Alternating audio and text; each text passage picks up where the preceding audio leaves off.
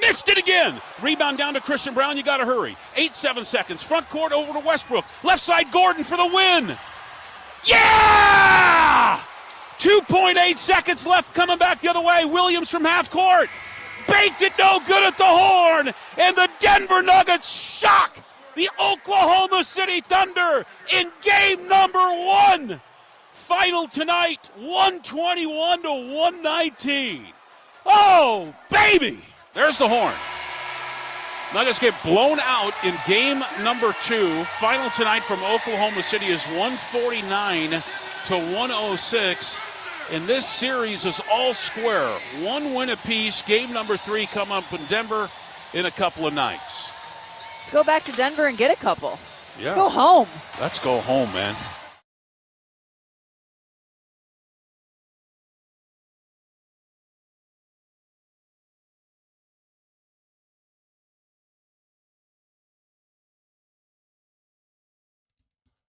Home they come as Game 3 tonight right here, Altitude Sports Radio 92.5. I want to tell you all it is a playoff ticket Friday here on Altitude Sports Radio. So on the 20s, again, of every hour, we're going to be giving away a keyword with your chance to win a pair of tickets to either Game 3 or Game 4 on Sunday. It's your choice if you win. So you're going to have options heading into the weekend.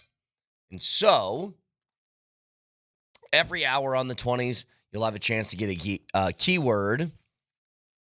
And you choose whether it's Game 3 or Game 4. Now. And point of order, it's going to be a little different this time where at 9:45, we're going to announce the winner. And then you have 5 minutes to call back. Correct. And if I see this little phone ring-a-ding-ding and it's you and it's your number and you're the winner, and we don't even have to put you on the air. You just have to talk to me. I know it sucks, but just me. You got a 5-minute window to do so, and then the tickets are yours. And then if you don't call in those 5 minutes, it goes to the next person. Yep, next man up. So be sure to listen at 9:45 this morning to see if your name is called. So that's number 1 most important point of business. Number 2. So I can't remember the last time we had this for at least the Nuggets in a while, because the NBA playoffs is usually, for whatever reason, longer. Like they take their time in these series. So they'll play a game and then they're off 2 days, then they play again, then they're off. You know, it just takes longer. Very rarely do we head into the weekend with 2 different results that we're going to have to talk about by Monday. And my question's this, very simple out of the gates, 303-504-0925. How would you feel if it was 2-2 heading into Monday? If we had a tied 2-2 series, how would you feel? Like, we all want the 3-1 option. There's also a 1-3 option that's on the table. You took care of business in Oklahoma City by getting the split. Now you come back home, 2-2. How would we feel? Because I think if that was presented to me as a guarantee, I might take it. Even the series up, ramp up the pressure, and I think the longer this series goes, the more intense and the more pressure-filled and the more panicky that Oklahoma City is going to at least seem like. I just think whenever you're presented the option, it's a 1-1 series and you get to go back home for 2 days, everybody kind of has these dreams and hopes of 3-1. I just don't know if this series is ever going to get that way. Like, I think this series could go Nuggets win, Nuggets lose, Nuggets win, Nuggets lose, Nuggets lose, Nuggets win, and then it's a game 7. You know, something like that. But I think if it's pushed to a Game 7, I think the Nuggets will win Game 7, even on the road at Oklahoma City. Because I think they've been there, and the Thunder haven't. And it's a gigantic, at least to me, sort of separation between where the two teams are at in their overall team building moment. So a texter says, it depends on how the loss looks. Not great if it's another blowout. You know what's weird about the blowout thing with the Nuggets? You don't like to see those because typically they're indicators of you being outmatched. That's what a blowout is, typically. And I don't think that's the case. That's not the read for what the Nuggets are. They just do this sometimes. Like, the Nuggets are the kind of team that they're willing to just punt some nights. And I think they have the long game in mind. You know, everybody, I say this all the time, everybody loves to think that they have this Michael Jordan mentality and they would never allow something like that to happen to them. And the Nuggets are, they have a very different mindset when it comes down to it. The Nuggets look at it this way. I need 4 really good games. I don't need to win in 5. I don't need to win in 6. It doesn't matter the margin of victory or the margin of defeat. I need 4 really good games, and then I leave the series with a win. That's how they think. Like, the Nuggets are not beaten up or shaken by huge losses. You know, that's what's so crazy. If you go back last year, and this is a team that is trying to defend a championship crown. They beat the Lakers in 5. And if you remember, all of those games were pretty close. Game 4 in LA was kind of the only exception. Not that it wasn't close, but LA had in that game 4 a 11-point lead heading into the fourth quarter, and it pretty much stayed that way until the game ended. They just, if they don't need to have something, they don't take it. Now, they need to have one. My guess is they'll get at least one. But we were talking about this yesterday. I think the key to this series is when you play against a team that is not as playoff hardened as most, you stay in the game late. You make it close. Like, if this is a 6-point game with 3 minutes left, I think you win because you out-execute. Like, there is... Yeah, I would feel worse, honestly, losing by, what was the final number? Was it 43 in game 2? Yep, 43 points.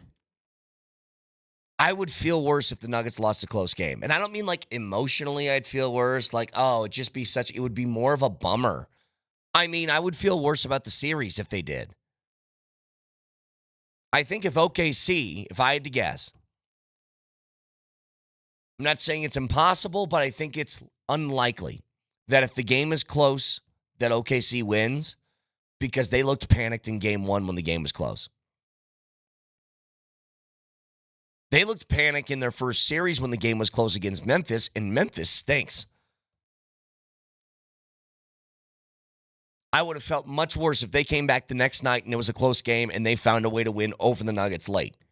Because that would give them confidence in one of the few areas that I think the Nuggets have an advantage in. In fact, if Oklahoma City's going to win, I hope they win where it's you don't even need to watch in the fourth quarter. I hope that's what the result is. Like, keep this in mind. Last year, when they played Minnesota, they lost the first 2 games of the series. The first game, they lost by 7. The second game, they lost by 26. Blowout. They then came back, won the next 3 games, and then with a chance to close out, they pasted them by a 45-point margin. And in Game 7, up until everything went awful, it was going great. You had a 20-point lead in the second half, and then you just wore out. But Minnesota was different than what OKC was. Minnesota had different waves of offensive guys that could throw at you. Oklahoma City has good players on offense. But I think even they struggle with trying to figure out who's going to be in crunch time, secondary option to what Shea brings to the table.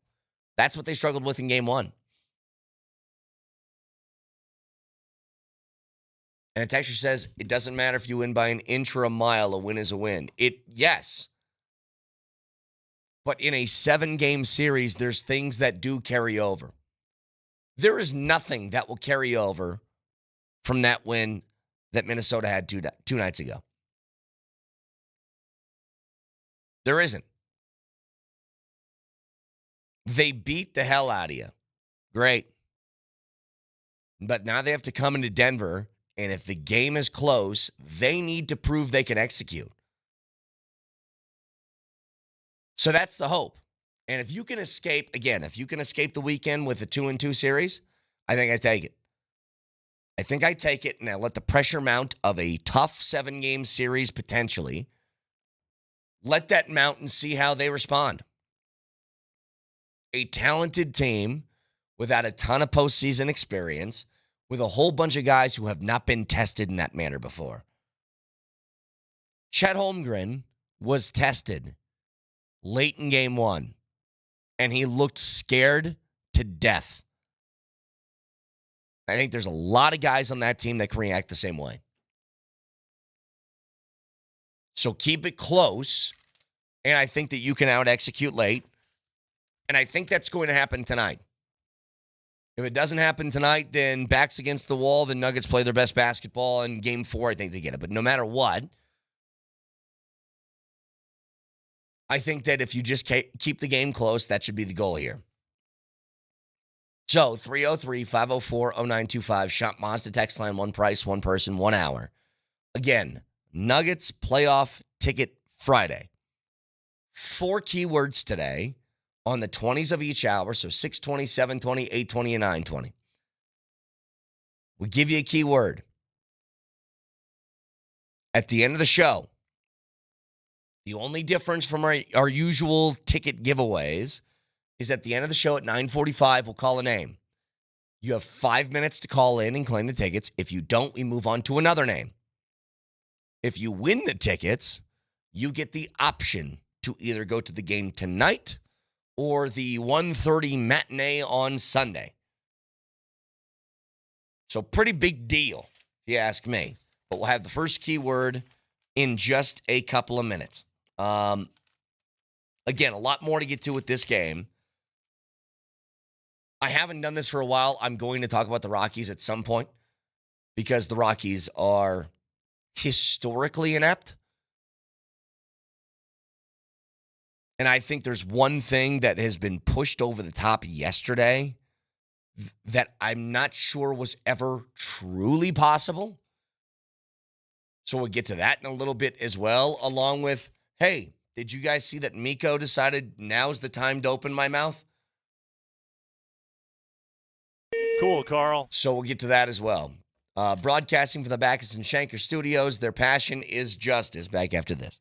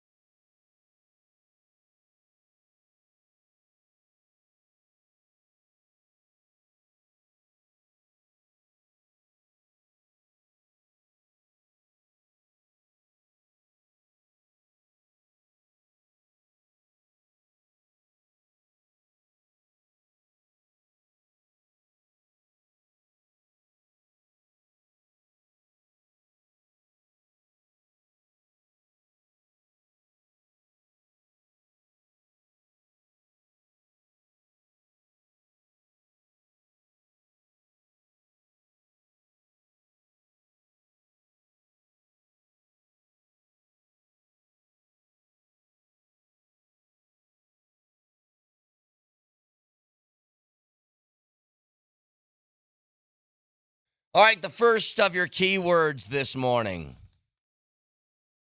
You'll notice the theme. The first for your chance to go to either Game 3 tonight or Game 4 on Sunday is CBD, which is short, not for what you hear when you hear CBD. That's not what it means.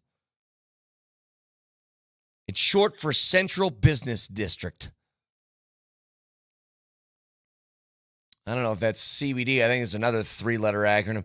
But Central Business District. That sounds like a totally valid neighborhood in Denver that no one would question at all. CBD in your first and last name to 303-504-0925. That's CBD in your first and last name, 303-504-0925. The Nuggets release tickets that have been held throughout the day all the way until game time. So visit nuggets.com/playoffs to purchase and get in the building.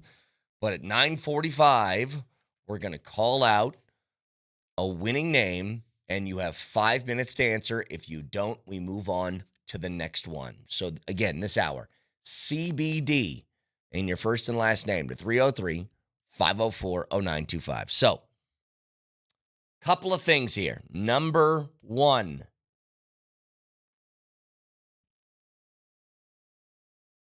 the Nuggets playing tonight in what feels like a pivotal Game 3 Tonight.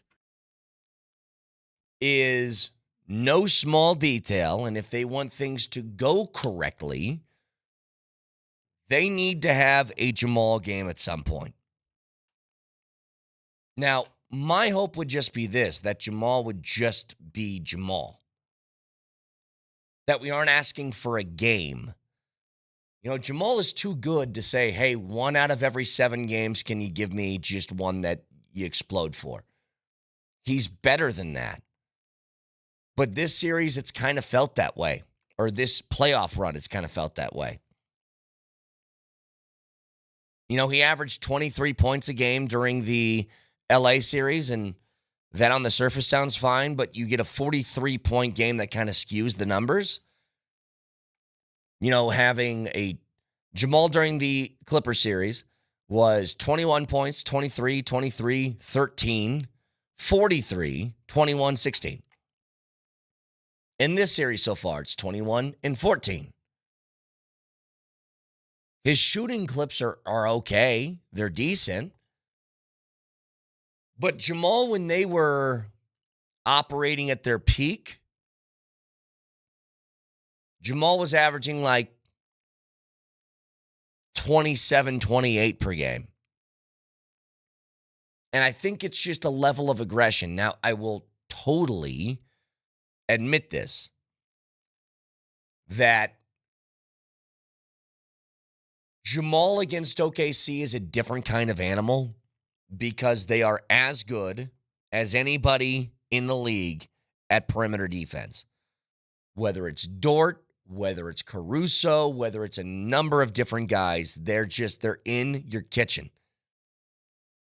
As a guard, if you're trying to operate on the outside, it's hard to find space. Lou Dort is able to work his way through screens. But there has to be, like, Jamal is a gifted offensive player that should be able to create things on his own. And so with that, you need Jamal to have a game. I think to have a real shot. If he doesn't, then it's going to have to be a lot on the shoulders of Joker. And Joker is getting double-teamed every time he's touching the basketball, and his life is being made miserable by having a small that is able to punch and kick and elbow and tug and pull and do all these different things with a 7-footer roaming behind him.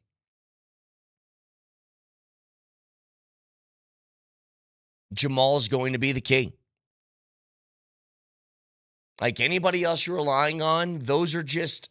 You need the others to play well. We've talked about this before.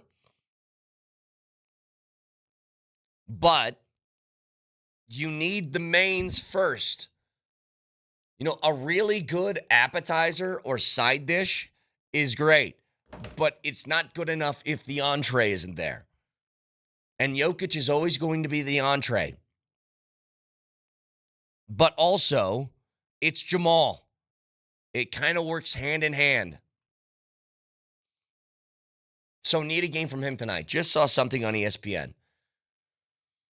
When ESPN is showing Rockies highlights, I wonder one of two things. Did they play the Dodgers? The answer is no. Okay, fine. Who'd they play? They played the Tigers. Well, why would they show highlights of the Rockies and Tigers game? Doubleheader yesterday. Well, I'll tell you why. Because the Tigers outscored the Rockies in that doubleheader 21-3. That pushed the Rockies' record on the year to 6-31. I just saw ESPN. They played the highlights to dunk on the Rockies. They are on pace for 136 losses on the season, which would set the MLB record. The 1899 Cleveland Spiders lost 134. They currently own the record. Here's what I noticed. Okay, as far as this team and the absolute ineptitude that we're witnessing. Because I'll tell you right now,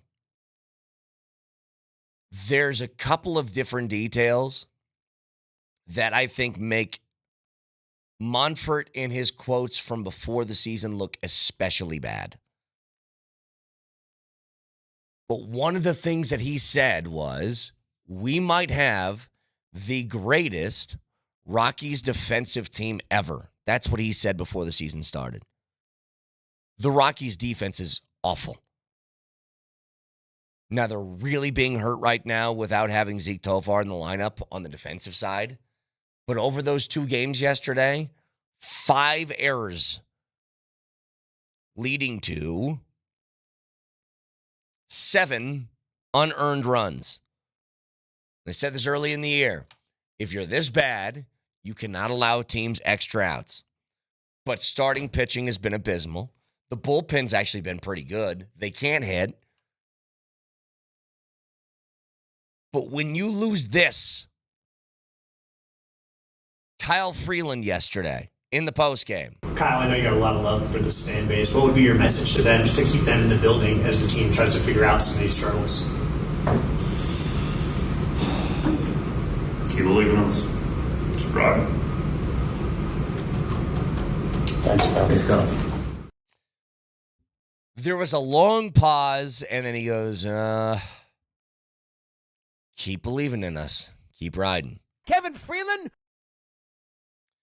Here's another quote. This from Patrick Saunders. Kyle Freeland comparing what the Tigers and Royals have done to turn things around. Quote, what they're doing is right. What we're doing is wrong. And we're not winning baseball games. We're playing a bad brand of baseball all the way around, pitching, fielding, hitting. This is somebody who's a native, who loved this team growing up, who loves his fan base, who loves everything about the Rockies, and even he's getting tired of it. By the way, everybody's gotten their wish.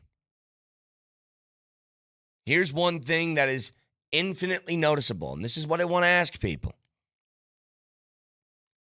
Forever, Nelly, people have been saying, hey, do you want to know the real way to turn the Rockies around? The real way to do it is to stop showing up to the ballpark, right? How many people have said that? Boycott Coors Field. Send the owner a message that just because you have a cool bar in the middle of the summer doesn't mean that you get to take our money for a substandard product. Well, you're getting that this year. But I've always asked the question of it. What's the ultimate goal? That he's going to sell? Because I don't think that's happening. Like, he's not going to sell the team. I think it's very clear the product isn't good enough. Even the attendance numbers have been decimated from what they usually are. So I've always wondered what's the goal here. And I am still in disbelief. Again, I will say this. I think Bud Black's a good guy. I think he's a great soundbite. I think he's a good person. He might even be a decent manager with a different ball club. With a different ball club, he might be. There is no reason why that guy's still coaching this team. And it's not even, again, you've lost back-to-back 100-game seasons. And you're 6-31 right now. Like, I'm actually curious if you asked him the question, like, why do you think that you should warrant staying the manager of this team, what his answer would be. Like, honestly, I'm kind of in disbelief. And there's a lot of people out there that talk about managing in baseball and how much does a manager really matter and what about the roster that you have and blah, blah, blah. And I go, you could play that game in any sport. You could look at the rosters and say, well, who couldn't win with that guy? If it wasn't Bill Belichick and it was Nathaniel Hackett coaching the Patriots over the last 20 years with Tom Brady. Is Hackett still a good coach? Is he as good as what Belichick is? Or is there an elevator to the roster?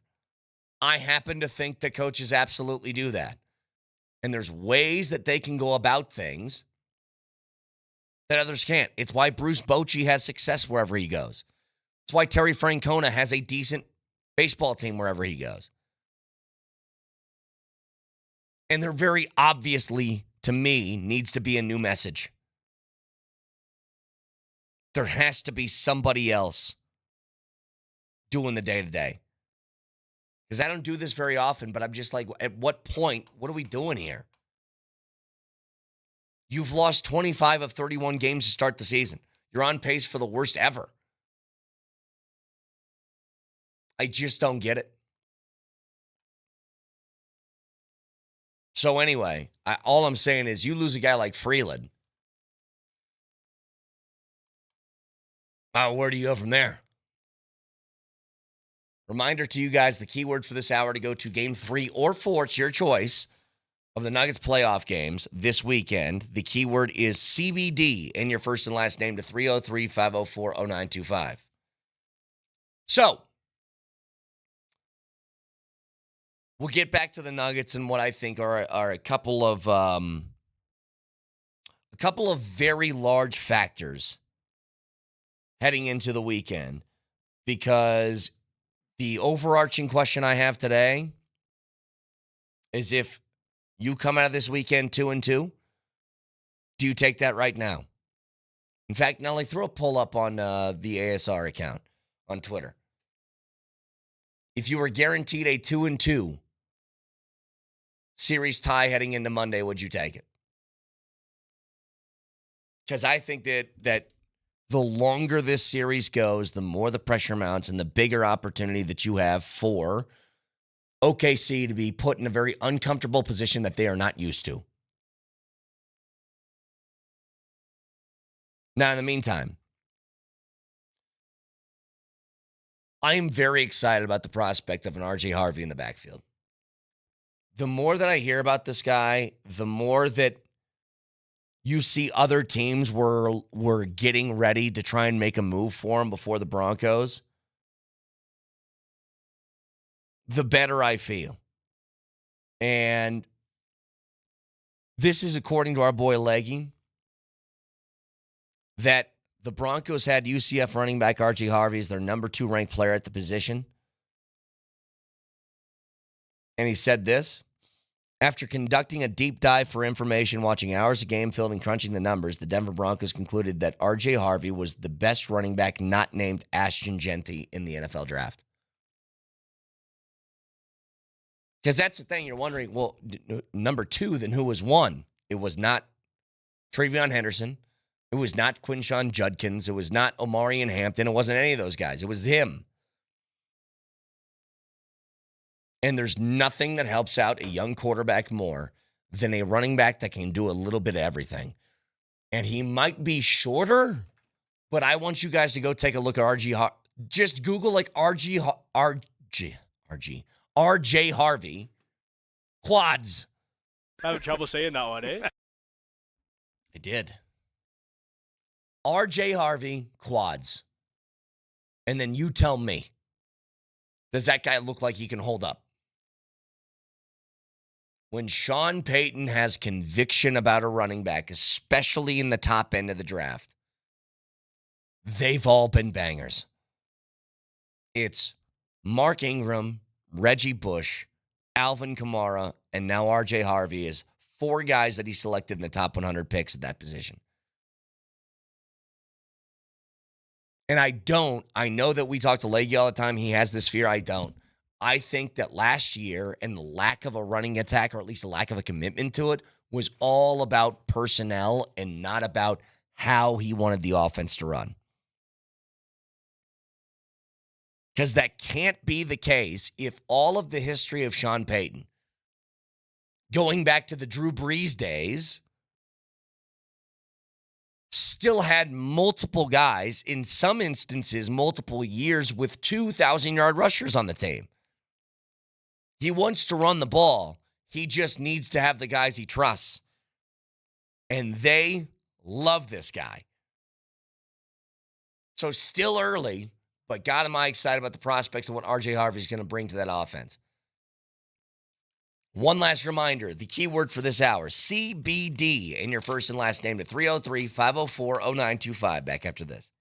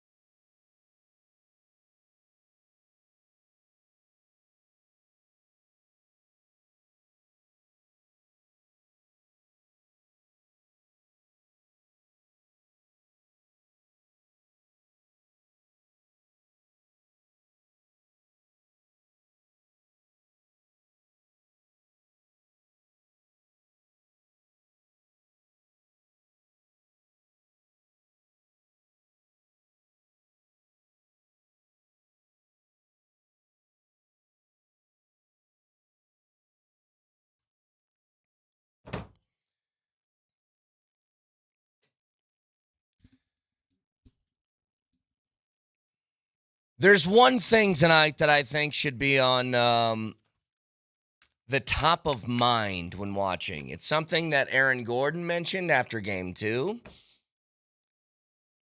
And I think it's just about setting a tone.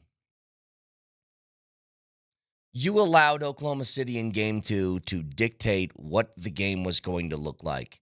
Not just to you, but to the refs, to their home crowd, to everyone watching on TV. They said very early in that game, this is going to be one in which physicality is going to be paramount. The Nuggets can play that style of basketball. I think game 2 was a confluence of an extended previous series, a very emotional and physical game 1 that you stole, and they just didn't have it in them for game 2 to play that way. But now that you're back at home, you got altitude in your favor. I think that you do the same thing to them. You do that, and you dare refs to make calls.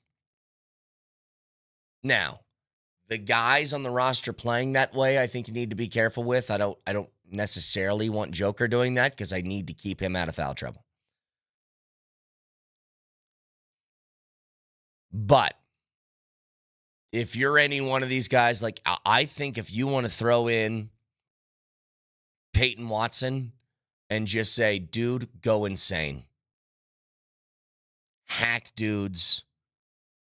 Dare refs to make calls over and over again. I think that would be something to where you dictate how the game is going to go, not the other way around. Be someone who provokes, who doesn't respond. The second that you get into a response mode, they've got the upper hand. Certainly what happened in game 2. But I think I'd take it to them. Bring the physicality early. Like, I would try and get Aaron Gordon in some post-up situations and just start backing down, banging down low, like that sort of thing.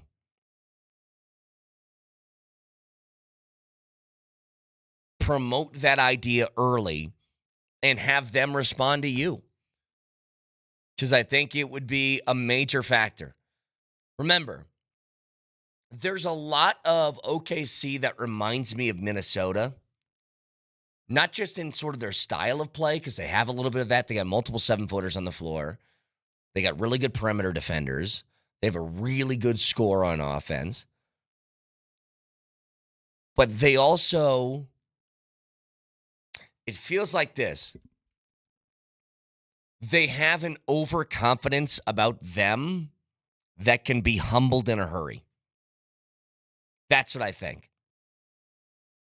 Remember how loud the Minnesota Timberwolves were when they were doing good things last year, even this year. They're just very loud about it. OKC's the same way. Like that clown Jalen Williams that was doing memes after they lost in game 1 at the post-game press conference.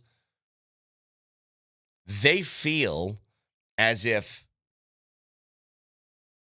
after winning 68 games that they are the preeminent favorite that everybody needs to respect. I think to a certain extent that might be true, but they haven't been through moments like this. Dictate the pace, dictate the physicality. And if you do that, I think the game at a minimum is going to be close, which acts in your favor. You know, the other stuff, and I know a lot of people are talking about what to do with MPJ. There is a problem with Porter. And Porter's injury is a very, very real thing. But I think the way that Adelman's been handling this is the proper way. I think the way that he's been, you keep him in the starting lineup, because he only plays, 4 or 5 minutes to start the game anyway.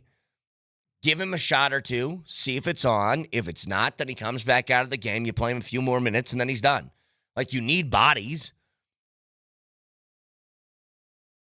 You need floor spacers, and maybe that's maybe this is a night where if Porter again doesn't have it, you play a little bit more Strother and see if he can keep the spacing that Porter brings to the table, but Strother's just the one that's going to be out there. Maybe.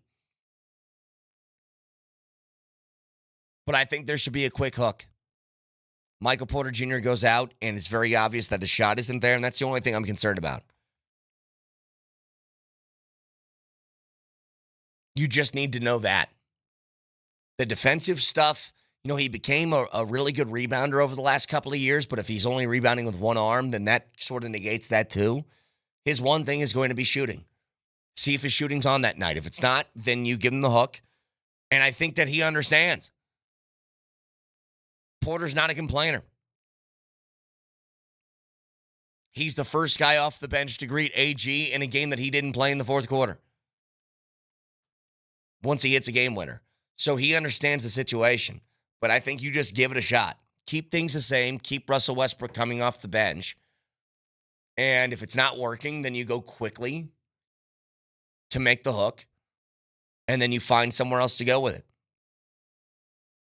But I cannot wait for tonight. I think the response from the Nuggets is going to be huge. Things starting to turn, by the way. All those road teams winning in game one. Well, Minnesota won in dominant fashion last night against Golden State. Now, is that unexpected? No. They're without Steph. They're probably going to be without him for, I would, if not the rest of this series, a lot of it. And much like what the Oklahoma City Thunder have, Minnesota's still got a lot of depth on that team. They got guys on their bench. On their bench, it's Naz Reid, Dante DiVincenzo, and Nickeil Alexander-Walker.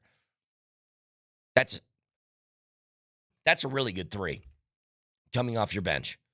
They only had to play Conley last night 17 minutes. Gobert only 27. As long as Steph's out, they got the number of Golden State. They just don't have the horses. You don't have your superstar, then good luck. You're not winning that series. But the tide's starting to turn a little bit, and hopefully that continues tonight with the game at home at Ball Arena right here, Altitude Sports Radio 92.5. The coverage will start at 7:30. So you're seeing a couple of these things starting to flip and turn. Now, we'll get into this in more detail, but saw a quote yesterday. This from Bleacher Report. Mikko Rantanen wanted to come to Dallas to, quote, jam it down Colorado's throat by making them face him multiple times in the regular season and the playoffs. Here's the thing.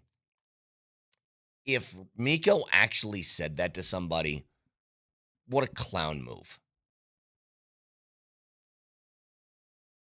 What did he want to do? This is the thing that I still don't understand how national hockey writers don't get this part of it. The Avs didn't tell Mikko to kick rocks. The Avs offered Mikko essentially what he got from Texas or Dallas. But there's a no state income tax in Texas. You'd say, okay, fine. Well, they still gave him the dollar amount. And the bottom line is this. If you were offered, how about this? The same salary, but one state had no income tax and the other did, but you loved the place that you are currently at, would you go? And the answer is no. At least I wouldn't. Because we're talking about marginal stuff here. If I was offered a no state income tax, let's call it a 15% raise to go somewhere else, another radio station in town, I wouldn't take it. I like this. I like the group that I have. I like the station I work for. Not moving anywhere. Not over that. Now, if somebody offered me $2 million and an 8-ball, then yeah, maybe I would consider doing that. But I don't want to go fully into the bleep Miko camp, but if he's actually saying stuff like this, then it's insane. He's trying to write his own story and create his own narrative for something I think he messed up over. And to be honest, I'm kind of over the Miko stuff, but it's amazing that the Miko things only happen on the occasional good night that he has. So anyway, you can watch the show live on Twitch, twitch.tv, search Altitude SR in the search bar, the Altitude TV simulcast. That is the Safeway Twitch feed. Don't forget, guys, Mother's Day this weekend. Safeway's got everything you need to make mom feel special. Fresh fruits, gorgeous flowers. Get started at Safeway.com or in the Safeway app. You can also watch on YouTube. Search Altitude Sports Radio and subscribe today. Game 3 tonight. We'll break it all down. Moser, Lombardi, and Kane next.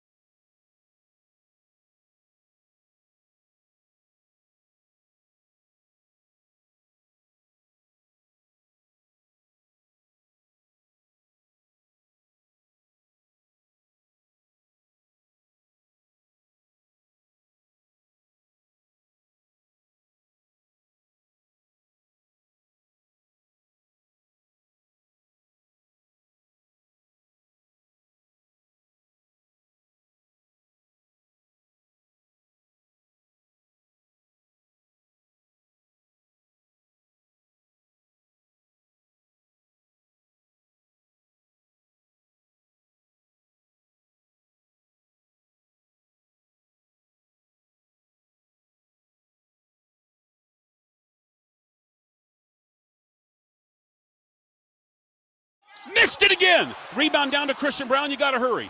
7 seconds. Front court over to Westbrook. Left side Gordon for the win. Yeah! 2.8 seconds left coming back the other way. Williams from half court. Baked it no good at the horn. And the Denver Nuggets shock the Oklahoma City Thunder in game number 1. Final tonight, 121 to 119. Oh, baby! There's the horn. Nuggets get blown out in game number 2. Final tonight from Oklahoma City is 149 to 106. And this series is all square. 1 win apiece. Game number 3 come up in Denver in a couple of nights. Let's go back to Denver and get a couple. Yeah. Let's go home. Let's go home, man.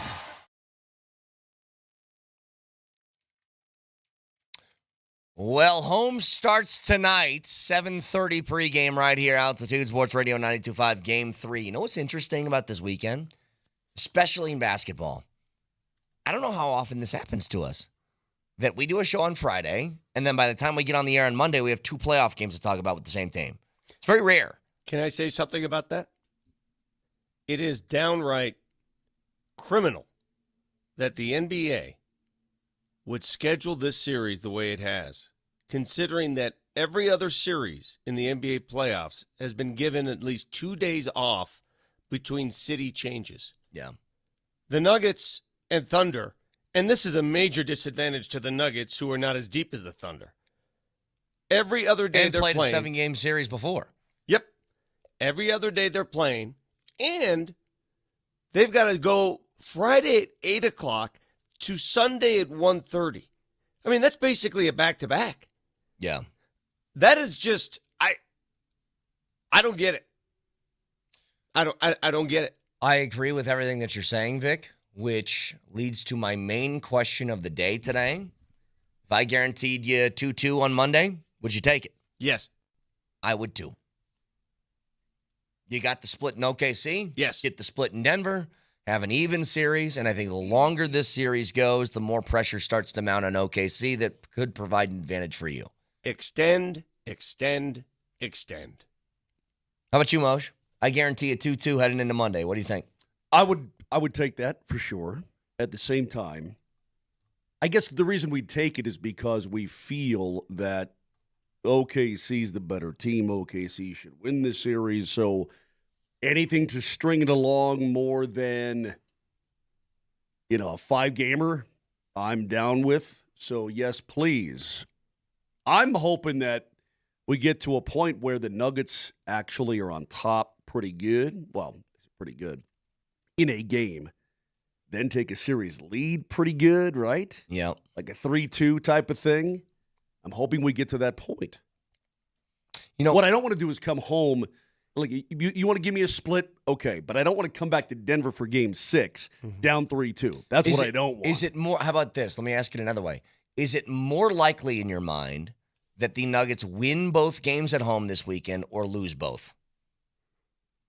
It's more if given one of those two options, is it more likely that they would be up 3-1 or down, or I'm sorry, up 3-1 or down 3-1 or 3-1? down 1-3, yeah.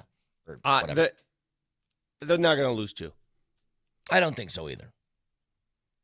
But I don't think they're going to win 2 either. So I would say, yeah, I think we're heading just probably, for a split again. It's probably more like, I would say 48.6% chance that they'd lose both. Here's the other thing that's not going to happen. That's wrong. 51.4% chance they lose both. Yes. 48.6% chance they win both. I agree. Is that fair? Yes. If there's one thing this Nuggets team probably cannot do is what OKC did the other night. They're not going to run away and win by an extraordinary number against this team because this team's too deep. Yeah. They throw too many numbers at you. If the Nuggets win this series, again, they're going to win this series by the hair of their chinny chin, and that's perfectly fine. It doesn't matter. I mean, look at the scoring differential through 2 games, right? That doesn't matter. Nobody cares. It's 1-1. That's all that matters. The Nuggets could end up winning every game if they win the series by a bucket. Doesn't matter. Wouldn't They win bother the me. series. Yeah, wouldn't bother me whatsoever. Yeah, they, we talked about this yesterday, but I think tonight especially, if there's one thing that I kind of wanted to see, I want you to dictate the pace and the tenor of the game. I want you to put your stamp on it early. I don't want you reacting. I want you provoking. I want the Nuggets to be the ones in position to force refs to make decisions on how the game's officiated, because they allowed that to happen in game 2. And I think part of that was a will. Like, do we have the will to physically do this tonight? And I think their answer was just like, no. We'll just take whatever OKC wants to do, and then we'll move on to game 3 and whatever. But I want to see that change tonight to where you are pushing the pace of the game. I don't blame you. Moser, by the way, I wrote the pre-show tease for our Altitude 1-hour pregame program tonight. 1 hour before the game on Altitude and 1 hour after the game. And I invoked your shark battle scar analogy that you used with Nikola Jokic. Yeah. I put that as my first line in this tease. And it really fits the description because he took on a lot of scars after that last game. And, well, hell, let me just read you this tease. Tell me if this fits the profile for what you're thinking. I'm trying to fix this right. There we go. Okay. So what you're going to do is you're going to spill the beans on your tees? Or Yeah, I don't care, because when it comes with video, it hits harder. Oh, okay. Give me some deep water music or Jaws music or something, Nelly. So drum up something for me, something a dramatic effect. Deep water music? Yeah, I need deep water music. The like depths of the submersible implosion type of that's music? fine. Here we go. Shut up. Oh, Jesus. He wears his battle scars like a great white, looking for his next meal. But sometimes in the NBA playoffs, you are the meal. In Game 2, the Thunder preyed on the Nuggets' big fish with a swarming, suffocating defense that never let up. Frustration boiled over when Joker fouled out at the end of the third. It's what makes playoff basketball so deliciously unpredictable. A foul isn't always a foul in the playoffs. Each game comes with a different level of physicality. And it's the team that strikes first who usually laughs last. Can the Nuggets bounce back? Beware of the hungry shark. You're in his waters now. Oh, I like it. Hey, Vic. Huge, yeah. Can you do me a favor? Text that to me. Dude, I like that. Text that to me, please. Why? Text it to me, please. Text it to me. I really like it, dude. I think it's good. I think that was really good, but text it to me. Text it. Why? Text What it are to you him. going to do to me? Just Just send listen. it to him, Listen and do as I say. please. Text it to me. Yeah, but are you going to do something bad to me? No. No, dude. No. No, we're giving you full props this morning. That was very good. I like that one. Okay, I'll give it to you. Hold on a second. Why is he so suspicious? I don't know. Because you guys never do nice things to me. You guys do bad things. It's not nice and it's not bad. It's not either. I have an idea. You don't treat me nice. You treat me bad. And I don't like being treated bad. I like being treated nice. Okay, did you Right, text there it you to me? Yeah, I just did. By the way, I added a couple words. I added a couple things in there just off the top of my head as I was reading it to make it more dramatic. Nelly, let me know when you're ready, when you found it. Well, are you going to do it in your... Oh, I know. You're going to do it in your Spanish accent. Yeah. Yes! Yeah, Vic. Yes. I've had this cough for a while, right? I'm having a Spanish guy voice day. I can feel it. See, you hear it right now? You hear Yeah, it? Rudy and Savannah yesterday. Berrego. Say it. Borrego. Yeah, they were. Yeah. Oh, that's. Well, you know what? It might. Yeah, you got to do it. All right. I mean, just go with the All flow, right. baby. Here we go. Nelly, boost my mic up a lot. Boost it all. Yeah, there you go. He wears his battle scars like a great white, looking for his next meal. Sometimes you are the meal. In Game 2, the Thunder preyed on the Nuggets' big fish with a swarming, suffocating defense that never let up. Frustration boiled over. Joker fouled out at the end of the third quarter. It's what makes playoff basketball so deliciously unpredictable. A foul isn't always a foul in the playoffs, but each game comes with a different level of physicality. And it's the team that strikes first who laughs last. Can the Nuggets bounce back? Beware of the hungry shark. You're in his casa now. His casa. It's so much better than Told mine. you, I was having a good day with That's it. pretty good. That's pretty good, bro. Listen, I like both versions. Either one, you guys go with. Just go with. I think it's going to be good. As I wrote it, though, doesn't it fit every profile you're looking 100%. for? Sure, I mean, it really it does. I mean, they went at him. They hunted him. They beat him up. And tonight, it's in your house, and you have to counter. And if you don't, it's on you. 100%. I think they will. By the way, I have one. Today's one of those days, and it kind of started last night, where I can't move my head sideways. So if I'm going to look at you, I got to do this. Yeah, the whole shoulder turn. I hate those Is days. that from picking up those chairs in north part of Colorado? Could be, yeah. They look great in the house. You know what's the worst for that is like I got to check my blind spot before I merge. And Oh, you're doing- dude, driving in today, Oh, I'm like, you know what? Screw it. If I crash, I crash. yeah. By the way, Mose, you missed a big day at Mama Lombardi's house with the announcement to the new Pope. I was They were so honored. Yeah, I was they so were in honored front to of be the there that day. televisions. They were in front of the televisions yesterday from 9 a.m. to 9 p.m. Yeah. Just watching wall-to-wall coverage. of this Locked thing. in, bro. Locked Big in. deal. It was a big deal. Speaking of, I was honored. I don't even know what. I don't know that I'm going to make this a Pope show or anything. Make this a Pope show? Yeah, but I saw the thing with his brother. Mhm. He's like, yeah, we knew when the kid was like a little kid, he's going to be like he had God born into him hard. Huh. Yeah, isn't it always weird seeing Yeah. a family member of a very, very like famous person in an important role? It was like, remember Billy Carter? Yes. He had Jimmy. Yeah. And then, come on, Billy. Not Bill. What Come are we on. doing, Billy? Just like to drink beer. Well, you want to know something crazy? You guys know that Polly Walnut's brother is a cardinal? You're kidding. He's a cardinal. You got to be kidding me. What? No. Famed Sopranos actor Tony Sirico, Yeah. his brother is in Rome for conclave. Wow. My mother's greatest regret is that none of her boys became priests. Yeah. Well, Well, to the much seminary. like the brother of this new pope, I think we all could tell when you were about 7 years old that was not happening for any of you guys.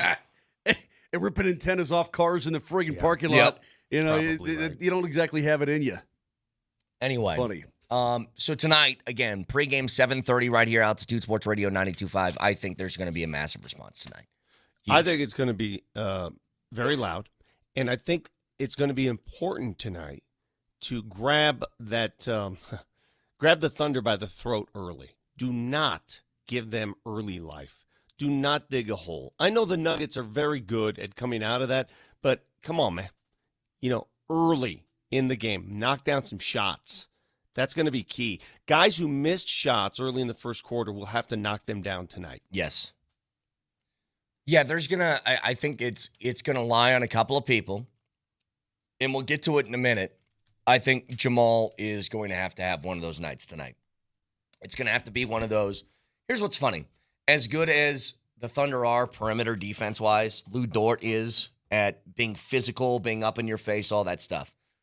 When Jamal is operating at peak Jamal form, it does not matter who's in front of him, right? Mm-hmm. Like Jamal has the ability to transform into like Kobe Bryant at his peak, just randomly on any given night. And there's always a game that Jamal has. And there has to be, if it's not tonight, then it's got to be on Sunday. But one of these games this weekend has to be one of those Jamal days. Yeah, Has and I to. want to see. I guess I'm begging for a comfortable win. I don't want to say comfortable, but something in the 7 to 9, 10 point range, somewhere right around there would make me feel good. I was looking back on OKC, including Game 1 of this series. They have 5 losses since Valentine's Day, 5, including Game 1. Jeez. And I'm looking at it. They lost in OT by 3. They lost by 13 to the Nuggets. That was that big high-scoring affair. Mm-hmm. Then they reeled off, 15 wins in a row. Then they lost at Houston by 14, and then they got blowed out by the Lakers by 27. That was on April 6th. But that's about it. And then you look at Game 1, and they just barely got. So I want to see the Nuggets. I want to see a good performance all put together. Get back to this in a second. We got a chance. It's another Nuggets playoff ticket giveaway day today. Ticket giveaway Friday. Keywords on the 20 of every hour. Now, here's how today works. It's a little bit different. First of all, if you are the winner, guess what? You get to choose whether you go to the game tonight or the game on Sunday. So it's your choice. Oh. Secondly, when we call the winner at 9:45 today, you're going to have 5 minutes to claim the tickets. If you don't claim it, then we're moving on to another name. So you have to be tuned in at the end of the show as well. Ah, okay. But the next keyword is coming your way in 5 minutes. Stick around.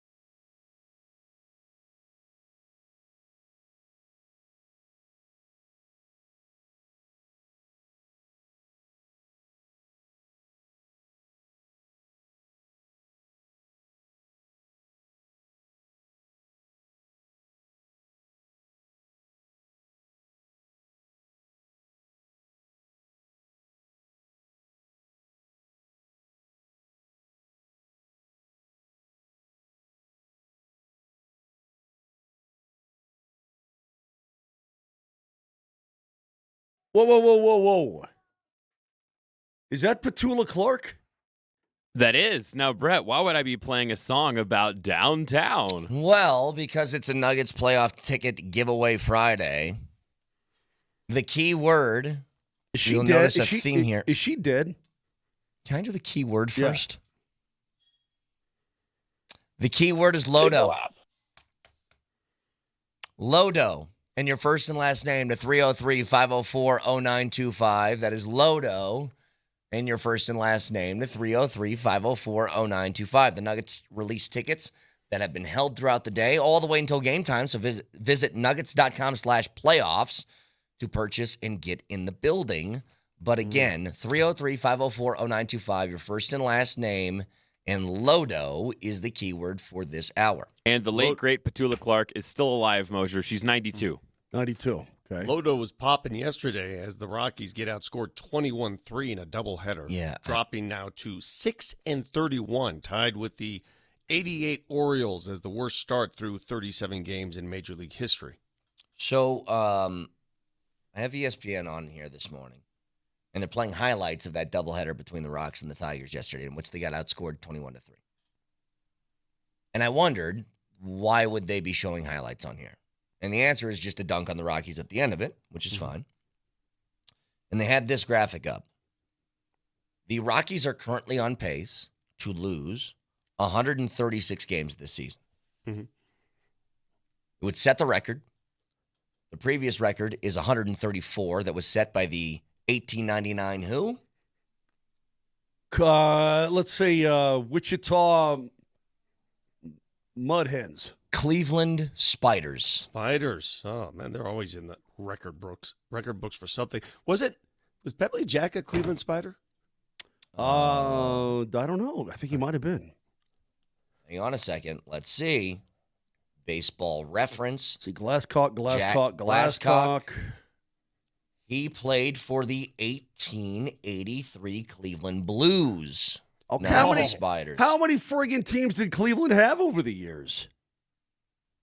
That's a lot of teams. Spiders, Blues, Tribe. You Guardians. realize that last night, the final pitcher for the Rockies, they trotted out there in the second game of a doubleheader, was an infielder. It's gotten Alan to that Trejo. point now. Yeah. Well, here's one thing I noticed yesterday when it comes to the Rocks. There is one guy on that roster that is tried and true, all about the Rocks all the time, and that is Kyle Freeland. Kyle Freeland. Kevin Freeland? He's about done. Like, even as You think? Colorado native, lover of the Rockies, lover of the fan base, lover of this town, lover of everything. He's about done. He was asked this yesterday. Kyle, I know you got a lot of love for this fan base. What would be your message to them just to keep them in the building as the team tries to figure out some of these struggles? Keep believing in us. Keep riding. Keep believing in us, keep riding, he said. He also said this yesterday, comparing what the Tigers and Royals have done to turn things around. What they're doing is right, what we're doing is wrong, and we're not winning baseball games. We're playing a bad brand of baseball all the way around, pitching, fielding, hitting. I'll tell you this. That's a shot at management. It's a shot at the players. That's a shot at the organization from one of Denver's own, and you're exactly right. In his shoes right now, I would not want to be, because you can't win. Yeah. Well, he's kind of part of the problem too, though. You understand that, right? That's what I'm saying. You can't win. I mean, you blame management, and then you have to look in the mirror. You look in the mirror, and you're like, well, they put me here. What am I supposed to do? Well, right? he's 0-5 with a 6.41. I mean, it ain't exactly like he's painting the corners. I'm telling you. And I love Kyle Freeland. Don't get me wrong. I love him. But the whole thing stinks. It's a self-fulfilling prophecy is what it is. Well, Kyle hasn't been good for a while now. He had the really good start to his career, and it's kind of been middling to subpar since. But I'll tell you, huge indictment. And if you remember before the season, I don't know if you guys saw this, if you cared to pay attention or not, Dick Bonford did say one thing about the upcoming year, about this Rockies team. Do you remember what it was? You'd Just out of like that, curiosity. wouldn't you? Has a chance to be the best infield in a long time. The best defensive Rockies team in history is what he said. Oh, is that what he said? Okay. The best defensive Rockies team in history. They gave up 7 unearned runs yesterday and had 5 errors between the doubleheader combined. Their defense is terrible. Like, the one thing you thought they might be okay at, which was playing defense, they can't even do well. Guys, it's May 9th, correct? Yes. It's the 9th of May, and this team is 18 and a half games out of first place. Yeah. It's the 9th of May. It is so far off my radar, and I know things could change when basketball season ends at this point, where you have to refocus on what else is going on. I didn't even know they had a doubleheader until I saw the results of what happened. I don't watch. And I'm not ashamed to say that because they don't give me a reason to watch. Well, there was 2 things that kind of hit me yesterday in watching real those. quick, Peter, to back you up, I had to look it up real quick. Mm-hmm. They are tied with the Boston Red Sox for the most errors in Major League Baseball. Yeah, that's what I'm saying. With 31. What did we say is the worst thing you can do as a franchise? It's not getting booed. It's not getting criticized. It's being ignored. It's being ignored. It's the apathy. And I'm already at the apathy stage. I don't know about you guys. This is what I wanted to say, though, is that it's to me 2 things. Number one, the claim that I've heard, I think since I got here, essentially, in 2019, has been, I don't want to go to the ballpark and give my money to this ownership group or whatever because blah, blah, blah, we need to boycott Coors Field. Hasn't then that been sort of a refrain from the Rockies fan base or casual Rocky fan or whatever, people in town? Don't go to the ballpark and give your money away for a bad product because it's only going to encourage them not to change. They're getting nobody at these games. Did you guys see the crowds over the last week or so at Coors Field? I did There's not. no one there. No one. So these people are getting their wish. But where do I get the official attendance? Where can I find that? Oh, one of the games yesterday said 23,000. There was not 23,000 in that park, Moj. Not even close. Couldn't have been. Could not have been. It was a beautiful night, gorgeous night last night. My God, could it been any gorgeous? Yeah. More gorgeous than last night? It was great, but they aren't getting people at the ballpark, so you're getting your wish, and I'm just wondering if people think that that's going to make a difference or not. Like, he's not going to sell the team because people aren't showing up still. Like, I don't think that's a solution to all this. That's what I said from the beginning. It's just got to be put a better product out there however you can. Now, the other part's this. I like Buddy Black. What's he doing here? Like, what is he still doing here?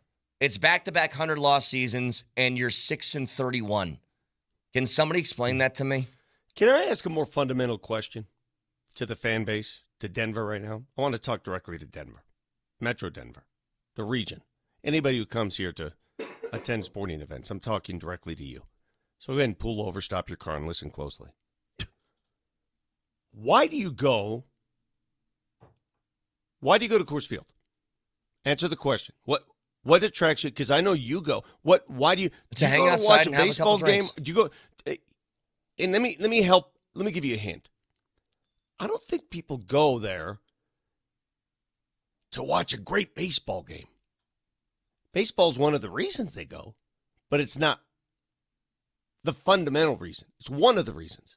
You see what I'm saying? Yeah, that's exactly right. Do you know where I'm going with that? Well, like when you go, you're going to go to a Bronco game. We're going to a Bronco game to watch the Broncos play. You're going to Coors Field. Yeah, there's a baseball game, but it's not the reason you go to Coors Field. So how about this? You go to a Broncos game for the game, but you also go there to tailgate. You also go there to hang out with your friends or your family. You also like the other things. Sure. But the main is the game. The main attraction. When you go to a Rockies game, the main is the hanging out with the friends and sitting outside. Yes, exactly. I don't think the spirit of the competition is the main attraction.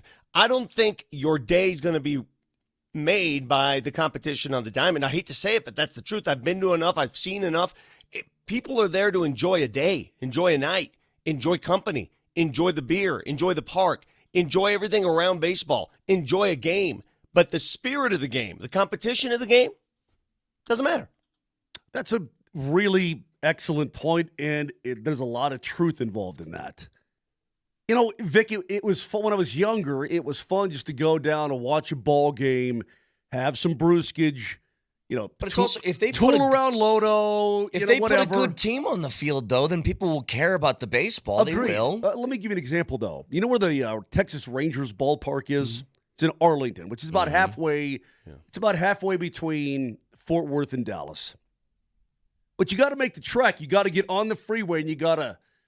And there's no Lodo there. You know what I mean? Right. They got a nice ballpark, and they got the little area, and blah blah blah blah blah. But they don't. There's no Lodo. There's not like all this other stuff, and it's not like your downtown region. There's no ballpark in downtown Dallas. Mm-hmm. The arena's there, but the ballpark is not there. So you have to make like an appointment. You have to want to go. You know the best comp I can give you? I harken back to my youth. You go to Thirsties or Deadbeat Club. Those of you who are natives like myself. Deadbeat Club? Yeah, that was the name of another club. Well, I know it was right there on Evans and Colorado. If you attended those places, if you went to the club, right? You go to the club. You don't go to the club necessarily because it has the best music. Oh my God, I'm going to this club because of the great music. You go for the camaraderie. You go for the scenery. You go for all the other stuff that goes with the club. All right? What happens on the diamond, the results, who cares? In the grand scheme of things, who cares? What does it matter? Nobody cares. Well, I got a text that writes this in, and he goes, Brett, I don't think they can find anyone else that would take Bud Black's job. I entirely disagree. I think it could actually be a job that's got a hell of a selling point, which is this. We don't really care about results, and you can stay here forever. I think that's a huge appeal to a job. You kidding? Think about taking a sales position. It's like, how much sales do I need to make to keep my job? Doesn't really matter. Yeah, but how many managers, baseball men, what they call themselves, have come in here and just banged their heads against the wall? Jim Leland banged his head so many times against the wall, he couldn't stop smoking Marlboros in the clubhouse. Had to get the hell out of here. Yeah, I mean, you probably aren't going to get a Bruce Bochy, but you could find somebody who's toiling around somewhere. Is like, you're giving me a chance to be an MLB manager? Okay, I'll take it. Might be an opening in Visalia next year. I'm just, that part is, it's pretty unfathomable to me that I don't think there's another franchise in that sport that would take this. And again, I'm not beating on Bud Black, but the results are the results. What do you want me to do with it? The Pirates are 12-26, and they just fired Derek Shelton. Yeah. Brett, you going to go to Coors Field this summer? I'm sure. Point? Yeah, a couple times. Why are you going? I like being at the field. No, I do watch the baseball though, Vic. Yeah, I know. I'm leading the witness. His parents are coming to town. Okay, and his mom wants to go to the ballpark, right? And so he takes him to the ballpark. It's a fun thing to do. Exactly. Yeah. You're going to find something to do. You're not going to take your parents up the Manitou Incline.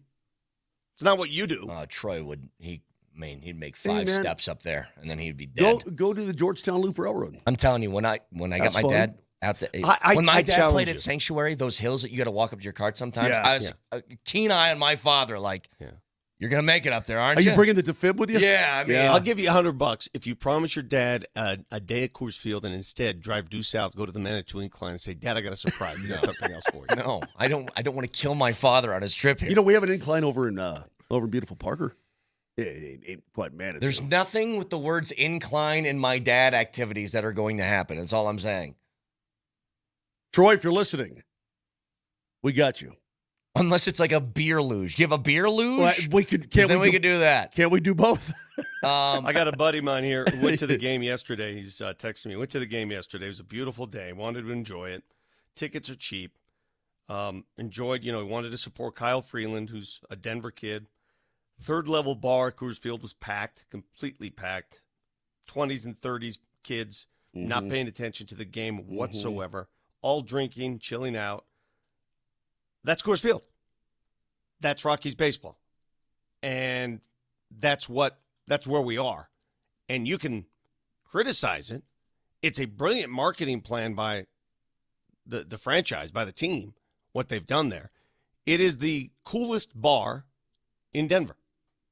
There's nothing that it is the modern day Thirsties. I had Thirsties with a dance club. They've got Coors Field and the Rockies. By the way, clubs aren't really a thing anymore. Like, Coors Field's the club. It is.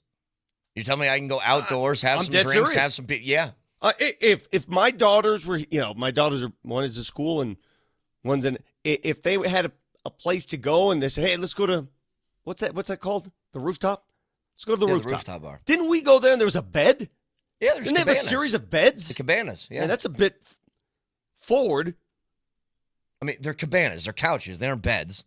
Yeah, I wonder though. Well, you can't really draw the curtains, can you? No, I mean, but they're remember sheer. Jesse They're tried sheer. to sit on the bed. He got kicked out. Well, yeah. He had his. They said, do you guys have your passes? And Jesse pulled out his KSC badge like that was going to do something. I appreciate the effort, though, Jesse. It's like, here, I got this. But you know the type. Listen, I don't need to describe. The people that are there sitting on that bed, right? The VIP loungers ordering all the drinks. They're not even watching the game. The game is the farthest thing from here's your the mind. thing is you can't see the game from there. No, you can't from there. But they're laying on that bed, faced right? the opposite direction of the field. That is crazy. So, Brett- It's behind. Yes. It's behind. Unless you look down the little I entrance think they have, alleyway. they have a TV with the game on, I Sure. think. Over there. Nobody's Correct. watching. Yeah. You're on that bed. You're laying down. You're talking to this little hottie over here. You got your drinks flowing. Jesse shows up trying to invade the party. The last thing on your mind is the pitch count in the fifth inning. I mean, come Well, yeah. on. What are we doing? There's always a group. Every time I've been up there, there's always a group of diehards though that are on the rail watching the game. Everybody is behind them. They're socializing, and it's loud. It's ridiculous. a hell of a view up there. Like, it But really yeah, is. It's I don't beautiful. mind. I don't mind being on the rail. It's one of and the most looking over beautiful right field. Yeah. spots in Denver. Yeah. It is very No akin problem. to when you go to New York City, you go up the Empire State Building, give it a good view. It's a beautiful view. It's a beautiful place to be. So what Yeah. do we do, Vic? What do we do from this point on? I'm I'm trying to think of how many games I actually will go to this year. well, I mean, I tell I you don't what know. I do. I haven't been yet. I can tell you what I do. I don't care about the product on the. I've ignored it now. I'm apathetic to it. It doesn't mean anything to me. I know. I take it for what it is. It's Red Rocks. It's an attraction in town. It's a Yeah, place but the people go to. Red Rocks has a good product. Hey, who was that guy we brought to the ball game that day? That listener, who was that guy? Really I don't super. remember bringing anybody. I think his name was Chad. Super nice guy. I don't think we brought anybody to a game. I did.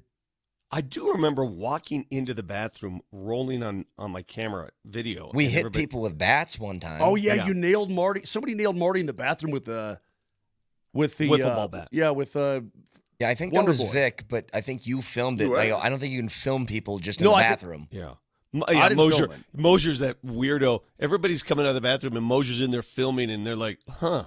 You're just filming in that here. was not me. I was simply an observer. Wait, what's this about? Marty got nailed in the bathroom at Coors Field? Yeah, What'd you yeah, say? you heard it.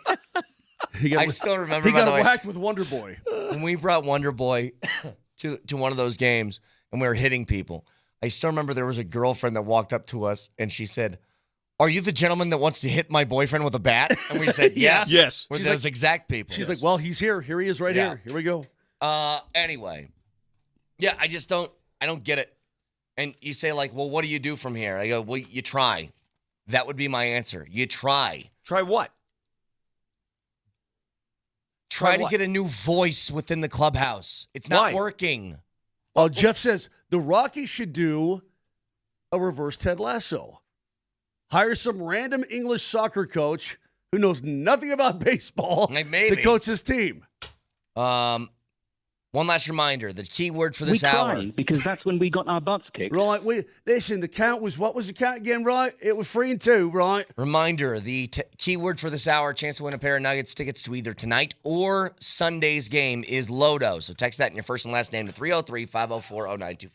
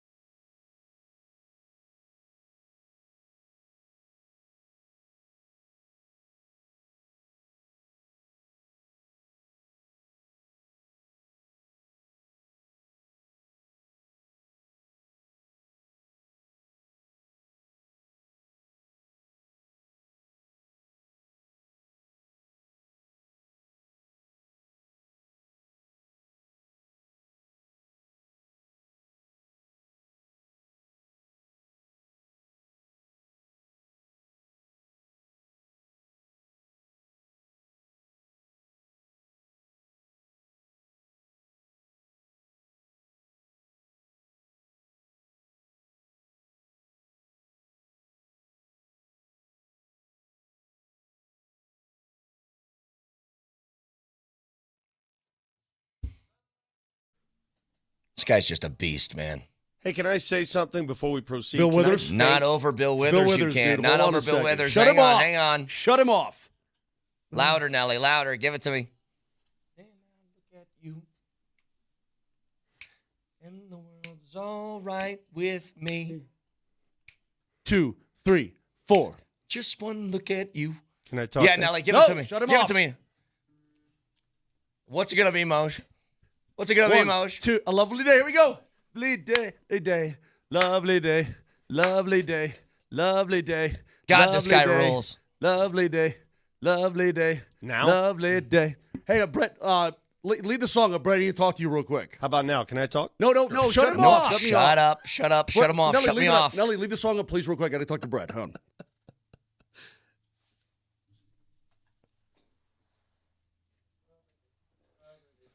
Great radio.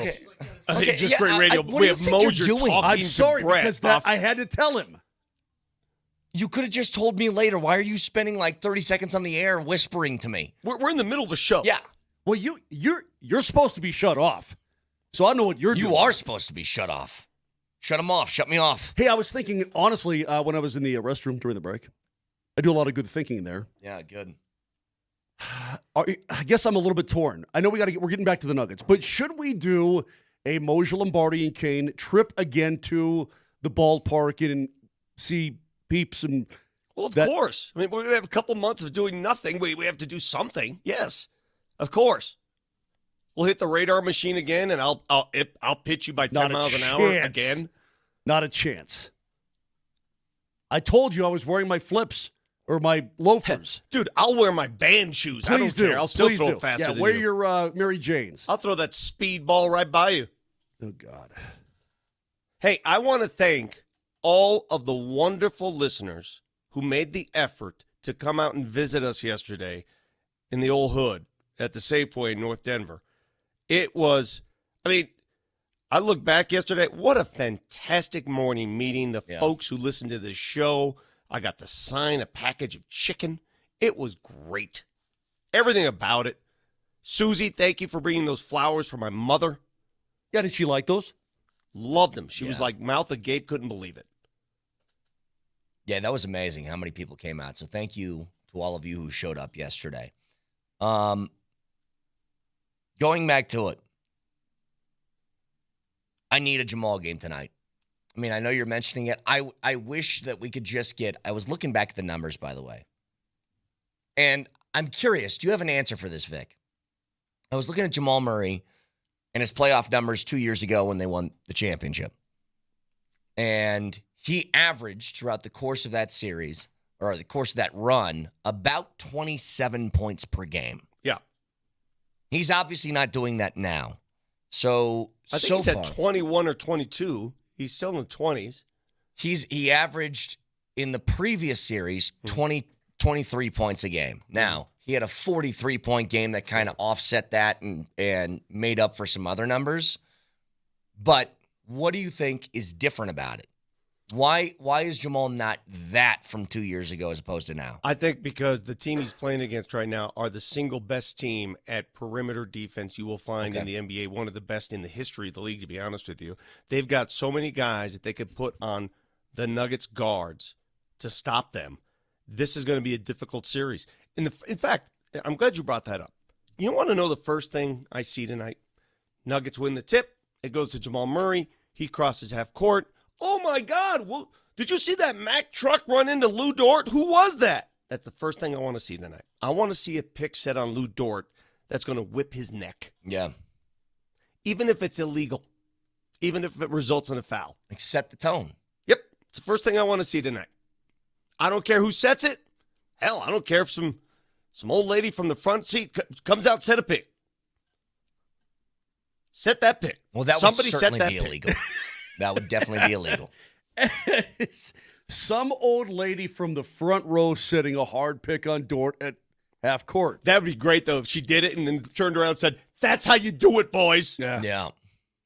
I hope that happens. I want them to, again, I want you to set the tone for how the game's going to be played.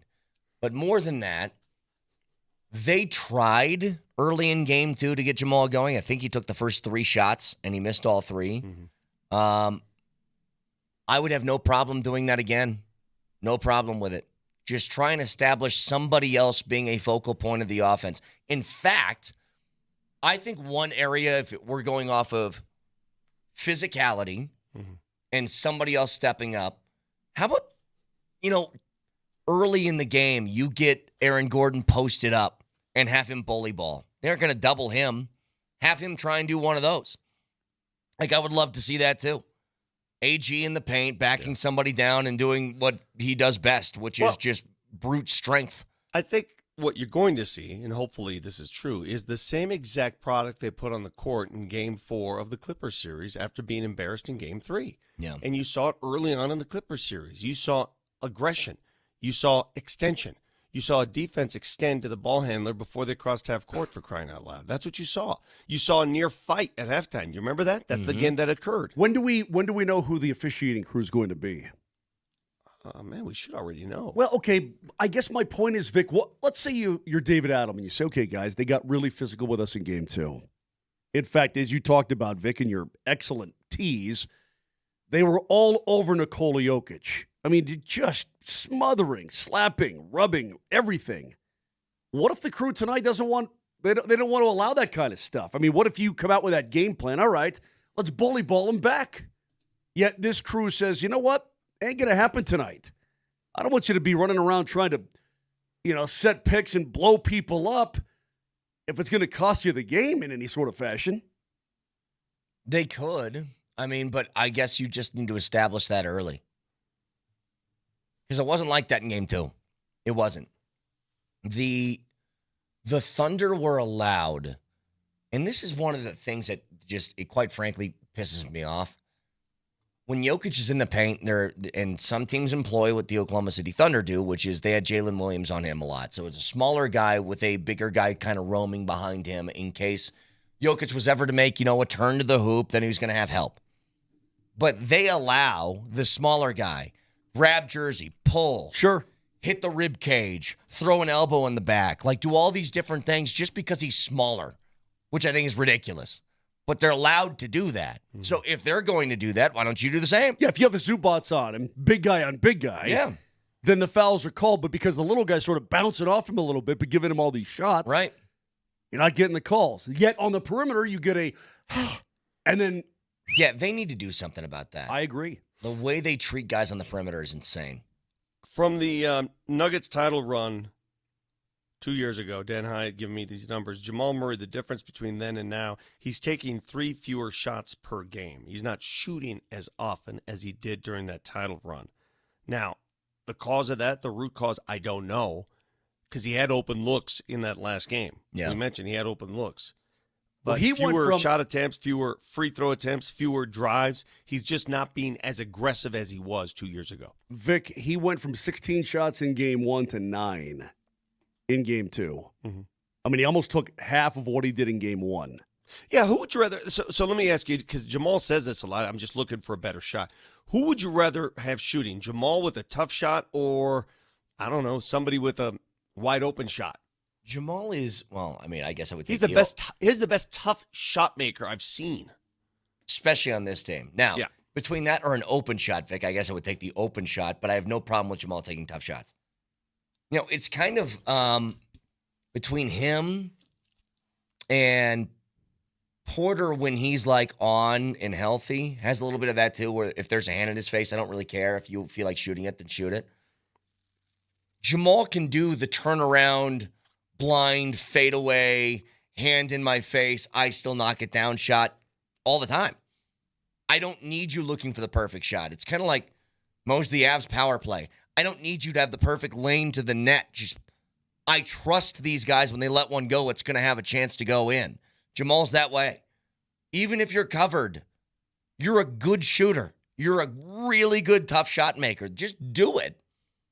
And I think maybe some of it is get the ball out of Jamal's hands and have him play off guard. And maybe that's where playing him with Westbrook could help a little bit. Vic, has Jamal ever had a confidence problem? Never. Well, Well, I take that back. recently he has. Not outwardly. Yeah. Not outwardly. Maybe inwardly, we all go through things. So I think there was a little bit of a confidence problem in the playoffs last year here's in the thing. summer. Here's the thing. If you have any sort of a hesitancy problem whatsoever, you're going to be completely ineffective. So either distribute the basketball every time you get it or fire it. Yeah. I'm okay either way tonight. hey, I wouldn't mind if tonight was one of those Jamal games. That'd be great. It would be great. Yep. Because nobody feeds off the crowd better than he does, right? When he had that 43-point effort. He was just loving it. And the crowd feeds off of him. It's a hand-in-hand thing. Mm-hmm. Well, I'll tell you, maybe Westbrook. He can get the crowd feeding off for him. sure. Yeah. For sure. Yeah. Did you guys see what a break from Minnesota? Steph Curry's not going to be back until Game 5. Yep. What a break. At What a least. waltz into the Western Conference Finals. Just an open door, Well, open gate. Here you go. Here's an open gate to the Western Finals. Enjoy it. Get to this in a second along with something else. And it's a basic question of, are we done with this? Are we done with this conversation? We'll get to it next.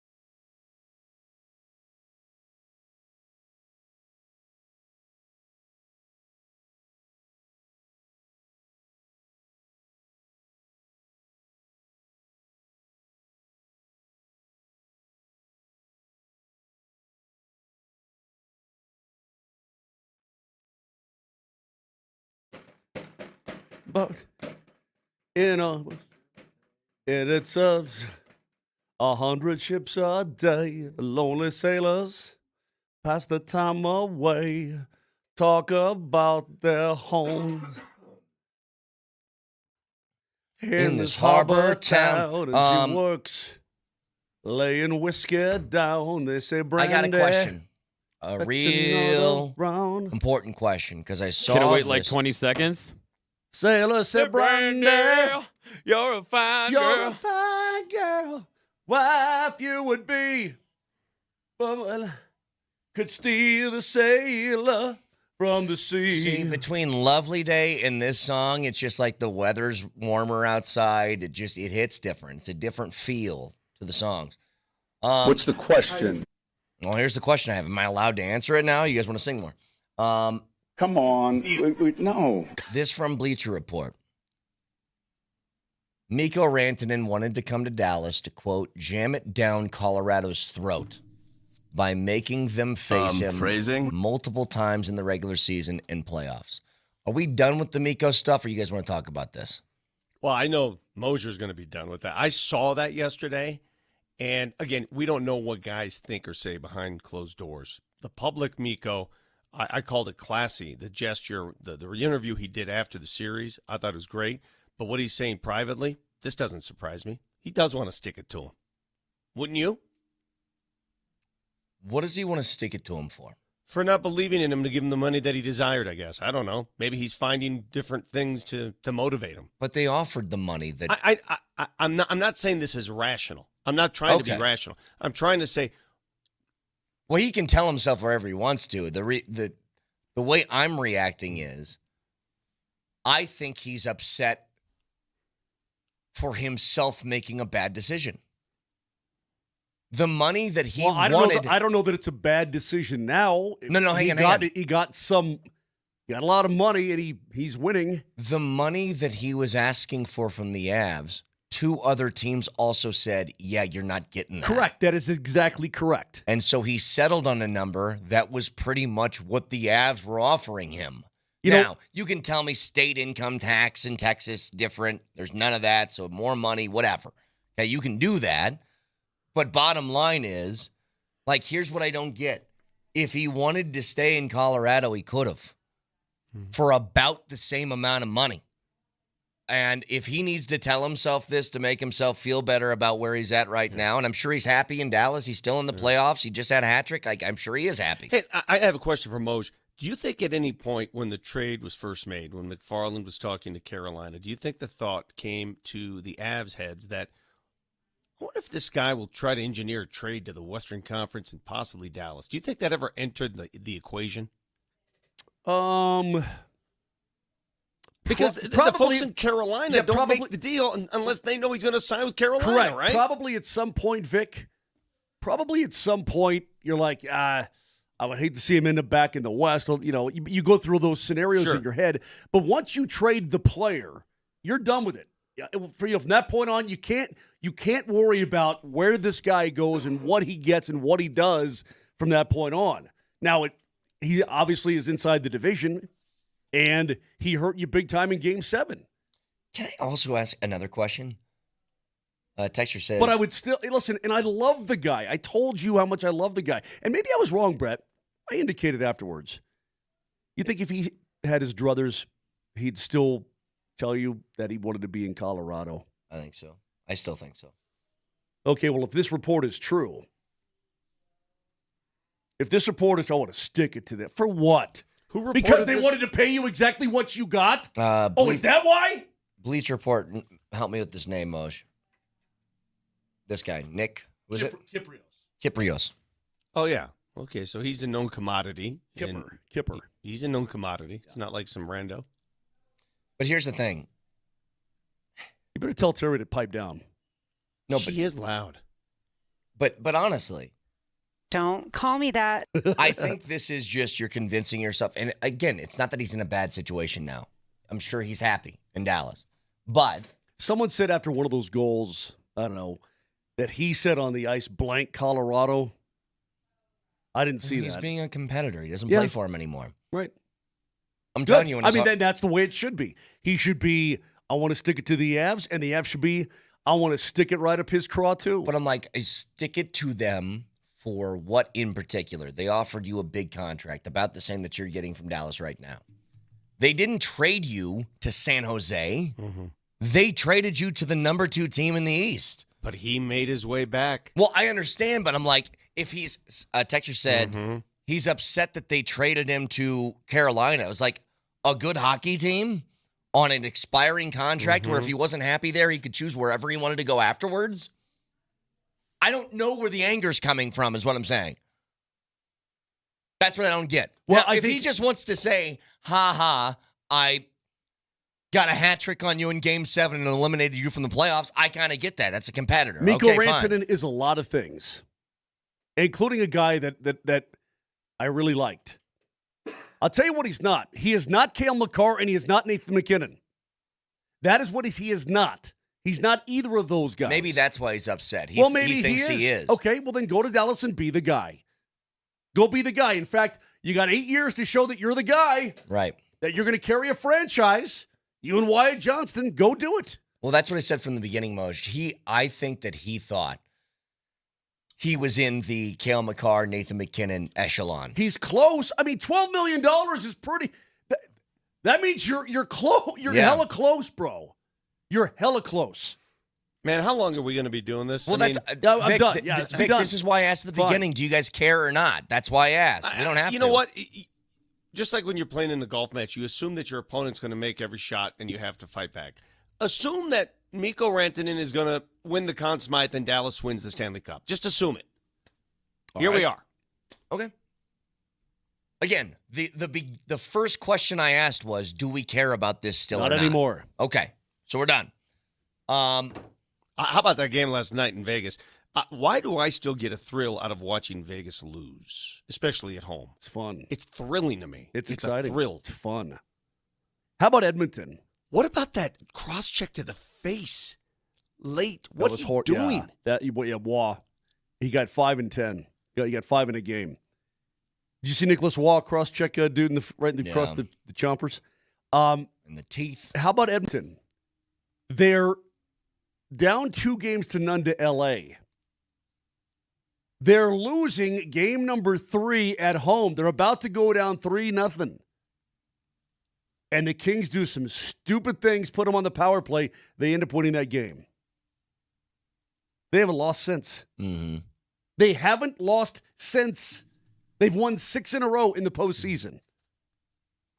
They found something. You know who's between the pipes for them? Yeah, the former Av. Our old buddy Cal Pickard. Mm-hmm. Great dude, by the way. Great. Mm-hmm. Not a great goalie. He found something. He was their backup. Well, he's given up 3-4 a game, but it doesn't matter because his team's scoring 5-6 a game. In that overtime, is there anything more?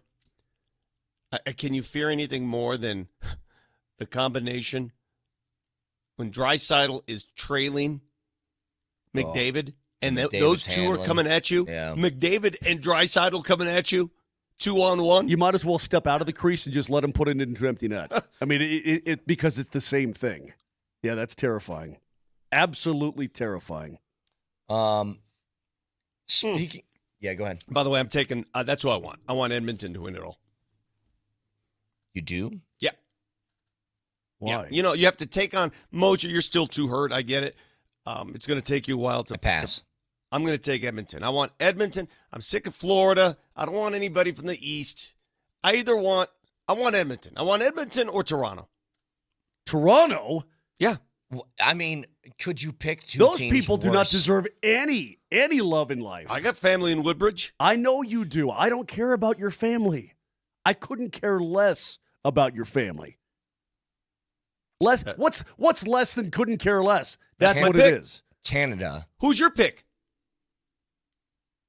Carolina, sure. Team I don't care. Yeah. Go with Carolina.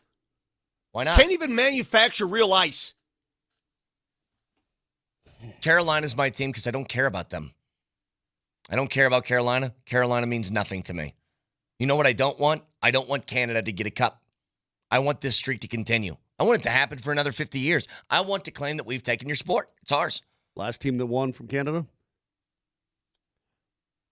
Montreal Canadiens, Patrick Waugh's team. 1993. E-Bird, yeah. You want Canada to win, Vic? I want Edmonton or Toronto. That's me. I want to slap a tariff on that Stanley Cup. You have to win a 9-game series. What you're going to Come on, man. Take that L on the way out. I don't care who wins, man. I don't care. Hang on, who am I least offended by? That is Carolina. Still left. I mean, Carolina's Probably the team, Carolina. right? Yeah. I wouldn't mind seeing Florida go back to back. Florida, I'm fine with Florida. They're down 0-2 to Toronto. They got to go home and hold serve on the home ice. Again, you see the defending champions? You see what's going on there? Like the Boston Celtics, you see that? Not that Toronto's not good. Toronto's a very good hockey club, don't get me wrong. But once you win, Vic, and then you start to get that hard playoff hockey again, and you get to that second round, and you're like, God, we know how hard it is to win. We just did it last year. Do I really, really want to put forth that kind of effort? Do the Boston Celtics really, really, really want to do what it takes to win? They haven't displayed it. Well, there you go. I mean, I just think that's a natural reaction when you play a lot of important games over the course of years. Then you find yourself going, golly, I know this is going to tax me to the hilt physically, mentally, and all the above. Do I really want to do this? What about the Caps? I wouldn't mind seeing the Caps I would be win. unoffended by the Caps. Yeah, I wouldn't mind seeing them win. Yeah, whatever. Moser, by the way, you've made an enemy in the house here. Why? Your wife? I texted the Queen here. I said, Moser on the air just said he can hear your entire phone conversation. To which she replied, I can't even bleeping talk on the phone, Jesus. To which I replied, well, you're talking very loudly. We can hear you on the radio. To which she replied, good. Make them hear me and hear me loud. I will not stop living my life in my own house. Jesus Christ. Look at this, look at that. Let the record show I didn't say a word. That I sat here silently. Let the record show that Brett likes his teeth and his limbs. Yep. I didn't say anything. I actually agree with Terry. She can live her life. That time? I thought this was Let me America. tell you right now. Huh? Isn't this America? I know exactly where Terry's coming from because my wife, who also lives at home, if I want to make food in the middle, like at 11 o'clock, and she's on a phone call with a client, you can't make food yet. How long is this phone call? An hour. So I can't eat for an hour You're stuck. in my own house because you have a phone call. You can't go to another room. I can't pick up everything in the kitchen and move it somewhere else. You can take your phone and go wherever. Right. Sit outside if you want. I get it, Terry. I'm with you. She's at fault here because you've been my studio at my home. I have all the soundproof stuff. You have to talk very loudly to be heard up here. She's a loud talker. So turn it down a couple notches. Oh, boy. Oh, God. That time that I went out over the railing. So everybody chill. I was trying to say something to her in the kitchen. Yeah, I wouldn't. And what did she say? It was along the, I'm paraphrasing here, but Moser, you shut it. I don't have time for your blanking blank today. I'm like, yes, ma'am. How about the time that the bear lit up Connor? Real talk. Again. You know what she says? She's sorry for it now. But I think she was mad at me. She was mad at somebody. And she goes, and you blank up too, Connor. He's like, well, what did I do? She goes, you're breathing. Mm-hmm. And she walked away. Yeah, he deserves it. He's like, what did I do? I'm like, yeah, she's in one. This is why I just sit everywhere with a smile on my face, and I go, mm-hmm. You can't tell me your wife has never lit you up or somebody around. Oh, my wife, yeah. Oh, She'll light me up. 100%. But I can't understand the very loud phone conversations, like the animated, loud phone conversations. Here's how a phone conversation goes between Moser and I, because he called me this morning. Hey, what's up? Hey. Yeah, blah, blah. Yeah. All right, see you in a bit. Yep, boom. That's it. That's our phone conversation. You know the difference between that and what's going on downstairs. Again, let the record show I've not said any words about this subject at all. I've just sat here and I've minded my business. Brett, when I get on the phone with you, we have two friends on the phone. Yeah. How's our conversations? What, maybe 30 seconds tops? Max. Quick to the point. Mm-hmm. Okay. Max 30. I just want you to know we're going on 30 minutes down there, and I can still hear rumblings, and it is loud. And it's probably about the sunset. Well, maybe she's on the Ramos Law hotline. Car accident, you need a Ramos Law, medical doctor and attorney, Ramos Law, Pregame.com. Back after this.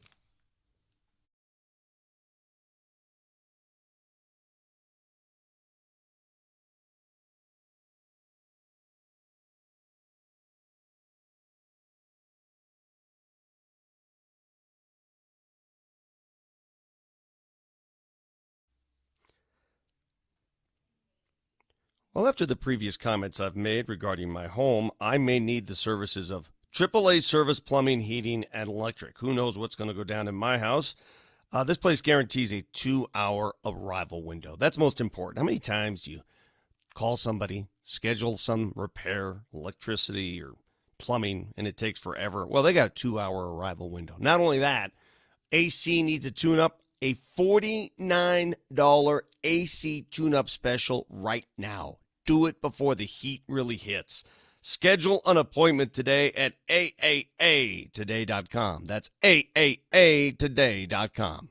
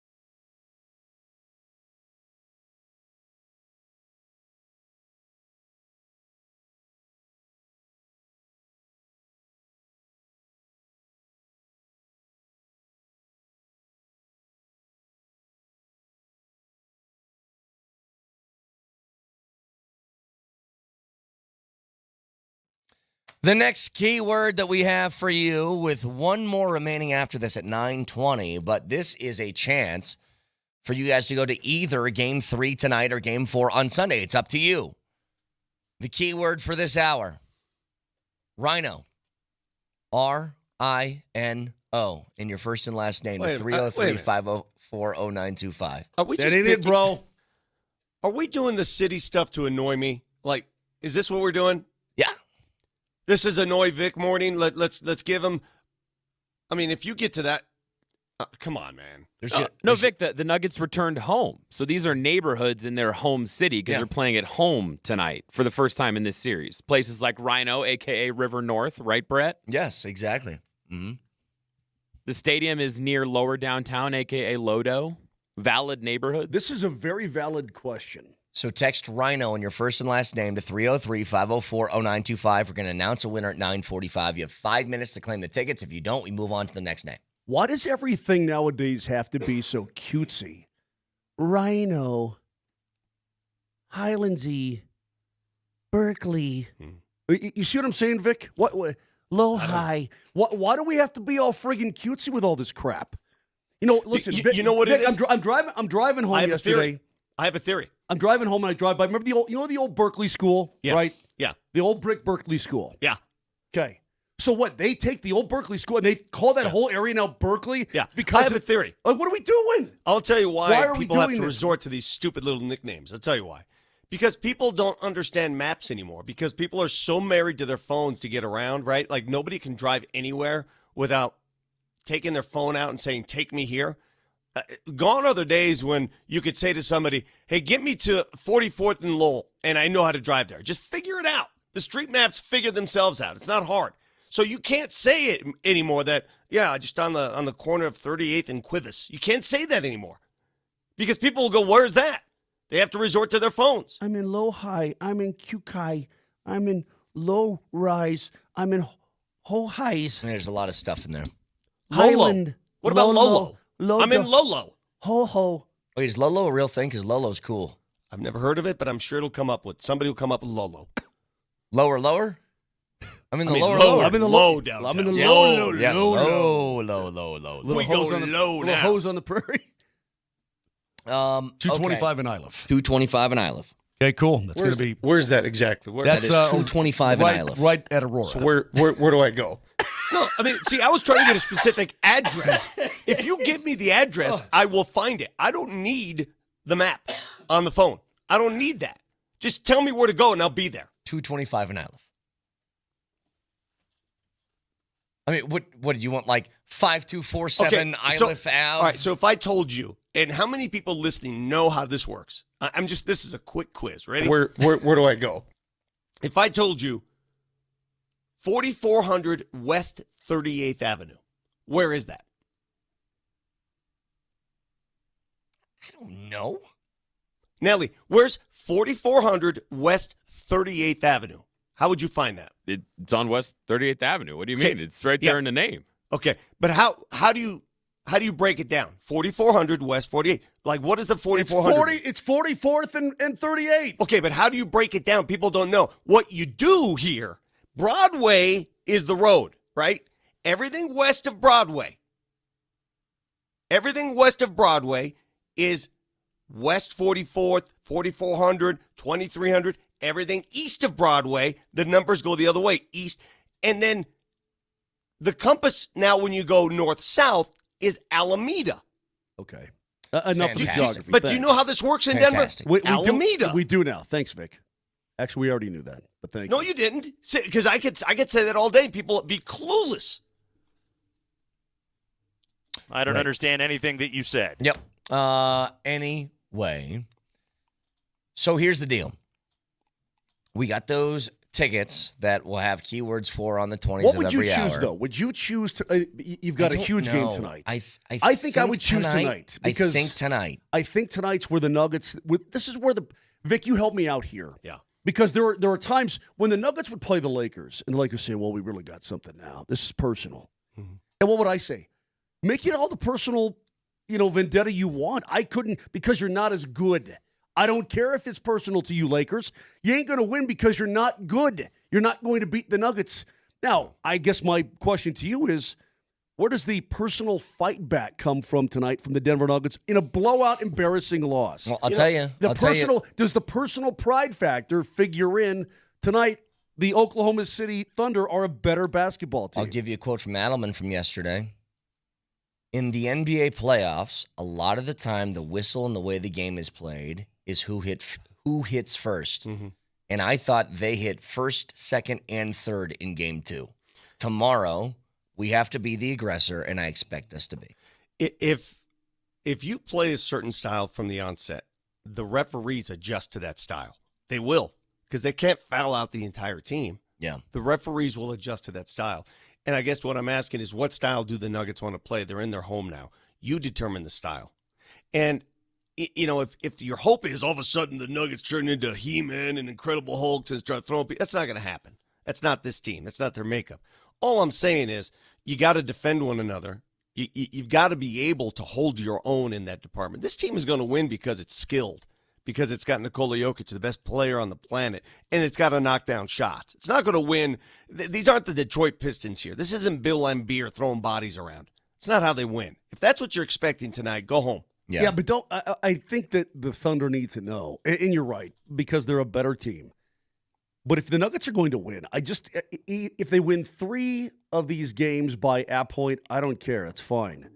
But I want one where they actually send a message to the Thunder that, you know what, we are those guys. We are those former champions who know how to get it done in the most important moments. Right.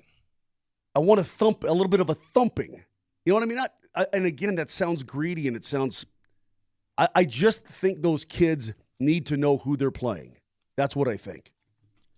The thing that Oklahoma City has, in droves, they've got all these guards that can come out and guard. Case and Wallace, Caruso, Dort. They got guard after guard. And then, let's get after Joker now. Chet, Hartenstein. Then they bring up big Jalen Williams, the bigger version. They got so much depth they can throw at you.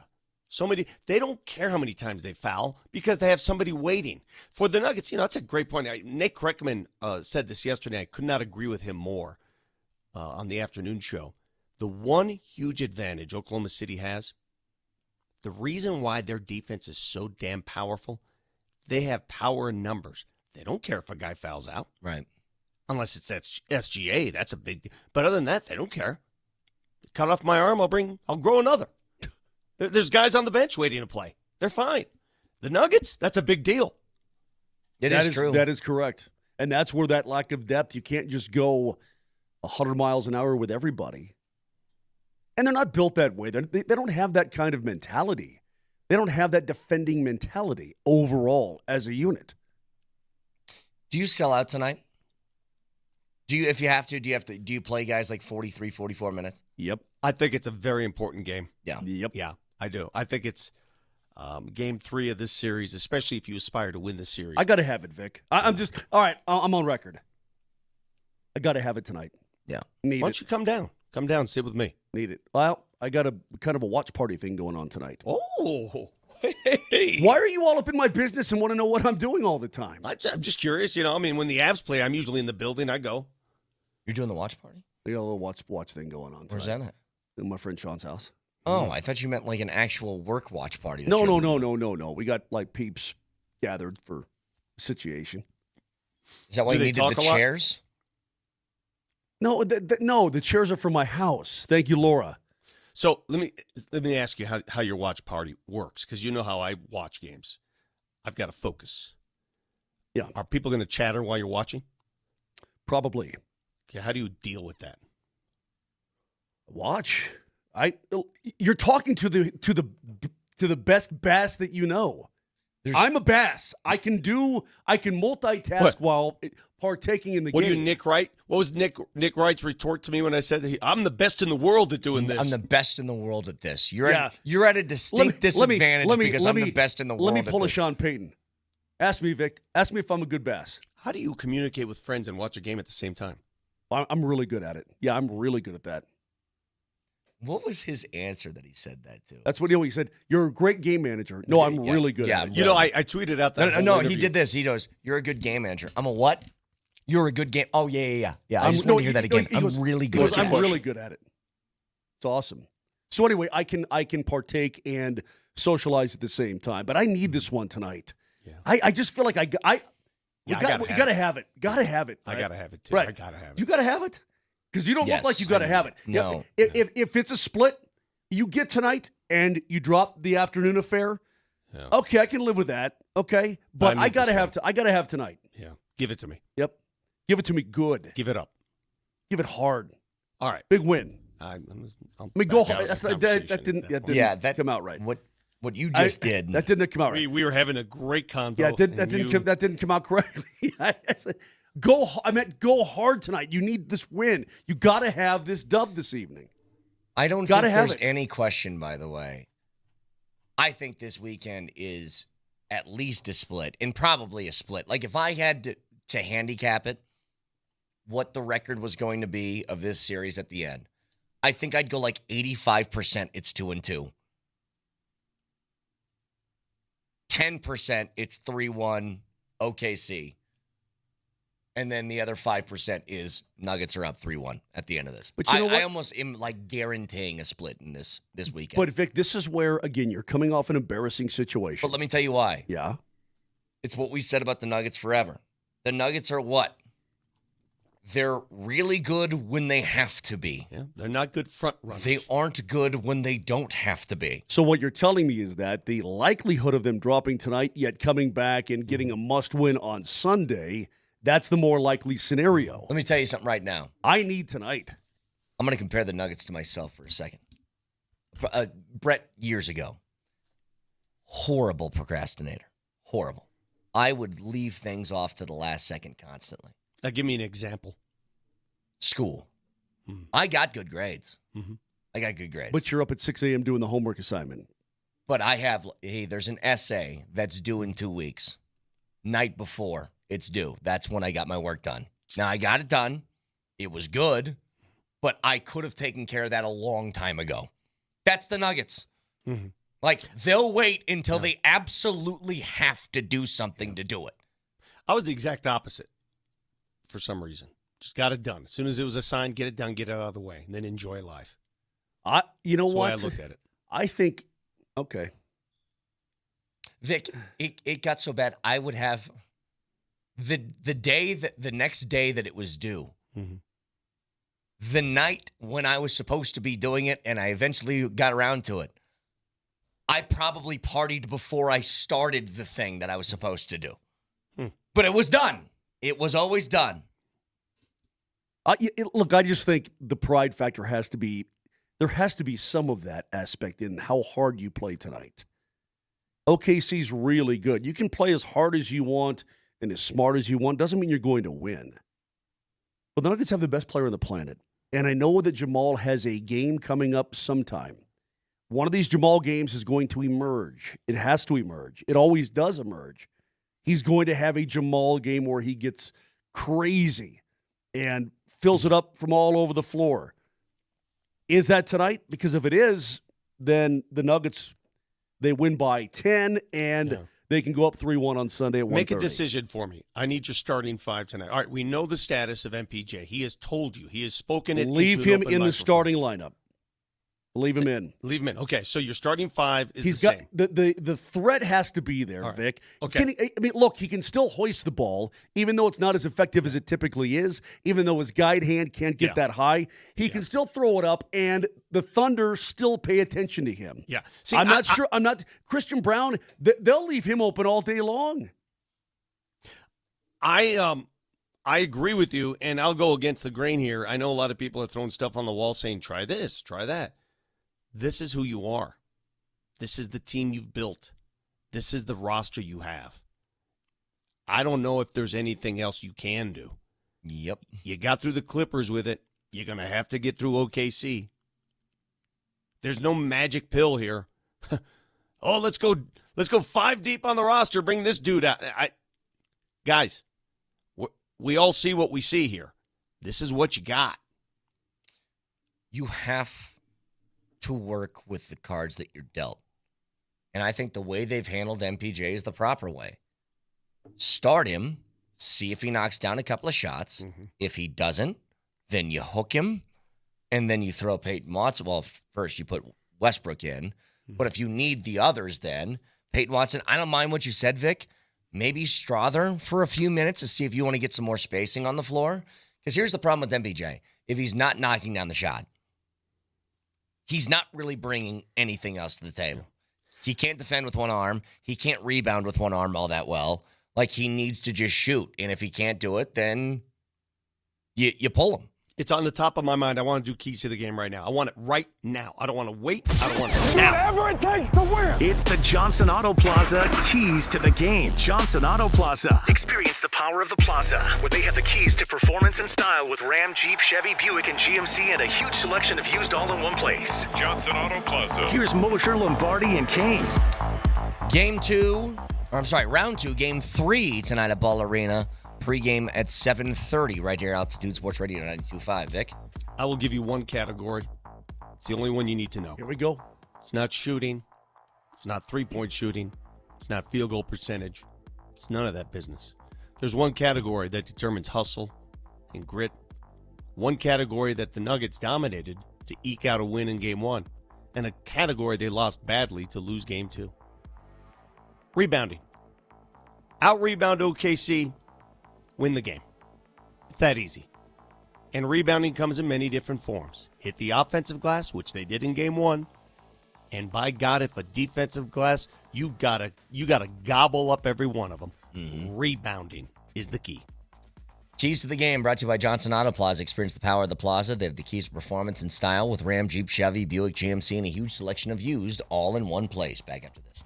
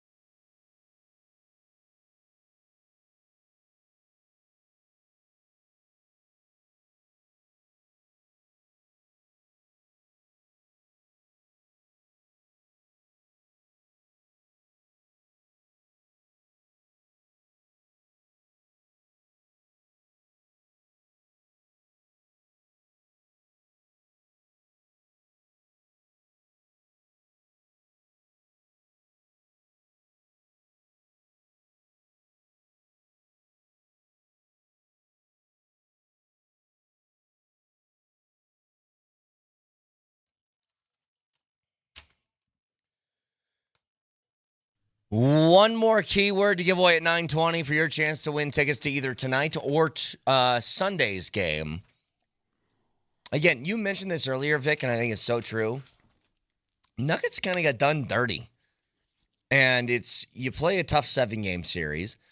You have 1 day of rest before you start your second round against a team that's been waiting 8 days to face you. Yep. And then it's a 1 day rest in between all these games, including a travel day. Now, I understand that OKC isn't like flying to Alaska, but still, you're traveling back home. But then... What's the difference between OKC and Denver and Boston and New York, right? They get allotted an extra day of rest. You know, the East Coast teams get their rest. The Nuggets and OKC, you know what they are for the networks? They're filler. They put them in spots where they can't fill the other markets. That's what they are. And it's crap. The 1 day of rest thing for a travel day is one thing, but it's another to do 1 day of rest in between games 3 and 4 and then make it a 1:30 start time after an 8 o'clock tip on Friday. That's not even a day of rest. That's a day and a half. Yeah. It's nuts. I mean, it really is. And so, again, I feel like this is going to be a split, and I would sell out tonight for a win. Whatever you got to do to get it, if that means you tax players 44 minutes tonight, then go ahead and do it, but just find a way to get the dub tonight, and then Sunday, let the chips fall where they may. That rebounding key that I brought up is so important for this team because it shows you how active they are. You know, it shows you how much hustle they have in the tank is rebounding. And just to postulate this on the season, when the Nuggets out-rebounded the opposition, they're 41-15. When they got out-rebounded themselves, or even, they were 14-21. Just flip those numbers. So it doesn't guarantee a win, but, man, it makes it that much easier when you get more rebounds. They had a 20-rebound margin in Game 1. And then they lost the rebound battle by what? I don't know. By 8. No, 6. 6. They lost it by 6 in Game 2. So you lose it by 6, you get blowed out. You win it by 20, and you get a last-second win. Yeah. Well, I mean, it just goes to show you. Rebound, at least for the Denver Nuggets, rebounding It is means huge. everything. Yeah, it does. It It's a means great everything key. because that team is so efficient. You've got to get every edge you possibly can. And your bigger front court, you're more burly. Take advantage of that. Get the boards. What did you guys think about if you watched Golden State in Minnesota yesterday? Minnesota crushes Golden State because Golden State doesn't have Steph Curry. That series seems over to me. It is over. It does. They say Steph is out until Game 5. I would be shocked if he played in even Game 5. Yeah, and even then, I'd how be effective will he I'd be It's blown first away time. by that. First time he's ever had a hamstring injury. And if you're a first-time hamstring guy, he's going to freak out by that. Yeah. It's not going to help. Here's the other thing. I'm not going to play the audio of Draymond after the game because it was weird. So Draymond gets teed up again because he goes full Draymond and starts flailing his arms and punching people in the throat and whatever. I have never seen, I told Moser this earlier, because I don't know did you see the post game from him? Yeah, he made it racial. Yeah, I'm not going to go that route. Mm-hmm. I'm going to say this. Draymond Green is the least self-aware person, I think, in sports. 100%. You know what? We've seen other versions of Draymond Green. I remember one. His name was Bill Laimbeer. Bill Laimbeer's But he white. knew who he was. Bill Laimbeer's white. Everybody knew his reputation. Everybody knew what he brought to the table. Everybody knew what his modus operandi was. There's nothing different. That's what Draymond is. Draymond throws cheap shots. Draymond does extracurricular stuff all the time. Don't make excuses that people are out to get you because of the color of your skin. That's flat wrong. That's a disservice. That's not fair. Forget the racial aspect of this and what he was saying afterwards. Bill Laimbeer was what he was. Would Bill Laimbeer ever shy away from that reputation? He's like, this is all intentional. Yeah, he I do wore this like a on badge of purpose.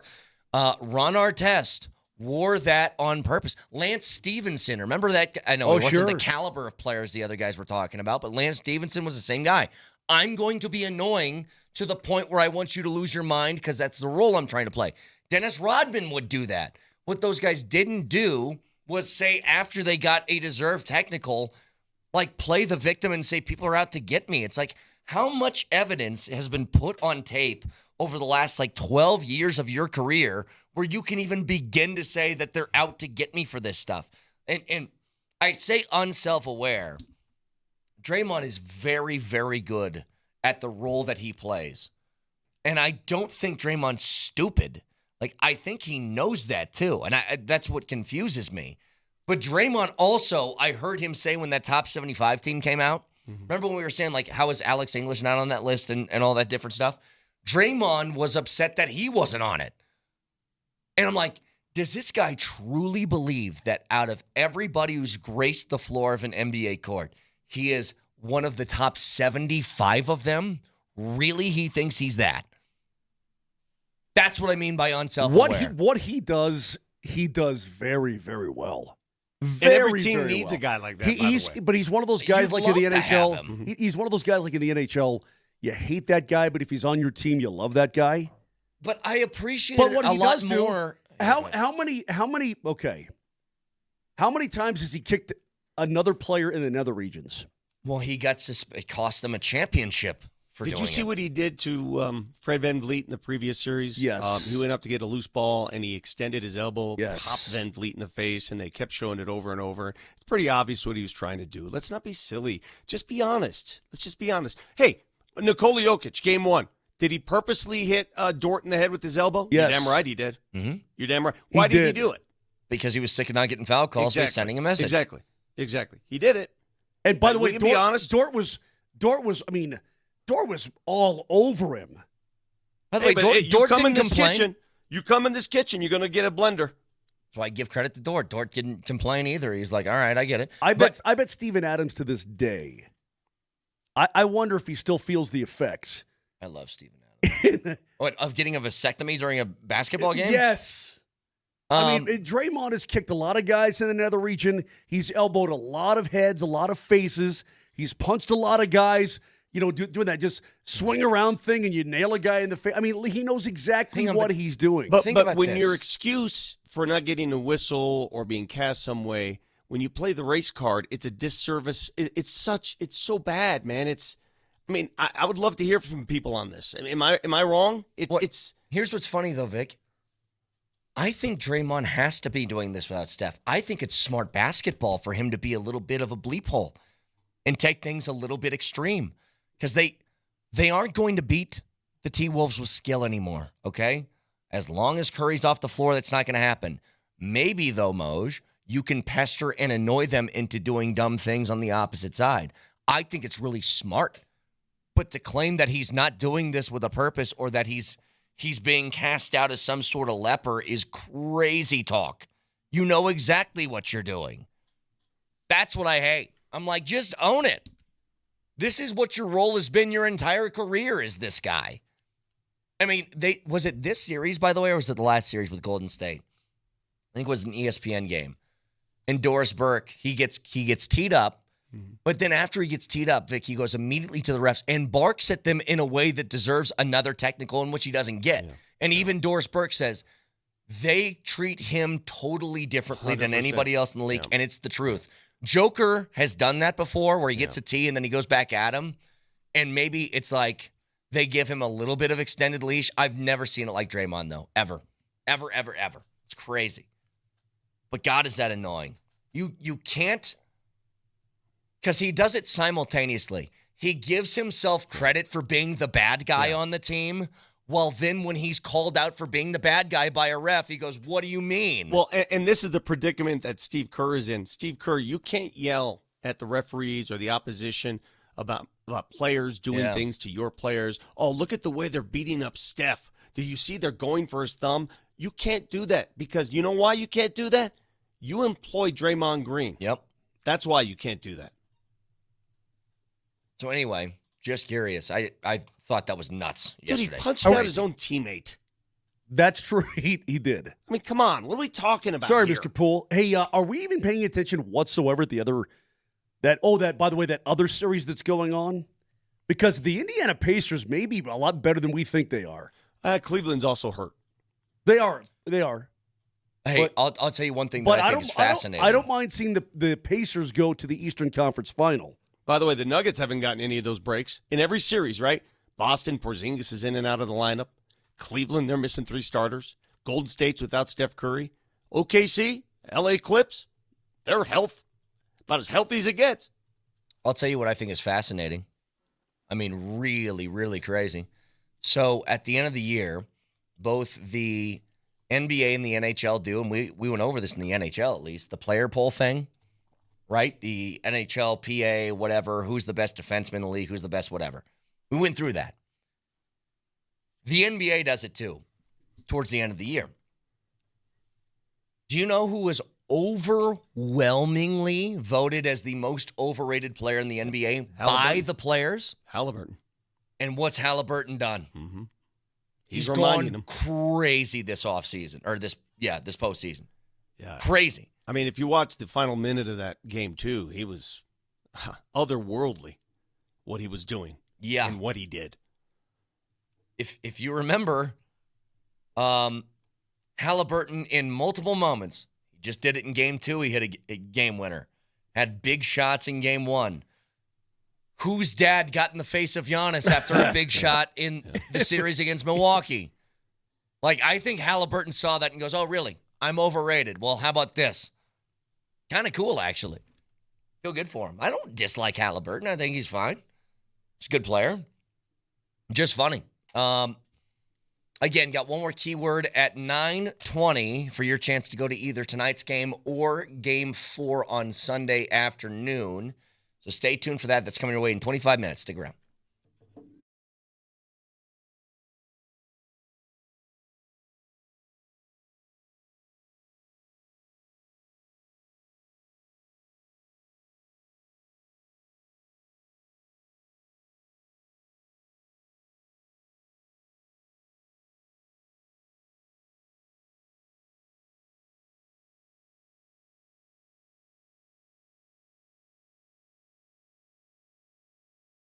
Had low testosterone, went to Rocky Mountain Men's Clinic, and they fixed me up in a big-time way. And you continue to get fixed up every couple of months. Draw more blood, see how you're doing. Does it need to be adjusted? They are so good. I was just in there on Wednesday to the Central Denver location. In and out blood, drawn easy peasy, and it can help you too. Guys in their early to mid-30s, you start losing 2 to 3% of the testosterone production every single year. And before you know it, because it happens gradually, you're like, golly, I just don't feel the same as I used to. So do what I did and go to RockyMountainMen'sClinic.com. Take the low T quiz on the website. 10 simple questions, yes, no answers, takes 2 minutes. Schedule a consult. They'll draw your blood, results within 30. It's fantastic. They're going to discuss everything. Do you have low T? Do you need treatment? Do you not? The appointment's only $99, T and PSA test. And if you do need it, sign up for testosterone treatment the day of your appointment. The visit is absolutely free. Higher energy levels, better gains in the gym, sleeping better, wake up feeling refreshed, and much, much more.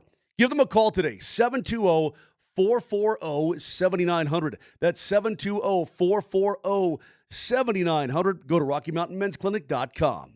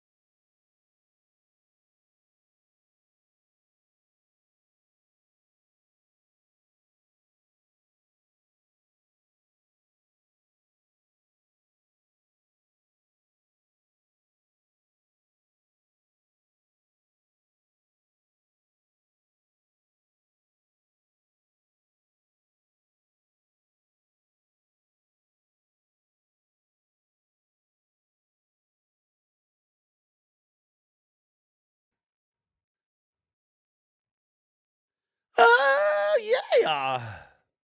Hey, man, Vic, I'm going to make a proclamation. Couple things as we roll on here, getting ready for game number 3 tonight. I'm excited. Vic, you'll be proud. My new mower, fired right up. It is ready to cut.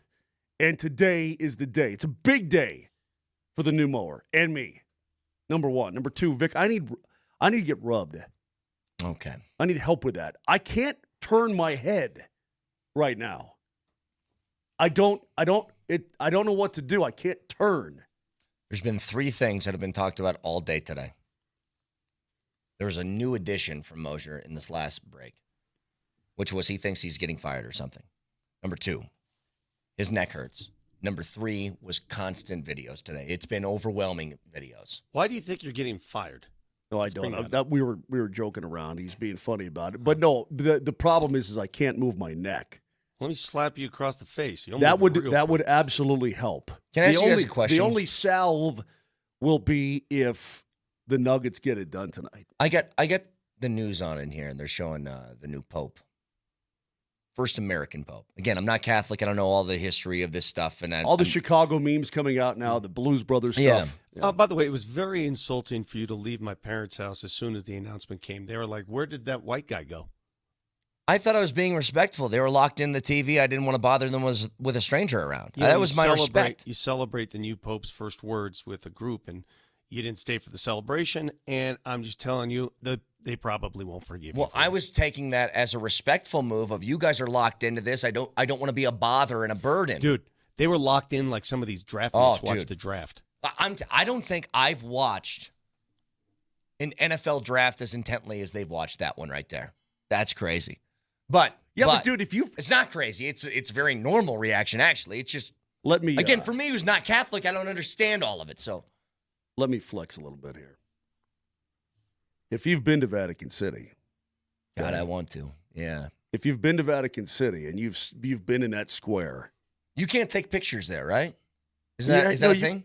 You can. They say you're not supposed to, but people are taking pictures everywhere. Yeah, you can. I heard if you take a picture of the Sistine Chapel, like you're excommunicated. Inside, you do have to wear pants. Yeah. You can't go in there with your garb. You'd never be allowed in with your uniform. Yeah, imagine the jelly stained hiking shorts or whatever. I got jelly stains and jeans. It's fine. Okay, but anyway, it's a pretty big deal, Brett.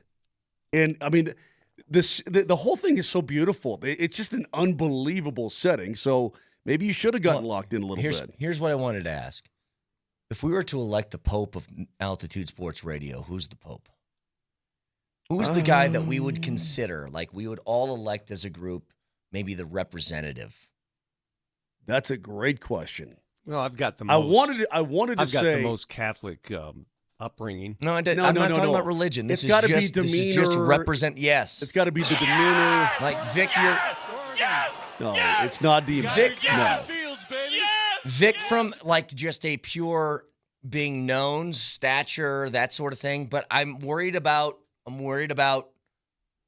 I'd get the shot. temperament. I'm worried about the temperament. Yeah, DMac would be the snarkiest Pope in history by a billion miles. Kreckman is too. I almost think like Kreckman might be the one. But yeah, but Kreckman he's from Chicago. Cubs fans don't get the Pope. I mean, this Pope is a White Sox fan. He's already known. His brother admitted he's a White Sox fan. That's a good thing. That's a good thing. You don't want a Cubs fan. Krecker's negative. He can get on the negative side. The sarcastic. Well, this Pope especially, it's all about peace and unity and giving. I say Hastings. I'd consider it. Yeah, maybe Scotty. Lindahl wouldn't be a bad option. He's a giver. Lindahl's not bad either. If we had our own conclave, right? He's got a great sense of humor. What do you think, Nelly? Who's your vote? I'm trying to think about the qualities that they possess, because Scotty is very wise and stately. I like those qualities among him. Oh, see, if Dempsey was still on the air, Dempsey would have been a great vote. Oh, absolutely. Yeah. Dempsey would have been a great choice. Yeah, but the problem with Hastings as Pope, he wouldn't be able to give us the text line properly. Yeah. The Pope needs to be able to do that. Yeah. Ominous, what it is? www.ominous. Yeah. mean, this Pope Get that shot out of here. This Pope speaks 6 languages. I don't know. Texters, go ahead. Go ahead. 303-504-0925. You guys help us. You're all part of the conclave here, okay? Everybody gets a vote. Yeah, if you don't mind. I think it's such an important election for an American-born Pope who spent a lot of time, because I think the church understands how vital the United States is for the growth of the church. So I think that's a nod to its future, and I'm thankful for that. Okay. All right. Anyway, so really next time, righteous gemstones. Anyway, so rebounding. I really thought that was going to go in a different direction. So did I. I thought you were going with they need an American Pope because they need to understand how important non-European basketball players and American-born players are in the NBA. This isn't all about jokes, baby Billy Bible Bonker. This is about... Oh, I did say earlier in the show, I said, I need Jamal to have a good game tonight. I'm not asking for the world. I just won an 8-ball and $2 million. That's what I want from Jamal tonight. That's it. Billy's Bible Bonkers. Oh, this is good. Can you do this? Somebody said it's a recurring guest. He's part of this station. He's paid. Leggy? Jeff Legwald. How about him for Oh, a no, Pope? the leggy is Even-keeled. way too snarky. No, he's way too snarky. Yeah, but he's even-keeled. He doesn't get too far ahead of his skis. He's very logical and pragmatic about things. Like, maybe. He'd look good in that robe. He even has the Actually, popish look. he's got kind of the look. He does, yeah. He's got a Pope body. Say that to him next week. Body. Say to Jeff Legwald, you have a Pope body, and see how he responds. Because I don't even know if that's an insult. It kind of sounds like it, though. It's like saying you're a slow healer. Is that an insult, really? No, but who knows? Dude, I do like the name he took, Leo. That's a sort of a badass Yeah, explain name. that to me, please. For somebody who doesn't, they pick a name. Yeah, it's very similar. When you get confirmed in the Catholic faith, you take on a saint's name. Yes. Like I took on Saint Rocco, and it's part of my name now. Saint Rocco, the ass-kicking saint. Yeah. Yes. Well, the real story behind that, I took Rocco because you did. Rocky 1 and 2 had just been on at the theaters, and I wanted that affiliation. But what is the point of taking the name of so you take the name of a saint when you're a pope? Yeah. You know, because Pope Rob doesn't resonate as much. Pope Robbie. I guess. Yeah. Pope Leo the 14th hits a little harder than, hey, what up, Pope Robbie? Pope Jackson. How about that? Yeah, Pope Brett. That's just With that would an not. X. That's just not. Hey, what, the wouldn't day work. there's a Pope Austin, I'm out. I'm not kidding, Vic. Up until about 5 years ago, because again, I didn't live in this world. I grew up Christian, just not Catholic. I just thought there was a whole bunch of Pauls that they just decided we're doing another Paul. I always thought that's just what it was. I had no idea they had different names. Hey, check out Pope Lance over here. I did. I had no idea. I mean, is it all that crazy? I mean, it's the man's name. Go to a history book. Anyway. What's another new name?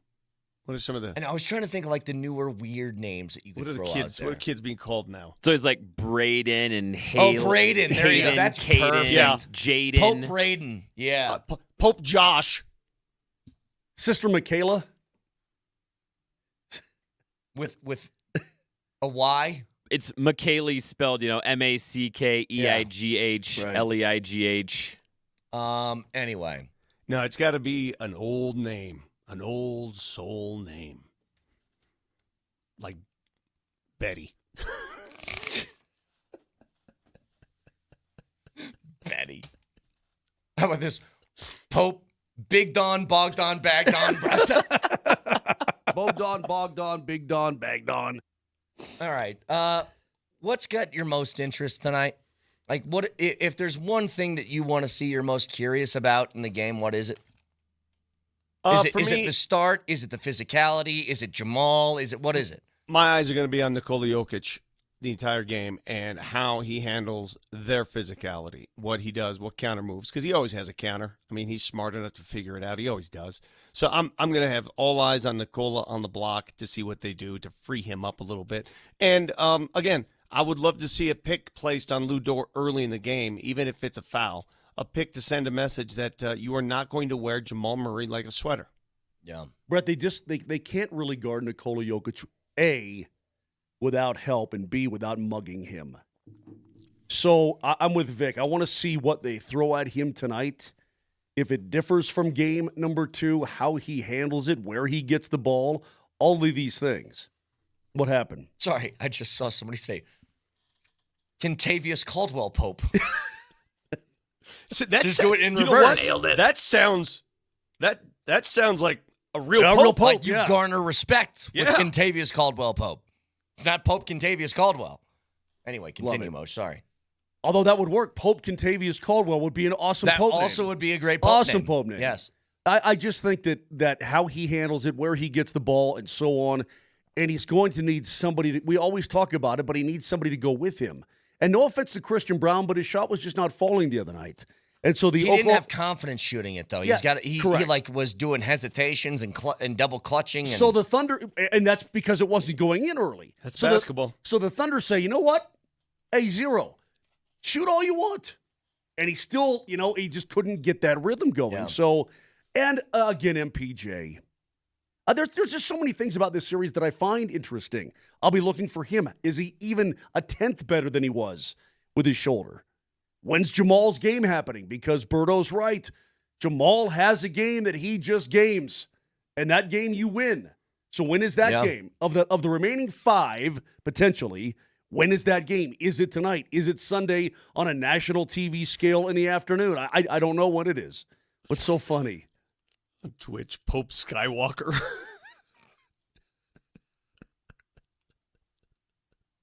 Pope Shador? Mike says, I would just like to poke the bear a little bit. For God's sake. The bear a little bit. Yeah. Hey, man, that's my bear. No.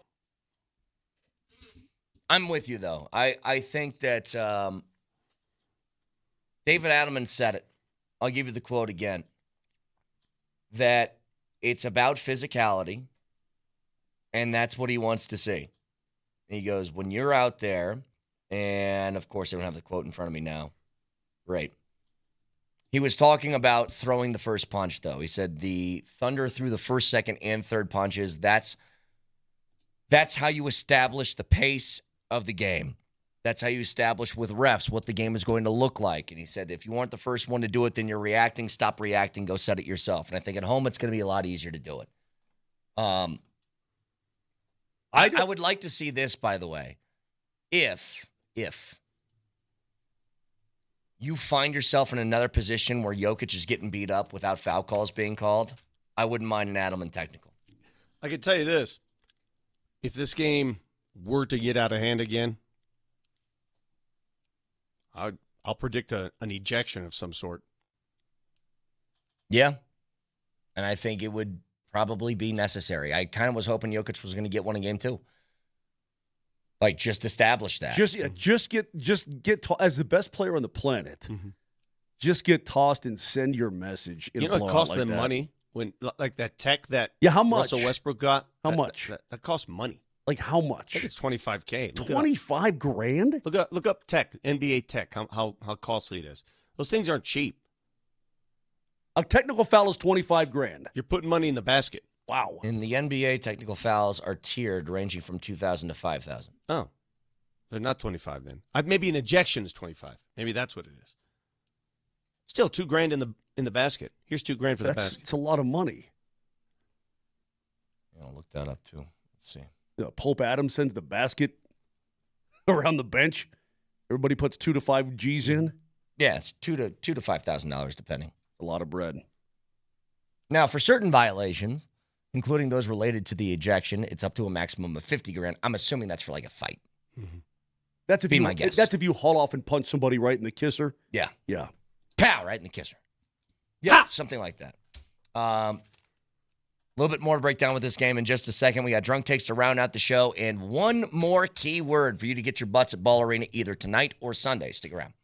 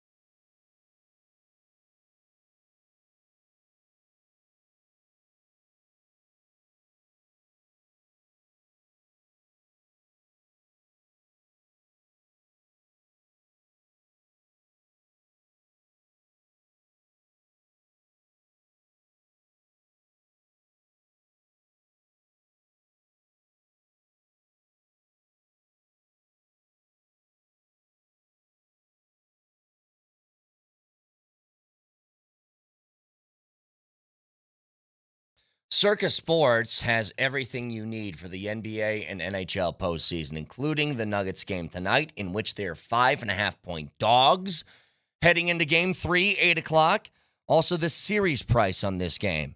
If that's something that interests you, you think the Nuggets will come back and win this series with the tied 1-1?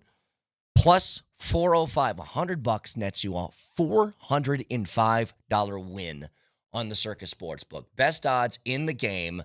Download the app right now and find out for yourself. All the game props, all the live odds, everything you want out of a sportsbook, Circus Sports has. So download the app right now or go to circusports.com. And always remember, any gambling problem, call or text 1-800-GAMBLER.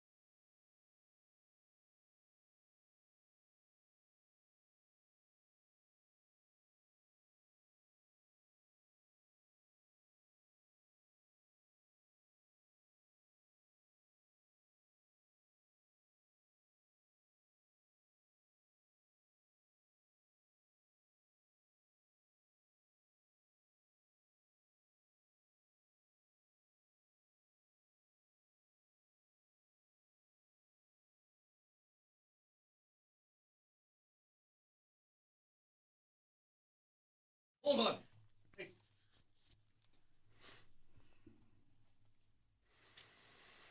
The final key word for your chance to go to Ball Arena either tonight or Sunday. It's up to you if you are the winner. The final key word is low-high. No. Oh, God, No. L-O-H-I as the Nuggets return home for Game 3. So low-high in your first and last name to 303-504-0925. I am convinced that this is specifically designed for Vic's head to fall off. Yeah. I denounce and I renounce, and in fact, I will recuse myself from this radio show based on that contest alone. Low-high in your first and last name to 303-504-0925. The Nuggets, by the way, released tickets that have been held throughout the day all the way until game time. So visit nuggets.com/playoffs to purchase and get in the building. We'll announce the winner at 9:45. And when we do that, the winner has 5 minutes to call in and claim the tickets. If you do not, then we move on to the next person. So, hey, where do you live? Low-high? Where? Excuse me? Low-high? Lower Highlands, yeah. That we and don't. your first and last name to 303-504-0925. Is this a Kevin thing, or is this a Nelly thing? Kevin wanted to make Vic mad today. Well, he certainly accomplished it I mean, if that's what you were looking to do, have Vic's head fall off, then got it done. I mean, we're just talking about neighborhoods in Denver because the Nuggets are returning home to Denver for games 3 and 4. We're just naming neighborhoods. I don't like the way you what pronounce the Denver. problem is. I don't like the way you pronounce Denver. Denver, excuse me. It's just neighborhoods. Low High is a nice part of town. What's the problem here? Just quickly before some last looks at the Nuggets and Thunder game 3 and 4 by the time we get back on Monday. Pope Low High. Did you guys see, by the way, Jeff Legwald said this about R.J. Harvey? After conducting a deep dive for information, watching hours of game film, and crunching the numbers, the Denver Broncos concluded that R.J. Harvey was the best running back not named Ashton Genty in the NFL draft. Yeah, I mean, they believe that, but, every time somebody drafts a player at a position, you always hear that. They rate them at, he was the best we had, right? So it's one of my favorite things. A draft gets done, and they're talking about a third-round pick, and here's the response. Couldn't believe he was still on the board. Blew me away. Had no idea that he would last this long. We had him, honestly, as a late first rounder, but top of the second round, and he lasted all the way to the third. Oh, my God. We are smart. I knew that they were interested in Genty at a bigger level than most, and to the point where they're poking around to see if they can go up and get him. And I know that you can say what you want about R.J. Harvey, and I think he's going to work out great. I know that if Travion Henderson were there, they probably would have taken him. Well, I know this. R.J. Harvey's quads are large. Or inhuman, actually. Mm-hmm. Inhuman. He's got those quads where when he runs, he's got to run like bow-legged. Yeah. You know what I'm saying? Like he doesn't run like a normal person because his legs are too big. Remember Von Miller's quads? Yeah. Sure. Like, Quadzilla. How do you shop? That's a great question. It's got to be custom. How do you wear slim Lululemons? What would happen if either of you guys came home with those quads today? Okay, so I'll tell you exactly. I'd go straight to the squat rack. I'll tell you exactly No, you come home and your family sees you with those quads. No, I'll tell you exactly what would happen. I am having a very difficult time right now because I just want to find I want new athletic shorts, like gym shorts. Mm-hmm. And all of them are like upper thigh height. 7-inch seams, 5-inch seams. Everybody's into those now. I want something that's going to go down just to the top of my kneecap. That's all I want. Here's the problem with you, though. Like, I respect this length, Moj. This length is totally acceptable. No, I respect. Still acceptable. I respect what you're saying, but at the same time, get out of 1988, bro. You're not wearing those things below your kneecap anymore. My thighs have not seen the sun in my life. It makes you feel like you're wearing Daisy Dukes, Vic. Yes, I'm serious. I can't. All these dudes nowadays, if they want to be Daisy Duke, that's fine, but don't make me have to be Daisy Duke, too, because you don't make shorts that I like anymore. You wear fishing shirts. I think I'm not coming to you for fashion advice. I've been to 3 different places just trying to find gym shorts that are a reasonable length. How about these golf shorts? And nobody has them. They're great. Yeah. Nobody has them anymore. I like my tight Lulus. I'll tell you right now, Vic, all they have out, the junk huggers is all they are. Yes. Junk huggers. It's terrible. That's it. It's terrible. And I'll tell you right now, if I came home with those quads, I'm going and buying every pair of shorts that are about right past your junk. The length. Yeah. And I'm showing those off to everybody. Everybody. As pale as they might be, you're going to see, bam, all that. That would be cool. Hey, back to Harvey real quick, though, and his quads. I believe George Payton when he talks about, hey, he was our guy and this and that. You know, he can do it. Harvey says, I can do it all. I can catch the ball. I can run the ball. By the way, he was recruited to Virginia as a quarterback. Yeah. And decided to play running back at UCF so he could probably throw the ball a little bit, too. How the hell are you playing quarterback at my size? 5'9" and 200. He's like 5'8"? Yeah, I don't know. But what I do know is that I've got to see him. I mean, I always just take, unless you really know, I had to see Pat Surtain. And the first time I saw him on the field, I'm like, oh, my God, this guy. I know. He just carried himself like a smooth pro. He looked, I'm thinking Hall of Fame. As soon as I saw him walk on the damn field, I'm like, this guy has got it big time. Maybe that'll be the same thing with Harvey, but I want to see him in action. I want to see how he moves. I want to see how he looks. I want to see all of this. There's no doubt in my mind this guy's got talent, and the Broncos aren't lying when they say we really like him. I'm sure they really do. but you've got to see it. You've got to see it. And by the way, the Broncos, first of all, this combination of George and Sean, they don't miss, really, or miss a lot. They have a great track record, great hit rate, and they don't hype guys up without knowing that these guys can play or really, really thinking. This is not a hype machine on Harvey. Just for the record, by the way, I would rather look like TJ Ford in 2003 than I would whatever these shorts are now. Nelly, pull up the picture of TJ Ford. You guys know what I'm talking about? I remember. Like the And One mixtape short You era. mean down around I his- would down around his rather calves? have His shorts calves. that hit my ankles than I would shorts that Here go all the way up comes here. the professor. Yes. So pull up TJ Ford behind me. Those. I would rather wear these shorts. Oh my God! How do you dribble the the ones ball we're out between right your now. legs? Like those are far more preferable than They're whatever to we his got these ankles days. almost. And I'd rather do that. Much You want rather. to see something? This was like 1998 when I was playing in this this game. No, those are baggy. Yeah. Those are baggy. You know, those I are, would not want to go back to those. I would rather that than the shorts that they have I would now. not want to go back to those. No, I don't like. You know, like if you see Michael Jordan in his old suits. Remember the Michael Jordan suits? Those big old balloons. Yep. Nah. Yeah, but I I like don't. it But tight. but today it feels like they're going full John Stockton, and Stockton's shorts left nothing to the imagination. You know what I mean? Yeah. Like absolutely nothing.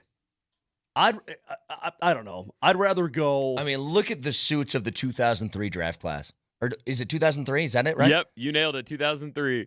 Just nothing but room inside those. I mean, you could fit two different people in those suits. You may ask yourself, "Is this my wonderful house?" And you may ask yourself.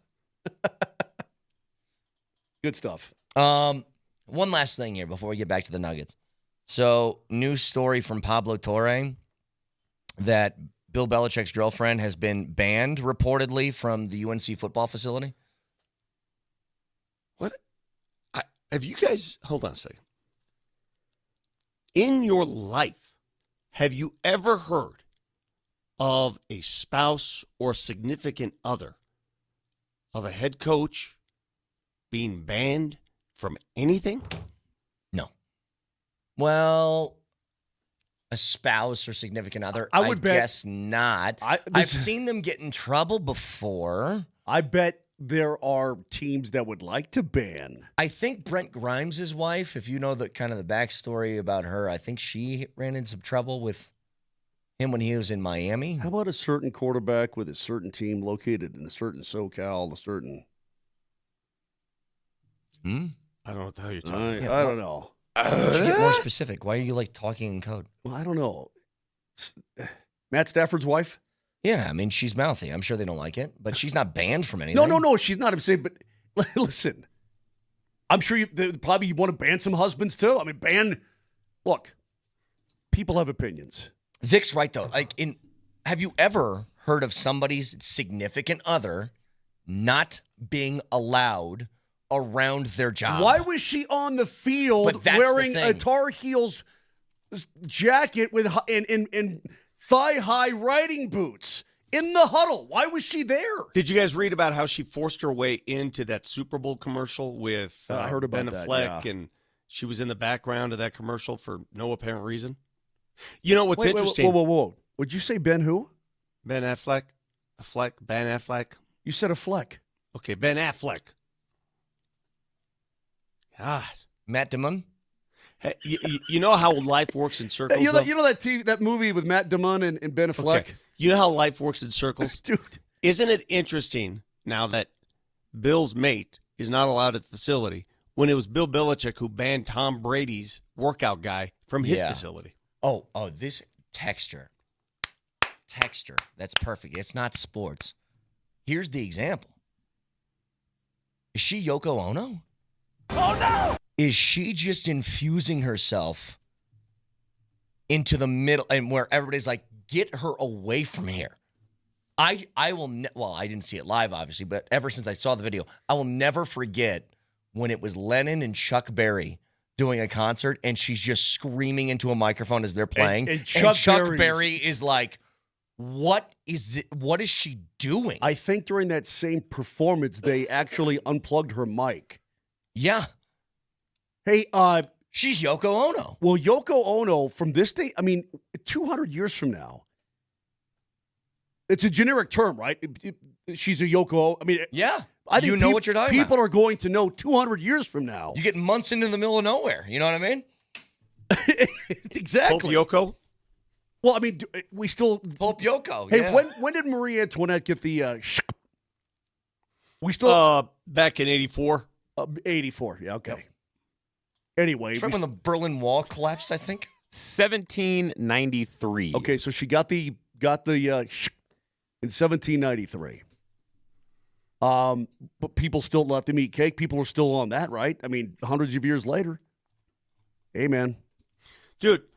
I don't know. You, I just find it bizarre. Look, first of all, the relationship itself is bizarre. This is becoming and this is becoming involved in all this is bizarre. everything's bizarre. Hang on.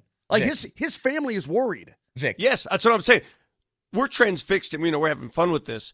But like if he were my pop or I'd be worried. There's something that I'm worried about beyond just, hey, having fun, shenanigans. I'm trying to imagine, Vic, if Terry was banned from Ball Arena for speaking too loud on the phone. It is said she's not allowed in here anymore. It's done. It's over. I just banned her from this show because of it.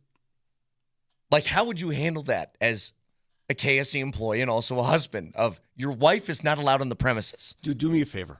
Hey, Kevin Shockey, if you're listening, all seriousness, she's not listening right now. Please send her a fake email banning her from talking on the phone during the show. Oh, my God. From the hours of 7 to 10 in the morning, you're not allowed phone calls. I will pay good money. Please send that email. Official company. Sports radio. Official company email letterhead. Please. Yes. Oh, you want to see a woman blow her stack? Like, at no point will you be allowed to engage in any phone activity during the hours of 7 to 10 in the company of your husband's radio show. Text messages must be monitored during that same time period. Oh, good Lord. Anyway. Hey, real quick, I wonder, what's the guy's name, the AD there, Bubba? Cunningham. Played basketball with him at Notre Dame. He was a good baller, too. I guarded him in the semifinals of bookstore basketball. Tried to make him go to his left, thinking he couldn't go left, but he can go left. He would stop and pop like SGA. I think he had 10 on me in the finals. Thanks, Yoko Ono. I didn't ask for any of that. I don't care. But do you think that it's Bubba's decision, or is it Bill going to Bubba and say, hey, listen,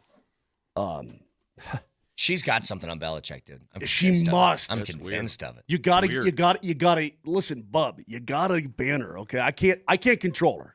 I know I like her, and she's fun. Wink, wink. But I can't control her. You're gonna have to ban her. She's got the wedding crashers like, if I find you. No, I'll find you. Anyway.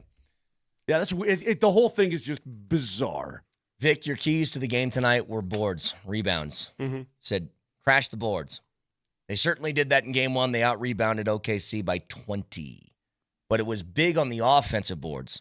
What do you think 27 changed? second chance points in game one. I mean, it's very obvious what changed.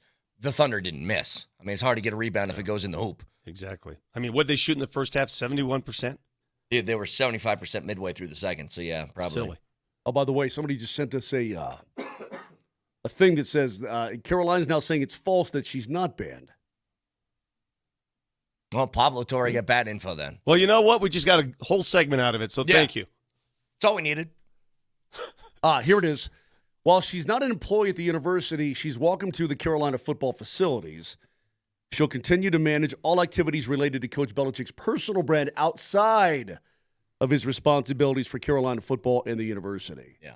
Okay, so basically you're not touching anything associated with the school. You can still come and hang out and have lattes and whatnot, but you're not doing anything with the school, and you can handle all Bill's personal stuff, right? Commercials for Duncan and whatever else with Ben Affleck. Yeah. Again, to tonight, rebounds can only happen if you get missed shots. So you first of all have to pray that they're missing, because here's what they did. They ran pick and pop, and they kicked it out to a wide open 3-point shooter, and whether that was Dort, whether that was You name the guy sitting on the outside. They knocked it down consistently in game 2. They can't shoot that well every single night, but the Nuggets also have to match that. I mean, we kind of know how shooting goes. It's contagious. When one guy hits a shot, another guy feels more confident, he'll hit a shot. It's like that in most sports. Yeah, and the opposite is true, too. Exactly. How helpless you feel when everybody starts missing. But when you go out and you start knocking down shots, too, that also has an effect on them. Well, I would think that the combination to start game 2 was the worst possible outcome. Period. End of story. Confidence-wise, the mentality of the Nuggets going into that game-wise, it made the way that game started made it easy to say screw it. Yep. Okay. The Nuggets led 2-0 in that game. Jamal made a bucket. It was 2-0, and then all of a sudden it was 7-2. The point is that if you had started out and you're going bucket for bucket, and like, oh my God, it's 35-32 here in the first quarter. Which we've seen them do that. Absolutely. Or if both teams are missing and it's 15-12 and you've got 4 minutes left in the first quarter. Okay. But you missing everything and then making everything, dude, it was over like that. Yeah.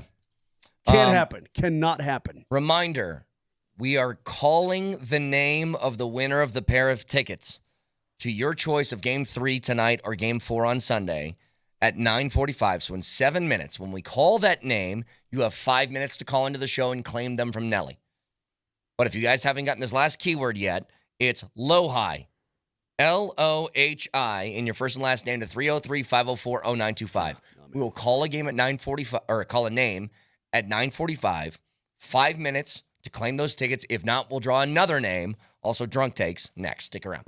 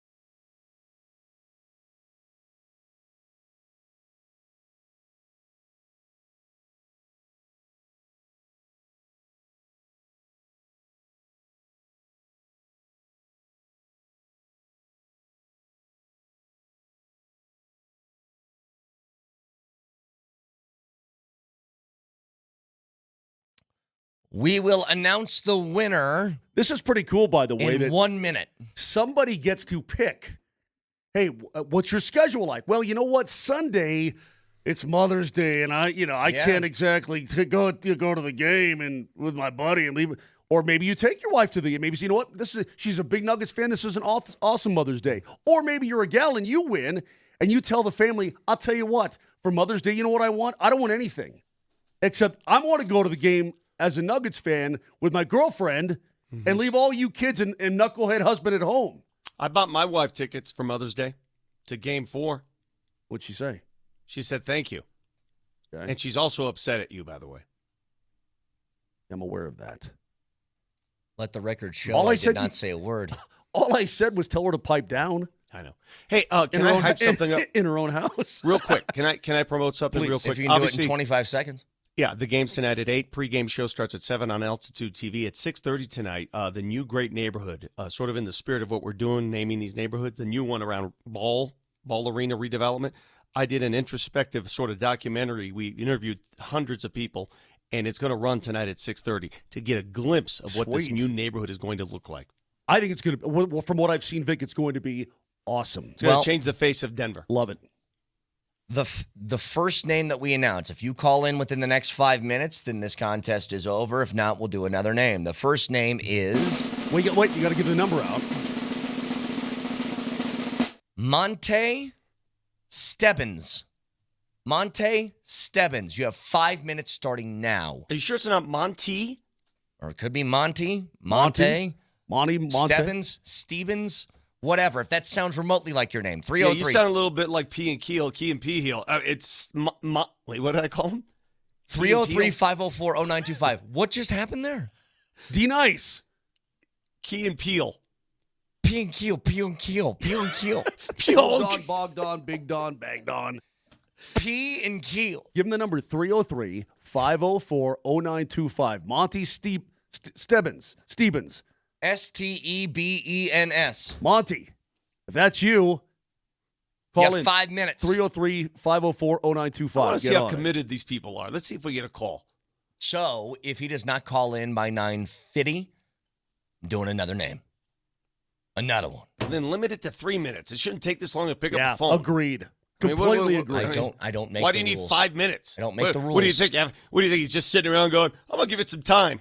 And by the way, yeah, maybe it's like the NFL draft. Like he has the number 1 overall draft pick, but he's got it, for like some tension within the TV show. You got to take all the way to 5. Yes, all of course. I'm taking over this game show. He gets 1 more minute. Well, we'll see. We will see. Well, what if you know Monty, give him a call, help him if he's not listening. Maybe he's incarcerated. Get him on his one phone call. We do have an active audience from the Denver Corrections, and thank you to those people, by the way. Yeah. Thank you. Uh-oh.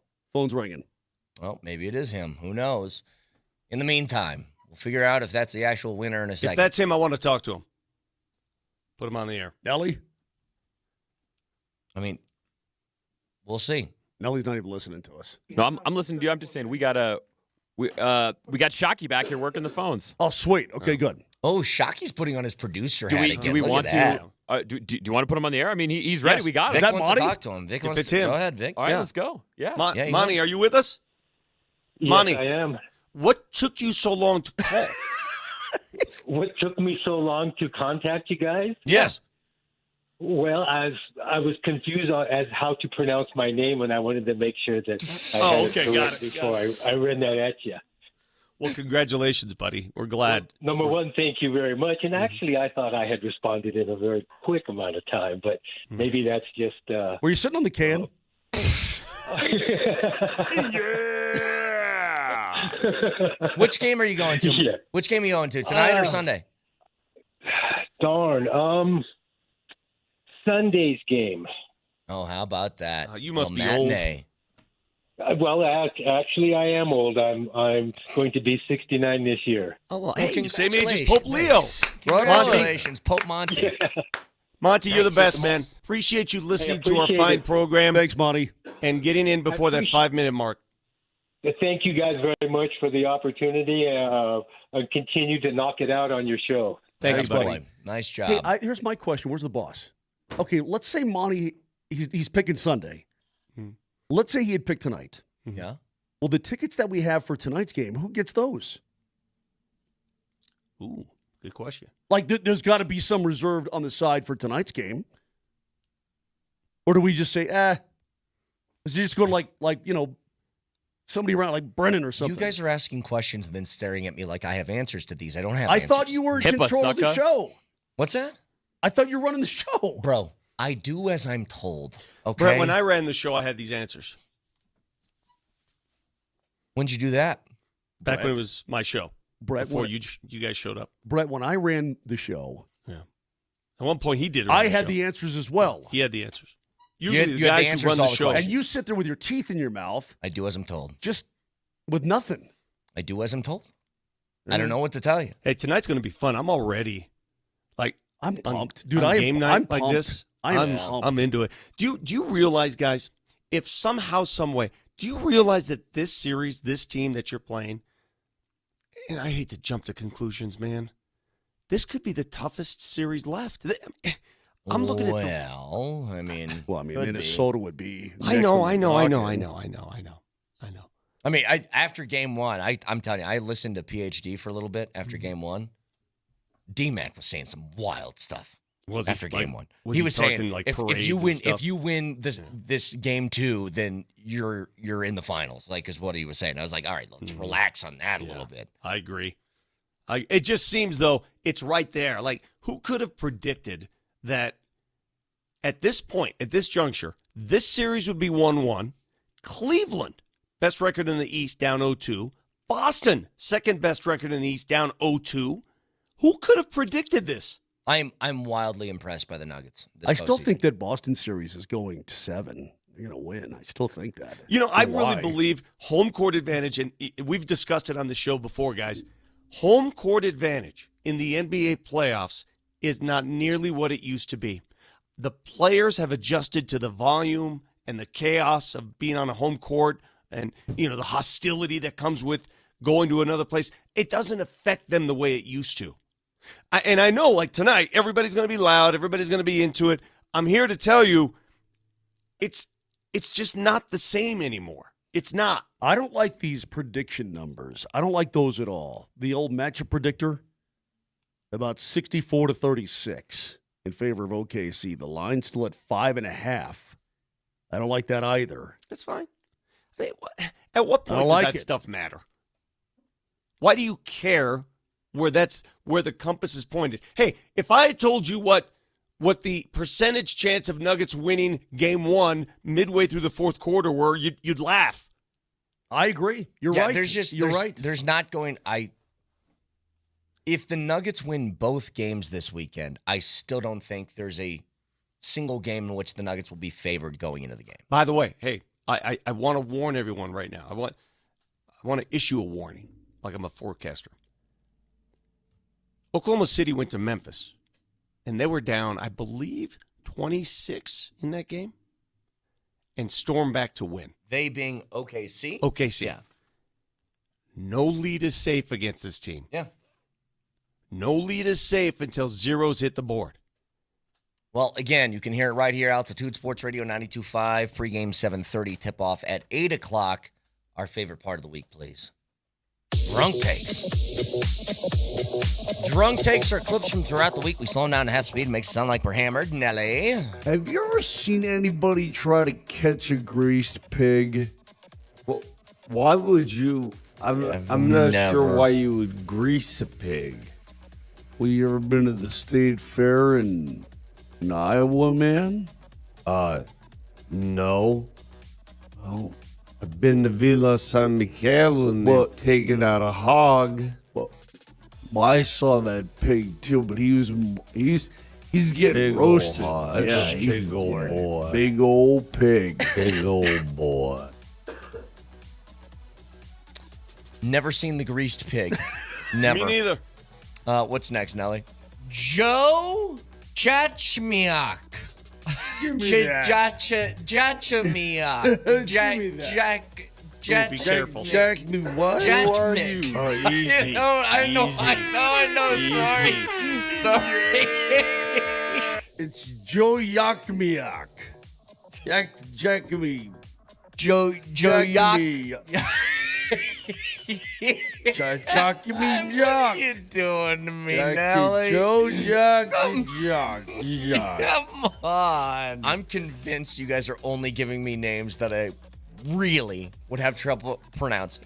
There's no John Smiths that are winning tickets. It's always something that's like, no, it's a soft J. Yeah. All right, cool. Yeah, this from the guy who changed his name to be on the radio. It's phonetically spelled. Uh-huh. What's next? How long have you had low T? It's been a while. Where'd it go? Just takes off, Where'd man. your T drip off to? Just takes off. You know what they do with this prostate cancer stuff, right, Moser? They take all the testosterone They strip out you. of your Right, body. they strip you. Correct. I am T-less. Okay? Just take my T. You get my T. Okay. Forget low T, you got no T? I need a T, please. I'll tell you what, Vic, you can have one of mine. You want a T? I'll give you one single T. Just one single T is what you can have. What's next? Well, and then there's one more gone. There's one more gone but not forgotten, and that's our sweet Daisy, or our sweet Lucy. At the age of 12, she was run over. In our driveway. Oh! Like that? Was she run over like that? I just think it's so great. Again, my favorite part. One more gone but not forgotten. How many dogs have we gone through on the play-by-play call so far? All right, Nelly, you got time for one more? Go ahead. His classmate Mike Mishak broke my nose in a practice. I tried to reach behind and You just got punked your entire childhood. Wait, you tried to what? I tried to reach behind, reach around. I tried to reach during basketball practice, and Mike elbowed me with that big old elbow. Yeah. Busted my nose. You reach, I teach. Good Lord Almighty. Is there anybody that existed in your school days that did not at some point hit you in the face? I got hit in the face a lot. I was going to say, every time you're like, I went to school with this guy, he punched me in the face. I remember this. We're best friends now. Hey, are you guys coming with me tomorrow? Where? The Bears Big Art thing. I didn't know that there was a big art thing. Oh, I can't. Why? I'm going to that gardening show in Arvada tomorrow. The way Vic said that, just quickly before you get out of here. I had a buddy that was in town. We took the train down to Coors Field 2 years ago. And there was a homeless guy next to us on the train. And my buddy had his phone out. He's looking at it. And the guy goes, "Hey, man, can I use your phone?" And my buddy goes, "No, no, just no. You can't use my phone." Was trying to think of an excuse. He just goes, "You know what? No, you just can't." So you're sorry about that. We're gonna be at Artworks tomorrow. Come on, man. All Get some art in your life, man. Hopefully, we come away with at least a split this weekend, but more than that, how about a little 2-game sweep in Denver? Nice 3-1 lead. I mean, we can dream, dude. I think that's gonna be very difficult. Talk to you guys on Monday. Have a wonderful Mother's Day weekend. We love you. Bye. See you tomorrow. You know what won that game for the Nuggets? This right here, my bosom.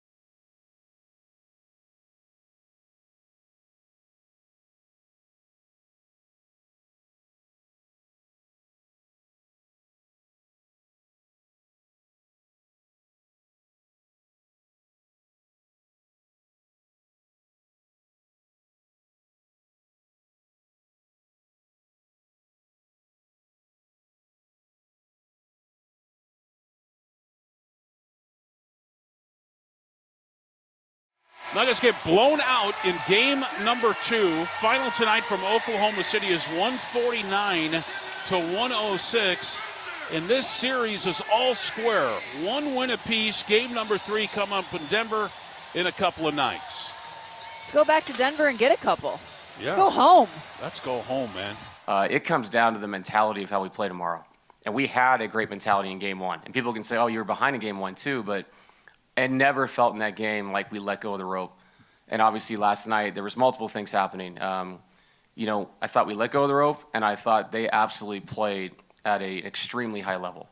And that's why they won 68 games and swept the first round. So we know what the challenge is. And if we're going to meet this challenge and win the series, last night's effort wasn't good enough. I have exorcised the demons. This house is clear. Can't let go of the rope tonight. Pivotal Game 3 coming up at Ball Arena tonight, 7:30 here on Altitude Sports Radio 92.5. Get on down to number 38 if you're not getting inside the building. And by the way, if you're not inside the building as of right now, you're going to have chances to get inside the building for either Game 3 or Game 4. We're going to tell you how to win those in just a couple minutes. But if you can't go tonight, go down to number 38, hang out with Andy, hang out with Berto. We'll have an extended pregame show in Berto's Blitz starting at 6 p.m. There's a $20 Michelob Ultra pitcher deal down there at number 38. 2.6 grams of carbs. What a deal. Does 1 beers apply to 1 pitchers? Yeah, and 1 carbs. 1 pitchers. Just 1 carbs. Just 1 carbs. I like that too. That's a good one. Yeah, tell you what, man, I'm on the Atkins diet. I'm just going to have 1 carbs tonight. Morning Sprint. Alex Ryan alongside the coach. That's him, Mike Sanford. KJ Granderson behind the glass today. Join us at 303-504-0925 on the Shop Mazda text line today. Is the rumor true that if you win, that you have dealer's choice on which game you go to? Yes. That's incredible. So, again, listening the entire day today, and if you've already done so with Moser, Lombardi, and Kane, but didn't win, you'll have chances to win with us, with PhD, with Kreckman and Lindahl throughout the day. We will have keywords on the 20s, like we always do for our playoff ticket giveaways. So you'll hear that keyword at 10:20 and at 11:20 with Coach and myself. You'll then text in the keyword with your first and last name. And then starting at 11:40 today, we will announce a name. And that name will have 5 minutes to call us back at 303-504-0925. 5 minutes from the moment that we announce your name. If you don't call back within 5 minutes, tough cookies, we move on to the next person. And then we call another name. Same thing, 5 minutes. If you don't call us back, we move on to the next until someone picks up the phone and calls KJ Granderson and makes him not lonely back there in his fish bowl that he sits in every single day. But we start with a pivotal Game 3 of Nuggets and Oklahoma City Thunder. You have accomplished what you set out to accomplish on the road, and that is regain home court advantage. You've now figured out how you can beat Oklahoma City, which is stay within arm's distance, right? You just have to make sure that your hand is on their jersey. As soon as you lose that grip, you're toast. We figured that out in Game 2. You mentioned coming off of Berto's Blitz, and I believe that people have been saying it was Berto. I think it was Springer was actually the one. I think we're giving Berto the credit. I was listening. I was listening live. Berto. All right, never mind. Now, Someone told me. We all know the radio machine, a guy that has given himself his own nickname, isn't afraid to go out and grab credit for somebody else's work. Would you actually I'm just kidding. That's like my guy. to, I love Spring. Would you actually like to hear the history of that nomenclature? I would love to hear it. I gave him the nickname. Oh, so maybe he's just a humble servant. I didn't know that. I gave him that nickname. I put him up for the first year that I got here. Spring and I have been doing that post-game show for 7 years, and I thought it was nuts. He was putting in all these like crazy hours because he was doing a 4-hour show with. At that point, it was just Nate Kreckman. Before we get too lost in the swirl of the radio machine in Spring, I was listening when Berto did come up with a proclamation. Okay, so it was Jamal Berto. Murray gives you 1 win per series by way of going off and going playoff mull. So it was Bertinoli. And I heard Spring was all in. Okay. Yeah, they were very agreeable, great conversation. I got that. That's why you listen 6 o'clock and beyond, man. 6 to 7. Gets wild in the Blitz. Yeah, the first year that we were doing the show, Spring was working these crazy hours and he was solo producing Kreckman and Company at the time. And it was was just, I didn't know there were two companies. Nate did a show by himself, 4 hours for like 9 months. Just him. Just talking into a microphone. Why didn't you give him the nickname of Radio Machine? I probably should have. That sounds But like nuts. Spring was producing that and helping him out, and then he would, be at games with me and then doing post-game shows until 1 o'clock in the morning and stuff like that. So we had an Employee of the Month thing, and I anonymously penned a nice little paragraph about how hard that I thought Spring worked, and I called him. I was like, I just think he's a radio machine, and they said it in the all-staff meeting about Springer. People started making fun of it, and I was like, yeah, it was me. So that was where the budding bromance began, and then it continued for years between the pipes. I mean, at 7 years doing the same show, isn't that like a common law marriage? That's pretty close. Pretty close. Maybe I should have had the kid with Springer. Mutual beneficial relationship from a tax perspective. Okay, so Berto mentions, right, you get one game, one win per series with Jamal Murray, typically. What he didn't go on to mention, Jamal doesn't really ever go off early in a series. Jamal Murray needs to feel out his competition. So you're saying it's more games 4 through 7? It is more games 4 through 7. Now, it is not a concrete rule. There are a few series like the Phoenix series. Yeah, and you got to think that 2023 run was just it was generational. You didn't even have a chance to get late to any series, to be honest, right? In 2023, he kind of eases into the Minnesota series, but he drops 40 in game 2. He drops 35 in game 6 against Phoenix the very next round, 34 in game 1, 32 in game 3. That 2023 run, Jamal was just playoff ball. He was unconscious. Period. The entire 5 games against LA, the dude couldn't miss. So I look at the 2023 run and I go, that's probably the best we will ever see him in terms of a consistency standpoint. More often than not, though, he needs to wade into the waters. You mentioned that no one jumped into the pool in game 2. Jamal needed to dip his toe in a little bit. And I think he did in game 1. That makes me think that between games 3 and game 6, you're about to see Jamal drop 35 plus. It might happen tonight. Now, it's not a guarantee.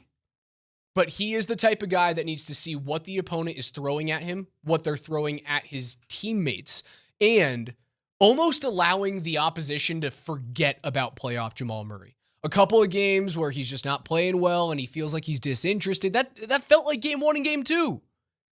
And then out of nowhere, he drops 35 on your head. 35 and 8 on your head.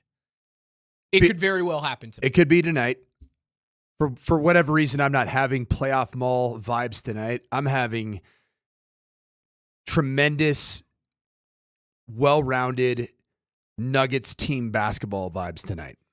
2024 against LA, he waits until game 5 to go off for 32 points, his highest game score of the series.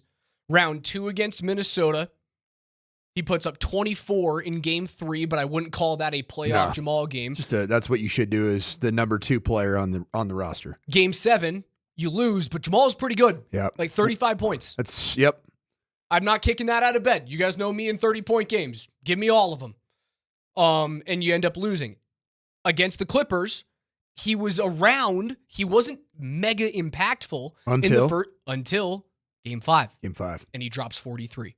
One of his best playoff performances in history. Those are just the recent ones. If you go back prior to the 2023 run, let's look at 2020, right? I mentioned the 36-point outing, but that was in an overtime win against Utah. You take away overtime, and that's kind of a regular mid-20s Jamal Murray game. He drops back-to-back-to-back 40-point games, 50, 42, and 50, right in the middle of the series in a loss and 2 wins against Utah. You end up winning that series in 7 games and moving on. He has to wait until game 7 in the bubble, right? Against LA to drop his first 40-burger in that series, in his third among the playoff run. He's a guy that waits, dude. You can't expect him to come off game 1 or game 2 and be ready to go. He is this weird, trapdoor spider, assassin lurking in the night. What I've seen is it's been in moments that were critically important for an output of scoring when the team needed you at the biggest spot. And I would say tonight does feel like that.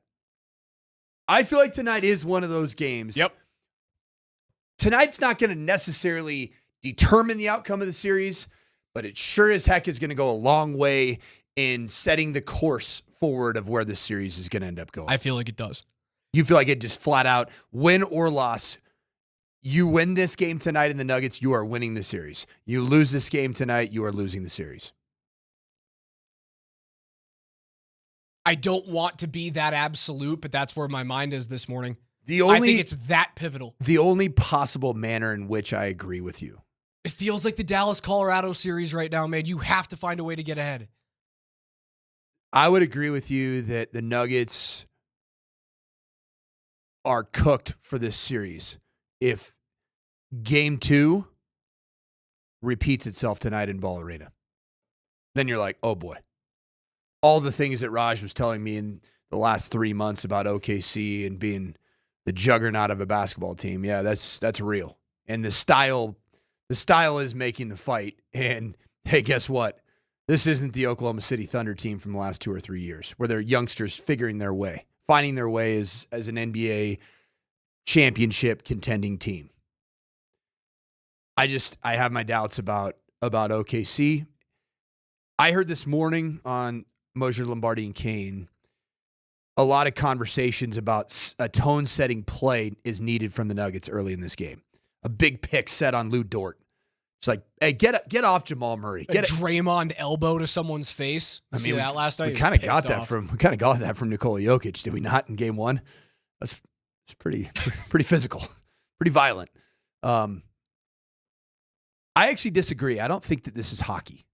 This isn't where you need to go, there's a code that you need to uphold and you need to send a message early by way of one play. I think you just need to go play up in their business, get in their chili, cover every single shred of wood on that court, and play frenetic Russell Westbrook style defensive basketball. Okay, defensive basketball, I'll give you that. Russell Westbrook frenetic offensive pace, I think kills the Nuggets. Please don't. I don't think you can get into a track meet with this team. I think you have to find them in the half court. You got to, and you have to force turnovers because you're playing such good defensive basketball. Or you get this team that's coming off of an insane level of shooting confidence in game 2. Take away that space. They still think that they have that space to launch 3 balls from all over the place, but just agitate them. Be in their vision. Feel like you're coming and undercutting those 3-point shots so that you don't have that same space and time to get those shots off and get them to shoot low percentage shots. They can't uphold 71% from the field in this series. There's no way. It's just not physically possible, especially if you give the defensive effort required, which I know the Nuggets are capable of because they showed it in game 1.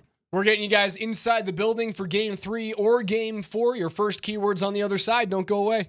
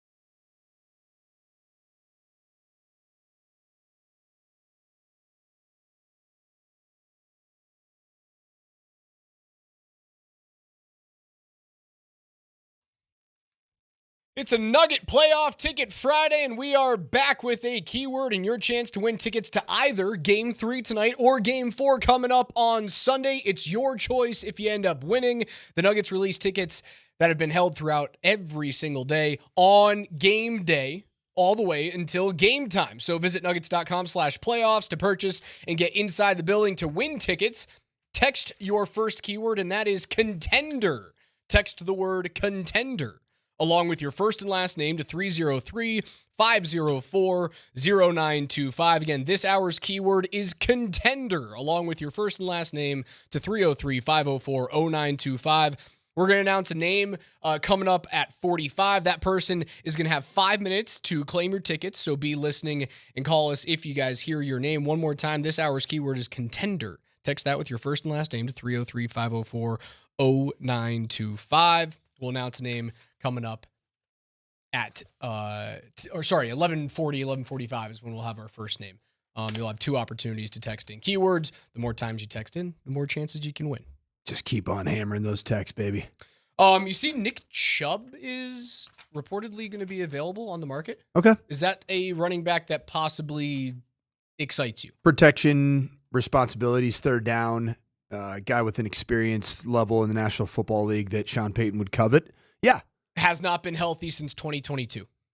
Not going to be asked to be RB1 because, as we heard Todd McShay talking about, I don't know if you guys have heard the Todd McShay soundbite, but very excited about RJ Harvey. Very excited about the ability for a player like him to fit into a Sean Payton offense, and also pointed to the fact that Sean Payton himself doesn't typically draft offensive weapons in the first 2 rounds. And RJ Harvey is one of those types of players. And so I think that you do have a massive void right now of a known commodity that can protect on third down for Bo Nix. Period, point blank, end of story. That will not be RJ Harvey in his rookie year. He will be a lot of things. He will be fast. He will be dynamic. If you give him green grass, he can score from anywhere on the field. He can catch wheels out of the backfield and make people miss. Can he be an every down back and deal with the catalog, the encyclopedia of what is required in protection for all the defenses and everything that they throw at you on third downs? No, he's not there yet. You need that. I don't think you have that anywhere near your roster today. In Chubb's 4 full seasons in the NFL, so 4 full seasons as a starter, I'm not going to put it in his rookie year. He had 16 games, but only started 9 of them. He had just south of 1,000 yards, but it's still a successful season as a rookie. In his 4 full years as a starter without heavy injury issues, Pro Bowler in all 4, All-Pro second team in his 4th full season as a starter, age 27. The years go like this.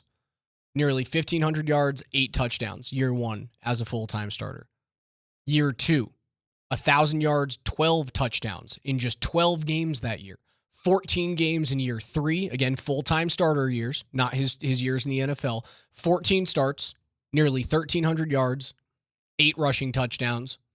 And then his final full injury-less season came in 2022, where he rushed for 1,500 yards and 12 touchdowns. He's only played 10 games in his last 2 seasons combined. He's not a RB1 anymore. His body is telling the NFL that. You can't sign Nick Chubb to a contract expecting him to be the guy that's carrying the workload.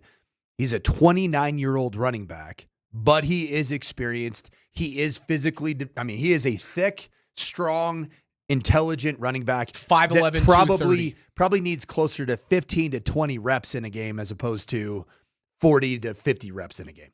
And that's perfectly okay. Let's just be honest. That's accelerated for Javonte Williams, who was a player that was really exciting early on in his career before his injury history started. Once his ACL becomes an issue, the rehab piece, he is not a starting running back in the National Football League anymore. He's a guy that's utilized in particular roles. And it happened. Sean Payton, he made that a reality pretty quickly. I think it'd be a great idea for them to bring him into camp. See what you can do. Right? Because, look at the rest of the room. The room is incredibly young. Incredibly young. right? Your most veteran back right now is Jaleel McLaughlin.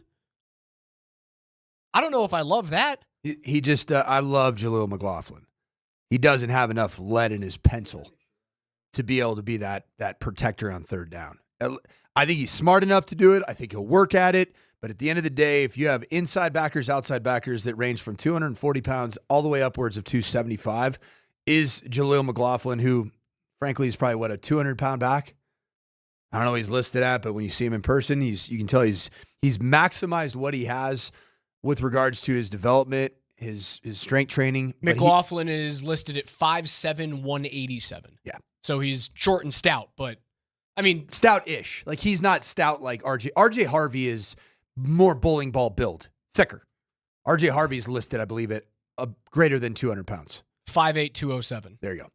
I mean, it's a 20-pound difference. At the same height. The problem is that RJ Harvey is going to be dependent on to create explosive plays on first and second down, and you don't want to tax that individual with the mental load of knowing what to do offensively for a role that's going to be created for you as a pass-catching running back, as a guy in the run game, and also, by the way, on third down, we need you to pick up every single pressure under the sun. Chubb is a big dude. Big dude.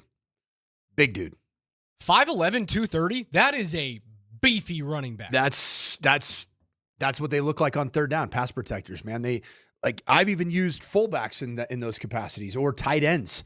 Third down, you just bring a tight end in. I mean, is that worst comes to worst for the Denver Broncos? Is that a role that, say, Nate Atkins or Adam Troutman utilizes? We all know that Sean Payton's going to love to keep his New Orleans Saints ties around this franchise as long as possible in the form of Adam Troutman. Are you able to trust a guy like Caleb Lohner to do something like that? No way, no how. No, the guy, dude, he just started playing football. He's just trying to learn how to control his body in a football environment. He's a basketball guy. Is that the hardest thing to learn? Like when you walk into football as a basketball player late, let's call it even high school, not even college like Lohner did. Is that the hardest thing to learn? Is blocking and blocking technique? It just depends. Some guys are so natural at it. They just have natural ability to get in great body position and angles, and they're great benders. I'd say yes, because in basketball's physical. You box out, but you do it with your butt. You don't do it with your face, right? You put your face on another man in football, and that's how you block him. You don't do that in basketball whatsoever. So blocking is a big part of it. I actually when I was the head coach at Western Kentucky, we took a basketball player as a superstar on the basketball team, 6'7" power forward type player. And he got the wild hair up his nose that I want to be a football player. I want to be the next Antonio Gates. And it wasn't too far removed from when Antonio Gates was doing big things. I thought he was going to be a natural. He looked awesome on the basketball court. I watched a bunch of his games. Like, he's a physical basketball guy. Dude, he was softer than medicated cotton, brother, when it came down to being on a football field. Why are you looking at your own quarterback? Can you imagine a football player has someone coming in? They do that little, like, spin move. You know the DeMarcus Ware where he, like, shows his left shoulder and then spins to the opposite side? He sees the guy spin around and he turns around and tries to body him out with his booty. And he's just staring his quarterback Never in the eyeballs. what you want. You never want that. You never like when one of your blockers is looking at just your quarterback. Throwing a hip check. Yeah. Hey, watch out! I call it the lookout block. Look out! Yeah, He's coming. And you know what's surprising about the basketball player that I coached is that the blocking wasn't even close. We went through a spring football in pads. It was actually him running with pads on and getting jostled and rerouted on his routes. Because defensive backs, linebackers, they see a tight end running right down the middle of the field. They don't just say, hey, go ahead and run there, big boy. I mean, they will physically grab you and shove you. And like, he was like getting knocked off his feet because he was so upright. He was so used to basketball. Nobody is two-hand shoving you as you're cutting through the paint. I mean, they do that to Nikola Jokic, and there's no fouls called. Yeah, they do. But as soon as you touch Shea with a little pinky like that, it's a foul. That's the one thing that I can't. I will be livid. Tonight can't be officiated like game 2. It can't be a perimeter foul game. You can't do that. You did not lose game 2 because of the officials. But if that is the path forward for the officiating in this series, lose the series. You will lose the series. I'm just going to tell you that. Because to allow Nikola Jokic to be assaulted.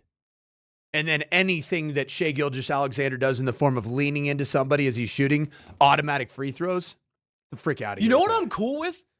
If they're going to continue to call the second infraction inside, which is what they did throughout the first two games, the second infraction, they'll typically give one hit and then the second one happens, whether it's Nikola retaliating or if it's another Thunder's player coming in to help and hedge, they'll typically call the second one. We always say that in football, too. It's personal foul penalties. It's always the second guy. I'm cool with you calling the second one, as long as you also do it on the perimeter. Like, if you're going to touch Shai, give him one. Now, if you give him a second, let's say you bump him off the hip and then you get him on the arm. I'm fine with that call. But don't call it first. If you're going to call it first, the first infraction, the first touch, you have to do it both on the perimeter and both on the block. How about this? How about you just call real fouls? Like real fouls. Just call them. Real fouls that are loose ball fouls, real fouls that are shooting fouls, and don't call fictitious fouls. Don't call protect Shai Gilgeous-Alexander because the NBA is going to tell us he's the MVP of the league. Therefore, he's got to get to the foul line 18 times in this contest. I don't want to see it. I don't want to see free throw merchant basketball with Shai Gilgeous-Alexander. Do not want to see it tonight. Have no interest in watching that basketball game. You know what, NBA? Nobody does. Who the heck wants to watch that basketball? Foul contest basketball. Foul line, hey, we'll find out who shoots the better free throws in this game. No. Call real fouls. If Shai Gilgeous-Alexander goes up for a shot and a layup and he gets slapped on the hand or slapped on the wrist or bodied out physically, violently, call it. But if he's just leaning in and has got his head in the middle of something and he just throws up this, don't call that. That's not a foul. Sick of it, man. They've been allowing more physical play in a general sense around the league this playoffs. They have been allowing it against the big guys, not on the perimeter with these freaking these skinny necks, dude. Like Shai Gilgeous-Alexander, they're protecting these skinny necks. I don't want the pencil necks getting protected. The refereeing across both the NHL and the NBA in the playoffs has been last night, boy. What did you see? I thought it was a clean play. The Arvidsson hit on, was it Braden McNabb? It was McNabb from Golden Vegas. Knights. Yep. Also, the inevitability of the Edmonton Oilers is, hey, Nuggets fans and Avs fans, the crossover fans that love both teams. And now you have the Nuggets that you can still root for and have a very, very good chance to get out of the second round. There's good news. There's good news. Now that your Avs fandom, unfortunately, has died this postseason. It's in a state of mourning and it's cryogenesis. Yeah, there you go. So now that it's frozen, you have to find another team to look for and root for. If you're a crossover fan between the Nuggets and Avs, the Edmonton Oilers are the Denver Nuggets. They're the same team. They're a team with no depth, no bench, can't play defense worth a lick, but have, because it's hockey, more players. Right? Yeah, that's recency bias on the Nuggets with no defense. Because I thought game one you played great defense. Oh, you did, but let's just call it's not recency bias. It is in general the season, the regular season. We've got 90 games to look at this team and go, Raj, the defense is still pretty bad. Raj, would you agree though that 5 out of the 7 contests in the first round against the Clippers, you saw really good defensive basketball? It has been way better under Adelman than it was under Malone. Although it's ironic because that was Malone's calling card. Right. I think the message just wasn't the same. So they're the same team, man. They're the same team. Don't make me root for a Western Conference foe in hockey. I don't want to do that, Raj, because I look at Nathan McKinnon's supremacy in the National Hockey League directly correlated to what happens with the Edmonton Oilers and Mick Pickles, your guy. Sure, he's an amazing hockey. As they call him. See the 2-on-1? Did you see what he did to Jack Eichel in overtime last night? By the way, again, we're giving away playoff tickets for the Nuggets. If you win today, you can choose either Game 3 tonight or Game 4 on Sunday. Your first keyword that we've already given away is contender. Text that word contender with your first and last name to 303-504-0925. We're going to have a second keyword coming up at 11:20, and then we're going to call out a name, and you'll have 5 minutes at 11:40 to call back and claim your prize. I firmly believe that the Oilers and the Nuggets are the same team. Can't defend, no no bench / depth, but an amazing either singular star in Nikola Jokic or multiple dual threats. stars in McDavid and Draisaitl. And all they are, because they've won 6 straight games now, all they do is lay in wait and keep the game relatively close until late on in the third period, and then they quick strike. And then they get one opportunity in overtime, and they quick strike, and then the game's over. Like, they're the same team. So if you want to find a Nuggets team to root for in hockey right now, it's Edmonton. I'm rooting for Toronto. Is that okay? That's fine. They feel like lovable losers. Toronto they're not the Yankees, right? Because the Yankees are the Montreal Canadiens, like all these championships and all that. They almost feel like the Red Sox before they won in 2004, where it was like, Cubs? It's been 100 years. Like, you're a big market team, and we kind of hate your fan base, and you're kind of cake eaters, but like, it's been so many years since you've actually done something worth, the salt of your name. That's how I feel about Toronto. I go, you know what? I wouldn't hate if the Leafs won. The other Avs-based rooting interest that I have, because of the recent comments, or at least the sentiment that was leaked about Mikko Rantanen. Those were not Mikko comments, by the way. They're being So it's not presented true. as Mikko. Is it not true? I'm not saying it's not true, but they're being presented as Mikko comments. We'll actually get into that on the other side. Again, text the word contender to 303-504-0925. That is contender to 303-504-0925. Your chance to win playoff tickets to tonight's Game 3 or Sunday's Game 4. We'll get into that Mikko thing. It could be true, but it's not a direct quote.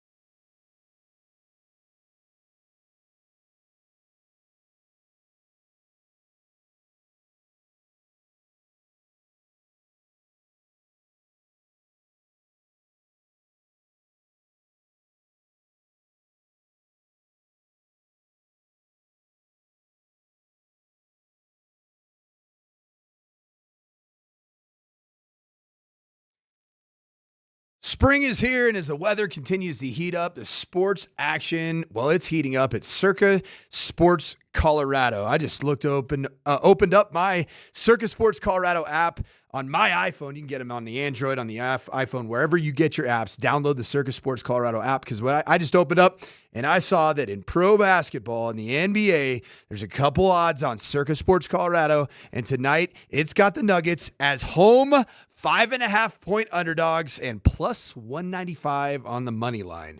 Cavaliers tonight on the road, down 2-0 against the Pacers. 5.5-point favorites. So make sure you download the Circa Sports Colorado app. It's got you covered with NHL, NBA, all the postseason action, as well as Major League Baseball, and your props on your favorite players. So make sure you download it. It's sports betting the way it should be, with high betting limits, tight money line splits, and exceptional customer service. Must be 21 or older. Gambling problem? Call 1-800-GAMBLER.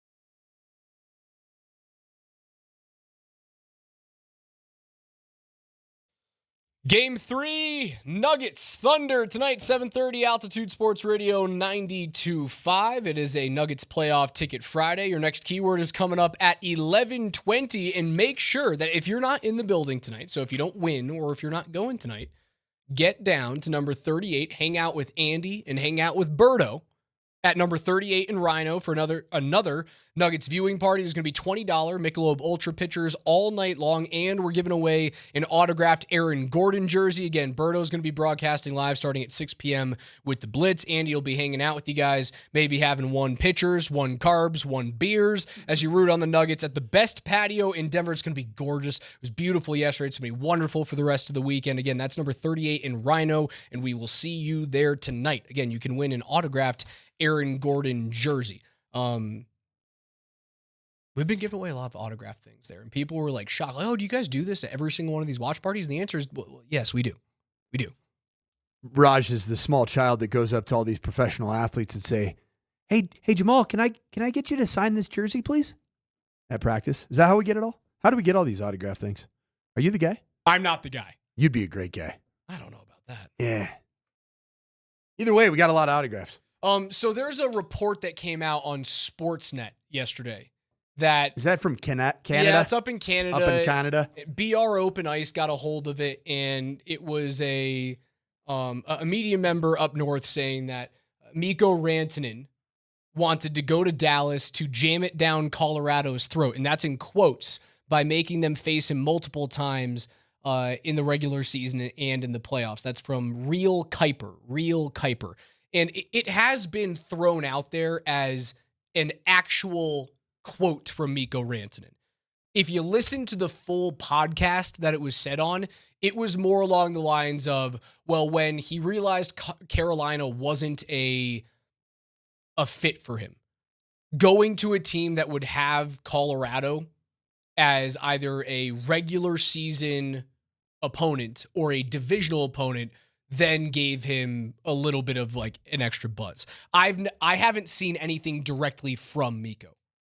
So the way that they're putting this is like, oh yeah, Mikko Rantanen like forced a trade to Dallas because he wanted to go to Dallas to kill Colorado. Feels a little bit like one of those Dove Kleiman clickbaiters. Yeah, it felt clickbaity, and I looked into it. And I was like, what this is, it is narrative being posited as quote, if that makes sense. There's a difference between narrative and actual like words that came out of someone's mouth. You still make the trade after all three of these games that we've seen from him? Yes. Yeah, I do. I do.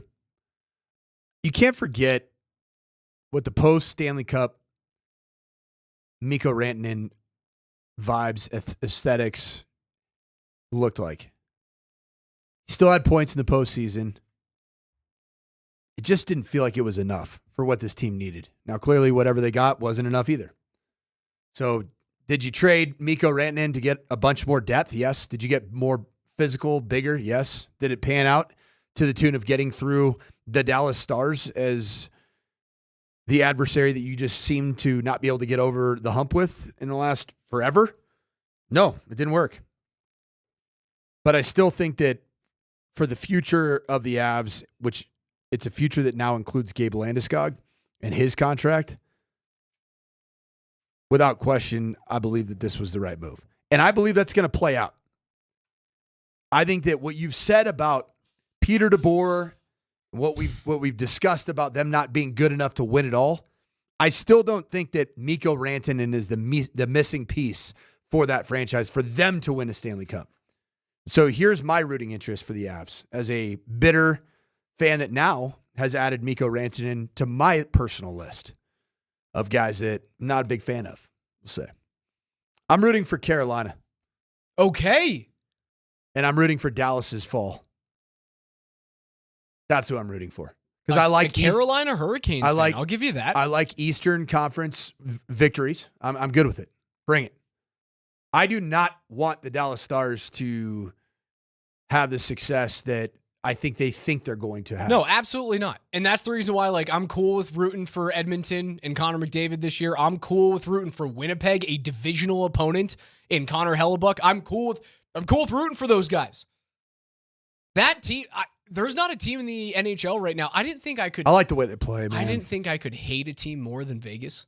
I hate a team more than Vegas. It's the Dallas Stars. It's the Dallas Stars. It's not even close. That stupid green. Raj, I didn't know just because I'm a bit of a novice hockey fan, but I've liked hockey my entire life. I grew up watching the LA Kings as a youngster and an incredible era of hockey, and it was on Prime Ticket, one of the original RSNs in America, regional sports networks. But I never really understood what it was like to really hate a hockey club until this playoff series, really, like where you really hate them. How do you have a football program or team that you felt that way about? Man, it's so hard because my NFL team was the Chargers until my dad was the wide receiver coach and the whole staff got fired. Then I hate the Chargers. So screw them. That's a little bit hard as a coach's kid and as a football coach.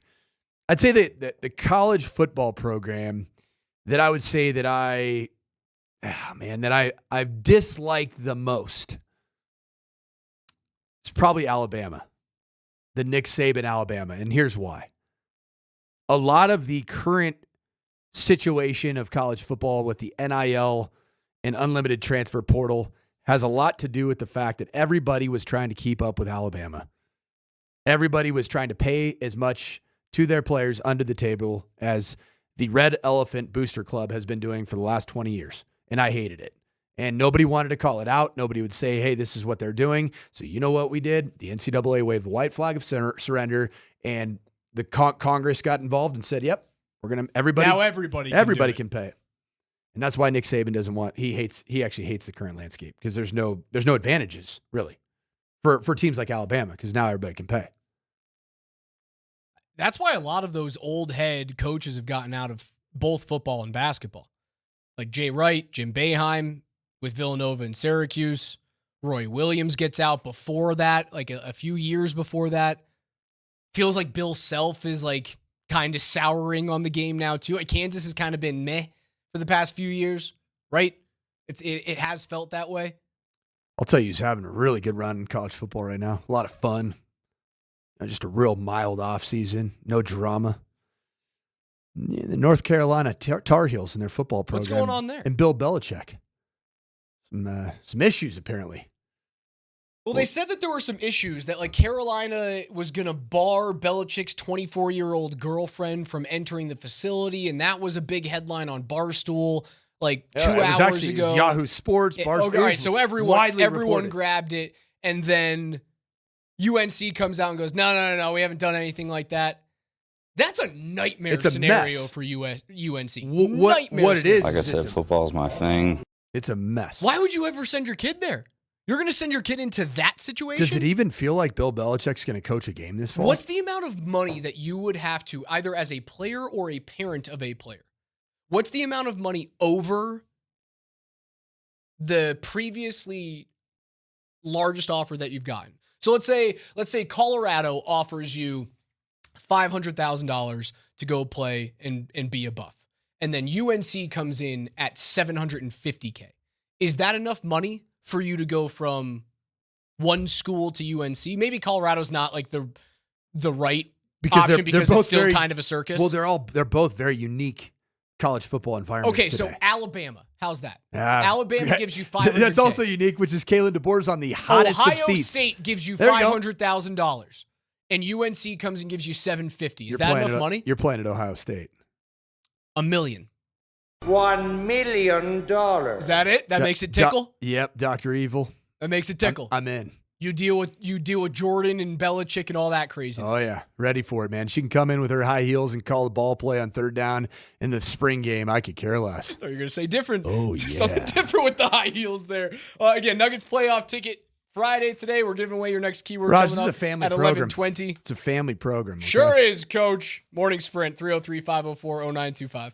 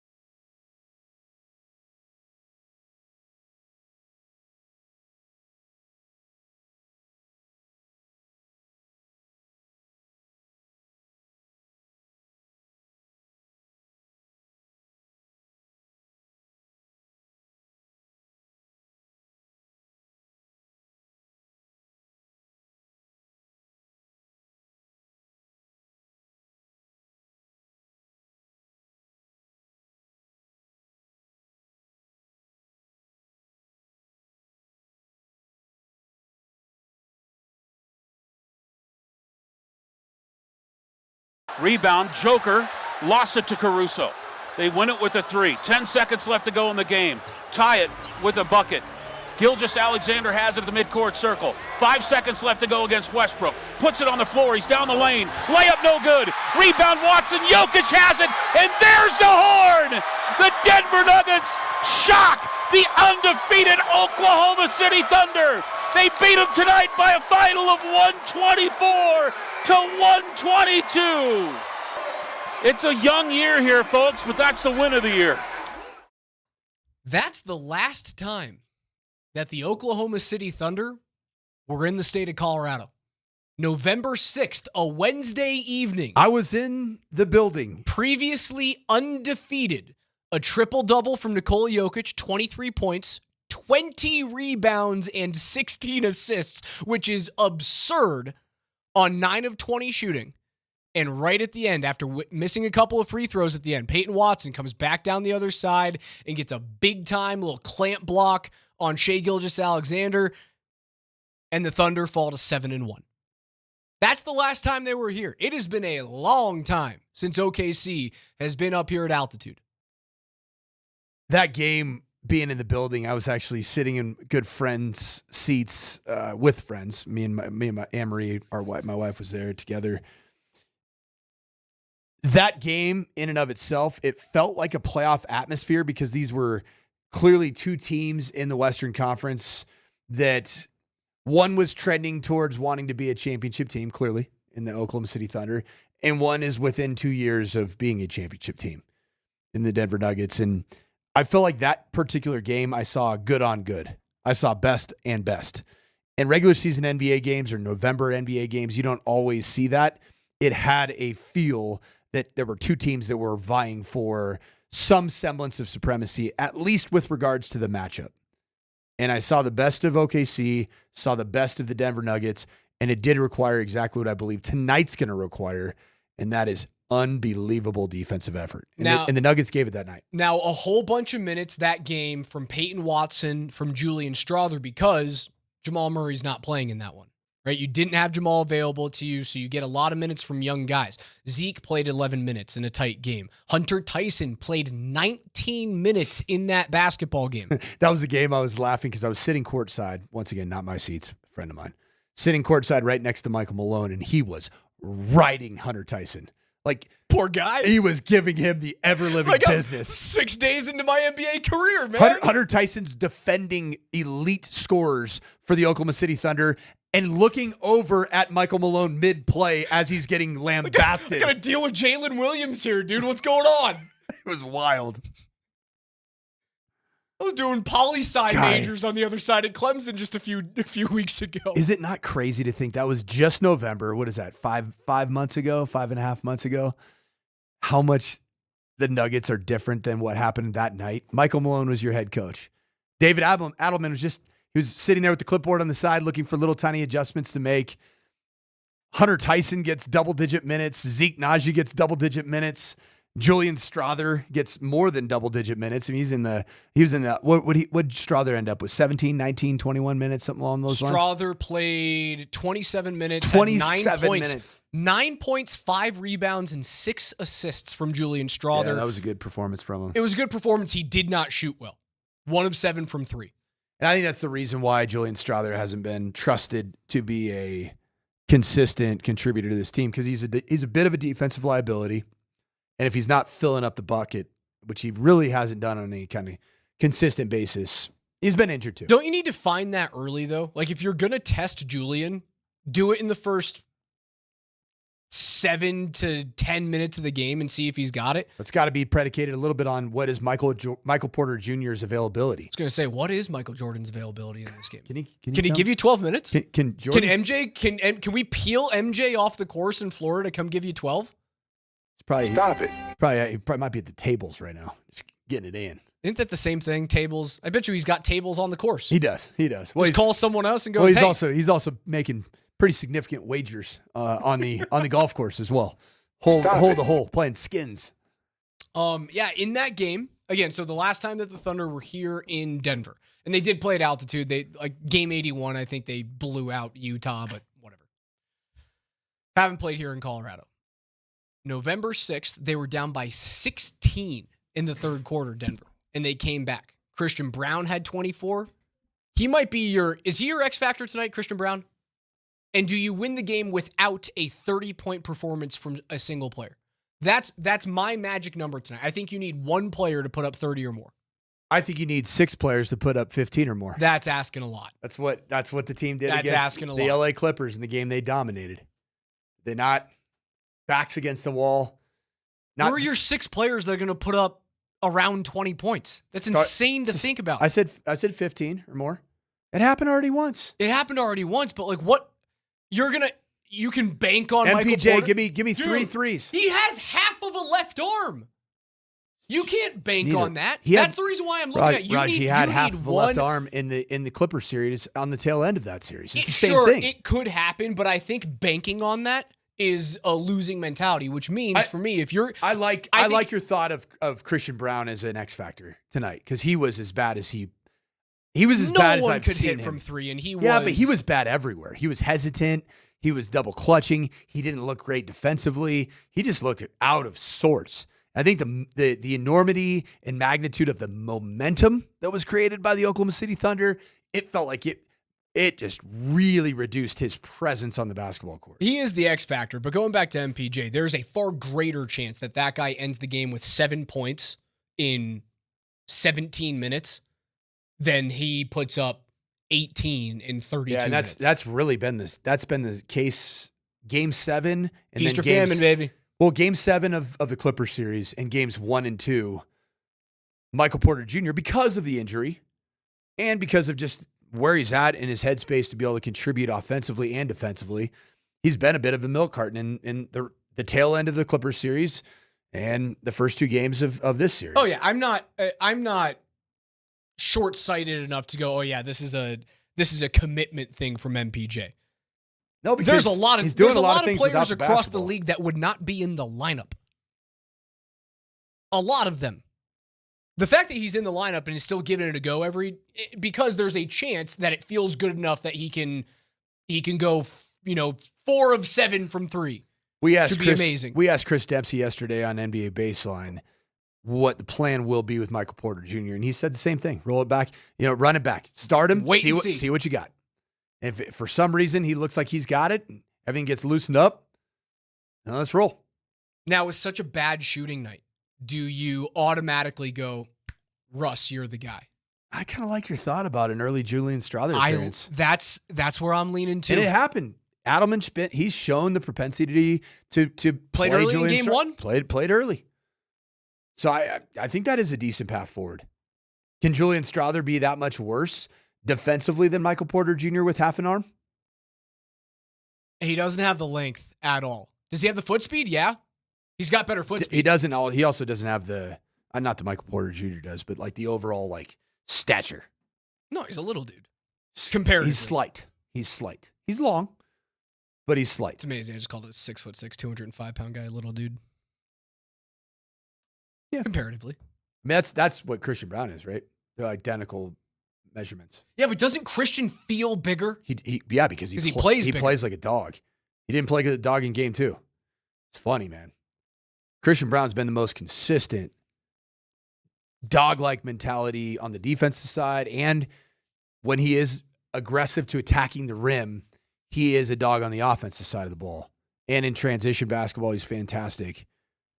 In the one game that he looked like absolute drizzling garbage, the Nuggets get obliterated by 40+. When hockey teams play back-to-backs, typically you guys will hear me talk about how the first 20 minutes for a team playing the second leg of a back-to-back, especially at altitude, you'll see them play lights out, balls to the wall, as hard as they can possibly go for the first period and the first 10 minutes of the second period. And then hold on for dear life if you get a 1 or 2 goal lead, just hope to get a point during the regular season. I think you're going to see something similar out of Oklahoma City tonight, where the first and second quarter, they are running, try and get out to as big of a lead as possible like we did in game 2. And then instead of continuing to pile on like they did in game 2, because I don't think Denver even if they get down by 15 or 20 at any point in this game, I don't think they are going to steal Adelman's words from his postgame presser, let go of the rope. I do believe you're going to get a mega fast-paced game in the first quarter because I think OKC is going to go, we need to get out to a lead, and then hopefully we can just see this thing dwindle throughout the game, and by the end, we have enough of a cushion that we walk out with a 2-1 series lead. First half is going to be a sprint. Yep. To 15 for OKC. Can they build a 15-point lead at halftime? And then force Adelman to adjust his Joker rotation, especially in the second quarter. That's where I think Oklahoma City is going to try and enforce the issue this evening. Now, if you hit your threes, if that thing's a single-point game, I mean, there's a very good chance they could have a lead going into the second half tonight. I feel very good about the Nuggets this evening. But if it's a single-digit lead for OKC going into the second half, you're in the driver's seat. What do you think we're going to see from Nikola Jokic tonight in response to Game 2? 32, 14, and 9. What's it going to look like? Because there were some frustrations. I'd call it anger. Almost one of the more agitated Nikola Jokic games that we've seen in his career in Denver. What's the response going to be? Back to ball? Immediate physicality in the paint early on, trying to throw his shoulders and see if they're going to call an offensive foul, maybe throw a little elbow into someone's chest, see if they'll call a foul, and if they're not, take as much rope as they're going to give you until they call that thing, find your line, but you got to find it early. Because if he's going to get frustrated, you need him to get frustrated early, then get taken out of the game for his original rotation, for him to process what's going on, and then come back in the game and make the adjustments. Do you think some of the game I don't want him to test that in the third quarter before it's too late. You have to test it immediately. Raj, do you think some of the Game 2 frustrations from Nikola Jokic had to do with Oklahoma City's decision to not have Chet Holmgren guard Nikola Jokic whatsoever, of course, one-on-one, and go straight to Hartenstein? Yeah, because all it is, I mean, it's essentially hack-a-shack. You're changing up the body type dramatically. Because Chet Holmgren, it's all length, it's all basketball intelligence, but no girth, no body presence. Hartenstein's all body presence. Go in there and foul him. We don't care if you foul out in the third quarter. Go out there and make it hell for Nikola Jokic. If I'm coaching OKC or if I'm coaching any other team in the world and I have multiple bodies behind my star five that I don't care if they're in the game or not, of course I'm sending those guys out there. I'll go to the bonus in the first or second quarter. Get it. The first half bonus, that doesn't concern me. If you're not doing that, that is those are fireable offenses as head coaches going against Nikola Jokic. If you have that many bodies and that girth behind you that is not vital for you for 4 quarters, and you're not throwing those guys out there to beat down on Nikola Jokic, you're doing it wrong. Because at least, the officials have shown you that they don't care. It's been his entire career. It hasn't just been this playoff series. They don't care. You can do whatever you want to him. You can claw him, you can punch him, you can scratch him. They're not going to call the foul. Just look at his arms. And if you're not doing that as an opposing coach, you're missing the point, man. So sure, is he frustrated with that? I would be frustrated with it too, but that's the name of the game, man. If you don't know that, we're missing. Paul McDonald here from the Shot Mods and Text Line. Make sure you text in yourself about what you think Nikola Jokic will look like tonight. But Paul says Nikola Jokic will be focused, but his anger will be in cold blood. I think it's a great way to describe it. That's the Nikola Jokic that we all want. Extremely focused on the task at hand. And to me, the task at hand is keep the basketball. Use your physical presence, but keep the focus on your execution. 32, 14, and 9. That's the stat line. Keywords to get you guys inside the building coming up next. Yeah, that's what we do.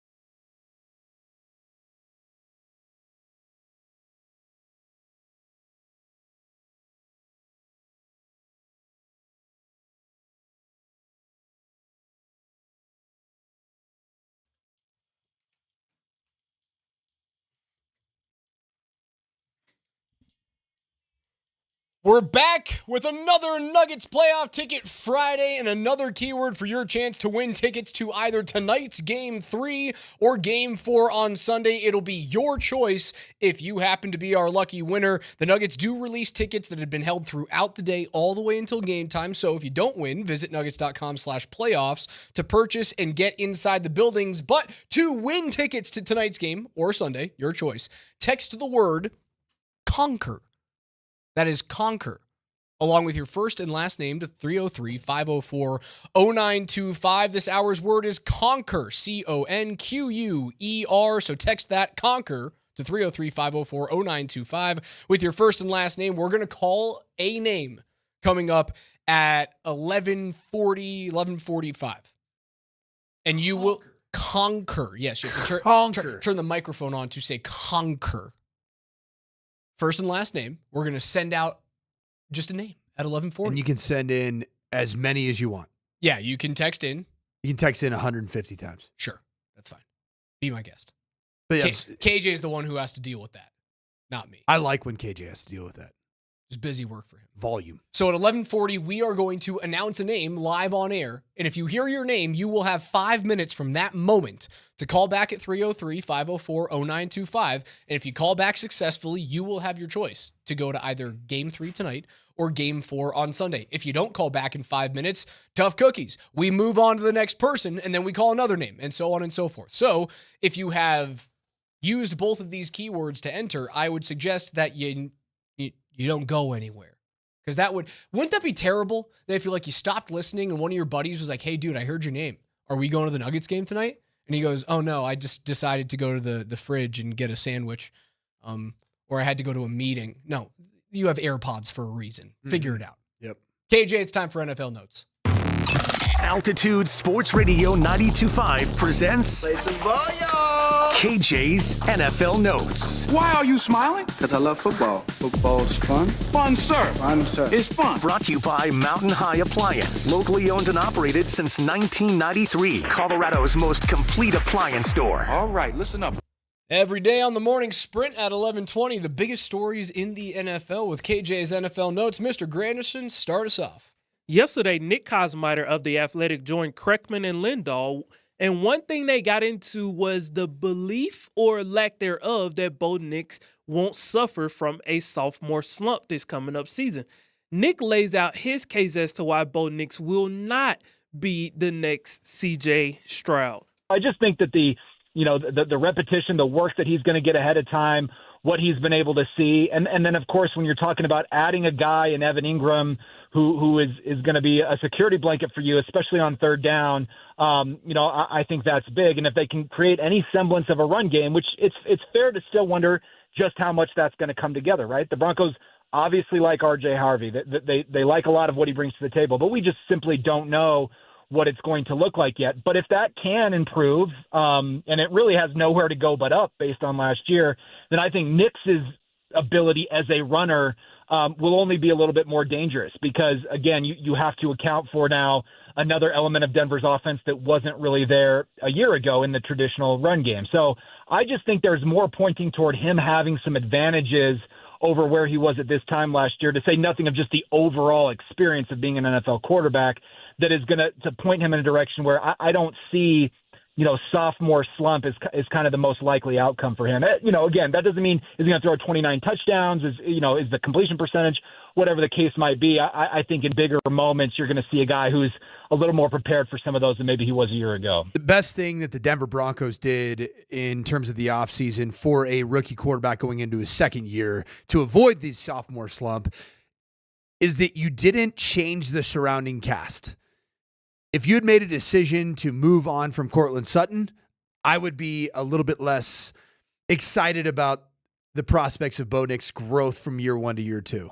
I love the fact that his wide receiver core is back in its entirety. You added a piece in Evan Ingram that, by all accounts, is going to be hungry and wanting to prove that he still has a lot left in the tank as a tight end in the National Football League.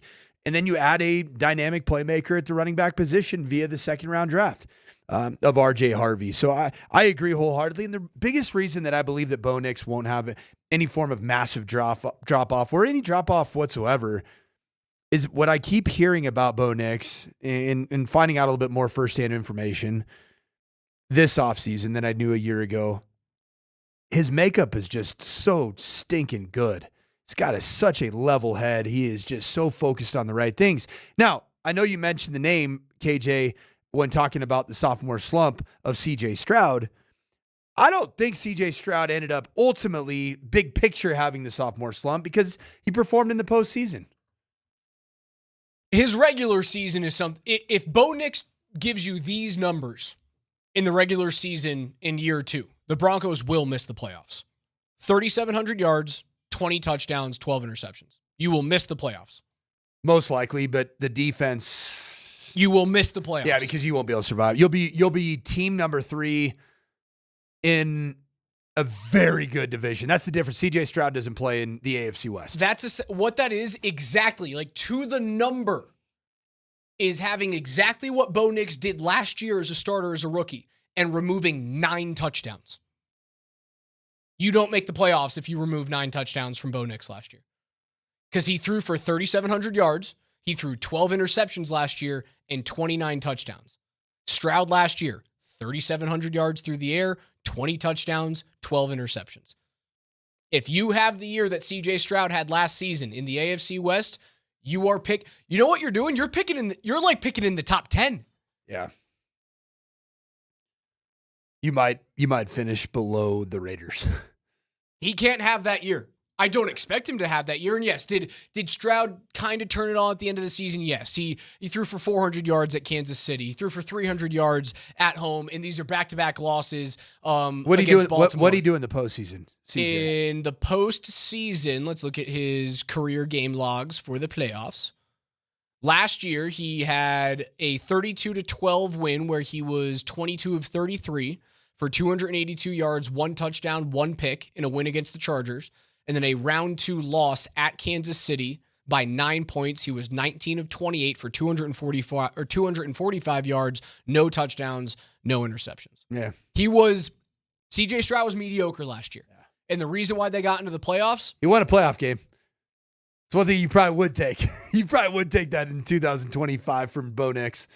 You'd take a playoff W. How much of that, though, was... When was the last time the Broncos won a playoff game? 2015. It's a long time, bro. Super Bowl 50. Would you take a playoff victory around these parts? I would take a playoff victory, but look back at that game that they beat the Chargers. Gosh, man. Did they beat the Chargers? We're gonna take a big old fat dump on CJ Stroud when the guy won a dadgum playoff game, and it hasn't been done in a decade. What happened in the playoff game? Remind me of what happened in the Chargers-Texans game. I just gave you CJ Stroud's number. Did they win because of 245 yards and 1 touchdown and 1 interception? No, they won because Justin Herbert threw 4 picks. CJ Stroud did not win that football game. Well, he went out and got. You have the best secondary in football right now. Win that Denver football Broncos game. Where did the Denver Broncos invest their offseason resources to? The defensive side of the football. Those stat lines in the postseason probably would be good enough for Bo Nix to win at least one playoff game. I believe that you said it was 200. He threw for over 280 in the first playoff game against the Chargers. 245 yards. I thought it was the second game against the Chiefs. Sorry, 282 yards. Thank you. 1 touchdown, 1 pick.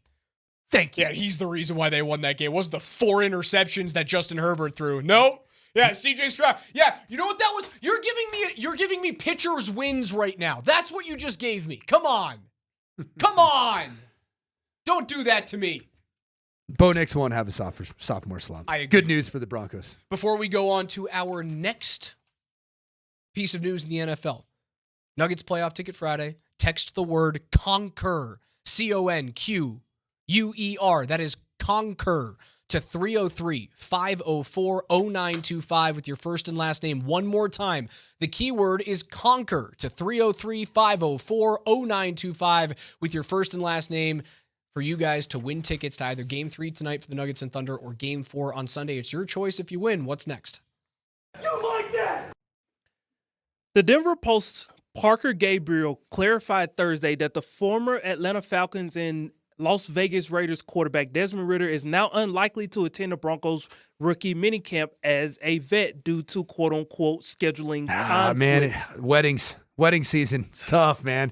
Dez. It's not a good look for a guy who's hanging on by a fingernail to the league. A scheduling conflict? I hope it's because, are you getting married? A scheduling conflict? All right, keep going. Listen, please. I don't know. It must be with like another tryout with a better situation. It's got to be it, right? More than likely. That's what we would assume. He's not going to a bachelor party this weekend? Is that the problem? Well, listen, it's funny you bring up that. We'll get to something of that nature in just a second.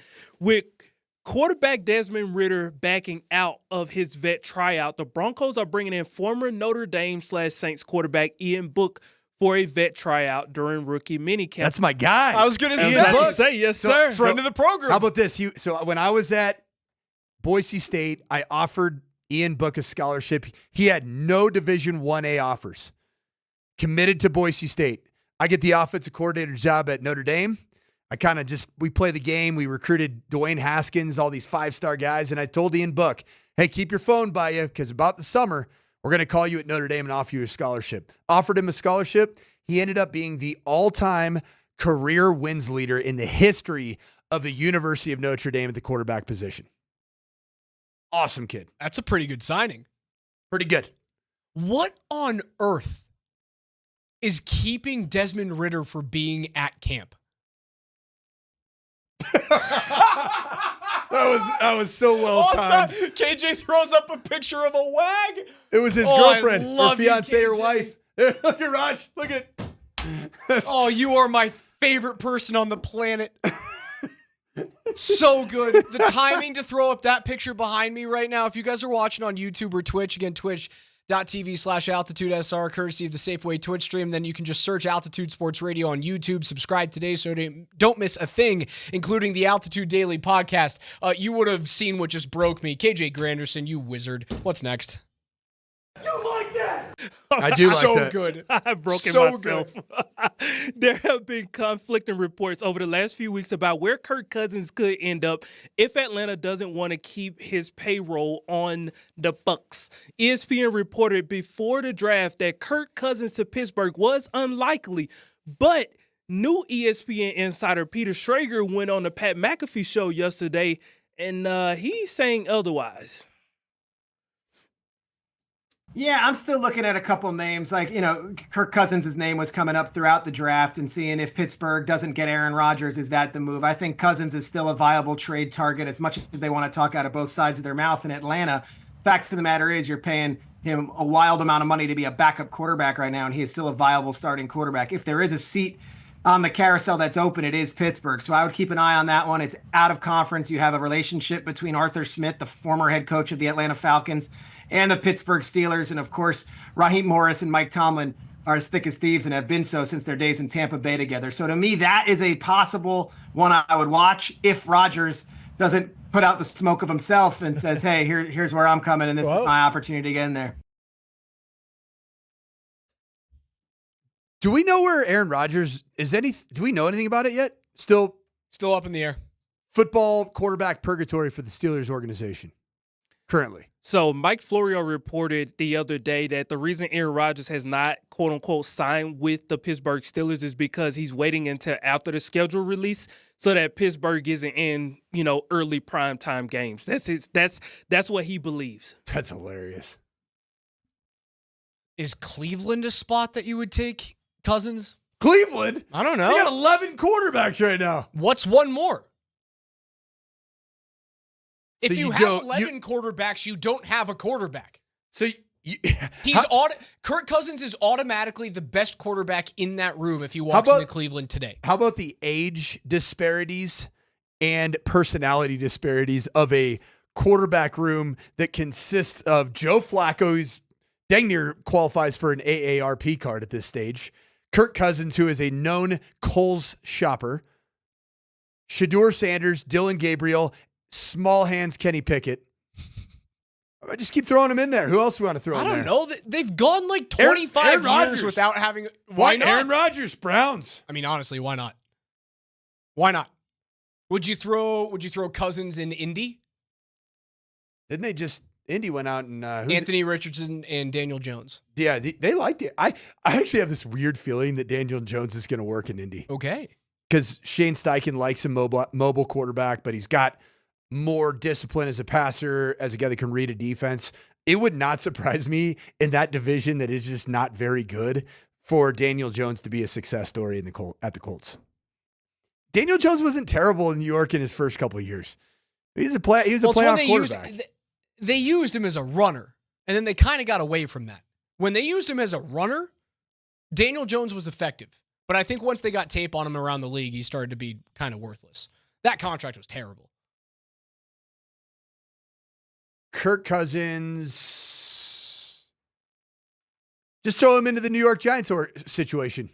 Jameis, Russ, Jackson Dart, Kirk Cousins, Tommy DeVito, Lions, Tigers, and Bears, oh my. NFL Notes are brought to you by Colorado's most complete local appliance store. That is Mountain High Appliance. They have locations in Denver, Louisville, Littleton, Colorado Springs, and Glenwood Springs. They offer every major appliance line and brand, and you can find them at mountainhighappliance.com. Again, today is a Nuggets playoff ticket Friday, and you still have a chance to text in your final keyword of our show, and that is conquer, along with your first and last name to 303-504-0925. Again, this hour's keyword is conquer. So text that along with your first and last name to 303-504-0925. Coming up in just 5 minutes from right now, we will announce a winner live on the air. You'll hear it come out of my mouth. You'll have 5 minutes to call us back at that very same number. Again, 303-504-0925. And if you call back in that time frame, you win tickets, and it'll be your choice either to tonight's Game 3 or to Sunday's Game 4. If you don't call back in 5 minutes, we just move on to the next person. So I would suggest sticking around.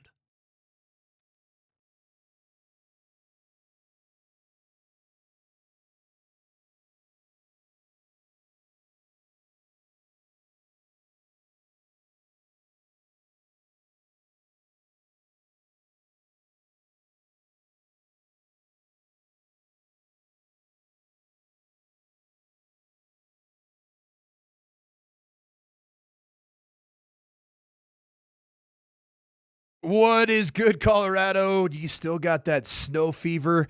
Because there is 3 days remaining at Loveland Ski Area. The 9th, the 10th, and the 11th. You can get up to Loveland Ski Area, not have to go all the way through and wait all the traffic on I-70 between Johnson Eisenhower Tunnel and Vail and all the things. So you can get off and get your last days of the season. So make sure you go out and get your 2025-26 next year's season pass at the lowest price from the last year's price. And you can use it to ski these remaining 3 days.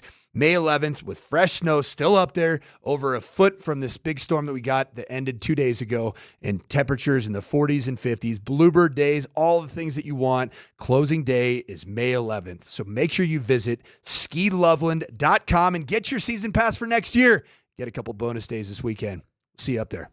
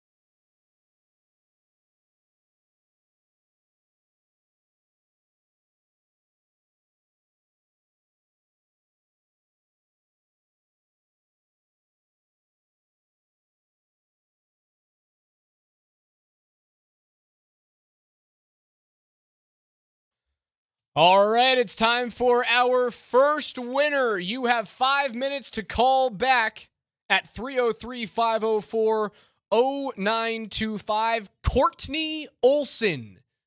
303-504-0925. You have 5 minutes starting right now. Come on, to call Courtney. us back. Hurry up. Figure it out, Courtney.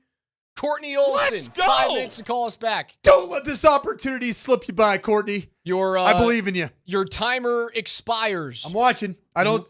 Right before 11:50. I don't see any phone calls. At 11:49 and 45 seconds is when your timer is gone, and then we'll move on to the next person. Yeah, so make sure you're hanging with us. So don't get frustrated. Yeah, don't worry. You might get your shot. Sometimes people don't rise to the occasion. But again, Courtney Olson, last time I'll say your name. 5 minutes to call us back at 303-504-0925. If you guys aren't going to the game or if you don't win this evening, head on out to number 38 in Rhino with Andy and Berto and our friends at Michelob Ultra. They've got $20 pitchers all night long. We're to be giving away an autographed Aaron Gordon jersey during the evening. An autographed Aaron Gordon jersey. A 50 throwback vintage retro, or is it a 32? I would assume it's I don't know, but I'm going to assume it's a 50. Go to number 38 and you'll find out. Because most of these, you were asking actually, like, how do we get these jerseys?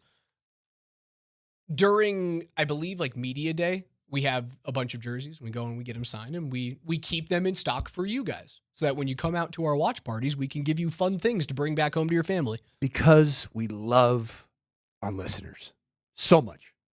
We love you. That starts at 6 p.m. Again, number 38 in Rhino with Andy Lindahl and Mark Bertinoli. Root on the Nuggets at the best patio in Denver.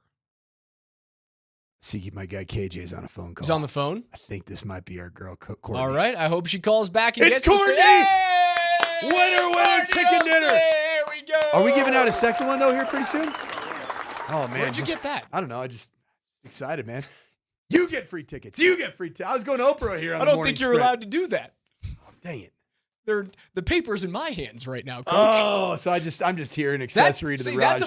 That's a bad thing for you guys out there listening, is that if you were in charge of this, man. You'd just be giving away tickets that we don't have. The fire marshal would have major problems at Ball Arena.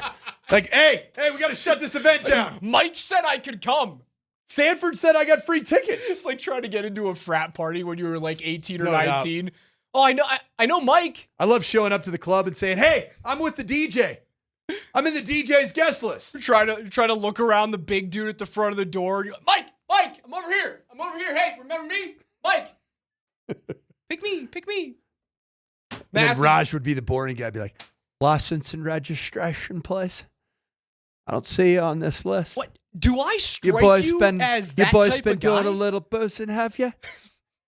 I wouldn't be a great bouncer. I love It's very easy to move me out of the way. License and registration, plus. It doesn't take a whole lot of force. A guy your size can take one hand and just go. What about new and improved buff Tyler Polumbus? That guy could, like, Tyler, now that he's gotten back in the gym and has done his like hard 75 thing. Yeah. He looks like an NFL football He looks player. like a football player. Yeah. Pretty good looking cat right now. Good looking cat, Tyler Polumbus. Apparently, get on the market. So if Tyler he's a new and improved guy. 6-inch punched me in the chest, I worry that I like wouldn't live to see the birth of my daughter. You know what we call that with offensive line and tight ends blocking? What's that? That punch that I'm talking about. We say, hey, you got to restart their heart. Punch them. Yeah. Punch them so hard their heart just gets stunned and restarts. KJ, are you still on the phone over there, or do I got you? I don't know, man. KJ's he's out there throwing his Riz. He's Riz. I'm good now. I'm good. All right, the Riz doctor Bob been on the phone for a minute right there. KJ, you told me about a stat that you had pulled up after Coach was talking about he needs to see multiple players score 15 or more points tonight. And I said, if you get a player to score 30, because I can't trust what Mike is. I can't trust Michael Porter Jr. I know he was big time in the Clippers series. You're saying you can't trust me. I mean, apparently like our listeners can't trust me if they're real tickets or not. People were texting. They were like, Mike said you could enter as many times as you wanted to. I don't know where he got that. So you said you need to see like 5 players score 15 or more in this game. And I went, I need to see. He said 6. 6. I said, I need to see a 30-point performance because I can't trust what version of Michael Porter Jr. I'm going to get because of how hampered his left shoulder is right now with the AC joint injury. KJ, what's the stat that you dug up? So the Nuggets obviously have only won 5 games thus far. 4-3-3-6-4 has been a number of times thus far that 6 or more players have scored 15 or more points. Okay. One time you've gotten 6 or more pouring in 15 or more in your 5 playoff wins.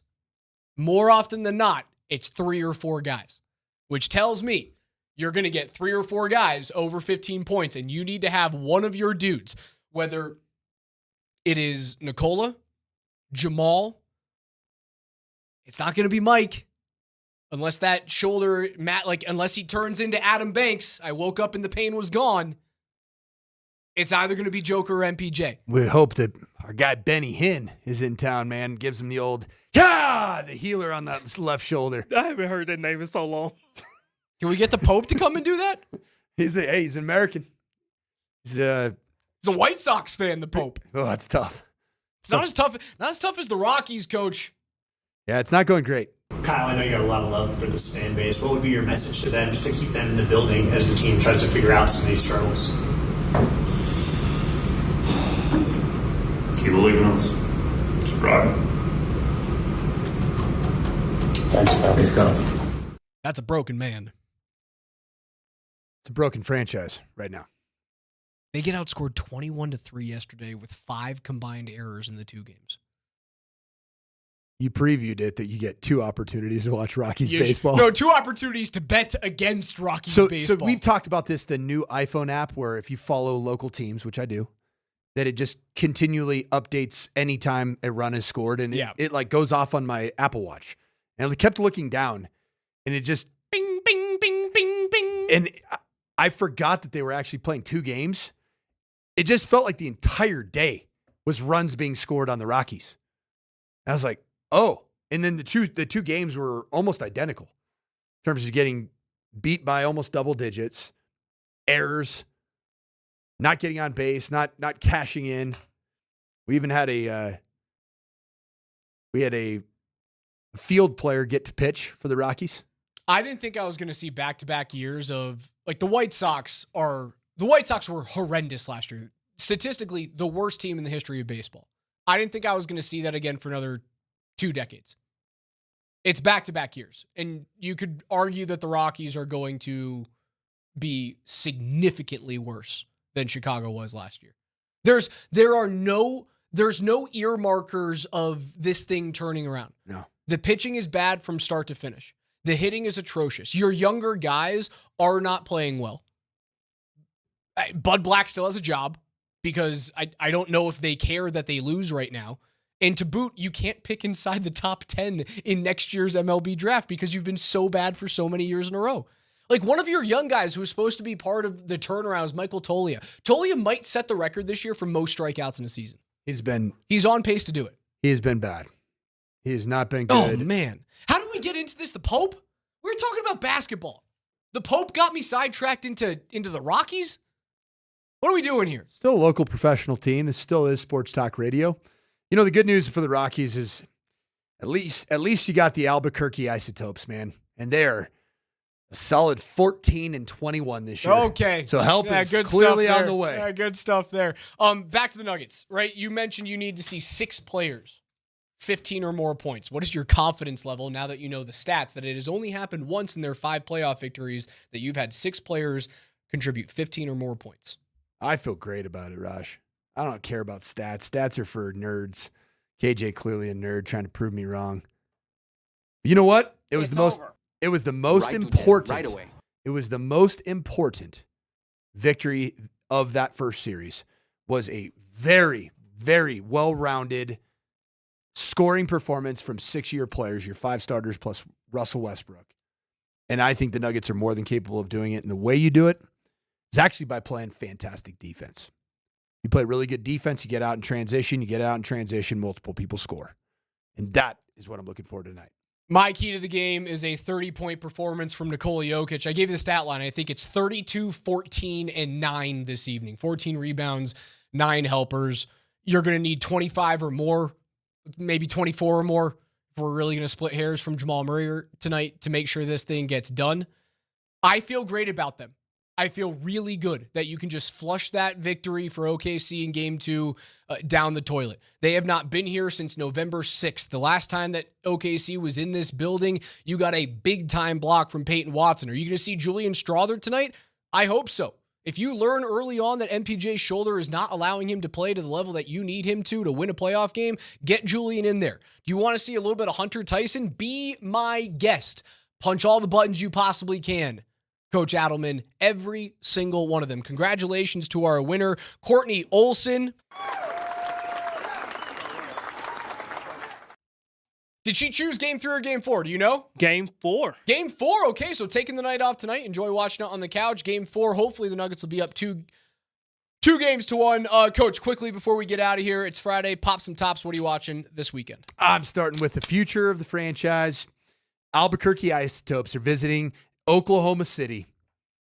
24-12 Oklahoma City in AAA baseball. Man, I got the Albuquerque Isotopes at 14-21. Big upset over OKC in AAA baseball, 24-12. That's what I'm going to be watching on MLB TV. I am spite watching hockey tonight because, for the love of God, someone keep Mikko Rantanen off the damn score sheet. Dallas and Winnipeg tonight, 7:30 on TNT. I'm calling it. Connor $5-a-buck, Connor Zilch-a-buck. Winnipeg wins in a shutout tonight. Oh, man, and Mikko that'd be Rantanen, beautiful. all this story about how he never did this in Colorado. Why would they ever trade that guy away? It's going to go away. Someone stop the guy from scoring. I can't take it. And popping top to the most important game, which is the ultimate toss-up game. The series is going to be predicated on tonight's game. Denver Nuggets avenge Game 2. OKC. Huge one. Polumbus, Hastings, and DMac have your opportunity to win tickets to Game 3 or Game 4 on the 20s. Keywords, make sure you guys listen throughout the entire day. If you're not going to tonight's game, go to number 38 in Rhino with Andy and Berto. For Coach, for KJ, I'm Raj. We'll talk to you on Monday morning at 10 a.m. See ya. Have a great weekend.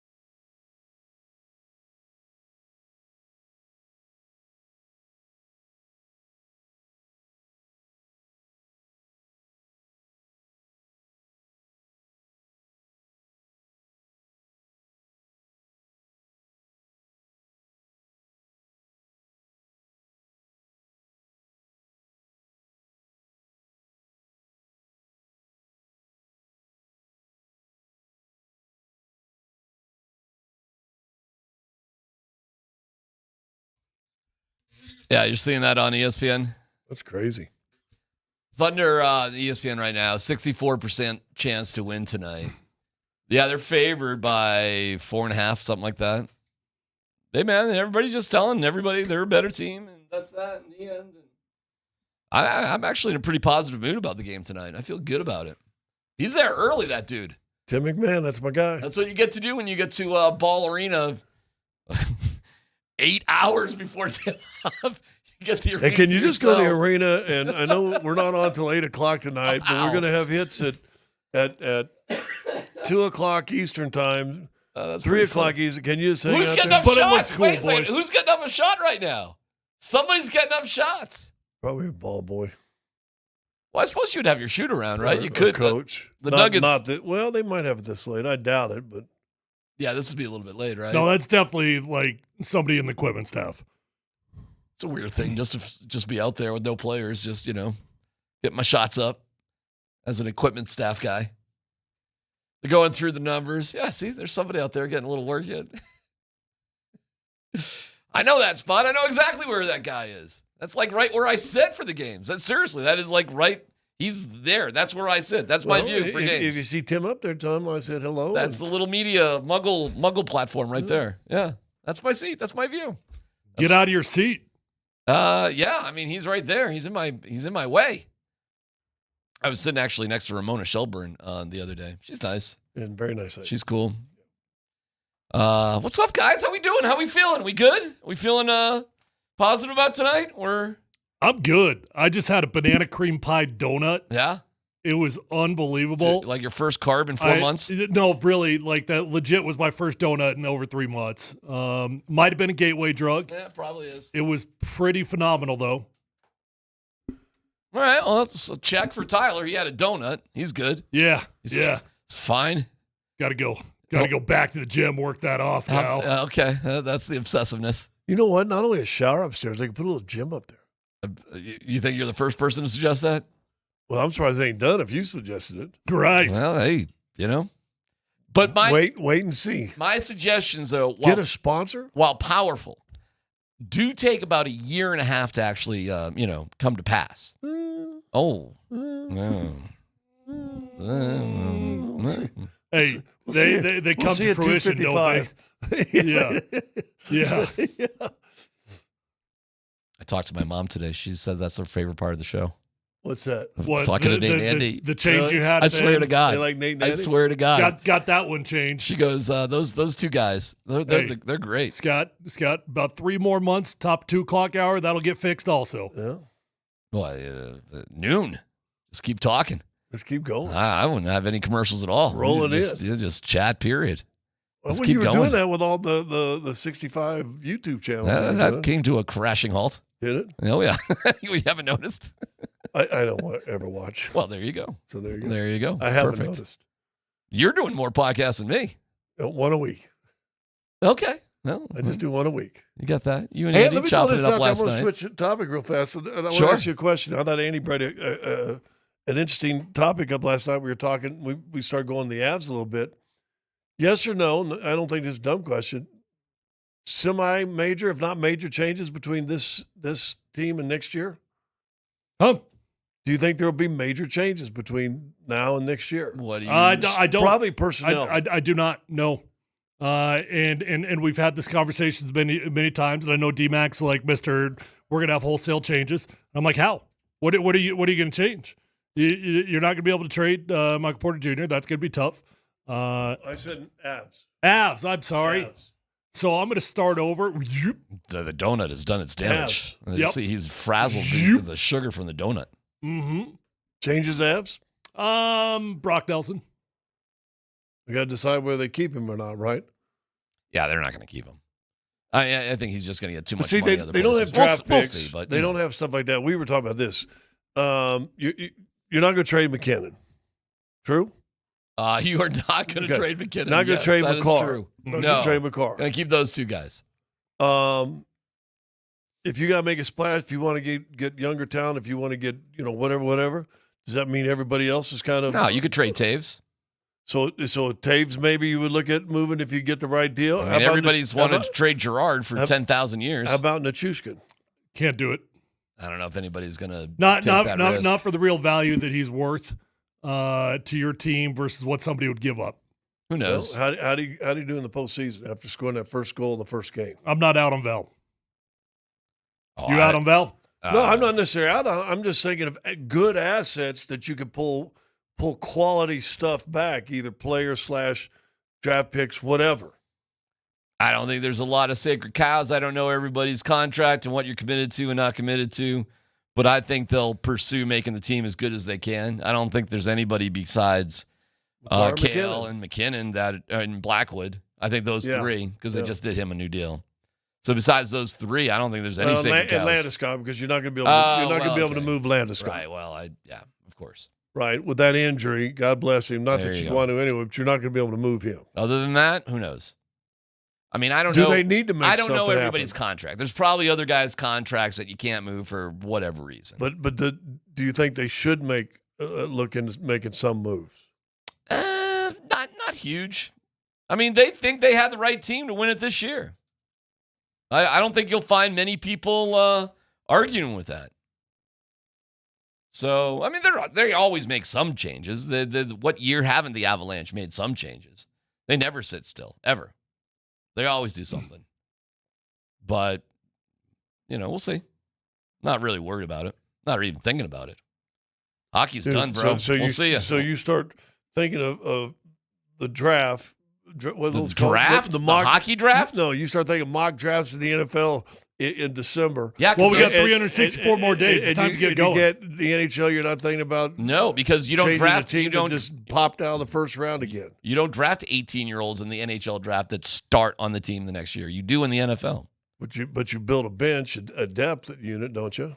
Maybe. Well, how's Oscar Olsson doing? Are you trying to sell us on the NHL draft? What they do with Richie? Everybody said that kid had a Count great Richie. future. They traded him for the now, and the now didn't work out. I'm trying to figure out what your point is. I'm just thinking. I was just wondering because I'm with you, and we heard those guys talking the other day, Sakic and McFarland. They love this team. Fine, is that you're just going to go pat and go into the season again this year with the team that had a nice roll at the end of the year, but still got popped 7 games in the first round. If they have to move on from Nelson, they'll have to go get themselves a 2, see if they can keep him. They'll probably try to keep him. They like him, so they'll probably try to keep him. We'll see. So after that, who else do I care about? Val, I don't know. I don't think you're going to get any bites on Val. He's back. Lehkonen, you're not moving on from him. Landeskog will be back playing. That's your top 6, basically. Drouin, I don't know. Who knows? Maybe. Colton, Wood, who cares? Coyle, whatever. Jack Drury, it's a 4th-line center, man. It was cool. They worked out well. I'd keep Logan O'Connor, wouldn't get rid of him. Right. Kivy Ronson's kind of a nice piece, but he's not a sacred cow. I don't know. There's a lot of guys you could sort of fool around with. Even Taves, as great as Taves is, but I don't know Taves' specific new contract. Wait, didn't he just sign one last year? Yeah, I mean, I don't know. Okay. Again, the contract stuff, I'm not up on it. I'm sure they'll do whatever, but why are you even thinking about hockey? Don't even worry about it. What's going on? Because I want this team to be good next year. It'd be nice to have a parade. Do you trust Joe Sakic? Yes. Then we're fine, because it was not a coincidence that Joe showed up at that press conference. And do you think it was a coincidence? Joe said, I was part of the Mikko deal. I was part of every part of it. Oh, right. As if they're going to trade Mikko without Joe being involved. Of course he's involved in that. Okay, so where does the buck stop? And listen, if you trust Joe, he did tell you he thought he has a team that could win a championship. That's so if right. he thinks he's got a team that can win a championship, I probably don't expect a lot of changes. Was Joe then there to kind of protect McFarland a little bit? I think so. I didn't even think about that. Yeah, why was Joe there? Joe hasn't been – Chris has done tons of pressers by himself. Why was Joe there? He's still and we'll see if people agree or disagree. Joe's still the face of the franchise. Listen, it was a rough and where the buck stops, that person needed to be there, and I give him credit for being there. And he took accountability for stuff, and you could hear and feel the pain. And it showed that not only are they together, the two of them, but they stand 100% behind Bednar, which was an important role too, while delivering bad news about Ray Bennett. So there you go. That's an organization, we'll speak Canadian now, that is united and disappointed in what happened. It stings to see how good Mikko is in the playoffs. If they had the regular season power play, they beat Dallas in the first round. If they had anybody's power play, aside from what they had, they probably beat Dallas. Mm-hmm. But, if I was 3 inches taller, I'd be in the Baseball Hall of Fame as starting third baseman for the Boston Red Sox. I think you really overstate your little. If is a powerful word. Did you play Babe Ruth? I was the captain of my high school team. I didn't ask you that. Did you go. play, but did Wait, you play? hold on. The way he said that. Did you That's right. just hear the way he said that? All Cape Ann I honorable. was the captain of my high school team. All Cape Ann honorable mention. Let me give you this as a comparison. Our good friend Jimmy Gillen, the past great athletic trainer for the Denver Nuggets, used to say, listen, he loved football, worked for the Broncos for a bunch of years. Said I was second team all city my senior year in high school. There you go. He's a backup quarterback for the only there's one high school in the whole city. And he said I was a backup quarterback. So I said, so when you're captain of the team, well, okay. But did you play Babe Ruth? Did you play Legion? Did you do all that stuff? You played 5-man baseball? I did. Huh? 5-man baseball? Do they have wow. No right field? Right field is out of bounds? Ghost runners. Ghost runners? It's out if you hit it to right. Did you ever play that? Sure. We did that all the time, right? Wiffle ball, yeah. Oh, we did it with baseball. We had this big field called McKinley Field. And what, in real games? Well, we only had it was in the summertime. We had 8, 9 guys, right? So we couldn't have a full team. So we go to this field and we'd play baseball. And it would either left field or right field was out of play. If you hit the left field, if it went to the street, you're automatically out. Yeah, that's back in the day when kids played baseball for fun. We did it. We did that every day of the summer. Yeah. No, every day of the summer. We just played regular. The greatest line I ever heard. Games. And this was probably, so I was a kid, so this is probably early 70s, right? Yeah. And we're playing, and we're at this big field, and there's houses on the other side of the block, but we had this one field that was full half side of a block, right? Mm-hmm. And somebody hit one, bounced into this neighbor's fenced-in yard. And so my buddy Craig Knoll, who's still a good friend to this day, goes running, and if it bounced into the yard, you had to hold on second. You couldn't. You had to wait till he got over, got the ball, came back over. He jumps this fence. He's probably 9th grade, something like that, 8th grade. Jumps over the fence, grabs the ball, and the lady coming out yelling, "Why do you kids always have to play baseball?" And just starts hammering this 8th, 9-year-old. Doesn't flinch. Picks up the ball and said, "Lady, if it weren't for baseball, we'd all be speaking Russian." Wow. Jump back over the fence. Very political. Well, it was the 70s. Very political. It was like right there at the beginning of the Cold War, man. That's it was right fantastic. there. We go, "Lady, if it wasn't for baseball, we'd all be speaking Russian." That is a Cuba reference right there. That was good. That's a good one. We do have our keywords for Nuggets tickets for games 3 or games 4. You have a choice, and we'll start with that next. Reminder, Altitude Sports Radio, we're at number 38 in Rhino tonight with $20 Michelob Ultra pitchers. I heard you got in trouble for saying pictures yesterday. All night, we're giving away an autographed Aaron Gordon jersey. Berto will be broadcasting live starting at 6. Andy Lindahl, the host with the most out there, number 38 in Rhino. Keyword for Nuggets tickets next.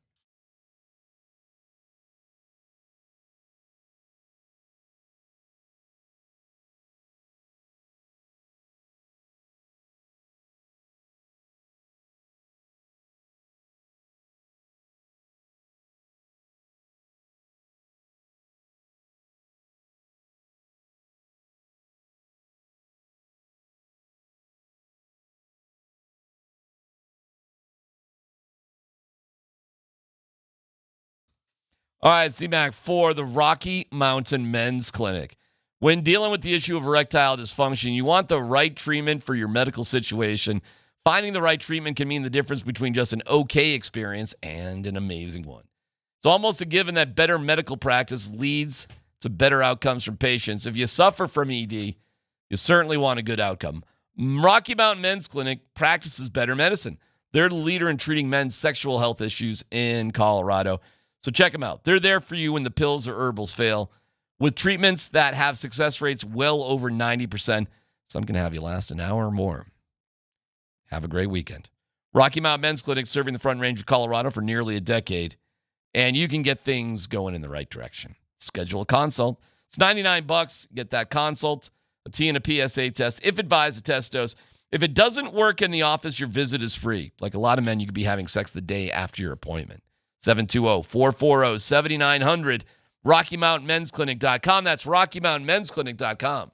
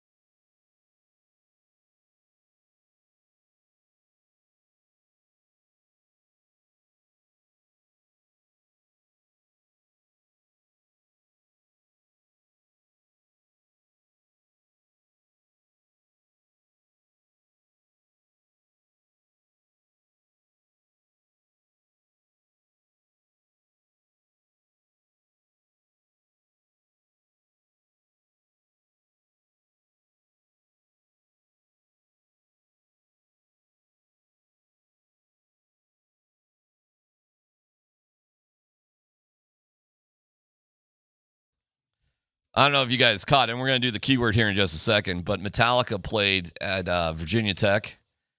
I don't know if you caught those videos, but Virginia Tech uses, Enter Sandman as their thing. And to see Metallica actually play That's pretty badass. It was badass. Lane Stadium, I believe. Really, really cool. That's one of the cooler college football entrances of all time. No doubt about it. All right, it's a Nuggets playoff ticket Friday. Here we go, another keyword. To win tickets to either Game 3 tonight or Game 4 on Sunday. It's your choice. The Nuggets release tickets that have been held throughout the day all the way until game time. So the games are all sold out, but little amounts of tickets sort of trickle. So they start putting the standing room open and stuff, don't they? Exactly. So getting a ticket is still difficult. I went to an Avalanche Stanley Cup Finals game. Standing room. It was not bad. Fantastic. Yeah, I've done that before. Hey, the game's exciting. Who needs to sit? Go to nuggets.com/playoffs to purchase and get in the building. To win tickets, text PICKET along with your first and last name to 303-504-0925. PICKET. Pickett, your first and last name, 303-504-0925. We'll announce the name at 2:45. You'll have 5 minutes to claim your tickets. So make sure. Again, Pickett, 303-504-0925. What changes are Pickett? You think he gets a shot tonight? Think you see him at all? Have we heard anything on MPJ? Ooh, I don't know. You got that mysterious injury report sort of. Well, yeah. Doobie, what's it? Yeah, you're asking us what we've heard. You're supposed to be the herd guy. Well, I think you can get on ESPN as a site. Oh, well, you're just over my head already. Front page of ESPN does have Denver athlete as the cover story. Who's that? RJ Harvey. Really? RJ Harvey. He is the photo of 15 NFL draft picks who landed with the perfect team. Why RJ Harvey fits the Broncos. Oh, okay. Very exciting. We'll see him this weekend. Saturday. We know the times. We know we are all set for rookie minicamp. Guys are interested? No. Okay. But I did see the times. Only Deron Holmes. So okay. List on the injury report. All right, MPJ. I guess it's time to shine. I guess you're not on the injury report. Right. But I do believe in that whole thing, man. I do believe that. You put a uniform on, a jersey on, a sweater on. You put it on. That's the deal, man. It's everybody plays with pain, and everybody's got injuries. But the second you put that jersey on, the second you get on the court, the second you get on the field, nobody cares. That's it. They don't care. You're saying you're good enough to go. The thing with an injury too. See if you agree with this, Tyler. It's not only pain, because we've all played with injuries that hurt, or coming back from a serious injury, even that caused surgery. It's not just the pain of the injury. Sometimes it's the fear of the pain that you're going to have to go through. Yeah. And you got to get through that fear. Oh, if I do this is going to hurt. Reaching for a rebound with the left hand or whatever it might be for Michael. I would think he's been through that, though. I mean, he's been playing on it for 2 weeks. But it probably hurts. And so I just think your natural body says, well, no, you don't want to reach for that. You know, you and I got horrible backs. You know that if you turn to the left and bend down, that ain't going to be good for your back. So you got to avoid. Heating pad on as we speak. So there you go. I remember when I came back from my very first surgery, and I'm playing in a game, and I ended up and it was my right knee, but I ended up twisting my left ankle. And I went back and watched the film, and I go, you know why? Because I jumped up for a rebound, but when I came down, you know what I did?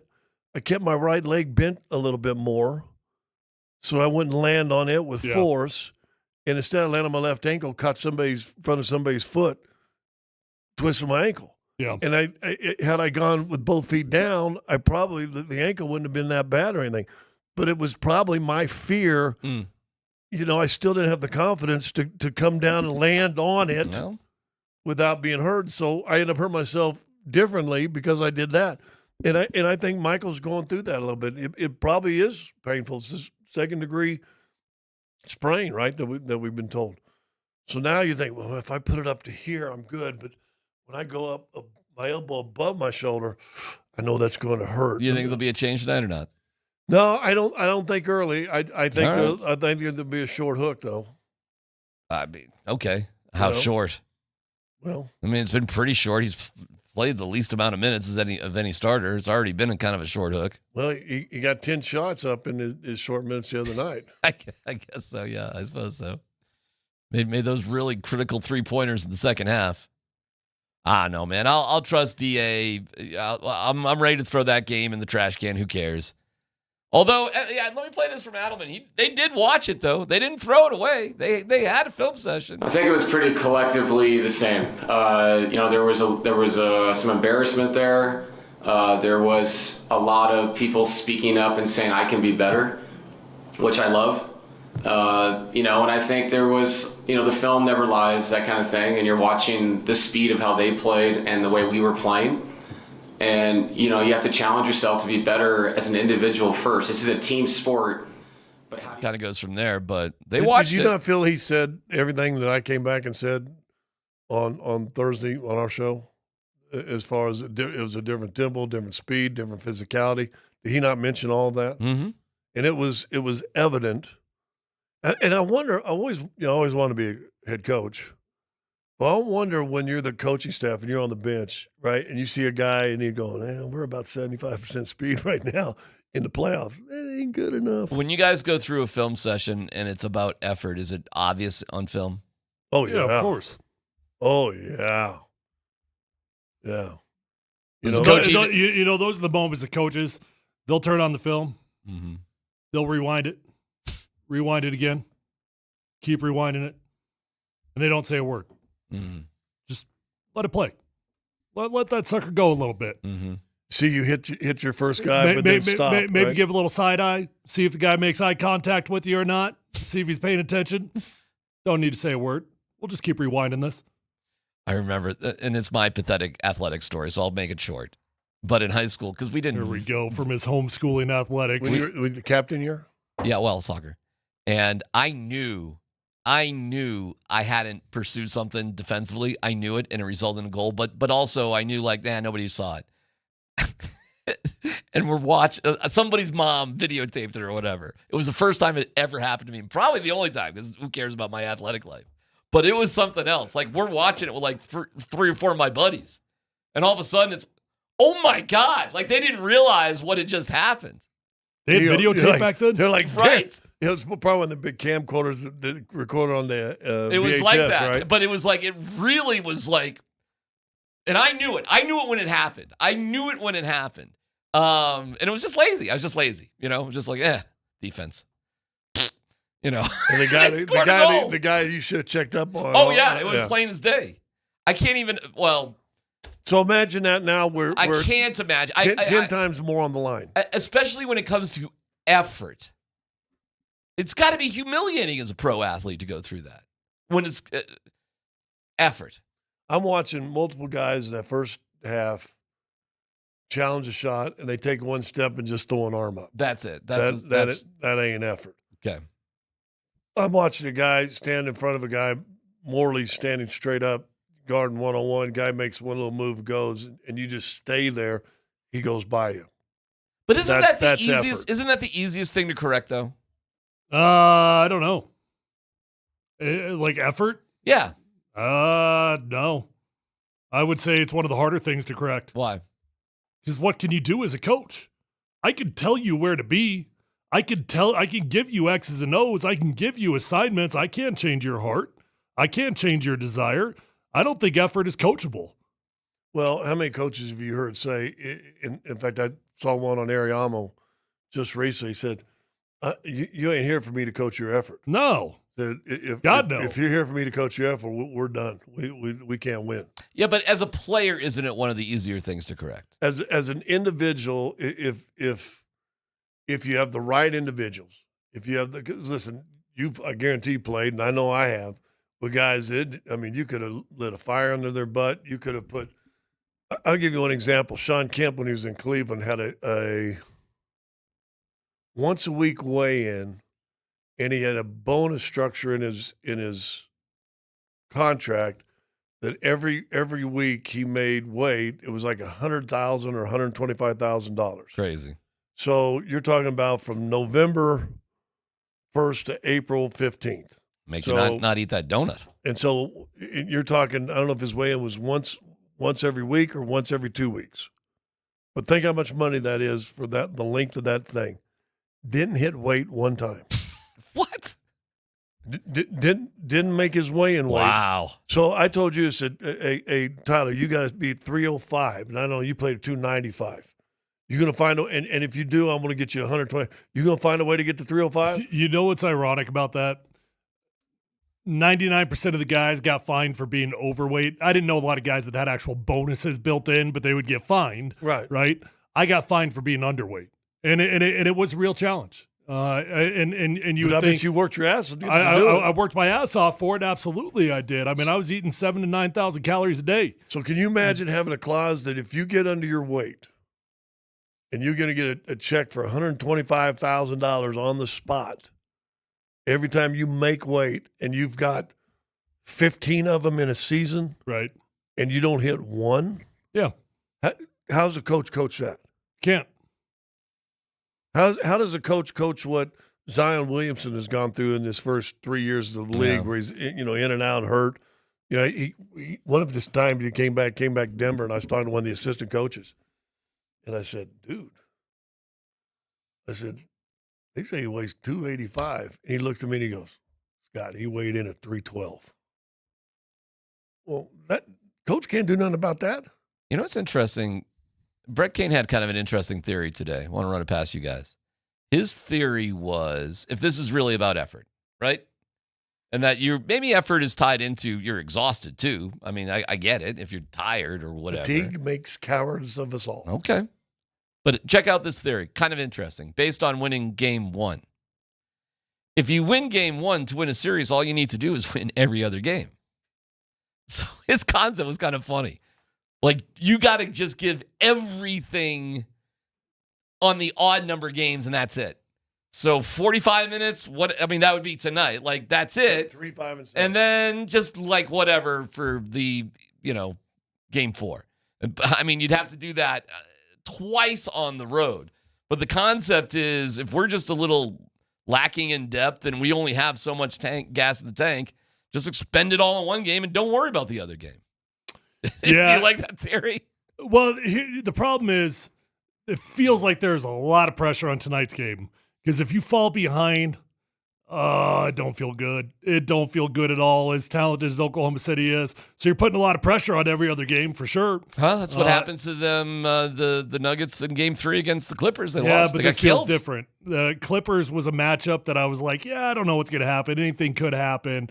But you certainly felt capable of beating the Clippers, right? I'm not saying you're not capable of beating Oklahoma City, but this is a different type of team. This is a different talent of a team. A deeper, more athletic team. Well, after getting your brains kicked in, after having some embarrassment, I assume, which would go with an embarrassing film session, as DA laid out, with the vibe of the crowd going nuts for you, knowing you've got a short turnaround, by the way, till Sunday, I'm going to roll with you on this one. Like, if you can't win this one, I'm not sure which game you're going to win the rest of the series. If you can't figure out how to win this one, what other game sets up better for you? Well, to me, the bottom line is you got to come out to win this game, and that attitude has to be close to what it was in game 1, and you got to stay there, stick with it. They're a good team. They won 68 games. You want a short rope for Michael Porter Jr., I'll give him 2 minutes. Let's see how you do. Because in 6 minutes, that game was over the other night. Oh, good point. I'll give you 2, Mike. And if it ain't working, Peyton Watson or Russ or whatever, let's talk about what a short rope actually means. Message will be sent to the rest of the team, wouldn't it? It could be. Hurt Mike's feelings, but whatever. I agree with you, but I'd be surprised if there was that short of a leash. Okay, all right. But at the 6.5-minute mark, that game was over. And in the first quarter, it was like 34-14 or whatever. And that game, like we were all watching TV shows and the Rockies and whatever else, going to bed, or I don't know what the hell else we were doing. I wasn't paying attention to that game. None of us were. Black Mirror. You were on Black Mirror? I was watching the Rockies. You Full were House. Yeah, see? Fuller House. Or were you Full House? We went back to You Full were House. going all the way back? Yeah. Okay. Yeah. I did start my new book last night, Red Rising. Good book. Good book. Yeah, well, at the 7-minute mark, you could get through chapter 9. Yeah. You know, long chapters. Well, boy, you got to work at about it. 30 minutes for a chapter. Okay. Give yourself a little donut after every chapter. Yeah. No, but I'm optimistic about tonight. I am. I feel good about tonight. I think they're going to come out and compete, and if they give up the ship, it's kind of what you're talking about, which they did in game 2. Then yeah, we got about 5 days. I feel like I am way more nervous than you two about this game. Oh, I'm nervous about it. But No, I there's mean, no guarantees or anything. Maybe change the words from nerves to I don't have these good vibes that you got. What, do you just think they're going to lose? I mean, probably. That's it. Yeah, probably. I'll tell you this: they came from behind, down 14, and that was a miracle. If you get down by more than 14 points, I don't even care if you're at home against this Oklahoma City team. Oklahoma City's going to be feeling themselves now. Oh, rightfully so. Rightfully so. Well, then we also got to check their mentality too. How they feel. Oh, this is going to be easier. They're going to go back to that mentality. We'll see, won't we? We're fixing to find out. Morning Show was complaining about the short turnaround. Do you care about the short turnaround, or is that just? Well, I will say this: every team has had a short turnaround except Boston, New York. Everybody has gotten game day off, game day off, game day off, and somehow the league office in New York decided, game day off, game. Have a couple days off, boys. I mean, it's such a long travel schedule for Boston, New York. I heard the guys talking about it this morning. It just felt like kind of, I don't know, a little soft, a little crybaby stuff. It is what it is. It is what it is. Both teams got. When they get 2 days off between games 6 and 7 on the schedule. Is there a 2? I don't even looked at it. Is it a 2-day break or not? There's a 2 days. All right, 2 days off between games 6 and 7. And get there, or wrap it in 6 or whatever. Don't have to worry about it. Well, win tonight, and then we could discuss whatever has to happen. You bring up the Celtics. I did talk to my parents today, which was cool. And it is so funny to hear what they're talking about in Boston. It is pretty damn funny. Jordan Hudson. It's a big topic of conversation. What is going on with Bill Belichick? I'll give you some details on that. We got some gossip today. It is pretty good. And the meltdown going on in Boston right now is with the Celtics too. But the Belichick thing is front and center, which is hysterical. A reminder, Pickett is the keyword. 303-504-0925. Pickett. 303-504-0925. Don't forget, tickets are released at nuggets.com/playoffs. We'll have tickets to game 3 or 4. Next keyword comes up at 1:20. You've got 6 minutes to get in right now.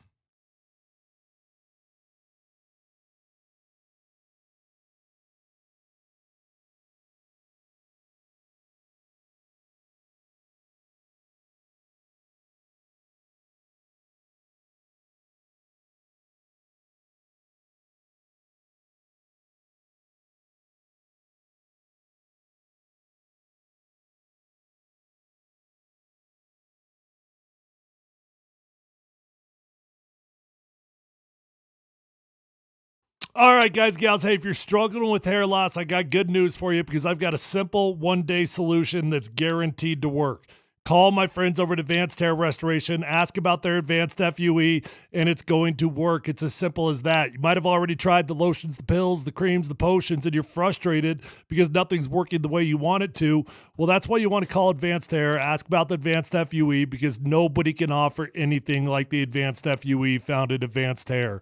They've changed tens of thousands of lives, and you deserve to be the next one. So pick up the phone, call Advanced Hair Restoration at 720-459-HAIR. When you go to Advanced Hair Restoration, you'll be in a calm, relaxed environment, and you're going to have the most experienced professionals working with you. You're going to love Dr. Tanya Pauls. You're going to love the entire staff because they are the best of the best at what they do. Guys, Advanced Hair believes in what they do so much, they're going to guarantee your hair is going to grow for life. Lifetime guarantee, your own natural hair starts regrowing the very next day. Call 720-459-HAIR. You're going to get 250 free hair grafts and $250 off. Check out the before and after photos at advancedhair.com.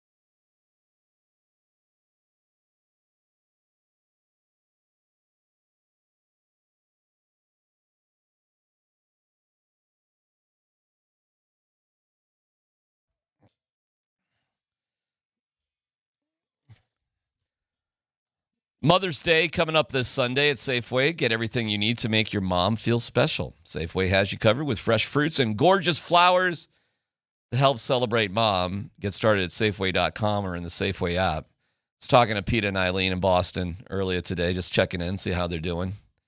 And it's Darren. Oh, my God. Missoula.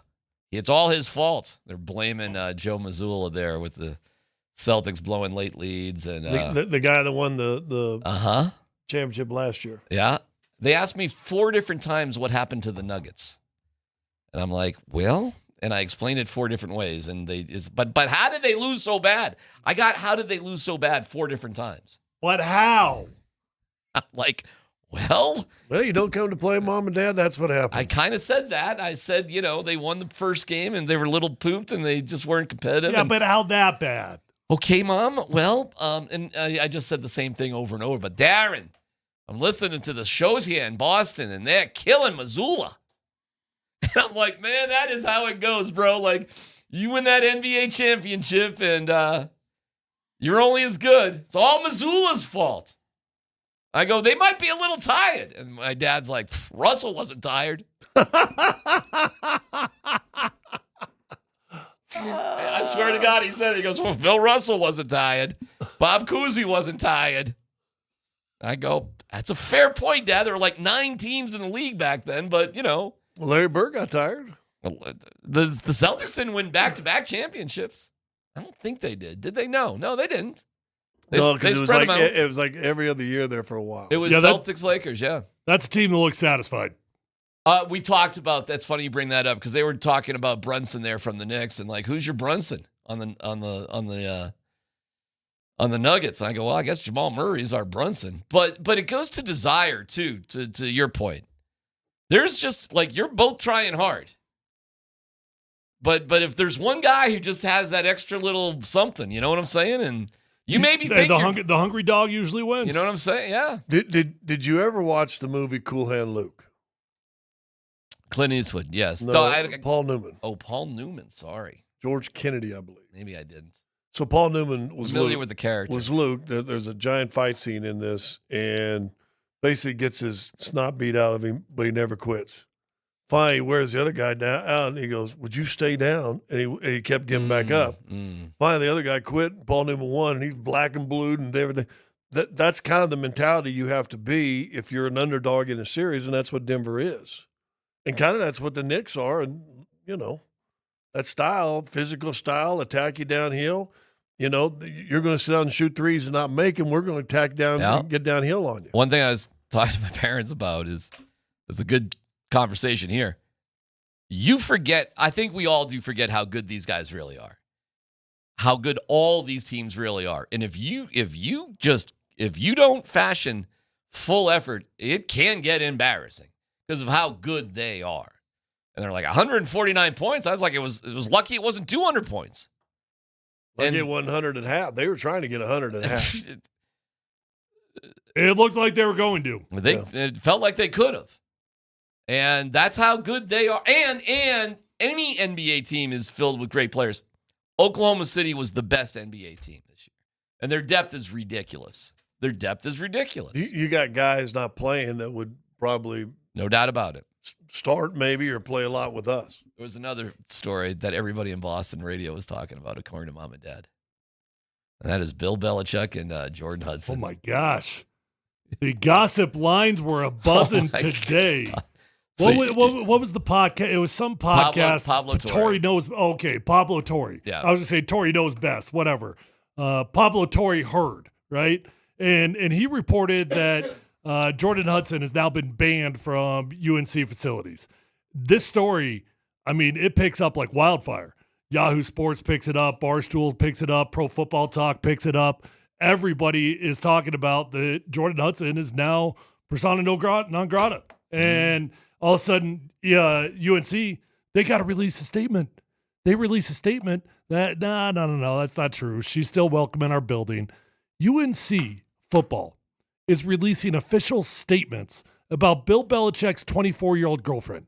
That's where we've gotten at this point right now. Quote, this man was kidnapped. What happened to Bill Belichick?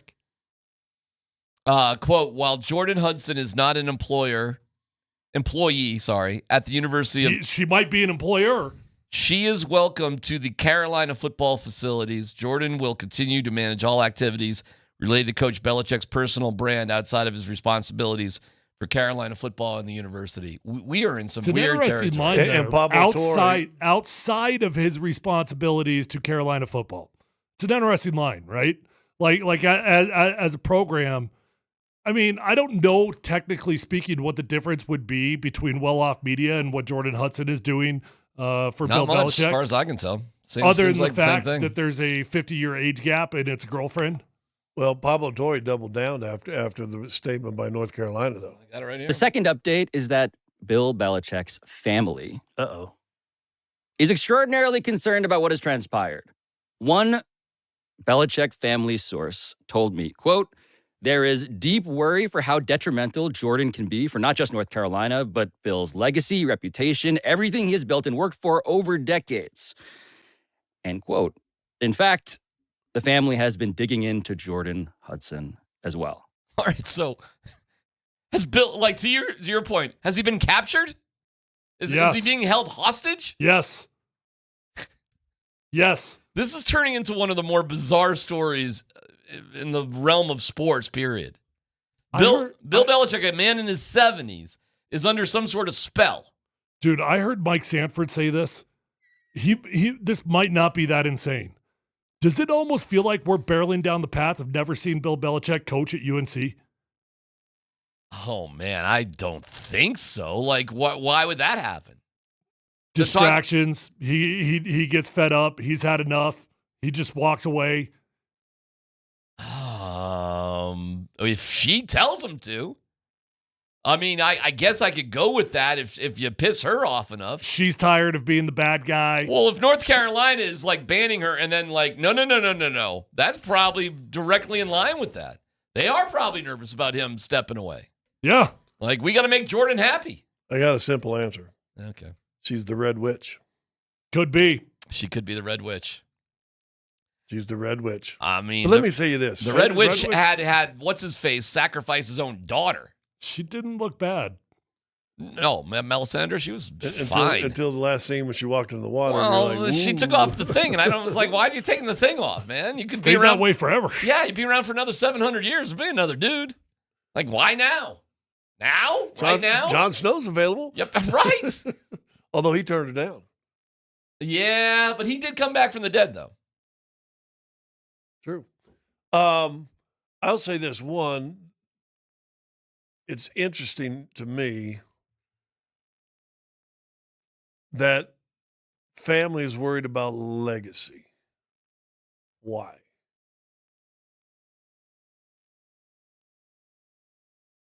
Why is that important to family? I think it's all a bunch of crap.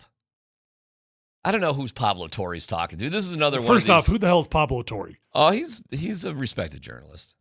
Wasn't he on ESPN for a while? Oh, he's been more than 20 years. He's been a upper crust muggle. Yeah.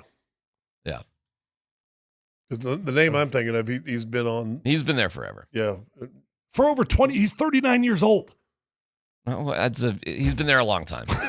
The correction police on me. He's been an established journalist. Well, I've never heard of the dude. Is not Pablo Torre the guy that always is on Around the Horn or not Around the? What was the one that Woody was always on? Yeah, Around the Horn. Yeah, he's been on that for a long time. For last 7-8 years anyway. That's where I heard of him. He's one of them dudes. He's one of the. I mean, it's okay that you haven't heard of him, but he's just one of them dudes. But I don't know who his sources are. I don't know who he's talking to. It's embarrassing for him that, like, I guess North Carolina comes out and says, no, that's wrong. But maybe it wasn't wrong. Maybe it's North Carolina scrambling a little bit because they heard from Jordan Hudson earlier today, and it was like, you better get something out there about how welcome I am. We'll just take this act somewhere else. Probably wouldn't be the most ridiculous thing in the world. Check out this line I'm reading from the podcast. This is from Pablo Torre. The detail I want to call your attention to, just for the timeline, is how old she says she is. This pageant she was in March 2024, so deductive logic time, she is 22 in March 2024. So in February 2021, when they met on that flight, using the powers of logic, Jordan Hudson would then need to be 19 years old. Bill Belichick was 69, meeting with a 19-year-old. Stop. I was with you. Don't clap. But it's disgusting. It honestly, like the whole thing is disgusting. It's creepy. It's bizarre. Like, because I'm not buying the plane story. Are you guys buying the plane story? Are you buying the plane story? She was 19. Are you buying the plane story or not? Like that's how they met. Golly, I'm not buying it. I don't know what it is. Bill but I'm not Belichick's buying messing that. around with 19-year-olds. Scott, stop it. Stop it. You're a creepy old man if you're clapping that. The whole thing is so bizarre. Anyways, the twists and the turns. But the story, Yeah, no, I get it. That's what I thought so too. But you realize this thing is like gathering steam as time goes on. Because the NFL draft's over. Okay. Right? Well, how about the NFL draft's over? Carolina already got their first pick. Charlotte Hornets suck. Okay. What else is there? There's Bill Belichick and Jordan Hudson, I guess. I'm just going to say this. If she was 19, she wasn't the first 19-year-old. Oh, man. What's... All right. Well, congratulations, Coach Belichick. It's fascinating what you got going on. We actually have a couple of quirky things with the Rockies, of all things, and furries. Did you hear the furry story? No. Okay. The former I princess? know more about furries than I want to, but I don't know this story. Oh, Fergie. I thought you were saying. No. Oh, no. And we should really examine what Tyler just said. Not right Black there. Eyed Peas? We'll find out next.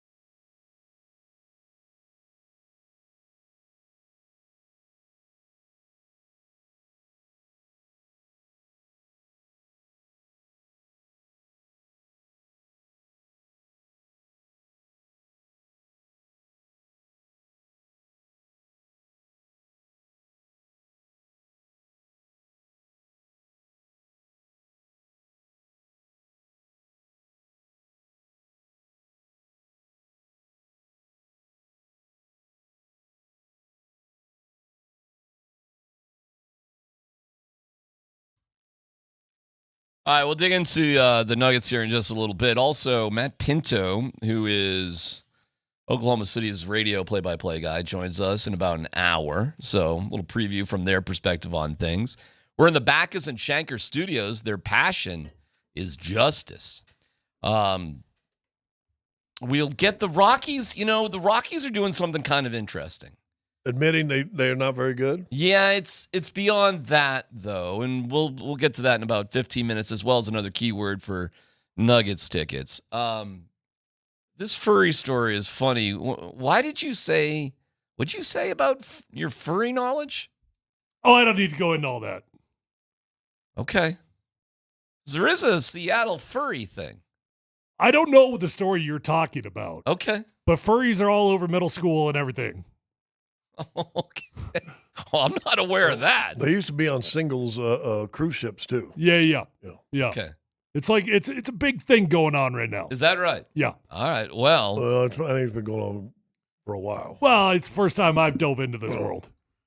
Well, it's funny. I dressed up as a wolf last night. Really? Yeah. How'd that go? Well, I lost the beard, so it didn't work very well. Okay. Well, here's Les Snead on the Rich Eisen show. Now, this is kind of funny because he's talking about how to distract a team on the road. Okay, so GM of the Rams talking to Rich Eisen about, getting distracted. But I do know this. Not only have we shared a hotel in Seattle with a furry convention, I think we've done it now twice. I think it's been twice. I might be wrong, but you know what? I can't say that. Wait a minute. You're in Seattle and this is the scene with the Rams in town? Really? Let me tell you this too. You think about a football, it's September, it's October, you get to December football and you really need a lift. Yeah. And just think, you've been traveling to the same hotel. It's kind of, it's getting a little, there's some doldrums going on. Then you show up in the lobby there and all of a sudden, you know what? We got a second win to finish this thing out. I mean, there's actually people, these are actually human beings that showed up and dressed like, so it's, and I can say this, if you talk about people who are passionate, yes, they're passionate. That's a costume party. I mean, that's not just, hey, I had to go to this costume party and get something out of the closet. That's well thought out, well-intended intentionality. I've heard of teams trying to get the road team off their game by pulling a fire alarm at 4 a.m. in the hotel. This is next level, because if it's twice now, the Seattle Seahawks are doing this to you, Les. I got to be honest with you, straight up. That's that was back in the Pete Carroll era. So this seems like something Pete might do. Gamesmanship, little game theory. There's always some gray area in the game theory. Now, of course, lots of questions here, but yes, that's behind us. We're showing a gathering of furries at some sort of furry convention. Well, they're just dressed up in. Well, that's a furry convention right there. Okay. Yeah. I can relate to this. I wouldn't doubt it. I can relate to this. So playing in Washington, there was a 2-week-long LARP convention at the Gaylord National. Live every action single role year. play. Yep. Like we're in medieval times. The Gaylord National was our home hotel. Okay. And we had back-to-back home games. Yeah. Okay. So for 4 years, I would see this at least once a year. If we got lucky, you'd see it twice a year if you had back-to-back home games. Yeah. My third year in Washington, I've been seeing this going on. And I mean, this is straight out of role models, like straight out of the movie. People are dressed up, they're in character the whole time. I'm like, this kind of looks fun.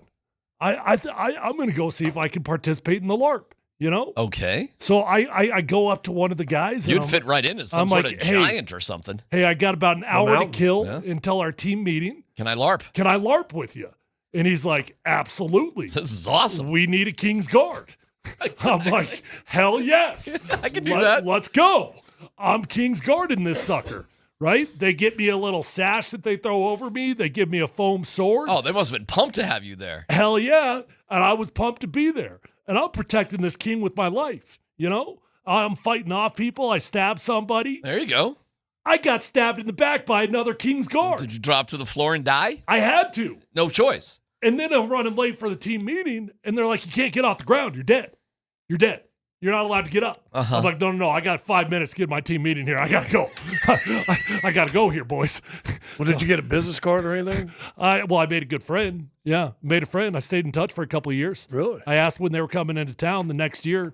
Unfortunately, we missed the LARP convention that was going on. You know, they probably got a big I'm talking association or society here in Colorado. I'm talking like thousands of people would show up for this convention at the Gaylord National. Let me tell you something. You lived in Seattle. I sure did. Because when we heard this, it was like, well, Pete Carroll can't arrange the sleeping arrangements for the visiting team, right? That doesn't make any sense.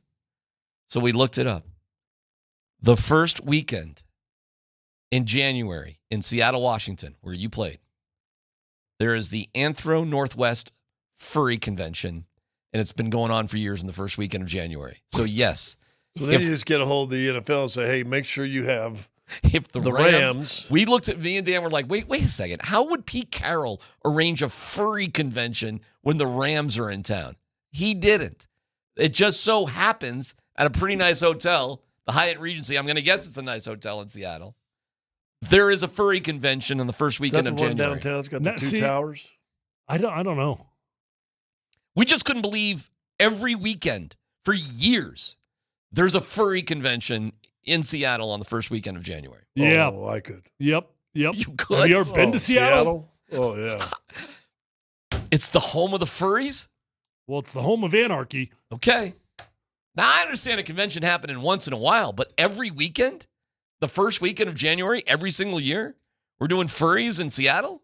Those look like some expensive costumes. Don't the Rotarians have an annual meeting every year? And the JCs and Are the Optimists? Furries as regular? But here's my question. Like, I know what you do at a LARP convention. You LARP. Uh-huh. What do you do at a furry convention? Yeah, I don't know.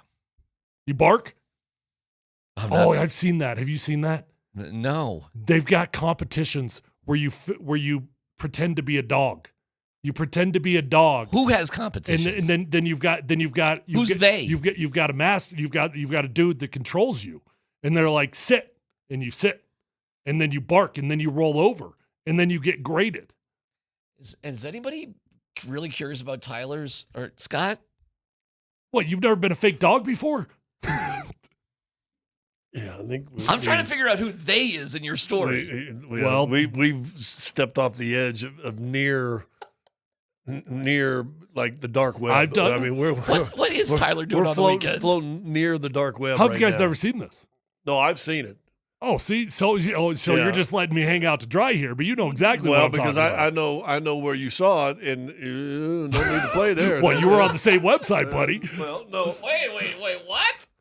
I saw mine on like a mini newsreel. They were making fun of the people. Yeah. And I went, oh my gosh. So yeah, no, hey,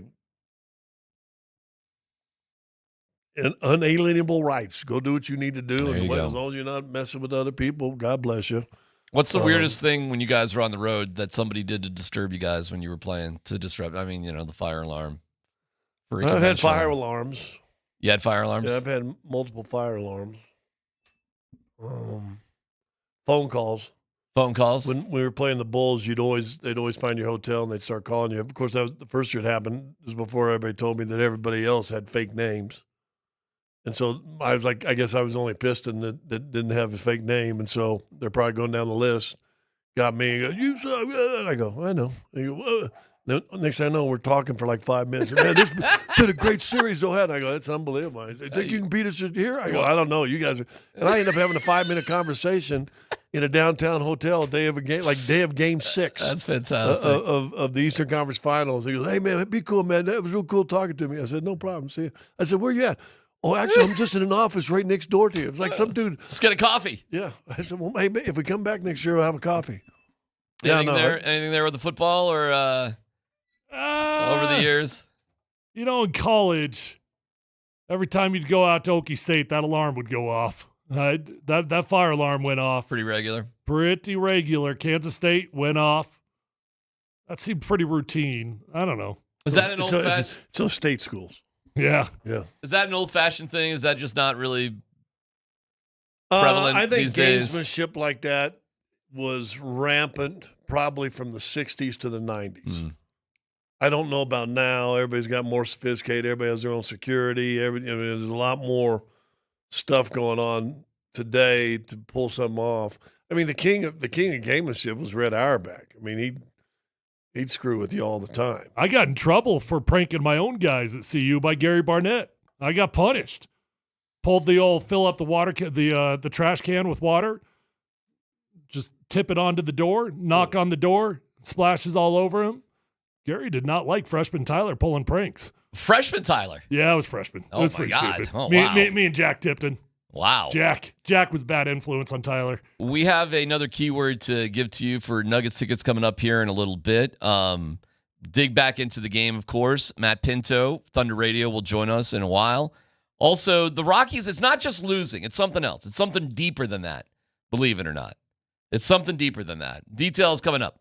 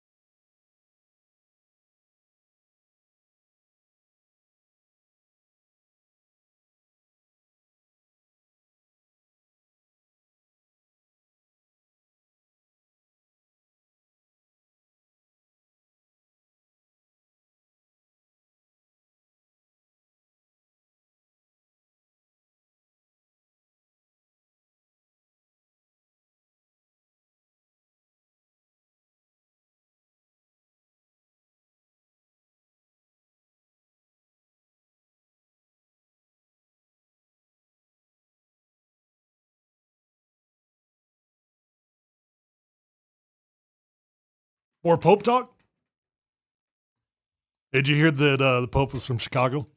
I caught that, yeah. They call him Da Pope. Da Pope. Yeah, I watched Conclave. I won't, no spoilers, but Da Pope. It's a Nuggets playoff ticket Friday. We're back with another keyword with your chance to win tickets to either Game 3 tonight or Game 4 on Sunday. It's your choice if you win. The Nuggets release tickets that have been held throughout the day, all the way until game time. So visit nuggets.com/playoffs to purchase and get in the building. To win tickets, text Watson along with your first and last name to 303-504-0925. That is Watson. Elementary, my dear. Watson, 303-504-0925. We'll announce the name at 2:45, and that person will have 5 minutes to claim their ticket. So you got to be listening to call if you hear your name. We don't go there, we'll get somebody else. So come on now, get with it. Watson is it. 303-504-0925. Let me tell you something about the Rockies. I don't want to bore everybody with stupid Rockies talk because I get it. But do you realize what's actually going on here now with the Rockies as they continue to lose? I'll say this. There was a social media barrage yesterday of posted guys speaking. This is the most relevant the Rockies have ever been. Well, it's for an interesting reason. Let's get to some of that first because I got some of it. Like Kyle Freeland was all upset and emotional. Here's a couple of Kyle Freeland. Kyle, I know you got a lot of love for this fan base. What would be your message to them just to keep them in the building as the team tries to figure out some of these struggles? Keep believing in us. Keep riding. So that's hard to say here, but he said, keep believing in us, keep riding. And then he kind of walked off. But before that, he was asked, like, how do you fix everything that's going on? You see a team like Detroit, you saw Kansas City that got to the playoffs last year. You look across the field and say, what are they doing and what do we need to do to get there? Yeah. Oh, yeah. And what are the things that you're seeing? Don't know. What they're doing is right, what we're doing is wrong. And we're not winning baseball games as clear as day. We're playing bad brand of baseball all around. Pitching, fielding, hitting. It's bad. What he's being asked about is you're playing Detroit, which is doing great these days. They were terrible. They were horrible just a couple of years ago. Baltimore, I thought, was coming back. They've kind of sunk back here a little bit. But other teams have turned it around. Kyle Freeland's asked, what can you do? He's like, I don't know. Pitching, fielding, hitting, we suck at all of it. You catch the ball, you throw the ball, you hit the ball. Okay. So you would say, okay, Rockies, they stink, blah, blah, blah, blah, blah, blah. It's not just that, because they are on pace. Now, think about this for a second, how hard this is to do. They are on pace not just to be bad this year. Third straight 100-year loss. Guys, they're on pace, statistically, analytically, to be the worst baseball team ever. That is not some sort of bizarre, hyperbole. So we got that going for us. Let me give you some numbers. Because last year the White Sox set that record, didn't they? Just in losses. But it's not just enough to be the worst team ever just by your win-loss record, although it's a pretty good start. But there's other numbers, too. They're closing in on largest run differential with the lowest amount of runs scored in the season. Perhaps worst wins. Here's one. WRC plus, weighted runs created plus. I'm sorry to do nerd talk here, but Kreckman just perked up. It's an advanced stat. It measures a player's offensive production relative to the league average, accounting for park effect. So how do you play where you play? A WRC plus of 100 is the league average. The Rockies right now are at 61. 61, which would be the lowest since 1901 when it was at 68. Last year's White Sox team was at 75. The Rockies are at 61. So the story here, as things go, is it's not just about being the worst you've ever been. It is seriously, fellas, historically the worst team of all time. How about, like, it's starting to get your attention? Go big or go home now. That's Come on. right, man. Go big or go home. They're interesting. They're relevant. What more can we ask for out of the Colorado Rockies? All right, I get it that we thought they were going to be bad. But did anybody seriously think the Rockies, after, 37 games? That's a chunk of the season. Amazing. Or on pace to be the worst team in modern era? So Dan Tanner just put up the Rockies' highest paid players. There's a dude getting paid $27 million. There's a dude getting paid 16, a dude getting paid 12, 10. We've got dudes making 10, 12, 16, $27 million on potentially the worst team ever. Just think about that for a second. Well, hold on. Like your seventh highest salary is making $5 million, and he ain't even on the roster for the last 4 years. No, I mean, right? Okay, guys,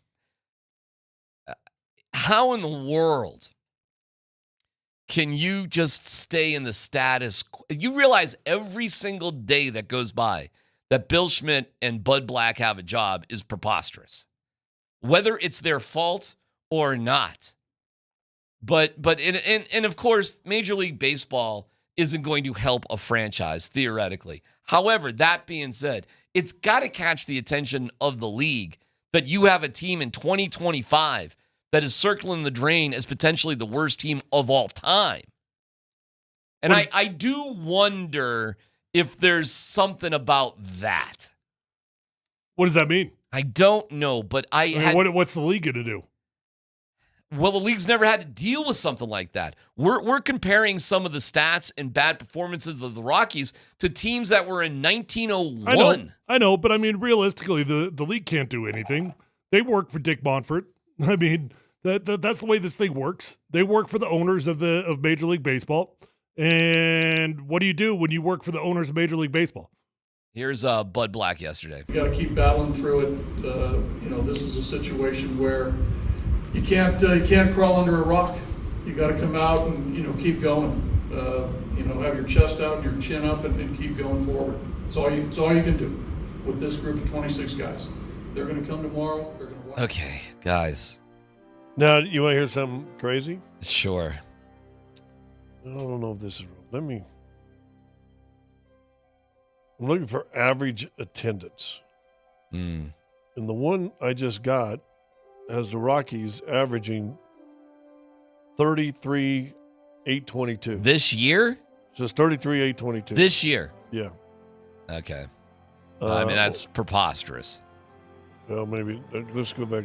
I mean, I'm not saying you're wrong, and a lot of that is tickets sold, not fannies in the seats.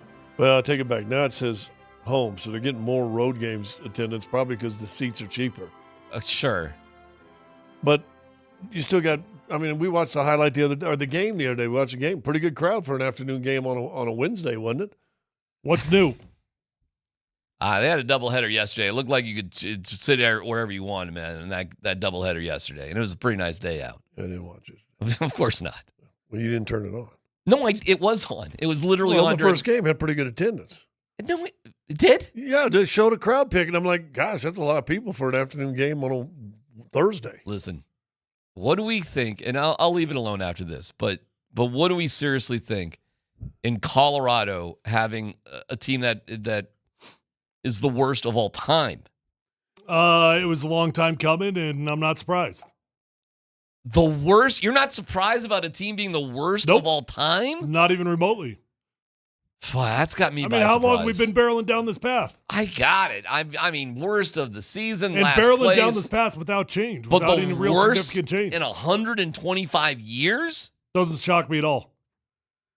Well, again, and I always say this every time it comes up, I could fix their program in 5 years if put me in charge and then let me do what I want to do. And I haven't played baseball since I played Legion baseball. So I'm not a player, but it ain't hard.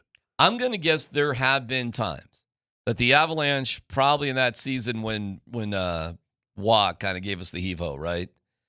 Probably the worst team in the league, but not the worst of all time.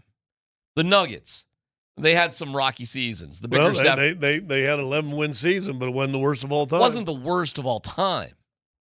CU's had some rough patches, but like you would never say a CU season was like the worst college football season of all time. We did win 2 games my junior year. But there's got to be teams that didn't win any games that, were big-time programs. Didn't K-State in the 80s go like 3 seasons without a win, something like that in a row? God, I don't know. If no change comes from a team that is barreling down the path, that is the worst of all time.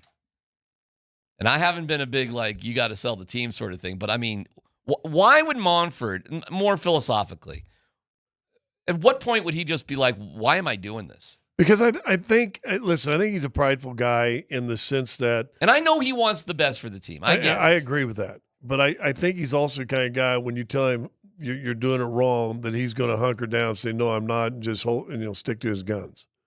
And I think that it's time that he's got to almost step back, just be a pure owner and say, okay, XYZ, you're in charge, go. By the way, Albuquerque's garbage too. They're minor league. Because but they got voted. I read a thing last year. They have the worst minor league system in baseball. So there's nothing. There's nothing coming up. Yeah, what's coming up to help you? There's nothing coming up.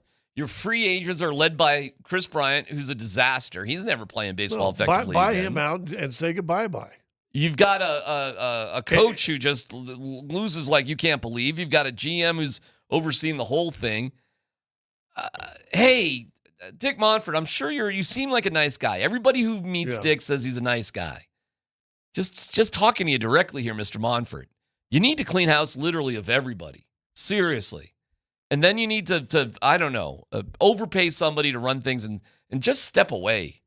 Get away from the office a little bit, and we'll see. We'll talk to you in 5 years. But other than that, guys, I mean, you're barreling down the path of the worst of all time. Where's Billy Bean at now? Is he in Chicago? No, I think he's still with the A's. Is he still with the A's? I believe so. I'd go, Billy. How's that working? Who's your top assistant? I'm sure there's got to be some bright 31-year-olds in baseball, whoever that guy is.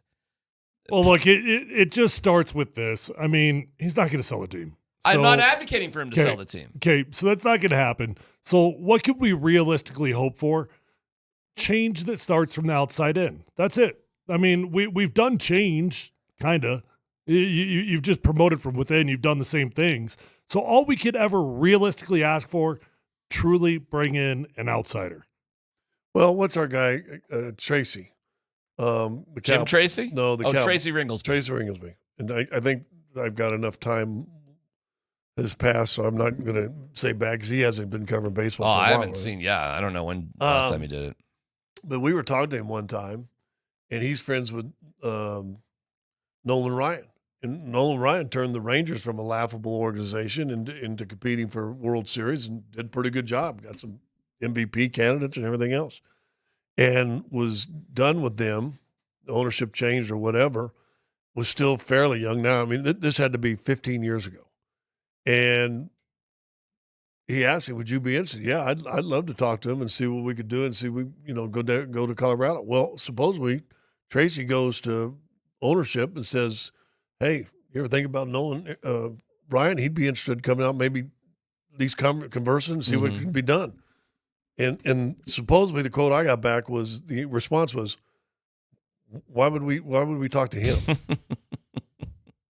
well, he's a Hall of Fame pitcher. That's hard to believe. He's a guy that turned an organization around. Yeah. Why would you talk to him?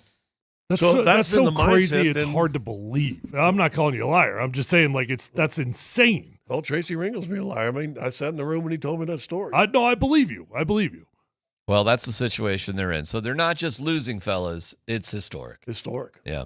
The keyword is Watson. Watson, 303-504-0925.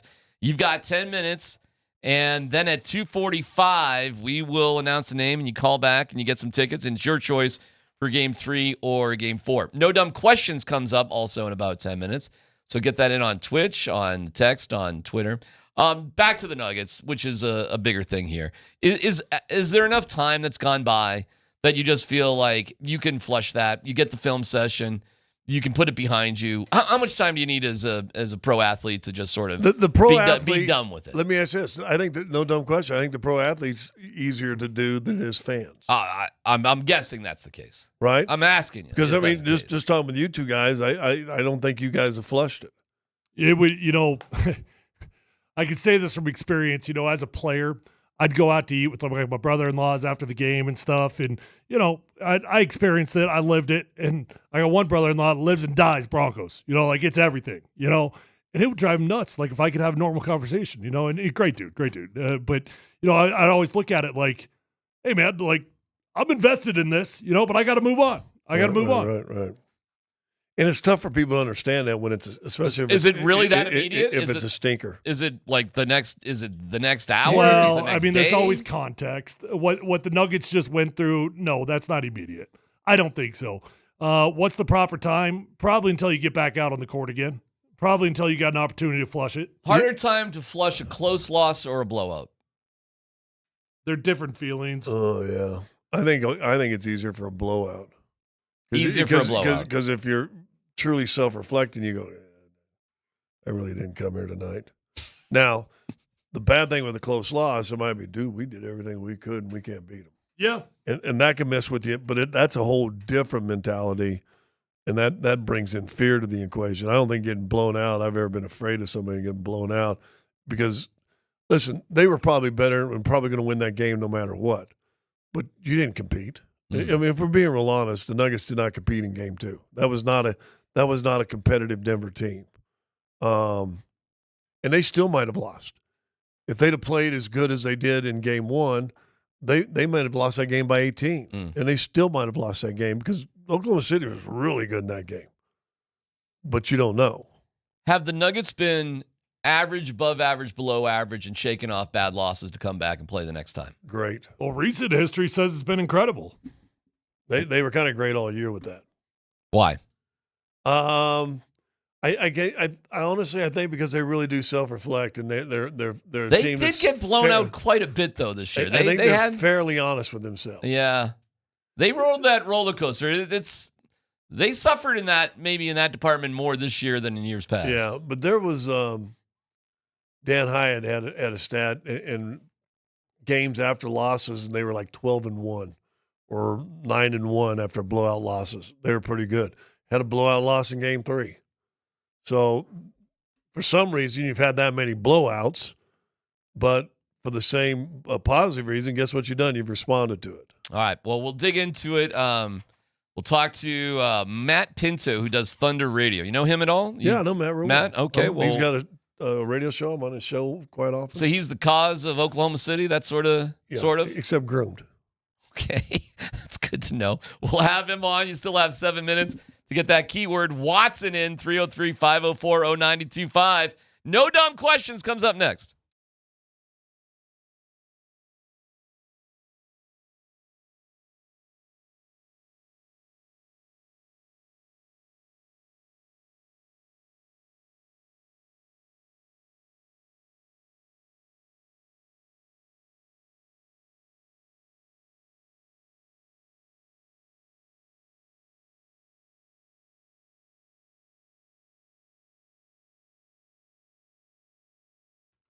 Hey guys, Tyler here for the best car dealership in Colorado. You already know what it is. It's my friends at Phil Long Ford. The weekend is upon us, and I know a lot of you guys go car shopping over the weekend if you are in need of a new vehicle. And I don't want you to waste your whole weekend driving all over. Just go to Phil Long Ford. They've got an incredible inventory with over 1,000 cars, trucks, vans, SUVs, electric vehicles, even commercial fleet vehicles. They're going to have what you want on their lot right this minute. Whether you're looking for new, whether you're looking for pre-owned, you're going to find the vehicle of your dreams, and you're going to get it at the best price. Guys, they lock these vehicles in at incredible rates. That means that you, the customer, you get to save the money directly in your pocketbook. Phil Long Ford has an award-winning service department. So once you buy that new vehicle, keep it serviced over at Phil Long Ford, and you're going to have a beautiful ride for a very, very long time. Let them know that your friend Tyler sent you on over, and feel free to shop at phillongford.com.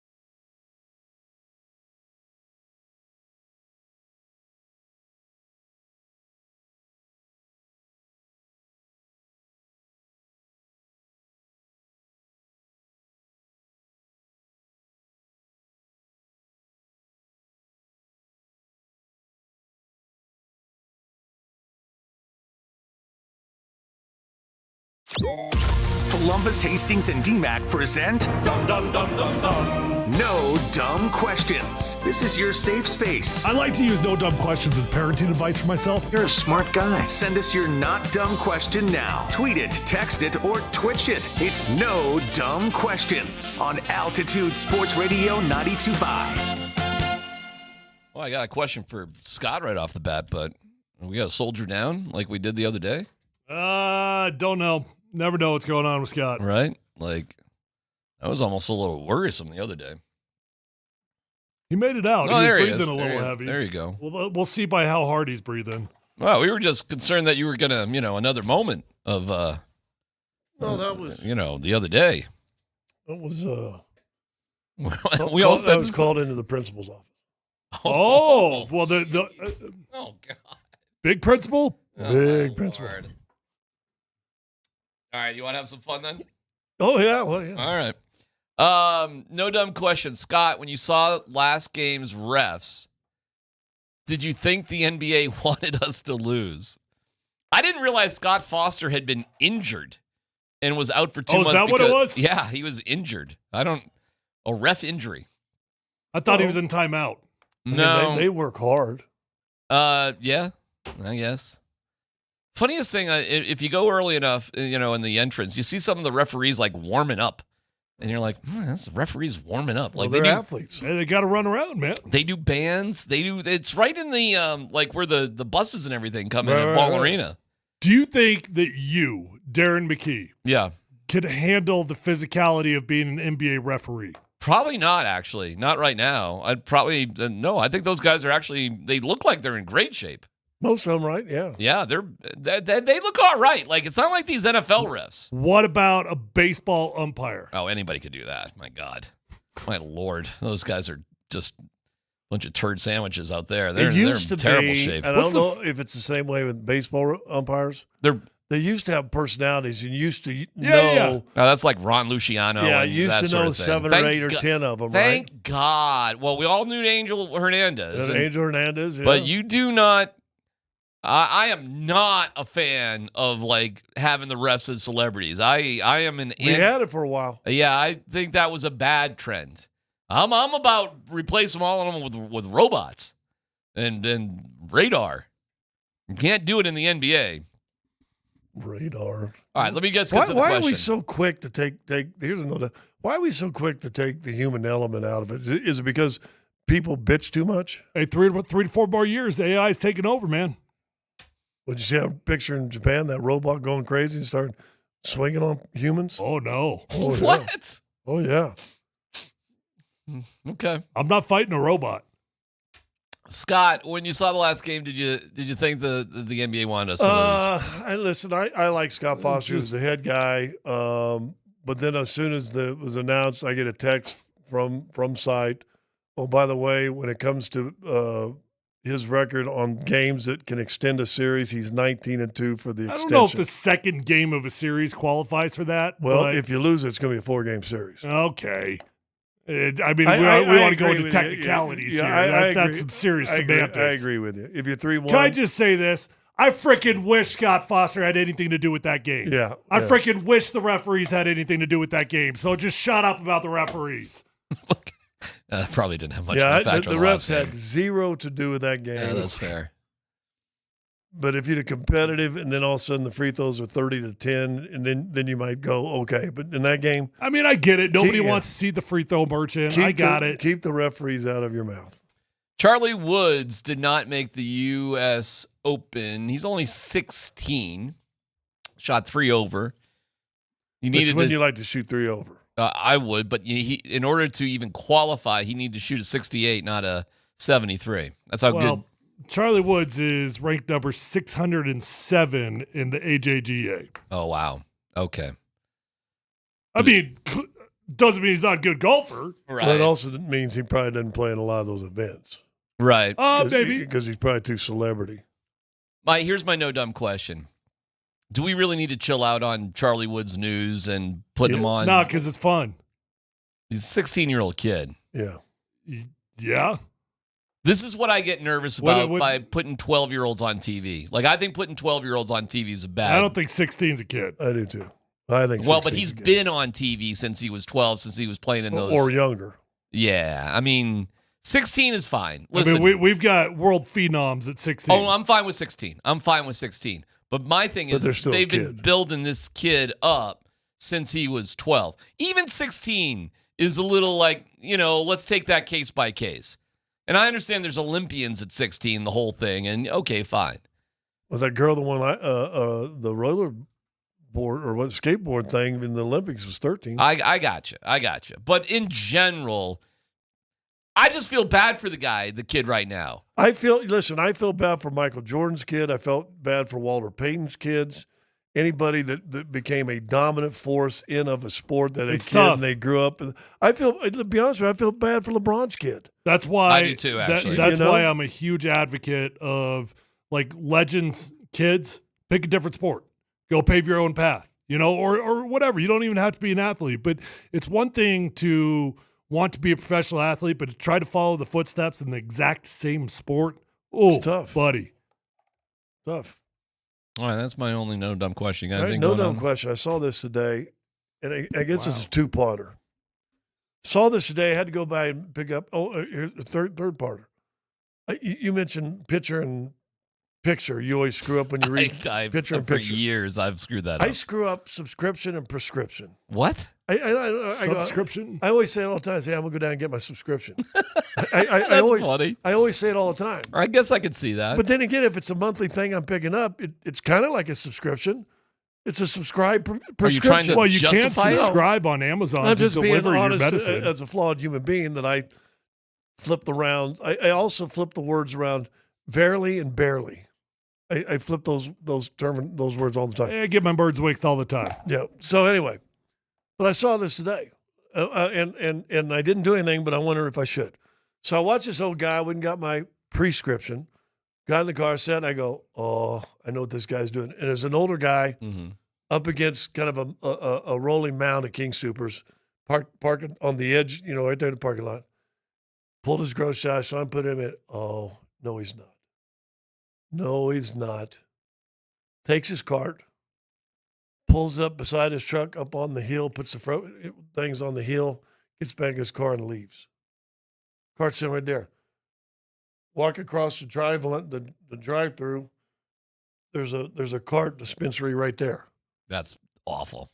It's right there. It's right, so another 12-yard drive. So you're talking about an ethical dilemma. Do you call him out on it or not? What do you do?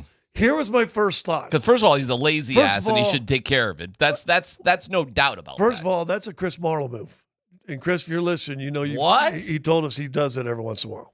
He's lazy with the carts? Although his wife, I guess, got on him, so now he doesn't. If you're lazy with the carts, you've got some problems as a human being. Especially if it's not like 5 inches of snow and this nasty out. But even then. So here was my thought what I was going to do. The thing is, what do you do? I did nothing. Okay. Yeah, because you shouldn't. But here's what I was going to do. I thought about why don't I just get out of the car? Because I knew right away. Go get it for him? I could see what he's going to do. Do a passive aggressive. I got it. I got it. I wasn't going to do it like that. I was going to walk up and try not to be passive aggressive and say, hey, can I move your cart over to the bin for you? That's pretty passive aggressive. Dude, that's super passive aggressive. How is that passive? Well, Scott, first off, you don't understand passive aggressive because that's just who you are. You You are the most passive aggressive human being I've ever met in my entire life. I know I am, and it's one of my flaws that I'm trying to work on. My entire life, you are number one. You're right. I love that this isn't a passive aggressive move. It's totally a passive aggressive move. Yeah. Is that a passive aggressive? Of course it So is. if I just go do it. No, here's the thing. If you just embrace the passive aggressiveness of it, then it's okay. But I think that's actually a case that calls for passive aggressiveness. Like I think you're well justified to be passive aggressive. So let me ask you this then. Is it passive aggressive if I don't say a word to the guy and just do it? But and don't give him a look, I just grab the cart and move it. Is that passive aggressive? Well, yes, it is, but at least you're not being a total a-hole. It would be so hard to do that without at least a look back. If you could literally do it as if you were working there and just do it and not look back, not say anything, could you really do that? I've seen on Instagram, and there's one guy, and he's posted multiple times when he catches a guy done. or lady, he takes the cart, moves it, and pulls it. And he goes, "Hey, can I just take your cart?" And they go, "Yeah, thanks a lot." And he takes it and puts it right behind the vehicle. He puts now. That's funny. That's the ultimate passive aggressive. There's no doubt about it. And by the way, he's got someone filming him the whole time, right? So he goes, "Hey, can I take your car and put it away?" "Yeah, thank you very much." And he takes it and puts it right behind the car. We'll have another shot for you to win Nuggets tickets. Another keyword coming up at 2:20. Matt Pinto from Thunder Radio. They got to be pretty cocky. They don't have to be passive aggressive about that. And the big question of the day is Game 3 at Ball Arena tonight. PhD on 92.5.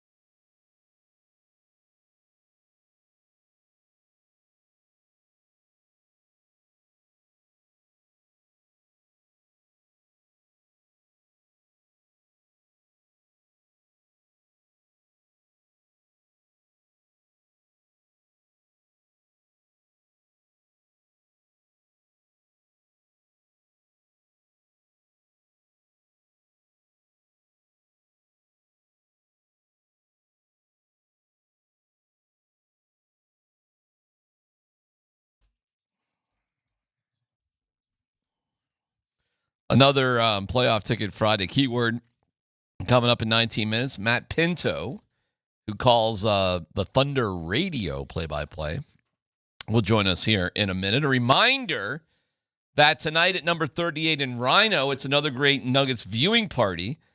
$20 Michelob Ultra pitchers all night. I got to slow it down. And we're giving away an autographed Aaron Gordon jersey. Birdo Broadcasting live, starting at 6. Andy Lindahl, the host with the most. He doesn't get too emotional. So root on your Nuggets. The patio, nice night tonight. Swing open those big garage doors, put the game on outside. Are you kidding me? Gorgeous. Number 38 in Rhino. We'll see you there. What's that? It's been a couple good nights, right? After Monday, Tuesday, Wednesday. I think we're done with bad weather. Forever. I sat on the porch till about 8:15 last night. It was pretty nice. Yeah. Did you notice how light it was last night? I sat there reading my new book on the porch till 8:15. I went and watched soccer, and it was just beautiful temperature. Isn't that great? Sunshine out, T-shirt. I rode my bike in today in my shorty shorts. Didn't even put on extra shorts. Nor did I walk, which was a disaster. Who's going to win tonight? What's the score? Big question of the day. Why do you always throw that? Because that's the most interesting thing. I think Nuggets win tonight. I think it's going to be tough. Okay. What does that look like? Like a 114, 112. Ooh, fun one. 112, 108. We hitting a shot at the end? We hanging on for dear life? 109. What are we doing? I think we'll have to make some free throws late to seal it. Okay. So hanging on. Hanging on. We're hanging on for dear life. Wouldn't it be something if MPJ hits a big three? Be great. With 30 seconds to go. Be awesome. We're up 2 and he hits that 3. You know what I'm saying? That would be awesome. Yeah. Tyler, what you got tonight? God, I hope I'm wrong, but this doesn't feel like the Clippers to me. This feels like a damn good basketball team in Oklahoma City that is going to be feeling themselves. 128, 114, Oklahoma City. Oof. They're still rolling, huh? Yeah. Okay. God, I hope I'm wrong, but we're sitting here having hopes and dreams about Michael Porter Jr. making a 3-point. 128, 114 feels like some serious 3 minutes of Hunter Tyson action. Just and it creeps closer and closer. So let me ask you this: do you think they split these 2 games at home, or do you think they get swept at home? Ooh, Tyler might be. Oh, go ahead. I don't know. I got to see tonight, man. All I know is I don't have a good vibe about tonight. If you keep it close, I'll feel better. I'll feel a whole lot better. I think Tyler's got Thunder in 5. Don't speak for Tyler. It feels like Tyler's got. See, no, I think Tyler hasn't made any predictions. I think that's a passive aggressive question. Yeah. It's setting you up, kind of. That's, a little bit. I think it's a pretty direct question. I don't have a good vibe about tonight. That's what I know. What about you? I think the Nuggets get it done. I think they hit some shots. I think Jamal has a night. I'm going to go 125, 117, something like that. How do you just flip the switch like that? That's what I want to know. Like how do you just flip the switch from what we just watched? And maybe that's on me, I guess. But I don't know how you just flip the switch to a pretty solid win right there. That's not just winning. That's winning. Because it's about making shots and making shots early. And if Jamal can be more consistent, then you're always in the game or have a slight lead for the most part. Well, we do say that Jamal's going to win you 1. So if tonight's the night, cool. That'd be a good night to have it. And listen, man, I'll tell you this. If they do lose tonight, they may lose in 5. That might happen. That's very real. And especially if they I'll take the results of tonight way more serious than what happened in game 2. I will too. Game 2, those type of things happen in the NBA kind of all the time, and they don't necessarily mean anything. By the way, as we joined by Matt Pinto from Thunder Radio. Matt, thank you for being on with us. How are you? Good. We're having the conversation about how it's going to go, how the rebound's going to be, if there's going to be a rebound. But when the Thunder did sweep Memphis, but the rest of those games after the 50-point blowout, Matt, were pretty competitive, right? Is a 19-point game competitive? I don't know. You gauge that. Games 3 and 4 on the road were competitive. That's that. You know what? So I like it. That was a smug response, but I like you. That's a cocky response, That Matt. was a smug response if I've ever heard one. That was Matt saying, take that, put that in your pipe and smoke it. What that was right there. Hey, Matt, DMac just said something before you came on. I don't know if you heard him, and I don't disagree with him. This game tonight to us, to him, feels like if Oklahoma City has his way, this is a 5-game series. Would you at least agree with that? I'm really curious about tonight, guys, because I think you can talk yourself into a lot of different scenarios here.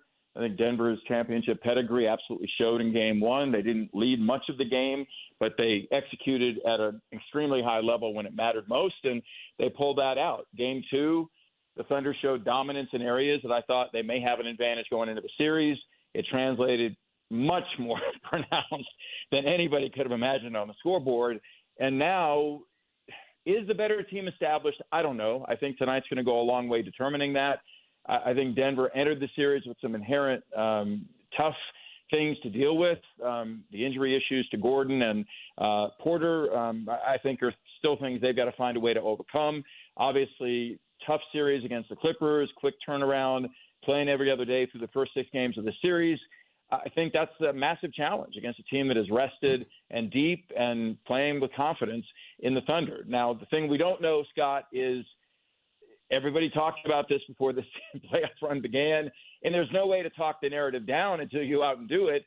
Does this team have enough experience? Have they been, hit enough? Have they suffered enough heartache over time in postseason in order to be hardened to make happen what they need to have happen during this playoff push? Who knows? I mean, I have no answer to that. I know that when they're playing well, they're really dominant. They're tough to deal with, and they're committed to bring a lot of the same things they did in game 2 tonight to game 3. There's no doubt the Nuggets will be ready, and this is going to be a real curiosity. It's going to be fun to watch how this unfolds.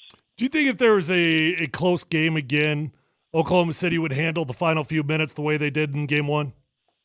They did in the Memphis series late in game 4 and did similar against the Nuggets in game 1. I think the one caveat is they would have preferred to wait a little longer to foul, up 3 in the 2 instances that occurred. In the one, the direct pass to Jokic, he spun as if he was going to shoot it from where he received the ball, and so I think Caruso had no choice but to foul. The second one on Aaron Gordon, just receiving the inbounds pass 90 feet from the basket, Caruso's acknowledged that he should have let him dribble and take a little time off the clock before that foul was committed. I would suspect they would, but I know this team is always kind of pliable in taking a look at things and analyzing and deciding what might be the best strategy in the situation. So the one thing about Mark Daigneault is he's been unpredictable in rotations, in guys he's called on at certain moments, and it's paid off for him because of the depth on this roster. We'll see how the strategy unfolds from here. Matt Pinto, our guest, the voice of the Oklahoma City Thunder. Matt, going back a little bit what we just talked about, would it? And you listen, you don't win 68 games in a season if you're not a championship viable team, and I think Oklahoma City absolutely is. Great coach. Sam Presti just won GM of the year. You talked about your depth. You talked about your talent. You're about to have an MVP on your team. You got 2 All-Stars. This is a very, very, if not great, basketball team. That being said, would it better serve them to have to win a tough, bruising, longer series against Denver to go back to what you said a while ago, to give them a little more of that experience within the playoffs? I think whatever is served up will be beneficial to them. I don't mean to avoid the question, but I think that this will reveal what's meant to be, and I think the Thunder recognize they're going to have major influence over how that looks.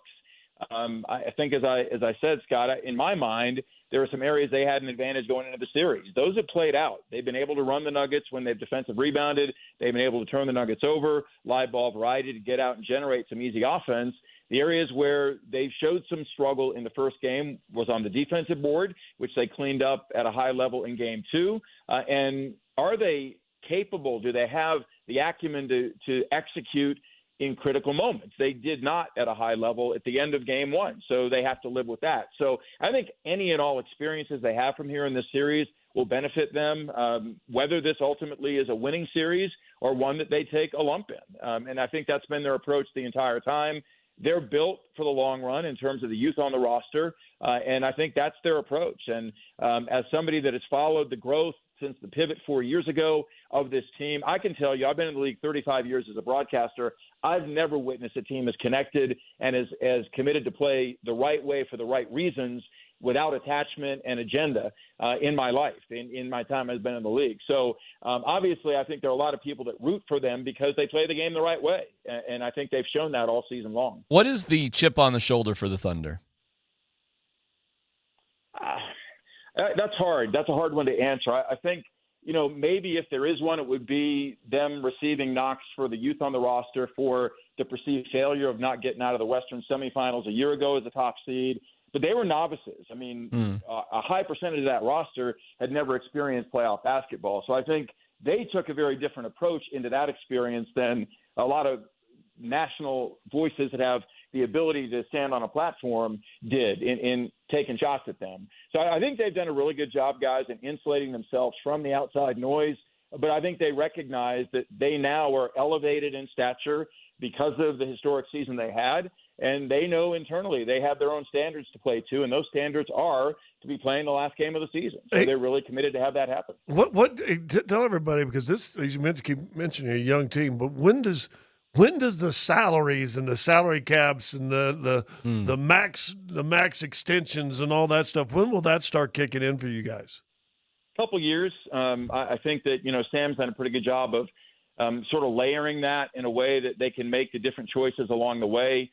And not be inundated at one very specific time. Obviously they have guys that are coming up like Chet and J-Dub, Case and Wallace, that they'll need to make choices and decisions on as to who they choose to attach their wagon to long term. But I think they're organically, Scott, going to let that all play itself out because what they've done in this rebuild is exactly that. The only guys that were here at the start of this are Shea and Lou Dort from back when they let Chris Paul go and traded Danilo Gallinari and Dennis Schroeder and began this deep rebuild. So this is a different iteration. This is an iteration that's playing well together. They've got continuity over the last 2 or 3 years, but they realize the reality of the economy in the NBA and being in a small market. And Sam's been very I think, tuned in that way as to how he's built this roster. You see Russell Westbrook in the hallway. Big hug or a blow-by? No, big hug. I love him. Okay. I love him as a person and a player. I don't care what shots people have taken at him over the years. We've not seen, short of Jordan and Kobe, a guy that competes at the level he does. And every it's all night. about his team. Yeah, it's all about his team. It's all about being a great teammate. I love him as a person. He's been so committed to the Oklahoma City community even long after he left. So he'll have a statue outside that building at some point down the road, I'm almost certain. Very cool. That makes DMac happy. I love statues. He loves statues. I'm a big statue guy. Hey, they did a story. I mean, and I told you guys this the other day. He's still involved in that community. Yeah. Very much. It was pretty funny. I don't know if you caught it the other day, Matt, but he was like, I may hit a three. I may miss a three. I may steal the ball. I may get it stolen. I may have a turnover. I'm a force of nature. I don't know. I'm going to be a little bit of all of it. But hey, that's the thing. Like you have to live with, and that's Russ, and that's always been Russ. Yeah. And he's polarizing. There's no doubt about that. But man, if you love just the pure competitiveness of what sports at the highest level are, I don't know how you can at least admire and respect what he stood for through his career. That's going to be a first ballot Hall of Fame career, obviously. Yep. All right, great stuff. Have a great call, Matt. Thanks for the insight. We appreciate it. All right, guys, my pleasure. See you, Matty. Matt Pinto. He got me right off the bat. Yeah, Off the bat. He did get me. I respected it, though. I do too. He kind of big dog snarked you. If 19 points is a close game. Yeah. Oh. Got it. Okay. All right. All right. Games 3 and 4 were close. He got me. I respect it. They're a little cocky.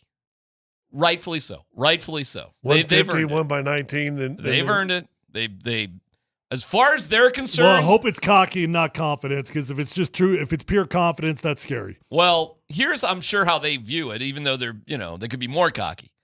We lost one playoff game so far, and it was a fluke. That's what they're saying. Yeah. That's a good point. That's what they're looking at. It was a fluke. We should be undefeated in the playoffs. And that's why tonight is so huge. You're probably right, in all honesty. If the Nuggets don't win tonight, if they can't figure out tonight, this whole series is probably going to go the Thunder looking way. Great. And by the way, we're back here on Monday, so we'll have 2 games in the bag before we even come back and hash it out. We'll know by then. I mean, what are we talking about if the Nuggets lose Friday and Sunday? It's over. It's over. Good chance. Yeah. All right, we have one more key word, and then we have tickets to give away. Stay tuned. Let's football go. Coming up next as well.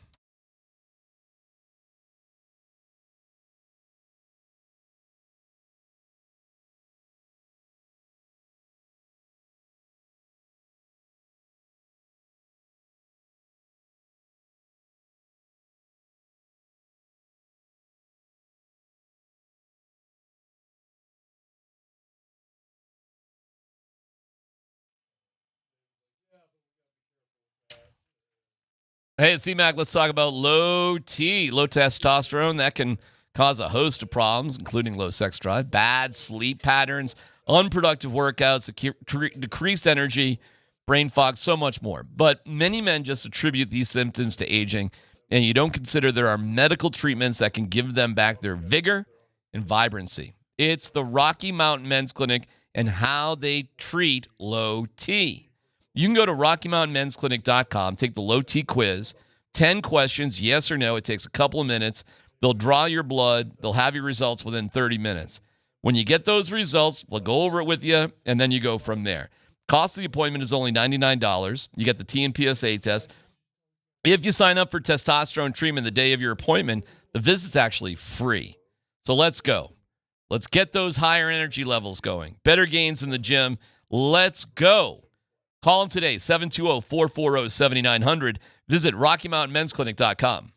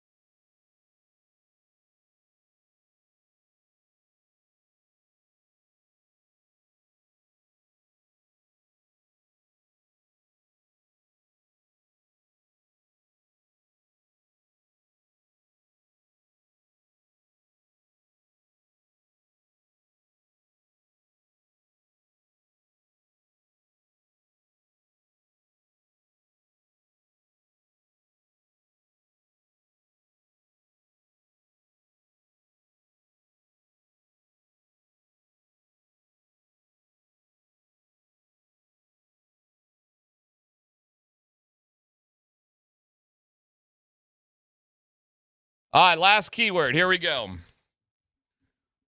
For us. And then Nate and Andy have more. And then at 2:45, you have a chance to win. And is this for the game tonight? Well, you got a choice. Either game 3 or game 4. Ooh. There you go. What time's the game Sunday? So how much you love your mom? Oh, you could take your mom. You could take your mom. Be a hell of a present. What time's the game? It's an early game Friday. It's the 1:30, bro. 1:30. You love that. I love it. By the way, you're getting me off track. Let me just do this, and then I can get to other things. The Nuggets Playoff Ticket Friday, here we go. Your keyword to either Game 3 tonight or Game 4. The Nuggets release tickets that have been held throughout the day all the way until the game time, so visit nuggets.com/playoffs to purchase and get in the building. To win tickets, text STRAWTHER, that's straw, and then thur, along with your first and last name to 303-504-0925. The keyword is STRAWTHER, 303-504-0925. We will announce a name at 2:45, and you'll have 5 minutes to claim your ticket, so make sure you tune back in right around 2:45. STRAUTHER. Straw. Thur. 303-504-0925. Yes. Does he play tonight in non-blowout minutes? I think the first 3 minutes of the game are going to dictate the night for Michael Porter Jr. I think you've got to be that quick with the hook. And if it's not happening, he's not feeling it and whatever, then Julian Strawther, get ready. Not that you're going in right then and there, but you're going in for 6 to 8 minutes at some point. And make shots. Well, you're only in there for one reason. It's really the only reason to play Julian Strawther. If you worry more about defense, it's more Peyton Watson. And Russell Westbrook's going to get his 36, 37 minutes no matter what. And off the bench is better, in my opinion, for Russell Westbrook. But we'll dig into the game in a little bit. Let's football go. Dan Bud Squints Tanner, what do you got?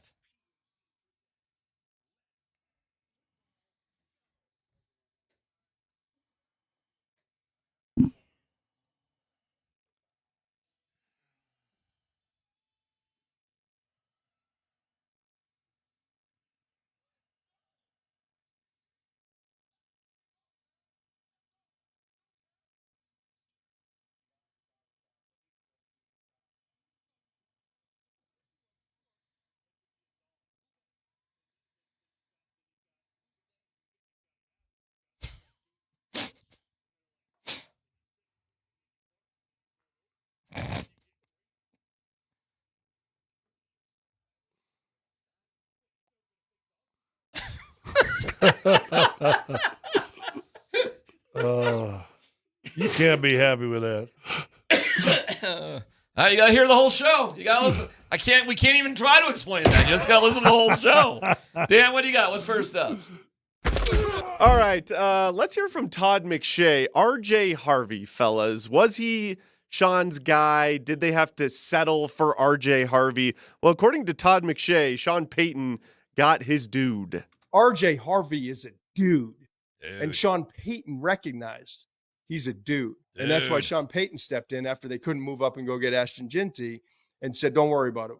I just spent 2 hours in the film room. He's my guy. A lot of people with some of the medical stuff long-term thought maybe RJ Harvey's third, maybe fourth round. The tape said absolutely second round. Love this guy. Let's take him in the second round. Everyone is talking about him maybe in the third. Let's take him at the end of the second. Let's get ahead of the curve. Sean Payton does not like to spend early round picks on offensive weapons. He thinks he can kind of create them. Well, now he spends an early round pick on an offensive weapon, and he can create what that role is. I think this is a perfect spot for RJ Harvey. In fact, I gave him the Aaron Jones comp. I think he can be for that offense what Aaron Jones has been in the NFL. All right, what do you think this was Peyton's plan all along? And what do you think of the Aaron Jones comp that Todd McShay just gave us? I certainly believe that Sean Payton really valued RJ Harvey. Yeah, I buy that. I mean, look, when you move down, for me, I always struggle with the idea of moving down with the idea of getting a specific player, but this was a pretty unique circumstance because more times than not, when you move down, you can't guarantee you're going to get the player that you want. Well, this one, they felt like they could guarantee it because they knew that they were going to draft him higher than anybody else was going to draft him. So this is a very unique circumstance in which you moved down in the draft and you got the guy that you knew nobody else was going to draft there. So and got a few assets. They actually moved down twice. Yeah. Yeah. And you still, in comparison to where most teams had him overdrafted. But look, man, on the front page of ESPN, why RJ Harvey was the perfect fit for the Denver Broncos. And they're breaking down the same things that we just heard in that audio. Cool. I mean, if that's all true, I think it should make you feel better about the draft, right? I mean, if they really valued RJ Harvey the way that we're being told, it should probably make you feel pretty good. I'm going to try to sneak off to Broncos minicamp this weekend for one reason and one reason only. Check out those quads. I just want to stand back-to-back somehow near RJ Harvey. I just got to see it. Wear your shorts. Wear your shorty shorts. How tall is he supposed to be? Well, he's supposed to be 5'8", but so was I. And I'm really 5'7", unfortunately. I'm shrinking as time goes on. But, you know, I want to see it. I got to see it. Maybe we need to bring a yardstick in or something. Well, I've done this with DMac before. I definitely had Danny Woodhead. Got him. Debatable. Oh, no. Danny Woodhead? No, not debatable. I don't care what he's like listed at. 5'5", 5'6". Dude, I couldn't believe he was the shortest NFL guy I've ever met in my life. And then Trendon Holiday was pretty short. He's listed as 5'8"? Yeah, he ain't 5'8". That dude ain't 5'8". Maybe you were 5'9". Nah, I've been shrinking. All right, next up, Dan. That's what she doesn't have to say, unfortunately.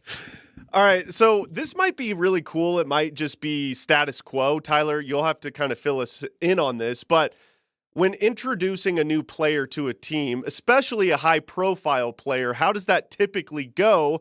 Well, Rams head coach Sean McVay decided to introduce Davante Adams to the team in the film room by showing a highlight reel of all of the sick catches Davante Adams has had in his career. Here's a little audio from that. Glad to be able to have Davante Adams. He's got a lot of respect. He's earned it with the way that he works over the course of his career. But it's always good to be able to see some of the cool guys have put on tape. All right, looking forward to being able to see you guys partner up with Tay. Up top, recognizing man coverage. And you can appreciate it from this angle. All right, the over the shoulder. But when you see it from the end zone, talk about being able to win ISO, sideline awareness. That, yes, Phil was right giving up for Tay on that play. All right, we're not done yet. We got a couple more. One of the things that guys have seen about Davante, you can tell he was a hooper, can get parallel, can work edges on people. These are the things that you love to be able to see, all right? Isolation fades. This is going to make us better collectively on both sides. All right, being able to add a great player like Davante Adams, and he's got the ability to be able to finish and make plays. Very excited to add him, more importantly because of the person that he is, but he is also a total G on the field. Give it up for Davante Adams. All right, so by the way, Matt Stafford, this whole video, huge smile on his face. He is very excited that Davante Adams is a Los Angeles Ram, but is that a cool way to introduce a new player, or is that just kind of status quo? Well, usually they got up in the team room when they said Tyler sucks. So that's what Josh McDaniels would do. Great guy, that Josh McDaniels. You guys see how bad Tyler was yesterday? Let's watch this 150 times. You know, Belichick used to do that. It's being serious. Well, so it's a thing. It's the New England way. That's terrible. The first 5 minutes of every single day is called the bad football reel. Oof. So before you even have a team meeting, like Josh doesn't walk in, say, hey, how you doing? Here's what we got on tap for the day. Boom. Well, you start the day with a bad football reel from the day before. So when you've got a bad play, you get cursed out on the field. Then you come in, you've got your position meeting with your coach, get cursed out there. Mm-hmm. Now you got your offensive install, get cursed out there. Then you get to go home, go to bed. And think about it. Think about it a little bit. Know that the first thing you get to do when you wake up, go to that team meeting. Yeah. In that first 5 minutes of that team meeting, you got that bad football reel. Why do you weigh on the negative so long so much? I don't know, man. It's the Patriots way, man. It feels insane that they do it like Has that. the Patriots way worked anywhere except for no, the Patriots? Actually, no, it Tom hasn't. Brady. And it never worked without Tom Brady either, by the way. The Patriot way was garbage without Tom Brady. Because it was the Browns way and it didn't work very good. It didn't work anywhere else. And it hasn't worked for all the assistant coaches that have left and gone on to other teams, which are a lot. Hasn't worked. We'll see with, what's-his-face, Vrabel now. But I think he's got a whole different style, frankly. I don't think he's like that whatsoever. And he was more of a player, not a coach during that stuff, too. So I don't think he actually ever coached for Belichick. Yeah, so I don't think he'll be tainted in the same way. You know what I mean? Like, I think he's going to. Well, it's he did funny, bring though. Josh back. All right, I was just going to say that. I mean, there's that. All right, next up, Dan. Last one. Lastly, fellas, Aaron Rodgers, the wait continues to see if he'll sign with the Pittsburgh Steelers. That is crazy. If he doesn't sign there, Peter Schrager has another name that he thinks would be a good fit in Pittsburgh. Yeah, I'm still looking at a couple names. Like, Kirk Cousins' name was coming up throughout the draft and seeing if Pittsburgh doesn't get Aaron Rodgers, is that the move? I think Cousins is still a viable trade target as much as they want to talk out of both sides of their mouth in Atlanta. Fact of the matter is you're paying him a wild amount of money to be a backup quarterback right now, and he is still a viable starting quarterback. If there is a seat on the carousel that's open, it is Pittsburgh. So I would keep an eye on that one. It's out of conference. You have a relationship between Arthur Smith, the former head coach of the Atlanta Falcons. Okay, so if you're Pittsburgh, fellas, who would you rather have? What vet would you rather have, Aaron Rodgers or Kirk Cousins for Pittsburgh? Oh, my God. Who am I again? A fan or a player? You're the GM. I'm the GM of the Pittsburgh Steelers. I would rather have Kirk Cousins be great because he's a good dude, and you might be able to get more than 1 year out of him. So I would rather, I guess, roll the dice with Kirk Cousins, but I don't know if he's a better quarterback than Aaron Rodgers. Who basically had to play, was still not 100% healthy last year. Mm-hmm. I mean, with both guys, you're gambling, can they play football anymore? Right? Right. But at least with Kirk, that's all you're gambling. Right. I mean, with Aaron Rodgers, you're gambling a whole lot more than that. Right. Kirk. Aaron Rodgers is a weasel turd. Who needs him? How long is Pittsburgh going to go without a quarterback? It's crazy, isn't it? Who is there? Mason Rudolph? I think they go wing T this year. Not Mason Rudolph. Is it not? They go wing T and boom and just run the heck out of the ball 72 times a game. I don't know, man. It's a wild. It is Mason Rudolph. Yeah, I thought he's still around there. He went back. He wasn't. He was gone, and they brought him back. Yeah. Who else is there besides Mason Rudolph? They drafted Will Howard. Okay, right, in the 7th round. Was that 7th? That was the 7th round for Will Howard. That is kind of a crazy opportunity for Will Howard. That would be that's an. Oh, by the way, did you catch that the Broncos? Let your boy go already. Ritter left. He decided to tap out of the tryout. Why didn't Ritter go to Pittsburgh? I don't know. You got to think. I mean, so they said it was for scheduling purposes, but that's got to mean he got invited to a different camp that he thought was a better opportunity. Well, that's got to be the schedule, right? And Ian Book of Notre Dame lore, who was drafted in the 4th round by Sean Payton before, right, like his last year. Yeah, got thrown out. Yeah, whatever that suspension was, that sort of thing. So Ian Book is here. They just probably got off the field about a half hour ago. So Ian Book. Where's Bronco Grismer? Did you guys see what the Rams are doing with their minicamp? I'm sorry. No, what are they doing? They're going to Maui. They're doing their mini kit, not the rookie one. The Rams? Yeah. They're doing their OTAs or just their just mini camp. Just their mini camp. Yep. They're going the to full Hawaii. team mini camp. They're going to go do it in Maui. Good idea, bad idea. Awesome idea. Amazing idea. Because we just hear about how that whole thing, the most important thing is team bonding. That is it gets you away. They better give them a couple days on the backside to enjoy it. I'm sure you're a rich football player. If you want to hang out in Hawaii, you're there on vacation already. Or I'll meet you there early. Sure. Where do you know where in Hawaii? Like Maui. Maui's. Wow. Well, you know where the Lakers have been holding their training camp every year for a million years? The Rams do weird things. Like they held their draft war room was at a fire station. Yeah, that was cool too.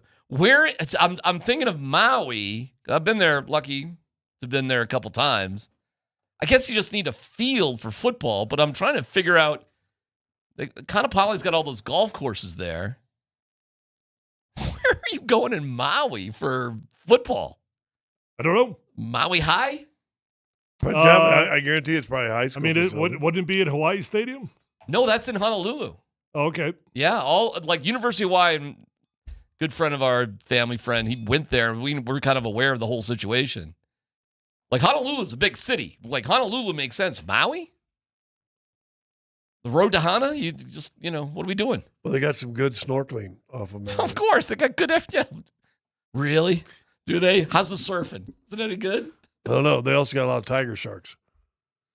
Got any pineapples up there? I think Maui has a protected reef, or is that in Honolulu? I don't know. They got Haleakala. Like a fish sanctuary. They can all take bicycles down the Mount Haleakala. You go like 39 miles downhill. Ooh, where are the lava tubes at? That's on the Big Island. That's on the Big Island. It's at War Memorial Stadium, which is where they hosted the Hula Bowl. Okay, I'm not So aware there of you that. go. All There's a right, well, there you facility. go. What do you think? I think it's a great idea. I think it's a blast. Like, how do you not sort of bond on that one? Pretty cool. Yeah, I think it's cool. I mean, it's June. Who cares? On the surface, it feels like it could be a distraction, but I always enjoyed going away for training camp. Yeah, and this is like a 3-day thing. I mean, I guess you could get away with 3 days because you're leaving from Los Angeles. It's just a flight. It's not crazy.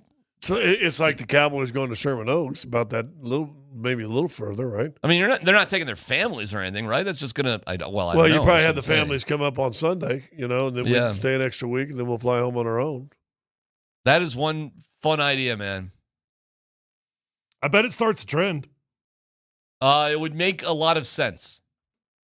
It would make a lot of sense because Well, maybe the Broncos would go up to Aspen, the War Memorial Stadium up there. Broncos going to the Greenbrier. That's all I know.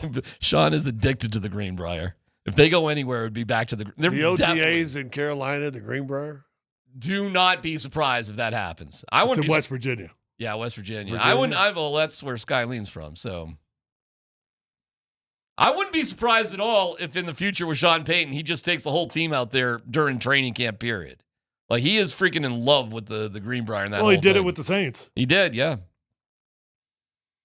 I don't know. Did you like that? Did you like going somewhere and just being away from home and When I was during younger, training camp? I hated it. When I got older, I loved it. Yeah.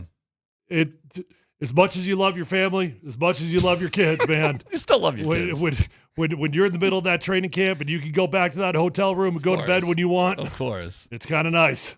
You don't love your kids less just because. We used to, when I was in Atlanta started, we would go to wherever the first preseason game was going to be. We would have training camp there. So we were in Gainesville, we were in Charlotte, we were in someplace in South Carolina one time, which was kind of cool. Chattanooga, I think, once. Detroit went over to Windsor. I'll tell you what. They have a big ballet company in Windsor. I understand what that means. Trust me. I lived in Buffalo. Do you think anybody else gets that joke? Probably not. No. We will give away Nuggets tickets next.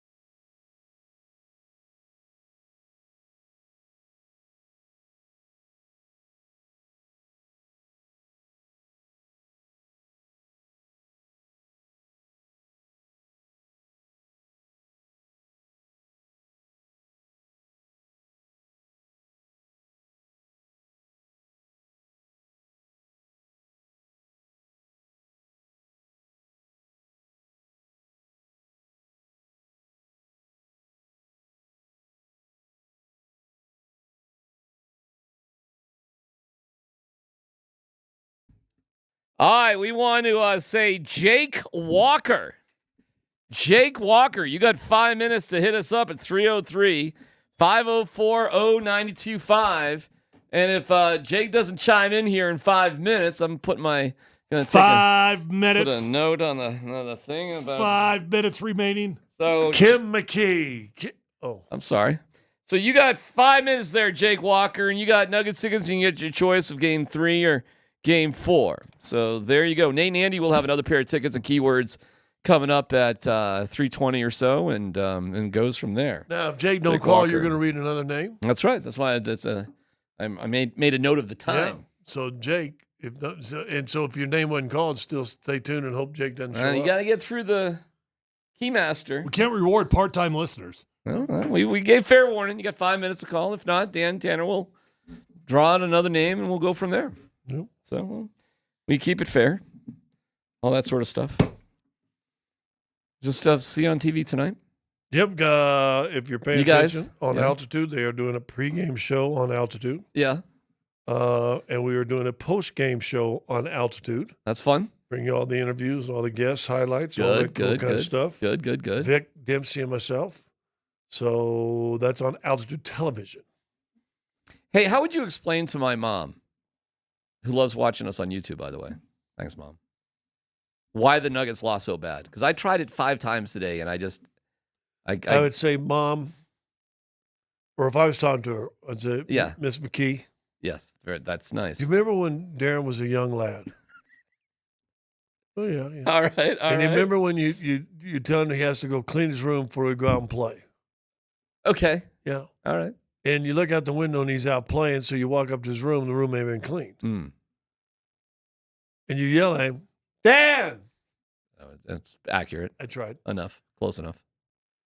Peter! Go tell Darren! Yeah. Come up, I told you to clean your room for you to, but Mom, I was good. And then you go up, okay. Throws a little fit, goes up there. Yeah. I'm trying to figure out where this one's going, actually. Yeah, you go back and check 5 more minutes. Yeah. And Peter's in there, playing with his baseball cards. What are you doing? Dan, what are you doing? It's okay. Just roll with him. Clean your room. Uh-huh. I'm going to get you, Mom. That's how the Nuggets perform. And though you guys may not understand. No, nobody understands. No, not Literally, at all. Nobody understands. Like I'm trying. Neither one of you gave birth. Well, he got us on that one. And she's going to go, I get it now. What the hell just happened? I get it now. I do not get it. You haven't given birth. That might have been the craziest explanation of what a the simple fudge question. was that? I was just like, they'll shoot better next time. Jamal will have a, No, you get it. No, it's You know birth. what? At the end of the day, He called me 2 different names. If you think about it, it really does kind of make sense. You can't explain how they lost so bad. You tried 5 different times. Scott Logically, tried to give an analogy that made sense. I did. It's But it did not. No, it's perfect. Questionable. And thus, it all makes sense. No matter what your And expectations, we're all no matter dumber what your for having to listen to that. No matter what your expectations were for Darren, he wasn't getting the job done. Why didn't you just say that? But because I was doing it for mom talk, and I had to relate a story the mom Mom knows. it- mom it up. I guarantee it. Mom's playing. I guarantee it, Darren. We saw his office here for a while.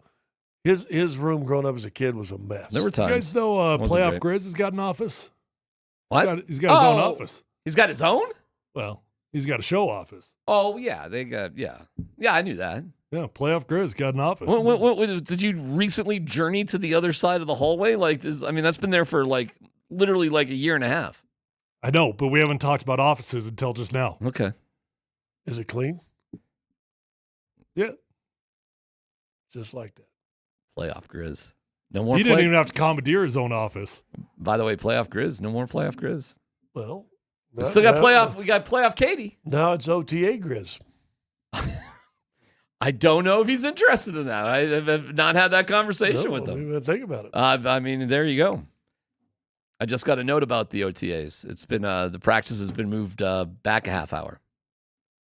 It's not starting at 11:30 now. It's starting at noon.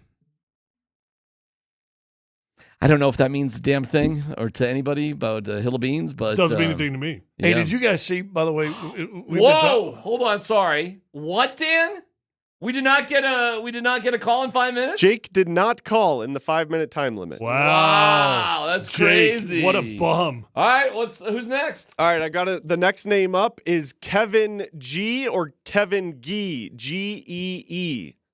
Kevin Gee. Gee. Okay. You got 5 minutes. Starting right now. 52. So exactly at 57. Making another note. Kevin Gee. Kevin Gee as in Gee Butter. Gee Gerard. Oh, we're playing the Gee game? Oh, yeah. Ooh, Oh, ghee man. butter, big Aaron Rodgers thing, right? Yeah, I know. I might be out on that. What is ghee butter? I've never heard of Gee Butter. Oh, that was a big. I think it's a big furry camp thing. Hmm. I think you got to live in the furry camp. By the way, can I tell you something I heard that was just drove me? Scott, you can talk about the furries, but you can't make fun of the furries. Of course. It was hilarious yesterday. So I'm driving, and the transition thing, I'm listening. I'm hearing this voice going, listen, my 7-year-old son one time, and he ordered $300 worth of something on. How do you know how to do that? And I'm like thinking, and what's our guy over here? Nate? No, in the window. That is Mark Springer? Yeah, Mark Springer? He saw you I'm pointing like- at him. And I'm like, Everybody point at him. and I'm like, Springer has a 7-year-old? I go, I didn't even know that, that he had a girlfriend. He's got or a wife. girlfriend. She's got like a PhD. Oh, Really? I think that was me that was saying that. Well, story. and it took me for a while, and I go, Springer's got a 7-year-old? And I'm driving in my car, freaking out, and I'm like, then my wife told me, and I'm like, he's married? So I'm driving down 470, stuck in traffic, and I'm like, he's married and has a 7-year-old. I had to listen a little closer. I went, oh, that's DMac Yeah, still. It was like 13 after 3. I know. DMac has a 7-year-old also. A longer one. Well, not longer, no, but it anymore. was like An extra old time. story talking Yeah, I know. about kids getting online and buying stuff they shouldn't buy. I was proud of my son and horrified at the same time. He Right. stole my wife's credit card, Club Penguin, and ordered up like $70-$80 worth of Club Penguin merch when he was like 7. What's It's Club crazy. Penguin? It's like whatever Bluey like- is it's or like- whatever. It's, whatever the little kid stuff is these It's like, days. it used to be a furry site. You could buy furry costumes. There you go. Yeah. So everything just kind of goes big Yeah, no, circles. I get it. You go big Guys, circles. I once mean, you do. like, that kind of brings up the topic of you're proud and horrified by your children at the same exact time. Right. I mean, those moments happen where you're looking at them like, no dumb question. you can't do that again, but you know what? That was actually kind of impressive. Have you guys ever read the book, seen the original movie, seen the remake movie of H.G. Wells' War of the Worlds? Not the World of the World, the one with the center of the earth and the guy, Time Machine. Phew, don't know that one. The guy, you've never seen the movie or read the book? Nah. Time Machine, the guy goes up and they blah, blah, blah. I got the concept. And he goes to the future, and it's from his own little sunroom in his house. He's an English guy, and he sees the world go by, World War I, World War II, blah, blah, blah. Ice Age, then it melts down. Then all of a sudden, human form is turned into the people that live underground, basically. These monster-like things are hunched over. Are we creating a generation of hunchbacks in our world? Yes. I mean, think about it. Because they can't get off their phones and They their can't get off devices, their phone. and They're always on they'd their rather be devices, inside and than outside. Everybody's like this. And I've seen a bunch of reports where all of a sudden doctors have more treatment on grown-ups, even their necks and the Posture, hump and the posture posture problems, and everything. yeah. I'm thinking. Mine's someone- coming from this short little microphone I got to bend over for See? 3 hours Same a day. thi- well, and other things. And so 50 years But from I now, enjoy that. 50 years from now, we may have an entire civilization of basically hunchback people. Be closer to my size. Boy. I can't say that's a bad thing. I'll finally be a king. The king Well, of the you'll be dead hunchbacks. by then. How long? 50 years. I'm going to be dead in 50 years? Oh, there's no chance. How old are you? 55, almost Yep. 56. Yeah, Super no dead. chance. I'm not making it to 106? Definitely be dead. Really? Super dead. Damn. Hey, you know what? Let's make a promise, Tyler. You and I can go to his funeral. Okay. Okay. Well, I shouldn't laugh at Tyler. He'd probably be, Average age offensive lineman. That's true. Not good. And you guys are big too. Not good, Clark. Yeah. Yeah, Scott, you're already on Great borrowed. day. You're already on borrowed time for a 6'10". I mean, give me a break. You guys drop like friggin' flies. The big fellas. God, do they? Well, Wow. Russell got to 79. I just Googled it. I was hoping it had improved. Average lifespan of an NFL offensive lineman who played professional games. Yeah. 55.2 years old. There you go. I don't mean to laugh, but if you were me, you'd be dead. You got 12 years left, boys. I've already surpassed that. I've already gone past that. Yeah, me too. Kevin is on. Oh, you're Kevin. Kevin, is it Kevin G Gee? or G? What's Wow. how do you say it? Why? Who's even keeping those stats? G? Yeah, we say it G. G? All right. Well, G whiz. You just won tickets to the so Nuggets. Yeah. Did we figure out game 3 or game 4, Dan? What do we? Well, ask him. You're on the phone with him, dummy. Oh, what would you like to do, Kevin? Well, my wife says we got tickets for tonight, so we got to get Sunday's game. Wow. Oh, now see, I don't even feel good about giving him tickets anymore. I like it. No, he's a listener. No, Good. but I mean that was a little. So he can come. He can come here for the sweep. Hey, Kevin. We already got tonight, so we'll take Sundays. Kevin, do you have kids with your wife? We do.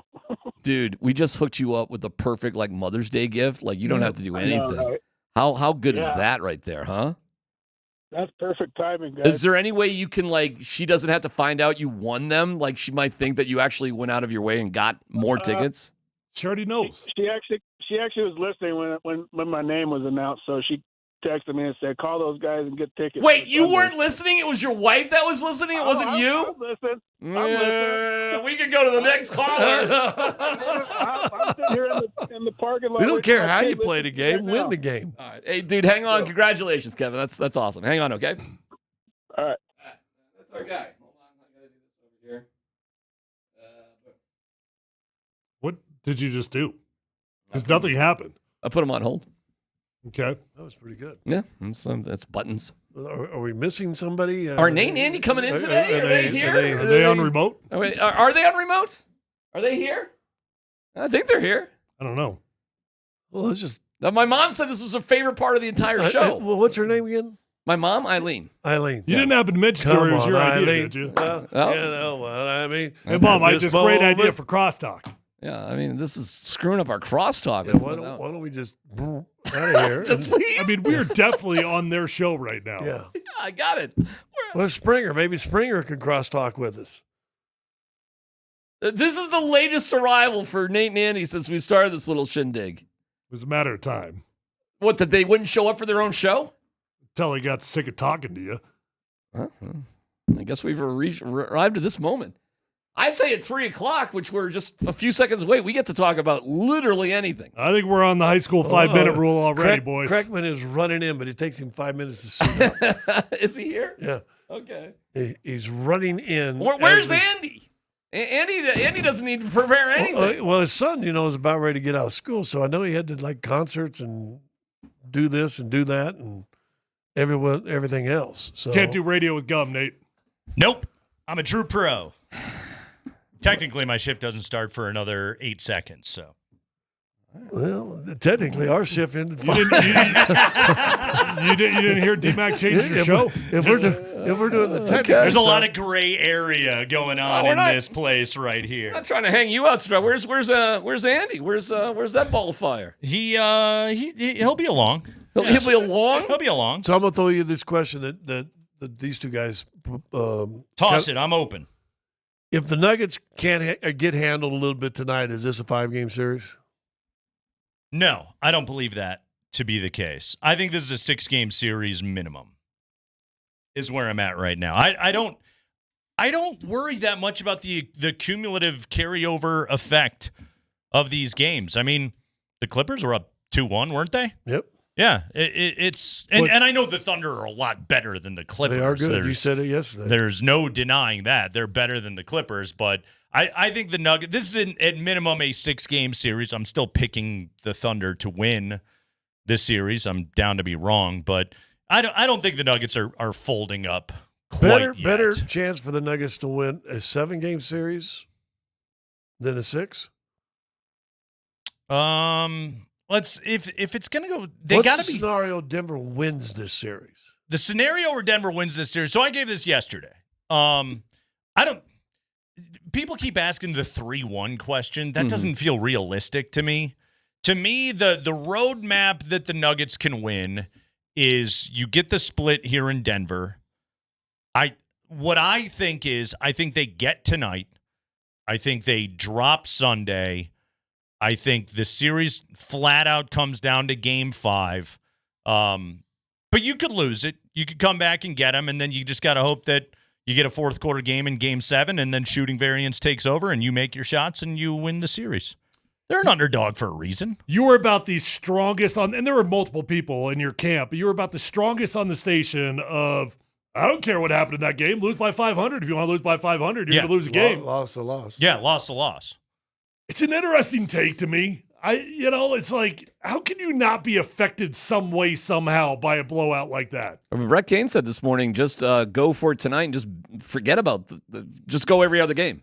Just because you don't have the depth anyways, just try hard in every other game. DMac didn't want him to answer my question. No, I'm just saying there's a realm of like weird possibilities that other people have thrown out. Yeah. I mean, the Nuggets got their butts handed to them in Game 3 against the Clippers. What carryover did that have? None whatsoever. I don't know that we can correlate that to the Nuggets Oklahoma got their City. butts kicked in Game 6 against the Clippers. That didn't have carryover But effect. did you ever feel like the Clippers Do were you remember the Golden State Cleveland finals? God, what year? It was one of the. It was one of the it was LeBron and Cleveland going up against Golden State. Like, it felt like every game of that series was like 15, 20 points. Like, every game of that series was lopsided. Just alternated. All the way until they got all the way to Game 7. Like, there is, for better or for worse, there is a self-preservation that goes into some of these games. And especially a team that's as exhausted as the Nuggets are. Like, after OKC made their run in the first, that game was over in the first quarter. Mm-hmm. Okay, the Nuggets never even picked themselves up off the mat, and quite frankly, that probably was the smart thing to do, right? Why try and redline your way back into that game? Well, you do hit a point of no return for sure. Just typically speaking, that doesn't come within 6 minutes. That happened at 6:23. Yeah. Honestly, it was that quick. No, the possession I knew was it was. Should they be concerned about that 6 minute thing? Like DMac is like, hey, Michael Porter Jr. gets 2 minutes. You get 2 minutes to prove that you're going to play in this game. No, if you're not, you're out of there. No, that 2 minutes is not enough time to decide anything. Besides the fact that 2 minutes is only enough to decide that Vlatko can't be played again in the playoffs. That's all that you can decide in 2 minutes. But on the Porter thing, you got to sample size it out a little bit. He needs to take, I want him to take 4 or 5 shots before I make a determination of whether or not this can be a 30-minute game for Michael Porter tonight. But would you have a quick trigger? No, I'm not. Again, I will go back to my point from yesterday. You can't win this series without Porter. Yes. You cannot. Okay. The Nuggets don't have the horses. So, you have to hope that you get something out of him, and it may not come immediately. It may not come until the second quarter, but you have to allow the game to play itself out to find out what you have. I know. Listen, he had 2 wide open shots that he missed in the first 2 minutes of the game, and that's when yeah. Because I mean, I'm talking as open as he's going to get all series. But also, okay, so and Adelman talked about this. All right, third quarter, he did hit a couple of shots. All right, I was already watching Full House. Full or fuller? Well, we started on Fuller and we went to full. And he was talking about how his shooting motion is messed up right now. He's got to make an adjustment to his shooting motion right now. I need to let him get a feel for that a little bit. But he's a world-class shooter of the basketball, so I think he can find it a little bit. Yeah. He's I think right now, we talked about on our show, he's at the point now, we know the shoulder hurts. Yeah. But he probably can get in a position where it's not like a continuous pain. Now it gets to, I know it's going to hurt when I do this. Yeah. And so now that going up for rebounds hurts. Reflection. They always say when you hurt catching passes hurts. When it hurts your back, what happens is the muscles around that area that's hurt tighten up so to try to protect the area. And I think that happens as a shooter. I know this is going to hurt, and so you just kind of tighten it up, and now you've affected your shot and how you're going to shoot the ball. It's you guys are both former pro athletes, okay? You guys have a toughness and an ability to go to get through physical pain that schlubs like me will never understand, right? I said this to Andy yesterday. I bet Mike's not sleeping real good these days. I bet just in general, like yeah, being able to recuperate his body is hard just because of the pain that he's dealing with right now. Yeah, and then it's like, hey, you got 48 hours, and then boom, you got to go play again. They're having to sell Denver mattress on Tempur-Pedics and have the adjustable back. You got to think about hitting one of those sort and sit up a little bit. What's in the bag seat? What? What's in the bag seat? My You boy- guys remember well, that? Anybody remember that? The bag Jordan seat? Seaton's announcement to the University of No. Colorado. What's in the bag seat? No. Well, what's in the bag, Andy? Well, That's a good niche pull, though. Thank I like you. that. Thank Nice you. job on that one. Will this stupid thing stay up? I'll get it. I'll fix it. That's what she said. Rocky Mountain Men's Clinic. Andy's got you. I got you. Hour or more if you so desire. No, it's a buddy. I'll show it on Twitch. So I was late because Scotty and I have been telling you about these folks. These folks, Frank the Pizza King, last day's tomorrow. Building got sold out from underneath them. It's a little pizza place I used to go out when I was over at iHeart. Been in business like 50 And years. so I stopped by to get the shirt on my way in. Then things got a little emotional because I got to close and they're not finding another spot. And Well, that's sad. Yeah. So you can't be like, well, sorry, gotta go. I can't pull the old Jim Carrey and Dumb and Dumber. Well, big gulps, huh? See you later. And then I'm just out of there. So yeah. What's Anyway, your go see chance of Frank's finding and new crew billion? tomorrow. What's What's that? What's your chance of finding new billion? Well, about one. None. One in a million. None. So you're Rents- saying there's a chance. Rents suck. Hey, you two have a great show, all right? Hey, thanks, fellas. Nice Go job. see Frank. Frank the Pizza King. Bellevue and Broadway, roughly. Yes, go bow down to You the only got king. till tomorrow. Tyler would like it. Andy, Bring a pizza for everybody? No. yeah, did you get a pie? It's none of your business. Is it just like sitting in the back of your truck right now? Moser? It's my kids' dinner. Are there crows picking away at that pizza right now? It's hidden. My car will smell of pie when I get home. Everybody knows how that works. Right? Did you ever hear the old I like pie. the old Brian Regan joke? No. The Brian Regan legendary comic. No, I always think about this. Anytime anyone calls it a pie, Regan's talking about how he gets to college and his roommate is from New Jersey. And he's like, hey, you want to get a pie? Sure. Okay. We got half pepperoni, half pumpkin. You're from you're from Chicago where it's actually a pie. But we don't call it that. We just call it a pizza. Pie's East Coast.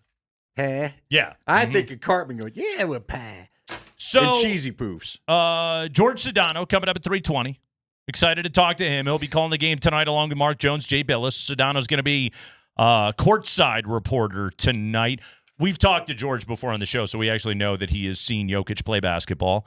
Dan Hyatt coming up at 3:45. Jeff Legwald today, 20 minutes after 4 o'clock. Plus, it is a Nuggets playoff ticket Friday. We have got keywords for you every hour, 20 minutes past the hour, 3:20, 4:20, and 5:20. But the important key today is, folks, is if you enter, you need to be listening at 5:45. We'll announce a name. You'll have 5 minutes to call and claim your tickets.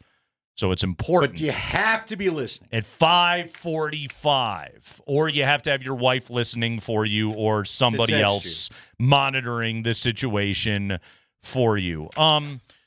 Andy, we got a lot of nuggets we got to dive into, but I want to dive right into this audio. So yesterday, the Rockies are swept in the doubleheader by the Tigers. Yeah. 10-2 and then 11-1. A 21-3 aggregate in the two ball games played yesterday over at Coors Field. Kyle Freeland. Most starts of any pitcher in Rockies history. Kyle Freeland talked about what the Tigers are doing right, what the Rockies are doing wrong, and then he added in an emotional message to the fan base. No, it's a great team. We saw what they've been building over the past couple of years, and especially the run that they made last year. They have a great veteran presence. They got a young core, and they're playing very meaningful baseball early on in the season. They plan on keep on doing that. You look at their rotation top to bottom, their lineup start to bottom. It's a very good baseball team over there. What they're doing is right. What we're doing is wrong. And we're not winning baseball games as clear as day. We're playing bad brand of baseball all around.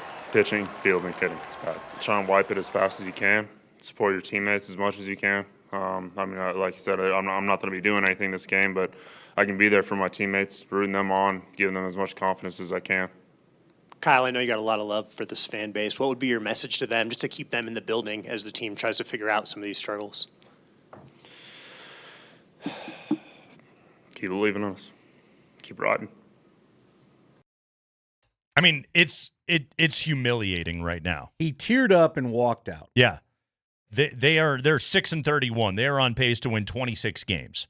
They are tied with the 1988 Baltimore Orioles for the worst 37-game start in franchise history. And oh, by the way, Andy, not to be the harbinger of bad news. Padres come in this weekend. Padres are really good. Yeah. 23-13. They're 6-2 over the last 8.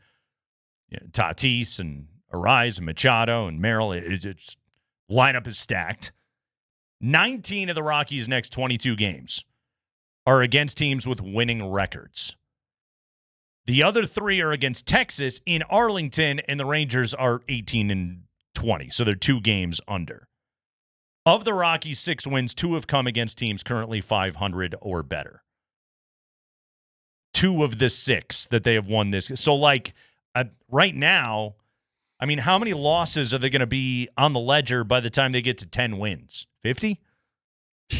Probably is kind of what it's looking like right now. This thing isn't getting better anytime soon, and they're awful at literally everything. Also, and I sent you this note earlier, CBS Sports had tweeted this out. Rockies' highest paid players.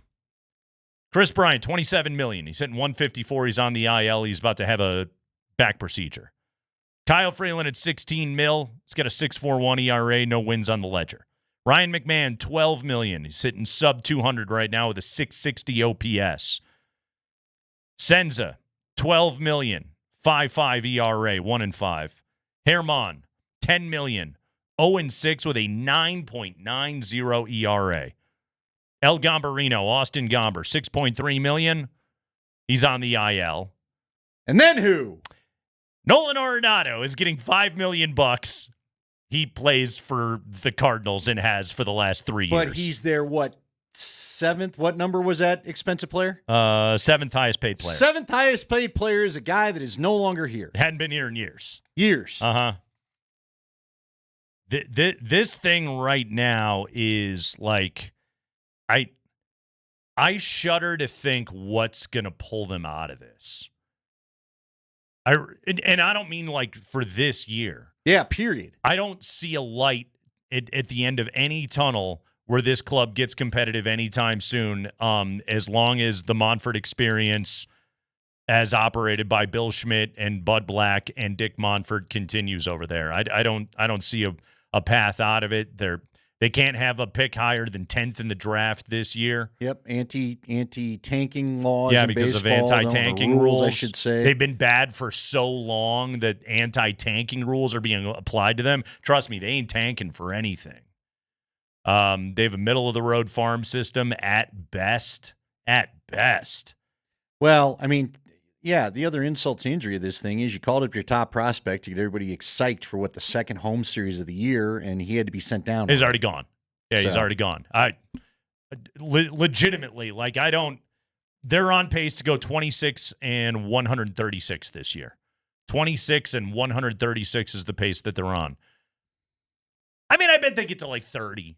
But they might find their way to 40. You're literally watching the worst team in Major League history right now. Could their highest win total be the month of September when half? And I'm being serious. When half the league checks out because they know their season's done. Yeah, and they're playing young guys finally, just like you. They'll be trying to avoid bad history by then. It's unbelievable, unbelievable. George Sedano, ESPN. He'll be courtside tonight. We got to talk about Nuggets adjustments. We got to talk about expectations for Jokic. All of it coming up next. Kreckman and Lindahl.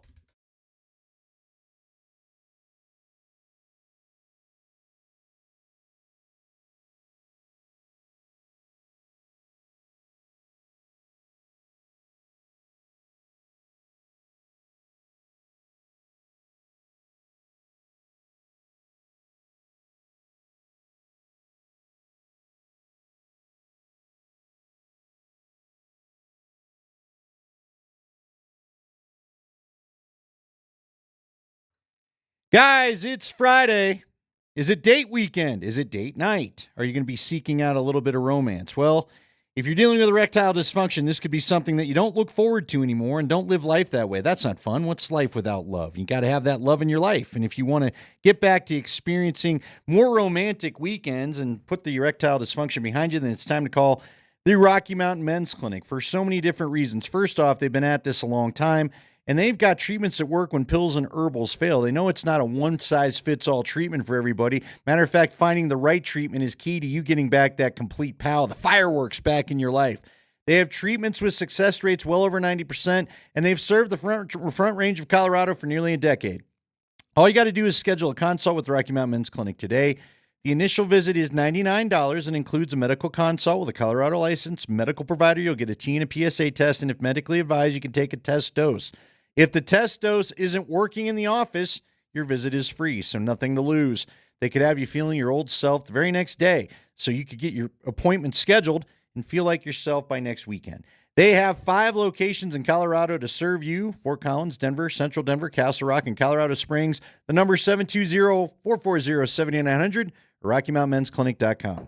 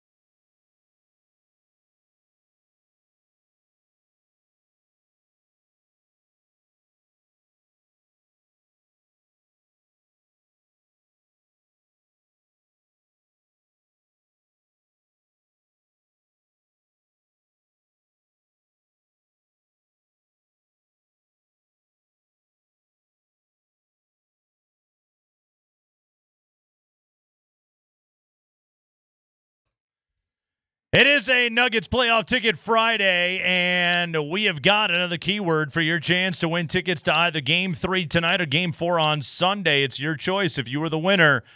By the way, the Nuggets released tickets that had been held throughout the day all the way up until game time, so visit nuggets.com/playoffs to purchase and get in the building. But if you want to win tickets from us, text the keyword right now to 303-504-0925 along with your first and last name. The keyword is Adelman. This hour's keyword is Adelman. So text Adelman along with your first and last name to 303-504-0925.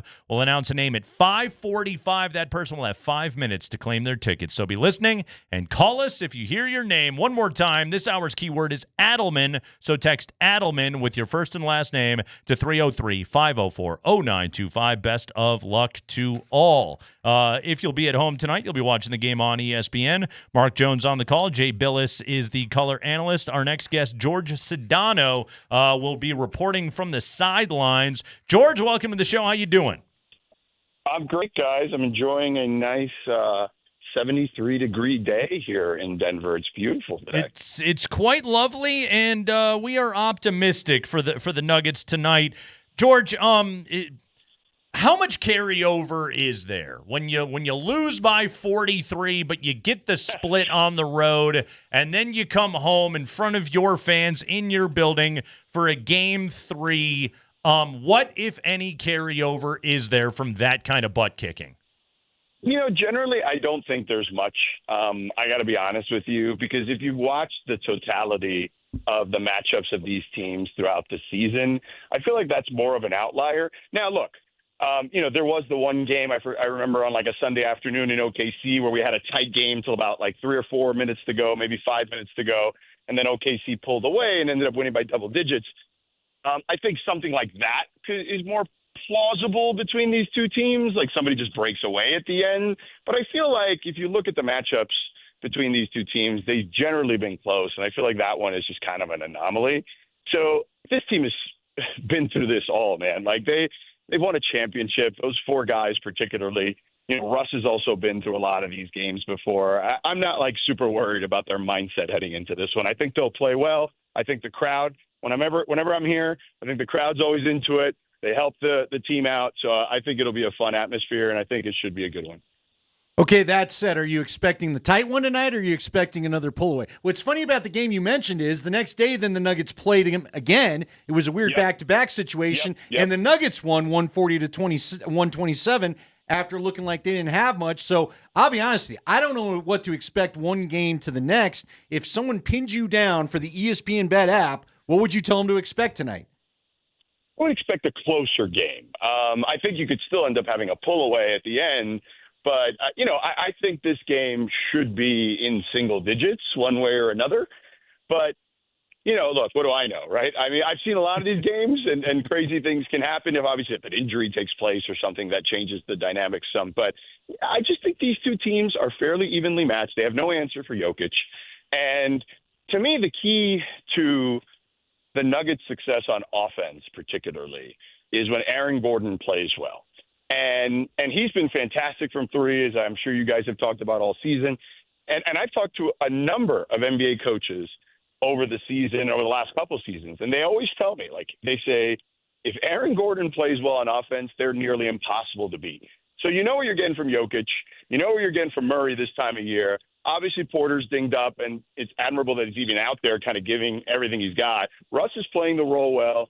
But if Aaron does his job offensively, and he spaces the floor a little bit, he's right there in the dunker spot for Jokic when he needs him, and he plays well on offense, because we know he's going to give you something on defense, then that makes it way more difficult for OKC to beat this Denver Nuggets team. My only fear, honestly, with you guys is, how long before the wheels potentially fall off because of the lack of depth. Yeah. Right? Can they get through 4 rounds?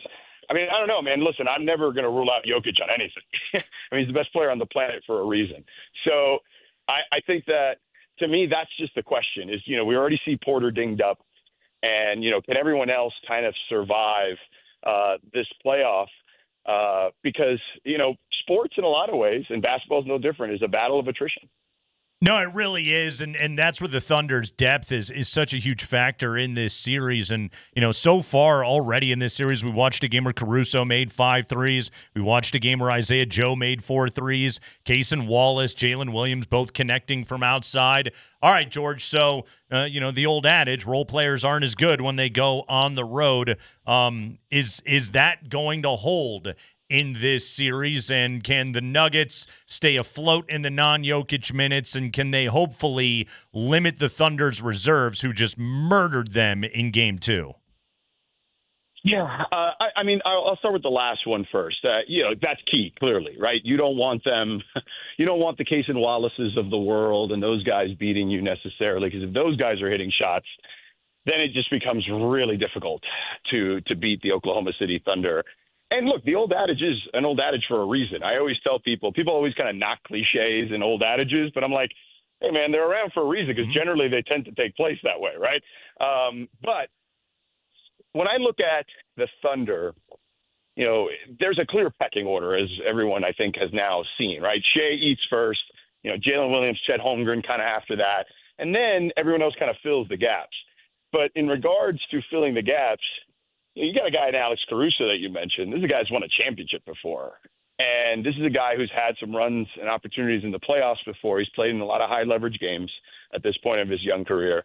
And, that guy I don't think is going to fade. I mean, the shots may not go down, but you know what you're going to get with him on the defensive end. He's going to wreak havoc there. And I think that what we've seen in this postseason, and you see it every year, but I think what you've seen highlighted even more, whether it's a role player or even a superstar, is that you can affect the game a lot of different ways. And I'll look at Anthony Edwards as an example. In that Lakers series, he didn't always have the best shooting night, but he didn't make mistakes. He didn't turn the ball over. He got his teammates involved, and he was able to get to the free throw line and play an incredible amount of defense, particularly against LeBron at times. So I just think, to me, at this time of year, it's just about, what can you do? Like, if your shot's not falling, how else can you impact the game? And that's what needs to happen for both these teams. It's just guys need to figure out a way to do it. It's not always going to be pretty, aesthetically pleasing. It's just about getting the job done. I know it sounds kind of like a cop-out answer, but that's just the reality of this time of year. So I'm interested because I don't think a lot of us disagree with you. Aaron Gordon is incredibly important to what goes on in this game tonight. Where do you put Jamal Murray's importance? Where do you rank that? How do you view him nationally as far as how critical he is to this thing, maybe going 6 or 7 games?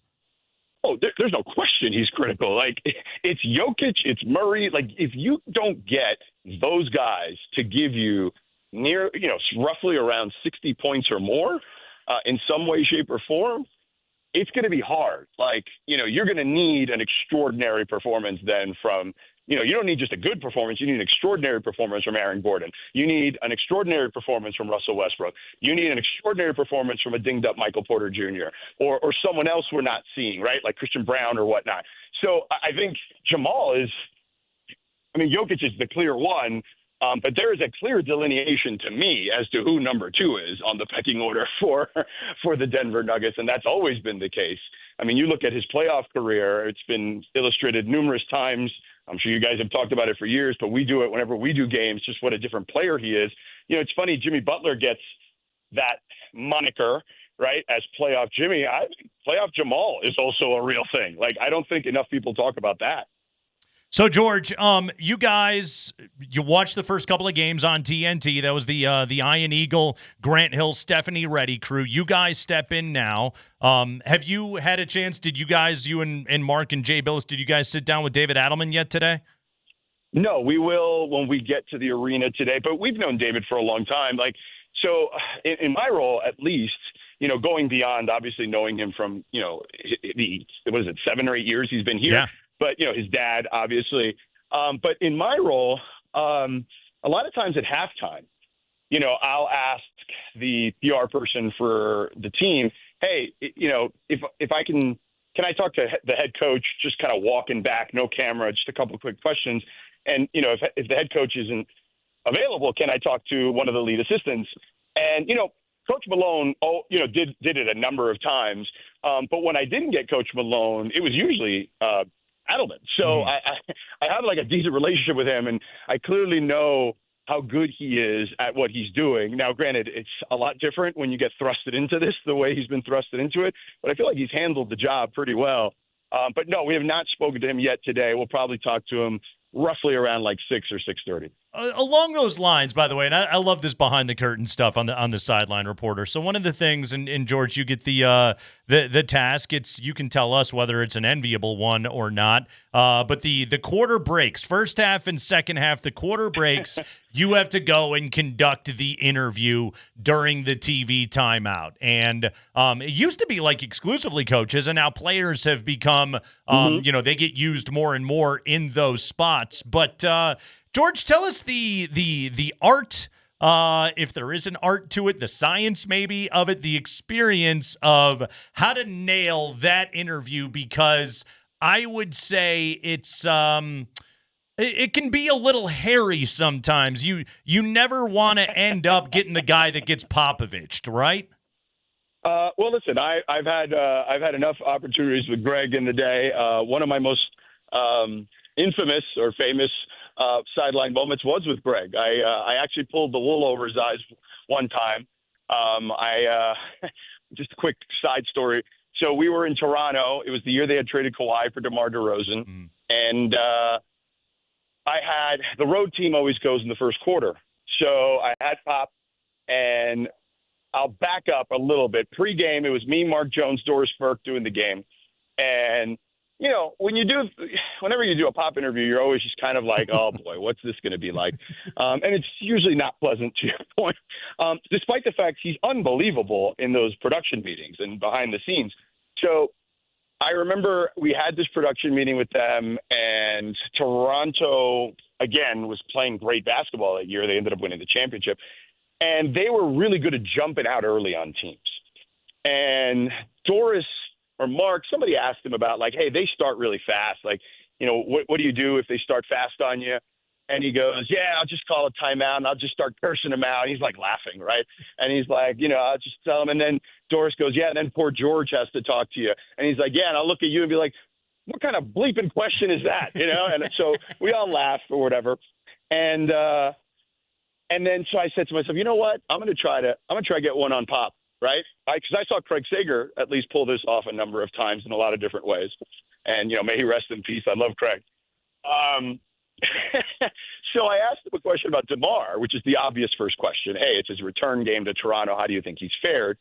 And he goes, I think he's done well. So I look at him and I say, well, how about I come out ahead on this one and we just end it on that? And you can see, it's on my Twitter. It might even be on my Instagram, because I think I posted it recently again when it got announced that he was going to become the president. And he looks at me. He kind of pauses for a second. He looks me dead in the eye, and he goes, I was really looking forward to a second question. So then I'm like trying not to laugh. And I was like, in my head, I'm like, oh, crap, I now really have to ask him a second question. So I kind of stumbled through it. And I said, hey, Derek White, he's been out for a while. You know, he's first game back. How do you think he's played? And he goes, I think he's done well. And I said, all right, Pop, thanks. I appreciate the time. He goes, that was fun. I said, yeah, I think so, too. Good luck. And he just kind of slaps me on the butt, and he says, get out of here, and laughs and walks away. So, yeah, look, you never know what you're going to get.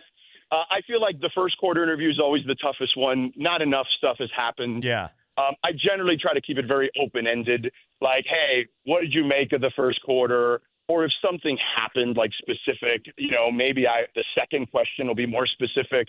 But I try to ask an open-ended question on the first one and then listen. And that's the thing, is I feel like I always tell young people this. Like, if you're going to interview somebody, listen. Like, have a second question or a third question prepared just in case they don't give you much. But you should just listen, because sometimes you can do a follow-up pretty easily if you just listen. Mm-hmm. So, yeah, third quarter's a lot easier because plenty of stuff has happened and you can get more specific on stuff. But yeah, I've had a lot of fun ones over the years. I remember Stan Van Gundy one time. This was during COVID, so it was the year after. It was 21 season, and we're all on headsets at that time. So I'm like up in the top of the 100 level in this. I think it was Golden State. He was coaching the Pelicans, and they were getting throttled. So the worst part of this stuff is here's a little behind the curtain. There's a 20-point rule. Okay. So if the game is 20 points or more, the team that's ahead has the option to do the interview if they want, but the team that's trailing, they don't have to do it at all. Like, that's just kind of the rule. So the worst is when you're doing like a team that's down like 18 or 19. It's like, oh, here we go. You're right there. Yeah, and you still got to do it. You know what I mean? So, and that's happened to me a few times over the years. But with Stan, this one was hilarious. And I've known Stan for a long time. You know, one of my first gigs was covering the Heat. So I was there when Stan was a head coach there, you know, early in his career. And so I got on the headset with him. I asked him whatever the first question was. I don't even remember. And then the second question I said, Stan, is there anything positive you can take out of this first quarter? And he goes, not a damn thing. And then he rips off the headset. So, yeah, I mean, listen, sometimes you're just there and it just happens. And sometimes, like the pop one, I kind of manipulated a little bit and tried to play it on the fly. But that's generally it. Just listen. You know what I mean? And also kind of know. Like, I asked him that question, knowing Stan the way I do. He was going to be furious, not at me, but at his team. Yeah. So he was probably going to give me a decent answer. You know, Coach Malone, to his credit, was always one of my favorite interviews. He always had in like those crazy settings. stats that he would start just popping out of his head at you guys. It always amazed me. Oh, my God. Listen, it was incredible. So it was funny. I just did the Ryan Russillo pod. You know, Ryan and I worked together at ESPN for many years. And one of the questions he asked me at the end of the interview when we taped the pod the other day was, you know, give me like your most honest coaches to interview during games. And I gave him a medal stand. And I said, number one, no question about it, gold medal was Michael Malone. Mm-hmm. I go, Michael Malone was always incredibly honest and raw, whether it was good, bad, or indifferent, and would absolutely, to your point, cite stuff, specific stuff. So it was always great. I always enjoyed talking to him. And I always enjoyed talking to him in those production meetings, too, because he was so incredibly honest with us about stuff. And, you know, it's funny, I actually ran into him. I also do college football, but I do play-by-play on college football, and I do a lot of ACC games. I actually ran into him. I did a North Carolina game this year where they lost to James Madison. It was like a pretty, like, crazy game where James Madison put up like 70, and Coach Malone was there, so I ran into him at halftime. So I'm a big fan of Coach Malone. I'm sorry to see him go. I'm super excited for Coach Adelman, obviously. But, yeah, Malone was my number one. Kerr was my silver medalist. And then bronze was tough because there's a lot of guys I could put in there. But I put in Chris Finch, interestingly enough, because while he may not be as animated as Coach Malone, he does give you a lot of stuff. And I think you guys saw that the other day when they lost that game one, how honest he was about Ant needing to set the tone. Mm-hmm. So, yeah, look, it's a fun gig. I love it. You know, I'm pretty lucky. I get to, you know, do that on NBA. I get to call games on radio on NBA, and I get to call college football games. Kind of wear a lot of hats, but, you know, it beats having a real job. That's what I say. But it's all fun, which is great. Well put right there. Good stuff with George Sedano today. He'll be courtside tonight. Mark Jones, Jay Billis, George Sedano. That is the crew. So there you go, everybody. That's the behind the curtain. So when you see George interviewing somebody from the Nuggets between the third and fourth quarter, now you know what's happening. George, man, that was great. Thanks for stopping by today. You got it, guys. Anytime. Have a great rest of your show. All right, George Sedano with us there on a Friday afternoon. Yeah, he's probably going to be talking to David Adelman. That's your keyword, Adelman. Text Adelman to 303-504-0925, 303-504-0925. Text Adelman along with your first and last name, and you will be entered to win a pair of tickets to either Game 3 tonight or Game 4 on Sunday. Here's the key, guys. You have to be listening at 5:45 because we'll announce a name, and you will have exactly 5 minutes to call in and claim your tickets. One more time, this hour's keyword, Adelman. So text Adelman, as in David Adelman or Rick Adelman, to 303-504-0925. Good luck.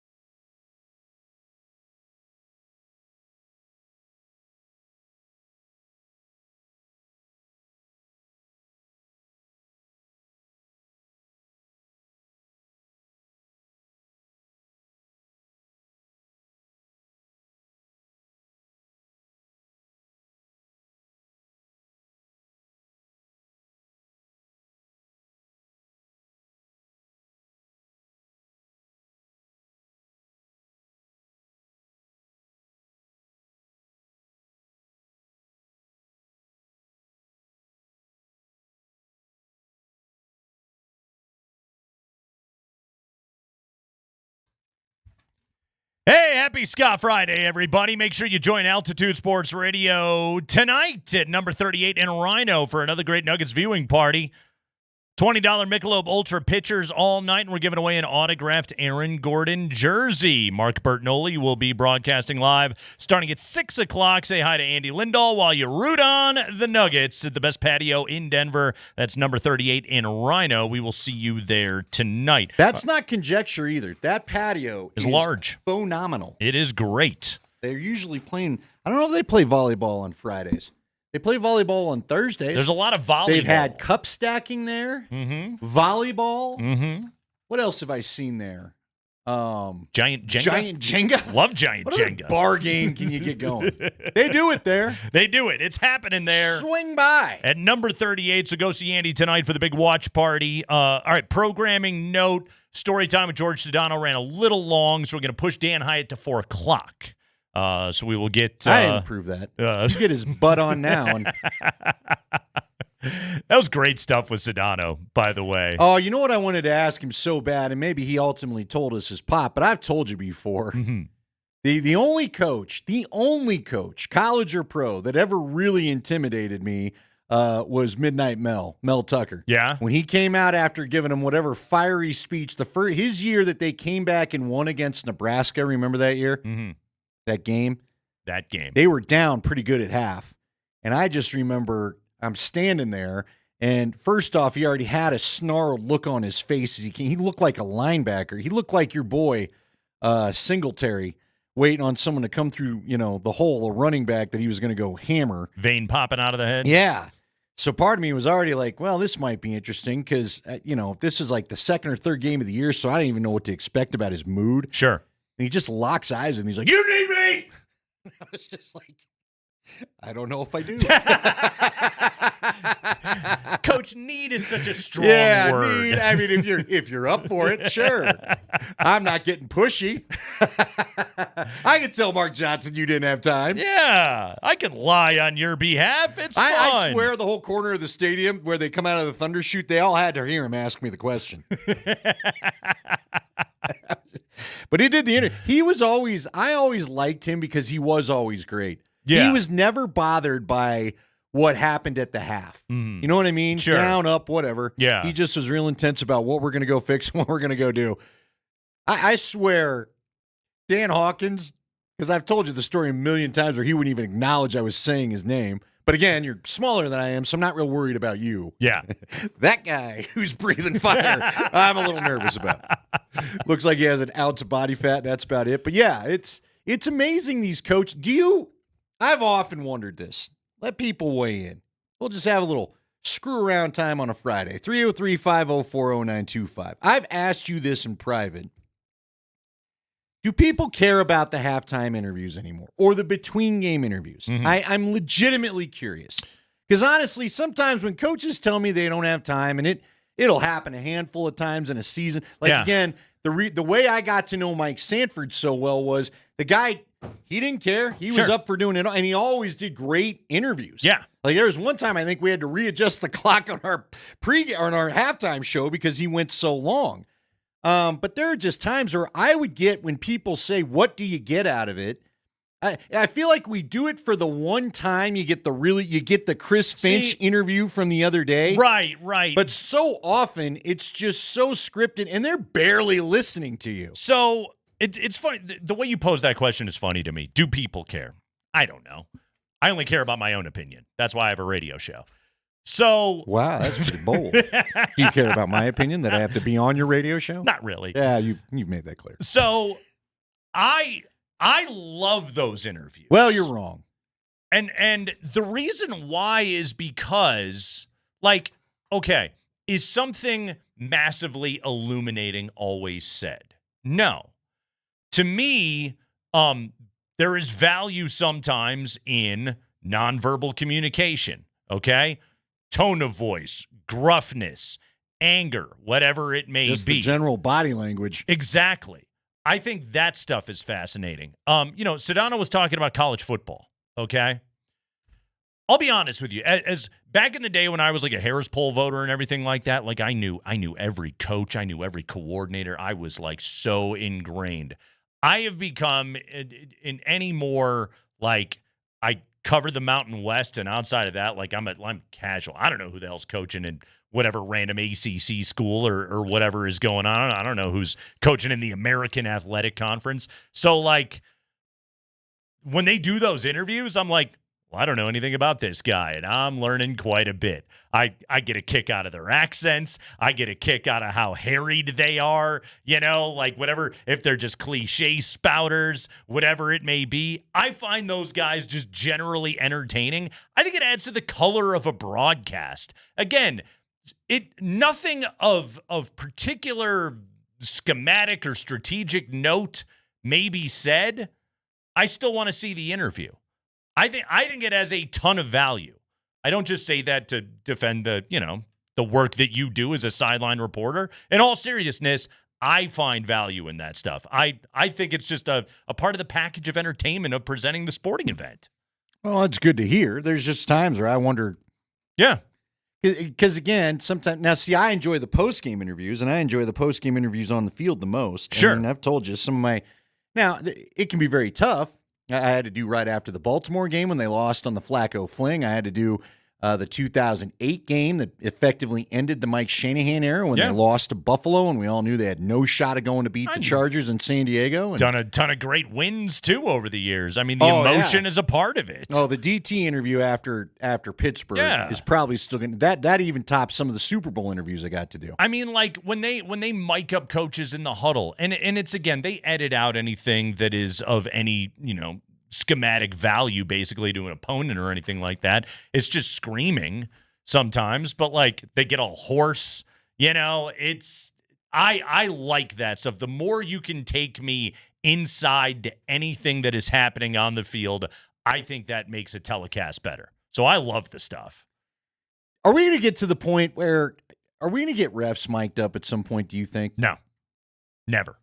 I mean, the closest that we get now is they announce what happens on the call, but this never. is fresh in my mind because I was watching Vegas and Edmonton last night. Yeah. And I would love to hear those discussions going on and when they're trying to figure out what penalty they're going to assess. When they're looking at a replay review and things like that. Yeah. What's crazy about that is who can hear that is the guys back in the production trucks. They hear all of that stuff. Because you'll be doing, as a play-by-play guy, you're calling the game. You don't have that in your ear.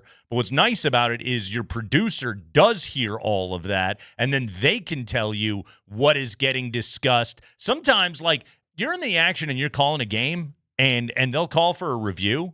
You know how it goes, Andy. You're just like, what the hell are they even reviewing right now?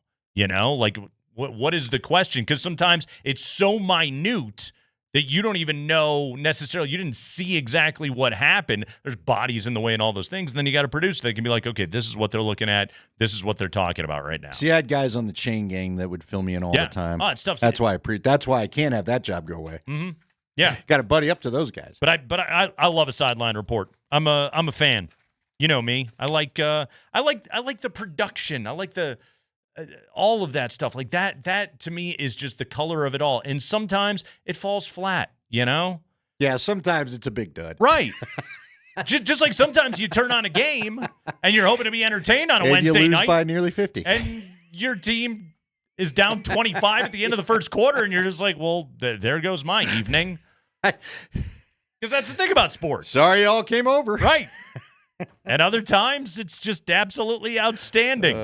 Yeah, that's the great thing. They can't all be homers, Nate. Dan Hyatt is sometimes you got to hit a number. Dan Hyatt's going to join us coming up here on the other side of the break. 2 Nugget stats you need to know, 1 you don't, ahead of Game 3. Then Jeff Legwald joins us at 4:20. It's Altitude Sports Radio 92.5.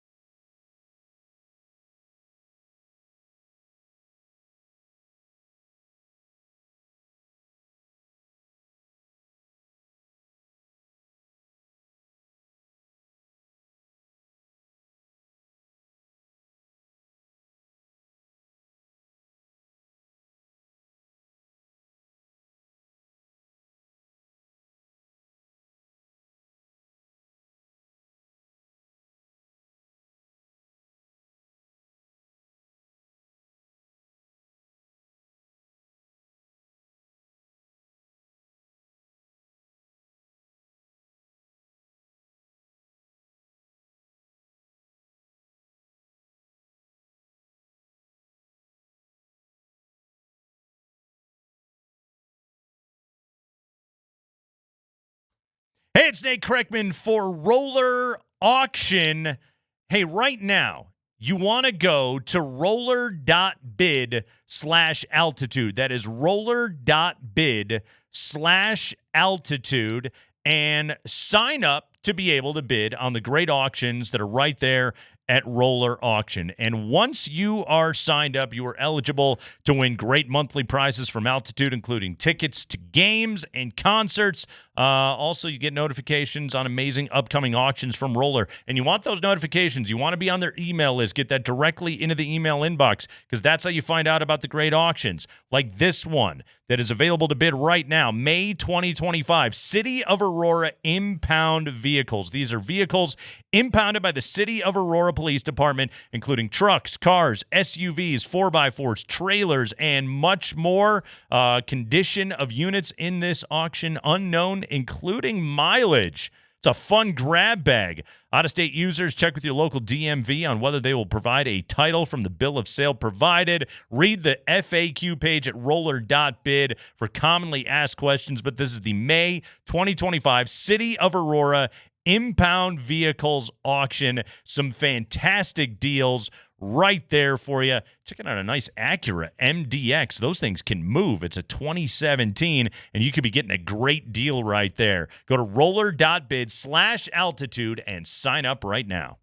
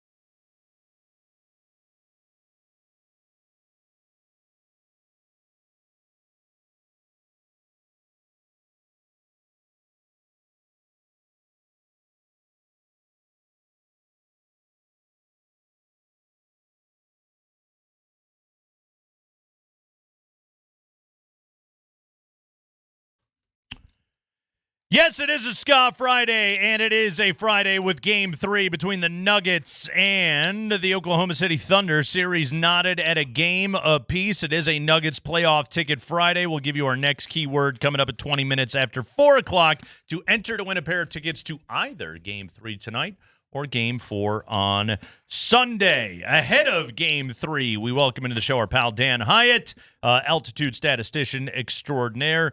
He will have 2 Nugget stats you need to know and one, I don't know, we say one you don't. It's one you probably don't. Dan, how are you, man? Hey, I'm good. I think you could argue you don't need to know most of this stuff, but that's me. Come on now. You've been in marketing. Let's not go that far. We want the people to know what's going on with this series. So home court suddenly not much of a factor in this round of the playoffs.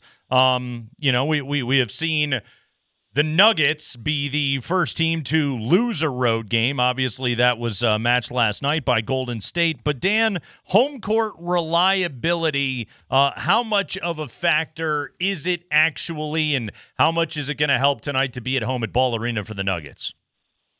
I think this year we learned, they lost as many games at home this year as they had during the regular season as the last 2 years combined. It wasn't quite the same.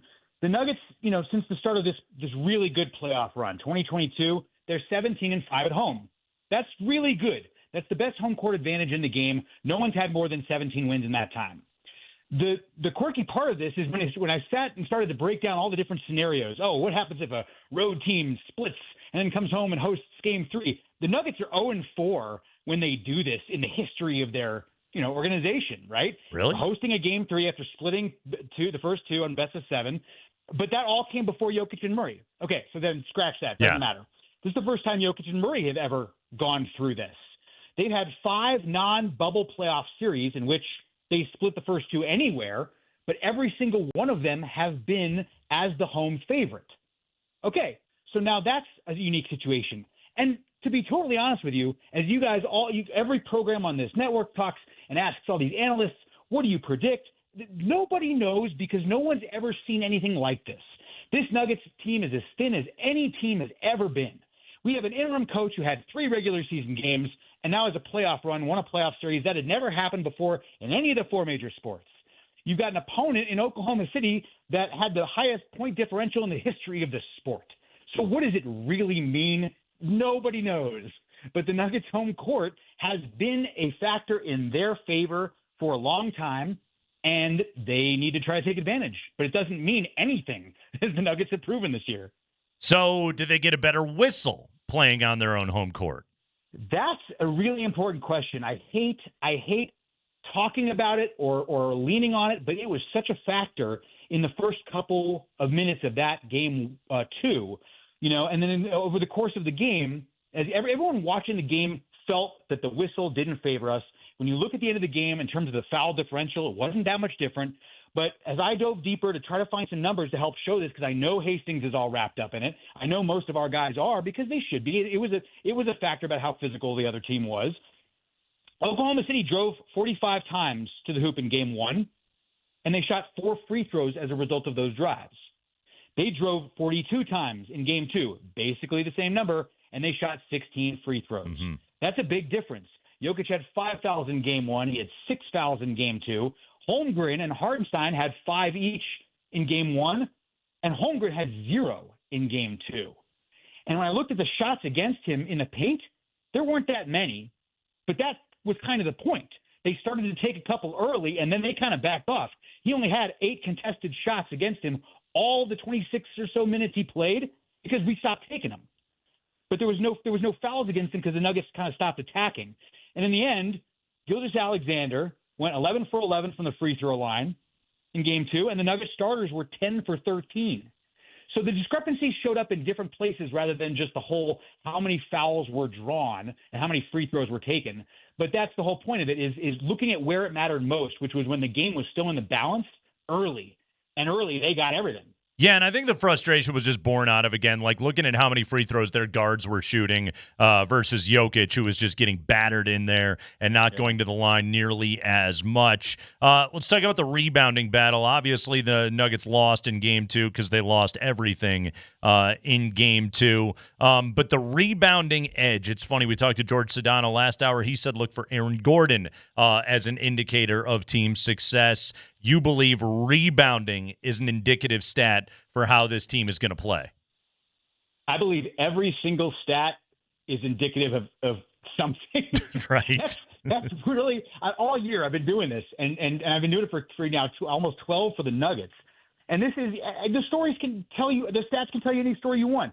When Gordon hits 50% of his shots in the paint, or he takes at least 50% of the shots he takes are in the paint, Denver was 26-14 this year. When Murray takes 20 shots in a playoff game in the course of his career, Nuggets are 24-10. When Christian in this playoff series scores 10 or more points, Nuggets are 5-1. When he's under 10 points, they're 0-3. So everyone's got to do everything right for things to go right. Yeah, everyone. Gordon's a factor. MPJ's a factor. Oh, we need Murray, but Jokic is everybody has to show up because they're thinner than hell. And to be totally honest, you're not going to get A+ from everybody, but you're going to need A's from most. And maybe you don't. Maybe you get a couple D's in there, but Jokic could have 42 like he did Game 1 and carry you. I have no idea how this plays out. The rebounding to me, though, from talking to the coaches and being around the game as much as I have, that's the one thing coaches continue to harp on is the rebounding. And I think the biggest thing I've kind of come to the conclusion is it's not necessarily because you could play a bad team and miss a lot of shots and rack up your rebounds. But rebounds are indicative of the effort you put out. And NBA.com measures fun things like how fast you run on defense. It's a measurable stat. Or how many feet you covered when you ran. But you could be running in circles and log 5 miles, and it meant nothing.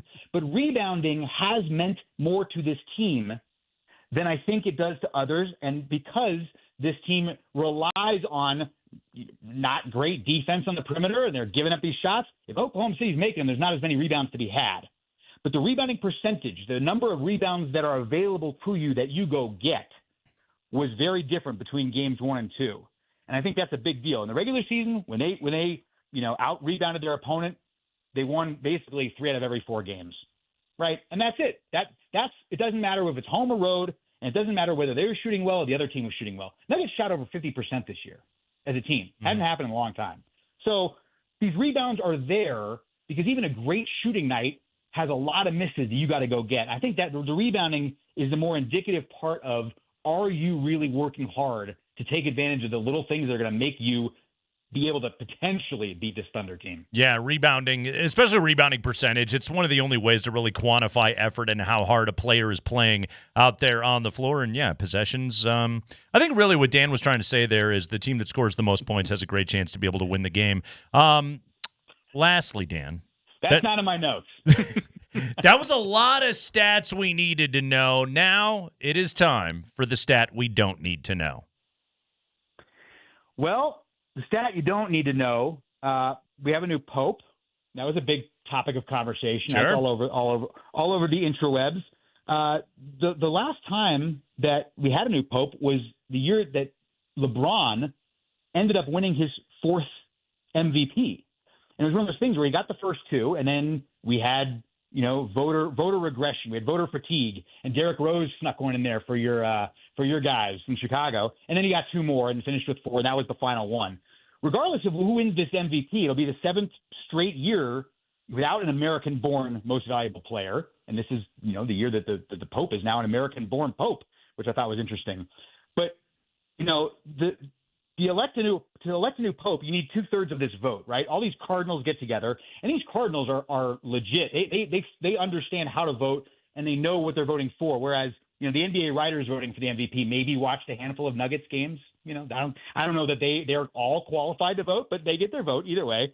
The Cardinals at the Papal Conclave, they're all legitimate, but Jokic is basically not going to win this thing because it's based on points. It's not based on just 2/3, right? Which is what you need for a pope.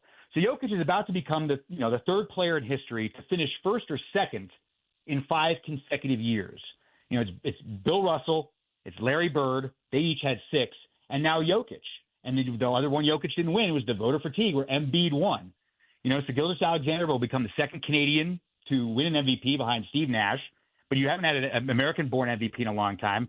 The interesting thing was I was so looking at kind of the Pope's history and the history of the MVP. Popes hold their office for life. They either die or they resign due to health issues. Okay. If an NBA MVP did this, the original recipient of the award, Bob Pettit, would still be the MVP. No one else would get it. It would just be him. He won it in 1956. He was the first, and he's 92 years young. He's apparently doing well. I had to make sure he's still alive. And most popes come in and they get to choose their papal name, right, upon election. You get to change it if you want. Most do. The most common pope name in the history of popes, do we know this? Got to be John, doesn't it? It's John. John, 21 times. So, yeah, let's look at the MVP side. What's the most common NBA MVP? We've never had a Nikola. We've obviously never had a Shea. We've had two Williams in Walton and Russell. We've had two Davids and Cowens and Robinson. And the winner for the most MVP names, which no one, again, this is a stat no one needs to know, is Bob. And this is a big deal in my house because my dad's a Bob, and all he does is complain about how there's no more Bobs. There's Bob McAdoo, Bob Pettit, Bob Cousy. And there's only 3 Bobs in the NBA at all right now. Well, I mean, what are you going to do about Robs going, they're Robs and Robbie. There's Bobby Portis, there's Robert Williams, and there's Robert Dillingham in the NBA. That's it. And What two about of them are Roberts? They're not even Bobs. Stephen Curry, Steve Nash? That's pretty close, right? I thought it was Stephen Curry for a long time. There's never been an MVP named Steven. You know what his first-born name is? Is it Steve? Wardell. Wardell.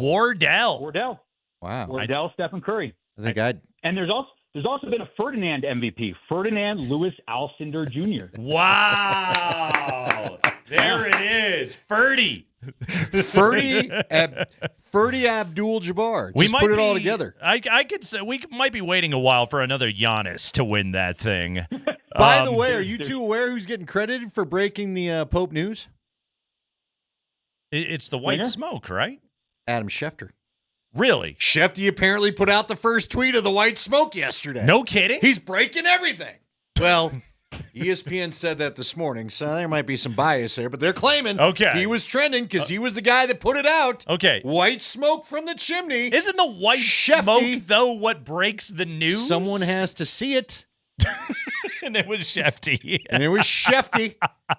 Shefty on chimney watch, I guess, huh? Dan Hyatt, everybody. 2 Nugget stats you need to know. 1 you don't. All the good info that you get during those. Is it Dan John Hyatt, or what would he be? Dan Bob, actually, I believe is what it is. Dan Named Bob. after his dad, yes. Dan, I ran across a couple of Dan Bobs when I was living in St. Louis, South County. not good people. Get some Dan Bobs out there. By the way, you mentioned all those Cardinals. No mention of Willie McGee.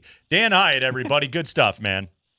See you, boys. All right, Dan Hyatt stopping by the show right there. By the way, here's the other. This is the big piece of controversial news in my neck of the woods.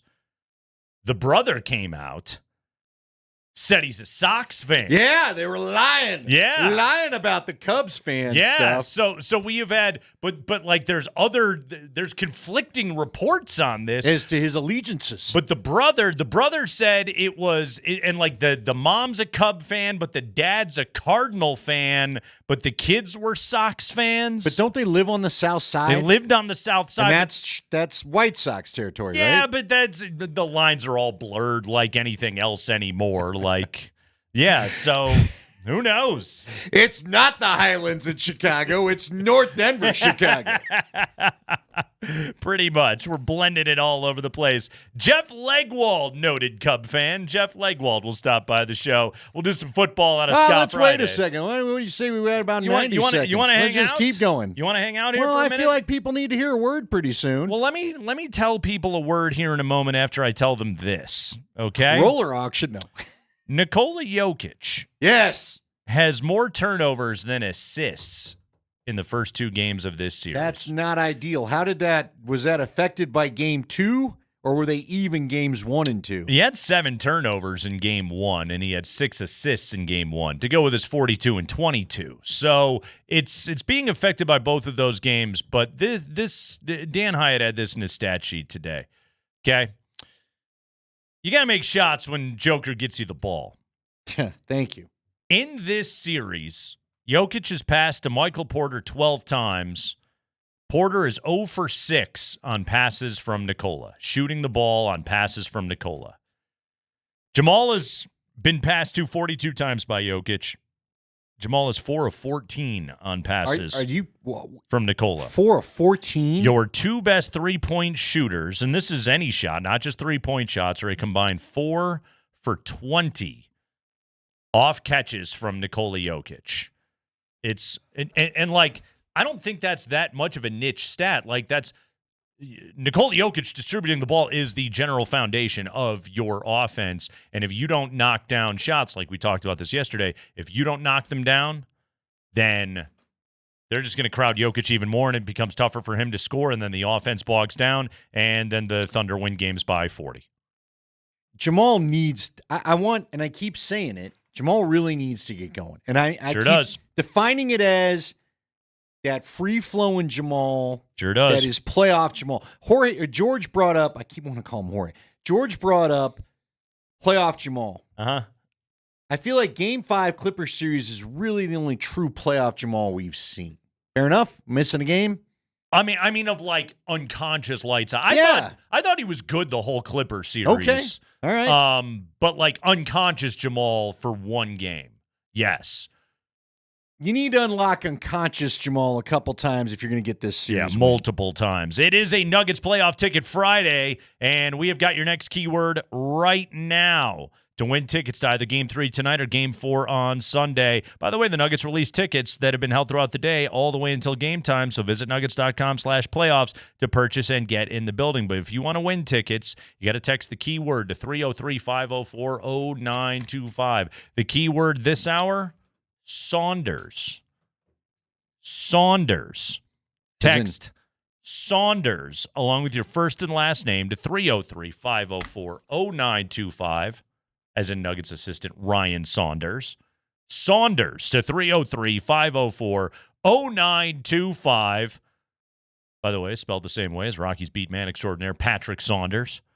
This hour's keyword, Saunders. So text Saunders along with your first and last name to 303-504-0925. Guys, we're going to announce a name at 5:45, and the name that we announce will have 5 minutes to claim their tickets, so be listening and call us if you hear your name. One more time, this hour's keyword, Saunders. So text Saunders along with your first and last name to 303-504-0925. And buena suerte.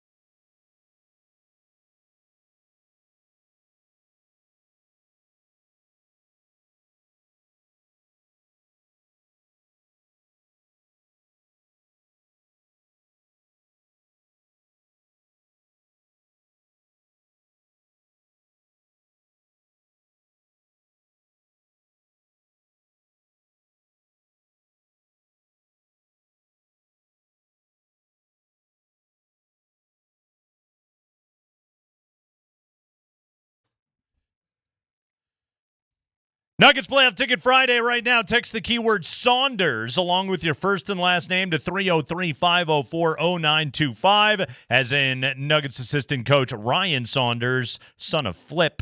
But again, text in Saunders along with your first and last name to 303-504-0925. The keyword Saunders, your first and last name, 303-504-0925. Text the keyword right now and make sure you're listening at 5:45 to find out if we announce your name to win tickets for either tonight or Sunday. It's Jeff Legwald time here on a Friday afternoon because we got to get that Broncos rookie mini camp preview. Jeff, one of the guys going to be there. Second-round pick, running back out of UCF, R.J. Harvey, who you wrote about this week. By the way, your colleague Matt Bowen at ESPN, when he was listing his best fits for the team that drafted them, he has R.J. Harvey as one of his 15 on that list right there. Something you pointed out in this piece, and I've wondered about it having looked at his numbers, only 61 receptions over his last 3 years at UCF. What did Denver see on film that they believe that his skill set will translate really well to how Sean Payton wants to use him?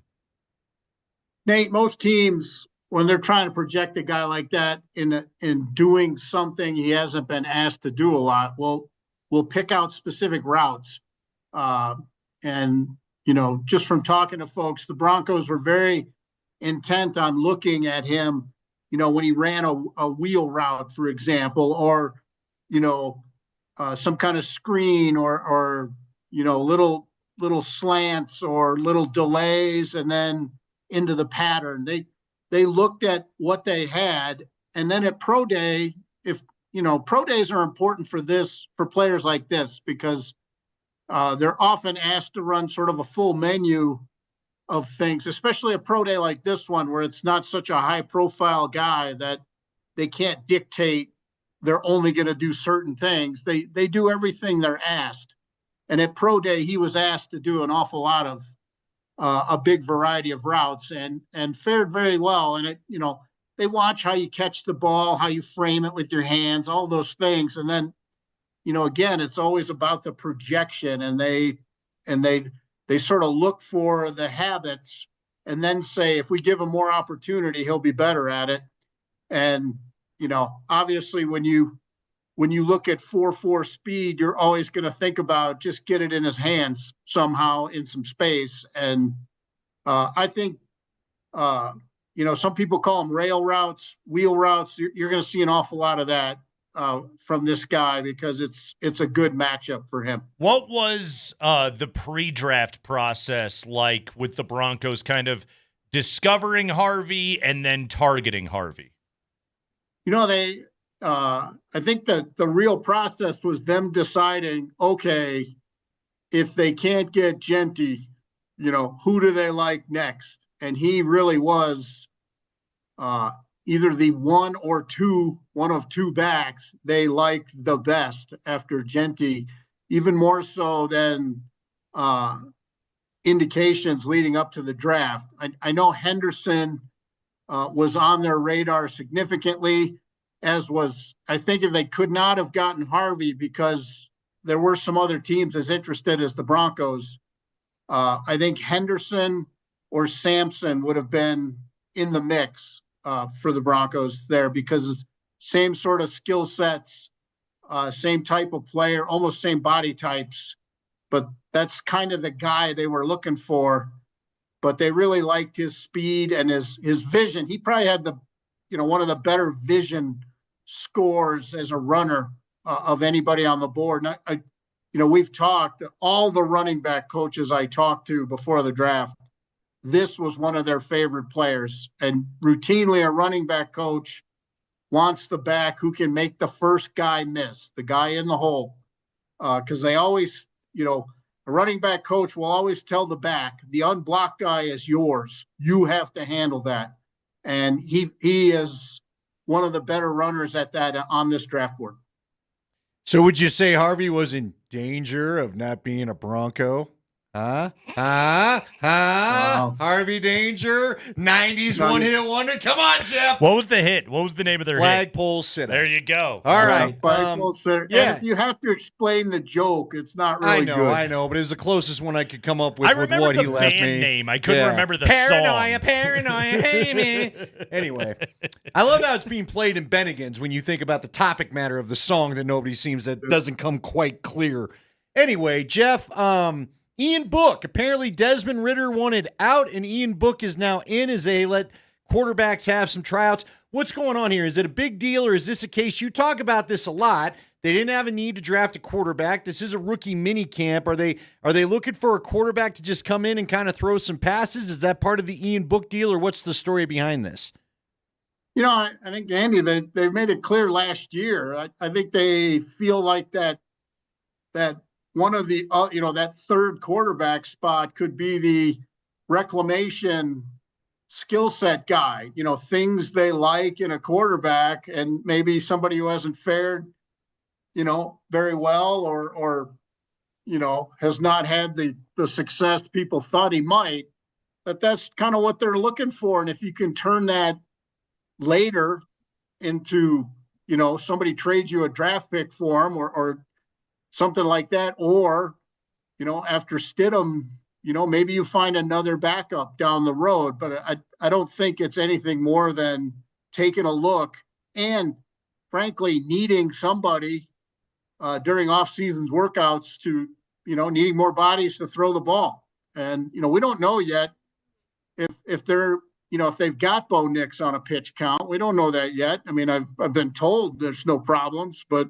I always subscribe to the theory until I see a guy doing it with my own eyes, especially with this regime.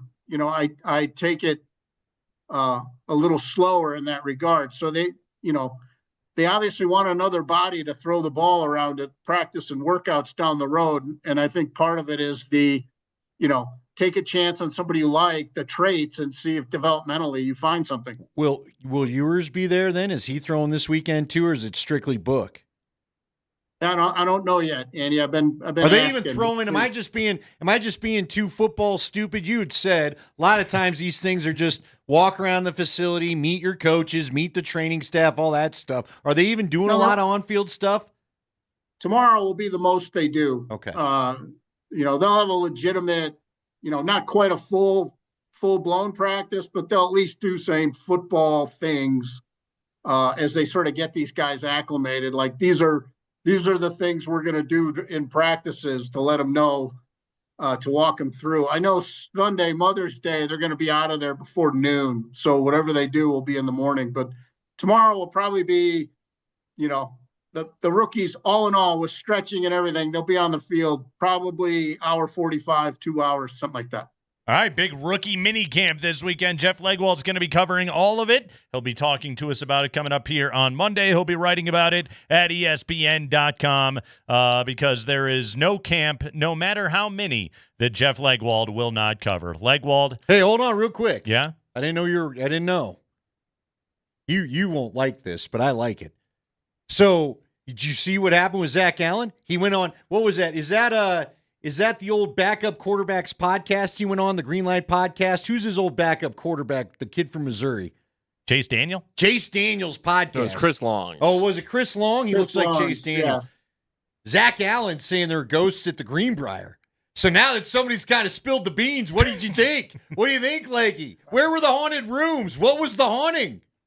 Nate is so mad. Nate hates ghost stories.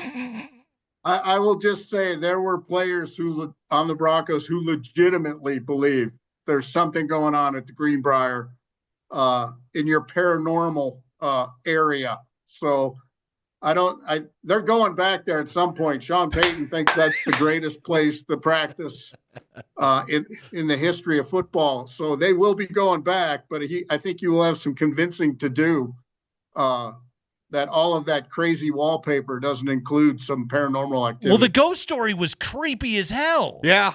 It was, and I don't believe in ghosts, but the history of the thing was so gross, man. Wasn't it like the guy smashed his wife's head in with a brick? Dude, there's some downtown I can tell you about. It was horrible. Yeah. Yeah. Well, yes, like horrific crime happens Right. everywhere. But if there's bad energy in a place, you got to imagine some might be hanging around. You don't believe that? We had no such issues at the Fairfield Inn up the road. I'll just Hey, say Nate's that. got to run to a fish show. I'll finish the interview with you Yeah, there, Jeff. Andy's gonna go burn. But I'm the hippie. Go burn some sage, you. Sage. Shine on, you crazy diamond. Why can't it just be some incense? little wick thing that stands at a little. All right, Lanky, well done as always, man. Thank you. I Keep want the candles details on burning, these stories Monday. They annoy him one more time.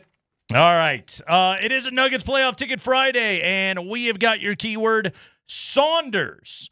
Text Saunders along with your first and last name to 303-504-0925. Saunders along with your first and last name to 303-504-0925. Make sure you're listening at 5:45 because we'll call a name and then you'll have 5 minutes to claim tickets. So be listening. Call us if you hear your name one more time. This hour's keyword is Saunders, as in assistant coach Ryan Saunders. Text Saunders along with your first and last name to 303-504-0925. Best of luck.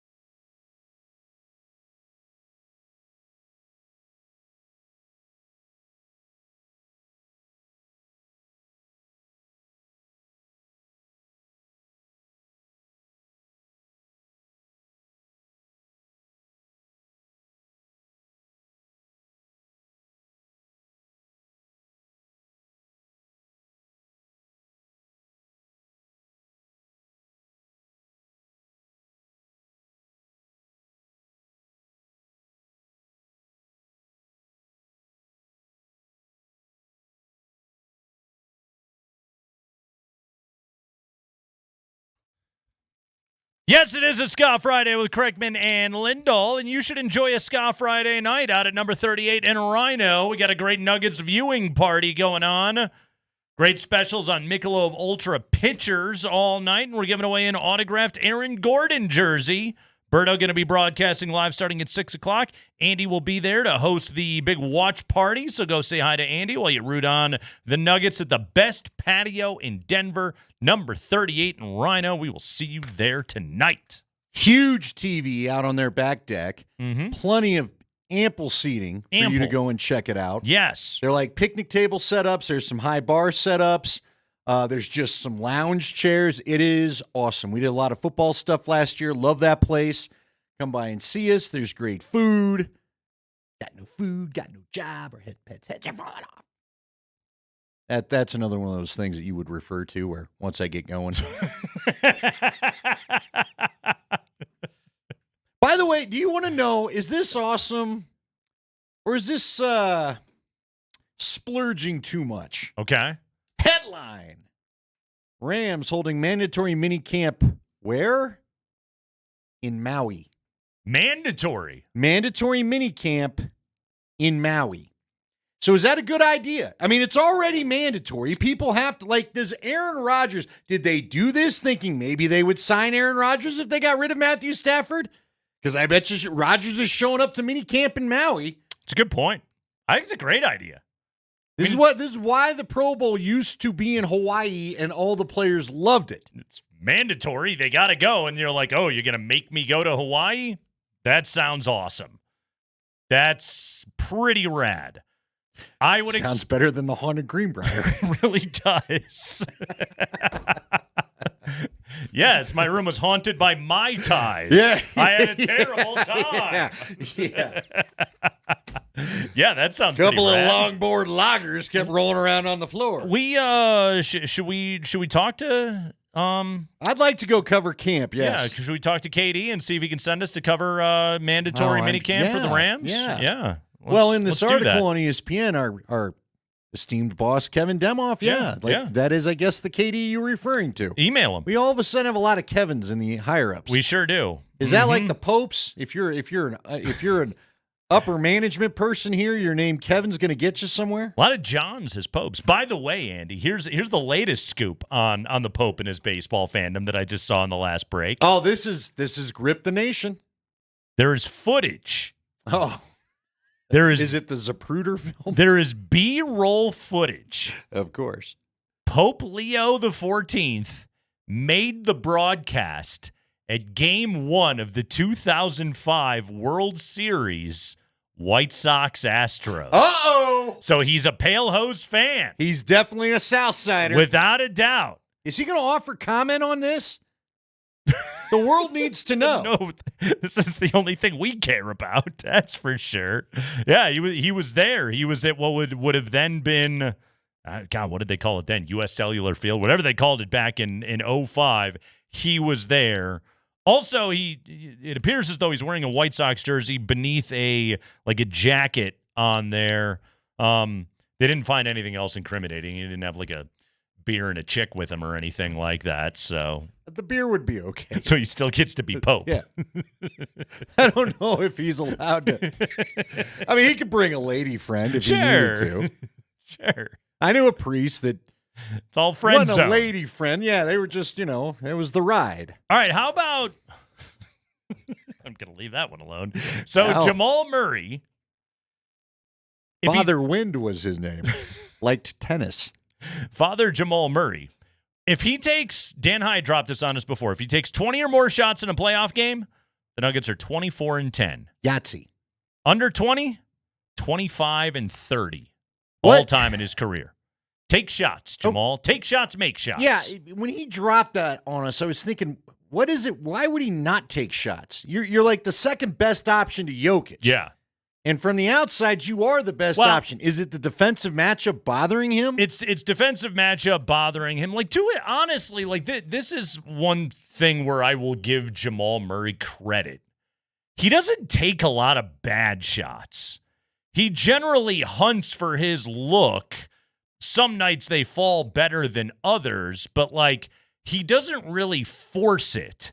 And maybe, like, if you look at a stat like that, and then you look at just how desperately the Nuggets need his offense against how good the Thunder are defensively, maybe the coaching point to him is like, we'd like you to try and force your offense a little bit in this game. Yeah, I think it's almost required. I'm going to give you the same question that I gave to George Sedano. Do you have any idea what to expect tonight? I don't have any. I don't have a gut feel for anything. Like, remember when it was noticeable. I was grumpy before Avs games last week because I hate them matching up against the Stars. You? Yeah, I know. It was a shot. I don't have any. I feel neutral on this topic. I have no idea. They could get blown out. They could do the blowing out. We could get a close game. I don't know. I don't think. Okay, this is my gut feel on tonight's game, and this is the best I can do for it because I don't have an outcome-based result that I could provide you. I do believe this is a fourth quarter game tonight. Okay. I think this is a tight game that is going to be played between the Nuggets and the Oklahoma City Thunder. I think the Nuggets have a big-time response in them coming out quickly in this game. Now, one of the things that is going to be key, and Hastings talked about it a little bit before he took off, is shots have to be made early on in this game. Dudes have to get going. If the Nuggets can do that, I think they can win. I know they came back in game one. I don't condone the idea of constantly playing from a trailing position against the Oklahoma City Thunder. They're too good. Yeah, try to avoid the double-digit deficit if you could. Yes. That's not living the right way. Yes. What happened in game one, hopefully by the time the series ends, we're not like, well, that was a total fluke. You know, I hope that's not the case. I hope that was the matter of a team staying within striking distance and then being able to make the key plays in crunch time like they needed to. But I think the Nuggets are going to play a lot better tonight. I think I don't know how to predict Michael Porter. Okay, I just don't know how to predict him. All right, because I don't know what's going on with his shoulder, but he did hit a couple of shots in the third quarter the other day. I'm sure he's working on the shot. Like it's a part of the way this injury is affecting him. And Adelman talked about it is like, you know, as he's going up, because I know the injury is with his guide hand, but any shooter, like the guide hand goes up with the ball as you shoot your jump shot. All right. So if the adjustment that he has to make is, you know, his shooting hand leaves his guide hand earlier, so to speak. Okay. Well, guess what?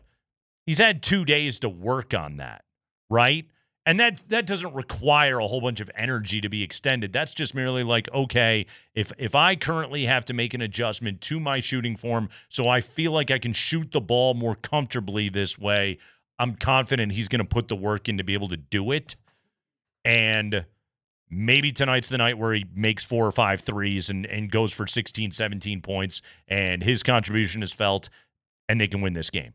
Well, it'd be great if he and Jamal both went off, shot threes well. Yeah, totally. That could lead to the comfortable win. Yep.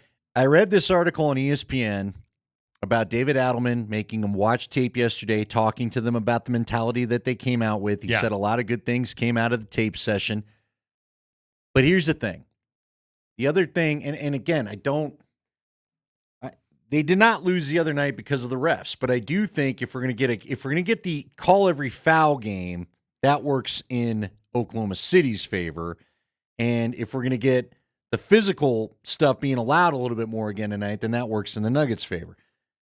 You're probably going to have to go out pretty early. Like Adelman talked about coming out and taking the physicality to them first, the way that OKC did to them the other night. And really the way I thought the Nuggets did in game one. Right. But you got to make sure that it's happening. And if the refs, we talked a little about this yesterday, if they're not having it tonight, then adjust your game plan. Don't get frustrated. Don't argue with them. They got to keep their composure in all this. I mean, there are a ton of whistles. Westbrook has been called for 10 fouls so far in this series. Jokic has been called for 11 fouls so far in this series. That's going to be huge. We gave the numbers yesterday of shooting, close to the rim, 0 to 5 feet. The Nuggets were atrocious, 5 of 15 in game 2. Got to make the bunnies. You have to make the bunnies. Hyatt was talking about fewer shots ended up getting taken in the paint. I saw it early on in that game. Like, they started seeing ghosts. They were going into the paint, and Chet's giant arms were just affecting guys. I saw Jamal pass up a shot. I saw Aaron Gordon pass up a shot, all because of Chet's presence inside the paint. So, well, when Chet and Caruso are in there, you got to watch both of them. Yeah. You cannot Caruso come backside like he did game one. And what's the other answer right there? Hit outside shots and force these guys to have to defend further away from the basket. It goes back to I don't want to sound – I hope we don't sound defeatist. I don't think this series is over by any stretch, but I just think in order to win, the Nuggets will have to play close to peak. I don't think the Thunder have to play that close to, their best performance to get a victory because they're just a better, deeper team. But the Nuggets, if they get, a couple more A efforts, we get a Jamal game, all those kind of things, I'll give them a shot. I'm not counting out the champs. That's for damn sure. And I think the energy is going to be a hell of a lot better tonight.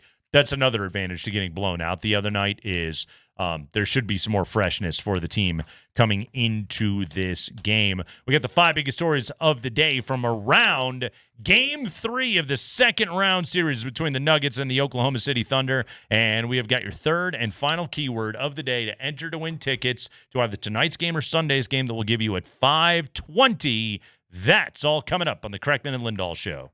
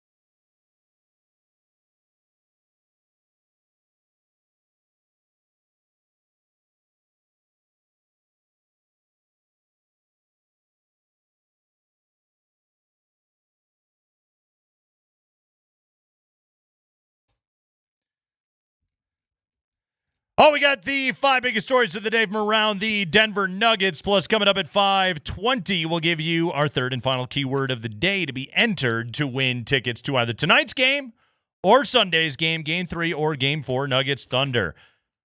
But we go from Fishbone to Teshbone. Let's do it. Spring! Come on. Skanking a Tesh.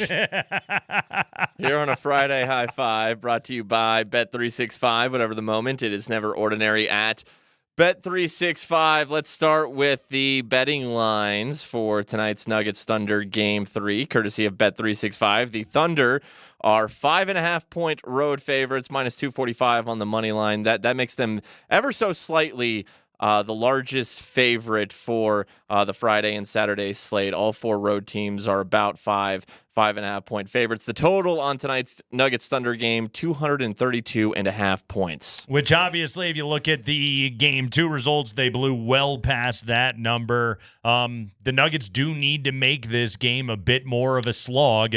If they're going to hang in this thing, they got to be able to get stops, and most importantly, they cannot have another game where the Thunder's bench just absolutely kills them shooting the ball from the outside. The Thunder made 16 threes in Game 2, but 4 from Isaiah Joe, 2 from Cason Wallace. Jalen Williams hit a 3. Aaron Wiggins hit a couple of threes. By the way, Aaron, no relation to Andrew Wiggins. They're just A. Wiggins, and that's a coincidence for you. Caruso did not make any threes in Game 2 after he made 5 in Game 1. The Nuggets clearly will have to defend the outside better. But, Andy, I think the Nuggets are going to have to keep this. This thing's got to be down in like the 100s. 110s at the highest. You can't be running up and down the floor with these guys. No, I'm with you. Are we in must-win territory? It just matters you get the split? How much just get does the split. The aesthetics of tonight look like? I think you can't go back-to-back blowouts. I'm going to love a world a hell of a lot more where the Nuggets are up 3-1, right? Yeah. But to me, a split is more realistic given the quality of opponent that you have.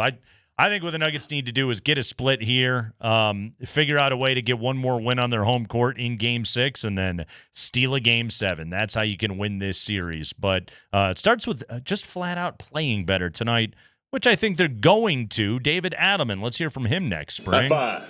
Yeah, he talked to the media yesterday after Nuggets practice. We played one of his cuts in yesterday's High Five. Let's hear another. Adelman was asked yesterday if fatigue was a factor in the Nuggets Game 2 blowout loss. I'll say this, fatigue is a word you can use when you lose in the playoffs, and that is a factor.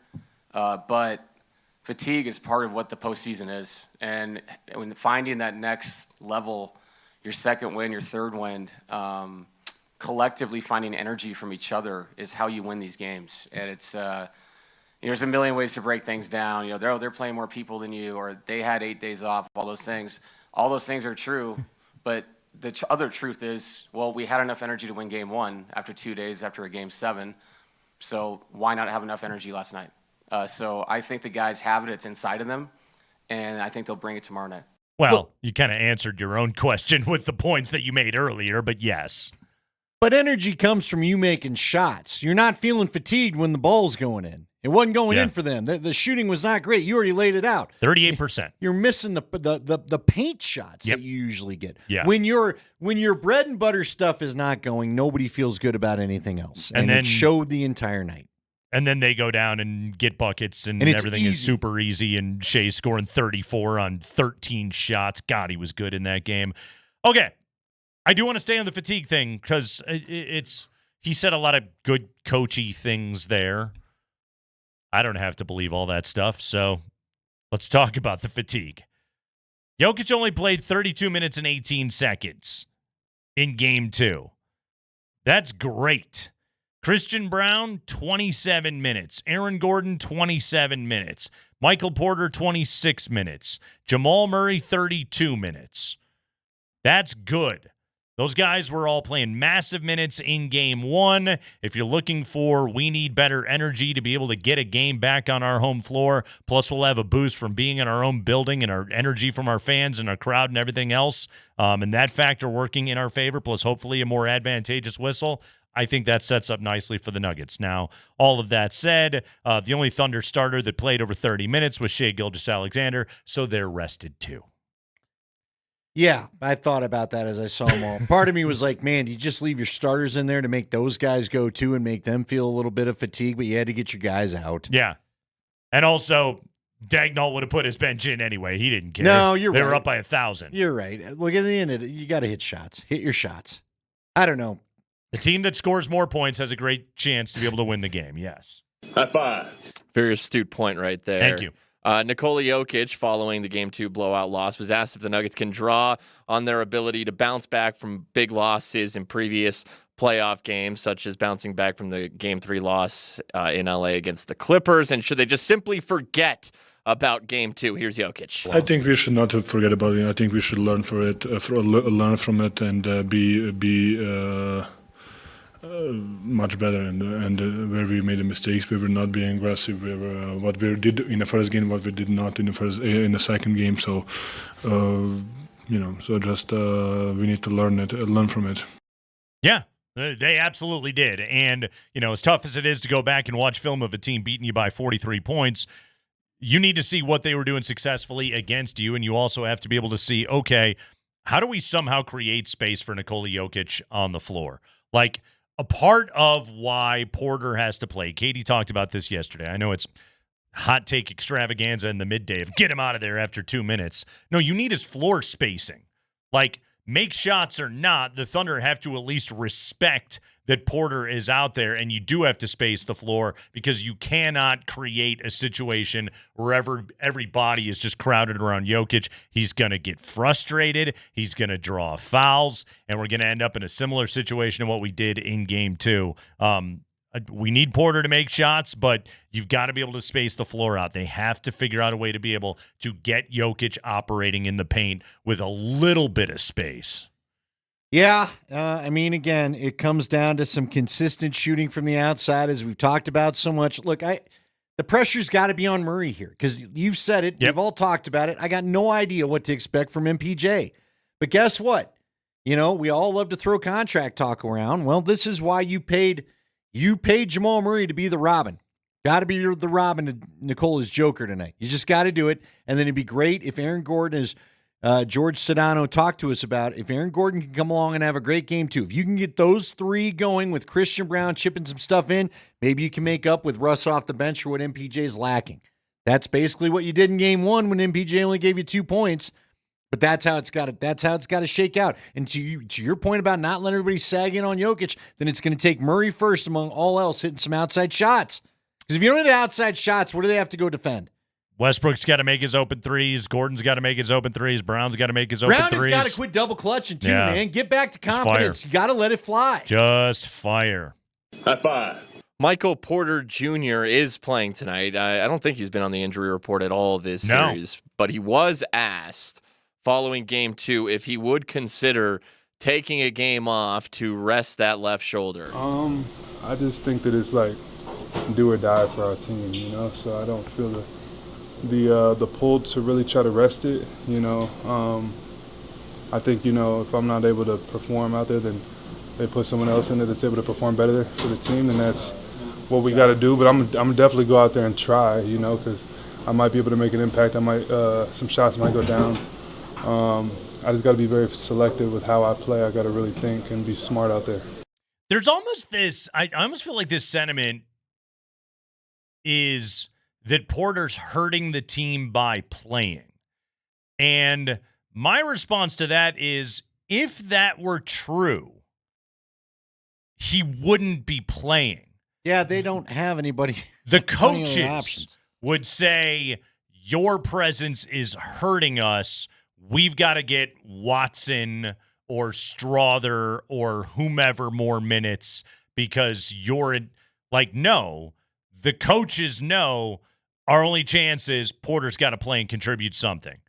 And then he might not, and then you got to hope you get a big-time Russ night and your Peyton Watson minutes are okay. If it gets just so bad, you take – but again, with Strother out there, it changes the defensive spacings unless Strother were to finally go off. If Strother could go off and hit some threes, then this would all be a different conversation. But nobody has shown the ability to hit a three off the bench other than at times Russ. But here's one of the other problems, too, is like if you take Porter out of the game, you lose size. He guards Chet, man, because he's 6'10". You need his size out on the floor.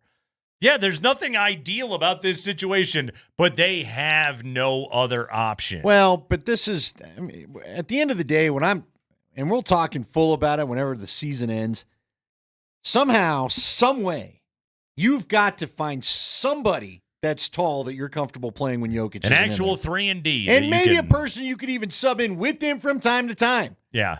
Because it is amazing to me how you've gone 2 or 3 years and this is still a problem. You don't have anybody that you truly trust to give you, as we've talked about. We're talking 10 minutes a night. And been since Mason Plumlee. 10 minutes. Yeah. It's been a while. And finally, Spring. High five. Let's hear from an Oklahoma City Thunder player. Thunderman. Chet Holmgren talking out at Ball Arena today after a Thunder shoot-around, and he was asked if they expect more physicality from the Nuggets tonight. Yeah, I mean, I expect nothing less than for them to bring it tonight. You know, they're a good team. They got a lot of competitors over there, and, you know, they want to win, and they're on their home floor. So, you know, they're going to bring it. We got to be ready. Yeah, I think physicality is going to get cranked up tonight. I think that's going to be a part of this game. I think it's going to be a battle down low. No, you just don't have any choice. What I'm really curious to see is, you know, does the whistle go along? You know, is with all the manhandling of Jokic down in the paint that the Thunder got away with in Game 2, are there going to be some calls that both, number one, help him by maybe getting some of their bigs in foul trouble, and number two, you know, make it so Jokic isn't getting pissed off and pushing back and then fouling himself out of the game in the third quarter. Don't need that. Nuggets Thunder, game number 3. Tonight, we got a great watch party going on this evening out at number 38 in Rhino, so head out there. Big viewing party. Great specials on Michelob Ultra pitchers all night. We're giving away an autographed Aaron Gordon jersey. Berto's got your pregame coverage starting, well, first off with the Blitz at 6 o'clock, and then official pregame starting 7:30 tonight. And then Andy's going to be out there hosting the watch party, so go see Andy. Say hello to him as you root on the Nuggets at the best patio in Denver. Number 38 in Rhino. We will see you there tonight, and we will give you our third and final keyword of the afternoon to be able to win a pair of tickets to either tonight's game or Sunday's game. We'll do it right after the break.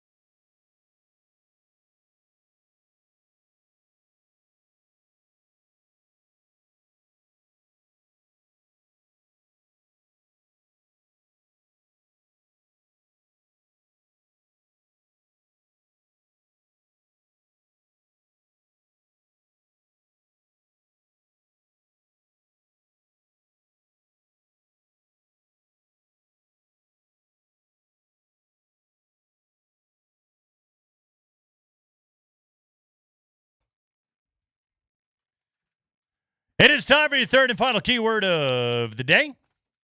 You can win a pair of tickets to either tonight's Game 3 or Sunday's Game 4. Yeah, be the hero of Mother's Day. Take mom to a game on Sunday afternoon. It's a Nuggets playoff ticket Friday, and we've got your next keyword coming up here in just a moment. The Nuggets released tickets that had been held throughout the day all the way until game time, so visit nuggets.com/playoffs to purchase and get in the building. To win tickets, you got to text the keyword, and the keyword this hour, Popeye. Popeye. Popeye. Yes, the third member of the Nuggets coaching staff to make the keywords today. Text Popeye along with your first and last name to 303-504-0925, obviously as in Popeye Jones, Nuggets assistant coach, Ronald Jerome Popeye Jones. But text Popeye to 303-504-0925 along with your first and last name, and we'll announce a name coming up at 5:45 that is entered today. That person will then have 5 minutes to claim their tickets, so be listening and call us if you hear your name. One more time, this hour's keyword is Popeye, so text Popeye with your first and last name to 303-504-0925 for our pal Popeye Jones, Murray State legend Popeye Jones. Andy played for the Mavericks, the Raptors, the Celtics, the Nuggets, the Wizards, the Mavs again, and then finished up with Golden State. Took a hiatus from the game for a while, did some radio work. I actually worked as his producer briefly, and then started coaching with the New Jersey/Brooklyn franchise in 2010. He's been here in Denver on Malone's staff since 2021. The great Ronald Popeye Jones. Yeah, I remember him as a Maverick for sure, and obviously as a Nugget, but that was about it. I don't remember the other stops quite as much. Charles Barkley once singled out Popeye, and it was a TNT conversation, and actually it happened. I produced a show for Mark Spears and Popeye Jones, and by the way, the two largest human beings ever to host one radio show. But those back then, like TNT, Barkley, they asked him the question, just like, who's a random guy that just gave you problems? And he was just like, Popeye Jones used to kick the crap out of me. He's strong as an ox, from everything I've been told. Giant can. Did not want to deal with you. him. Couldn't get around the guy. He was kind of a Calvin. People remember Calvin Nat around here. Popeye was of that ilk. His sons, obviously, Seth and Caleb. Seth would have been a fun little acquisition here. Absolutely. Popeye, All right, let me. Popeye, yes. Well, then Popeye Jones, great dude, salt of the earth. We need to get him on here. We do. We haven't talked to Popeye in a while. We got to get Pop back on the show. All right, what's the adjustment? What's the adjustment for Nicola? I was telling you in the break, we saw it last series where it felt like Jamal and Nicola made a conscious decision, and I think he told a few of his guys, throw it to me high, let me receive it like up, I'll put my hand up to catch it, so their guards of the Clippers at this point couldn't swat down on the ball and knock it out of my hands before I even get set. You talked about Chet frustrating him. Does Nicola need to take his offensive game out high, or is that playing into the Thunder's hands? Like, what do you do? What can they do to maybe get Chet away from the rim? Anything? So here's what's interesting is in the regular season, in the 4 matchups, Jokic had a much higher post-up rate against the Thunder than he did against your average NBA opponent. I think he needs to catch the ball lower. Okay. Is something that would help. Also, and you mentioned Chet right there.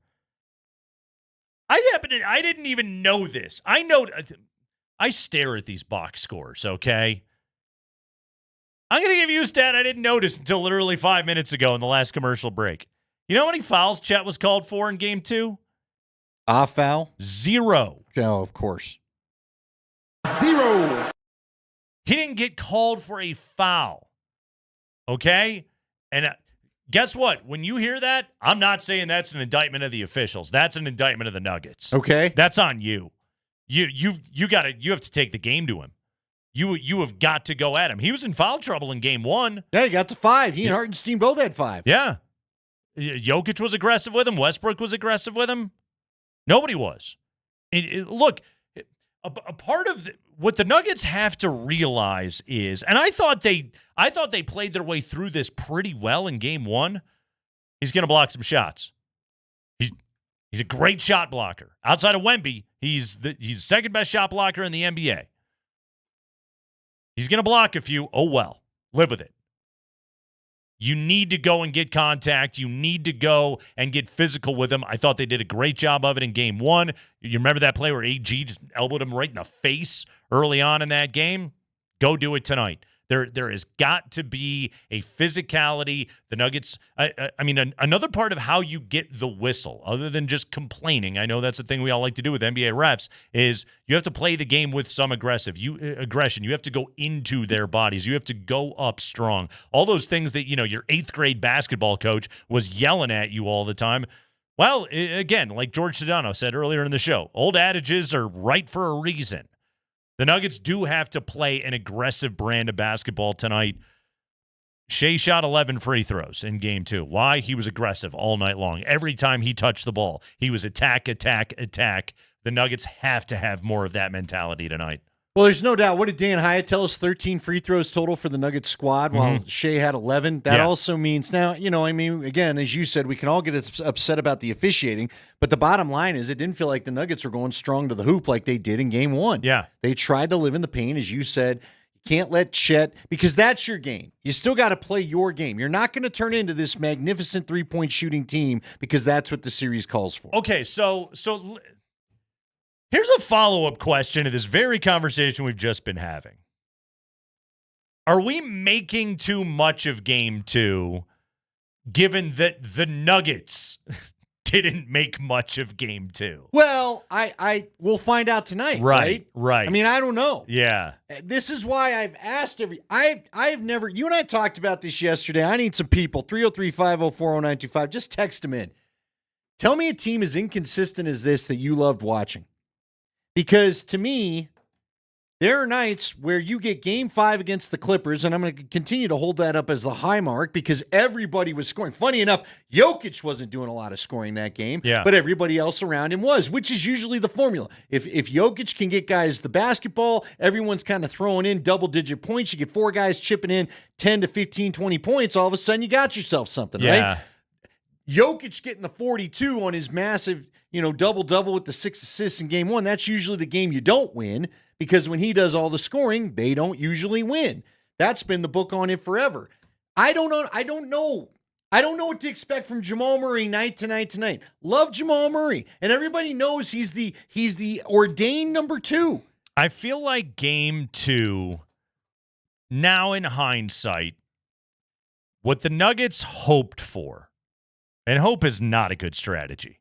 But I think what the Nuggets hoped for was, because they were 2 of 10 from 3 in the first quarter. They were 7 of 20 from the field. They were down by 24 after the first. I think what the Nuggets had hoped to do was, well, let's see if we can shoot our way into this game. If we just hit our open looks, okay? If we hit, 6 threes in this opening quarter, okay, then we'll wake up. The problem was they didn't hit, and the Thunder came out and they played desperate. And when that team is fully motivated and playing desperate, guys, they are the best team in the NBA for a reason. Well, and the other thing I think they counted on, whether they want to admit it or not, that they never got, frankly, I was counting on it, was the let-up. Teams get up big all the time in these playoffs. It's now happened to Boston twice where they've had the 20-point lead they couldn't hold on to. Yep. Because eventually there's a natural let-up. The Thunder, and maybe in part because they got to play 10 guys the other night or whatever they played, 11, there was never a let-up. There was never a period where they weren't hitting their shots. There was never a period where they kind of fell asleep and lost their energy. Usually the team that's most vulnerable is the team that gets out to the big lead, leads by 20 or whatever after the first quarter, decides they've got it in the bag, turns it off emotionally, and then they can't turn it back on. That never happened to the Thunder. They kept dunking. They were high-flying. They treated that thing like an all-star game. There's some anomalies going on this year, and I know everyone will just say, well, the Pacers won game 2, the Knicks won game 2. You can win games on the road. How about this from Hyatt?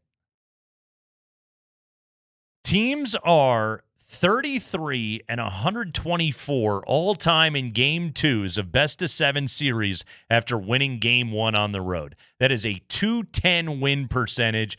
Based on history, the Nuggets had a 1-in-5 chance of winning Game 2 after stealing Game 1. It speaks to the human nature of desperation that you hear about all the time as a fan, and sometimes you don't want to pay. Sometimes I think even, I'll just say it as a media member, I hear about how desperate, well, you all should be desperate to win, right? But Scotty kept hammering this home to me this past couple months about, look, when you don't need it or you can't change your seating, because he was talking about it in relation to the Avs. Right. They couldn't change their fate. They knew they were going to face the Stars.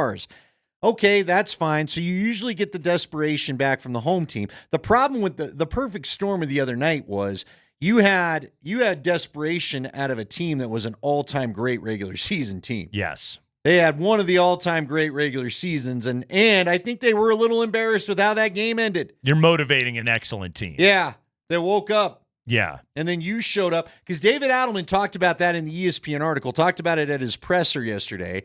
He talked about the fact that it wasn't that the Nuggets weren't ready to play. They weren't ready to play at that level, and he thought they weren't even really sure they knew what level they were not. It took them too long to realize the Thunder at this level, and they're not coming down off the cloud. You got another chance to get in with the third and final keyword of the day. Text Popeye along with your first and last name to 303-504-0925. Again, this hour's keyword is Popeye. Text Popeye along with your first and last name to 303-504-0925, and you will be entered to win tickets to either Game 3 tonight or Game 4 on Sunday. Make sure you're listening at 5:45, and then we'll call a name. That person will have 5 minutes to call in and claim their tickets. So, Andy, I have a new favorite thing in sports besides the Denver Nuggets and Nikola Jokic. And it is the Bill Belichick, Jordan Hudson saga. I love this thing. I'm glued to it. This will sound weird because we're talking about a 73-year-old with a 24-year-old girlfriend. It's a little tawdry, sure. But really, this is a low-stakes scandal.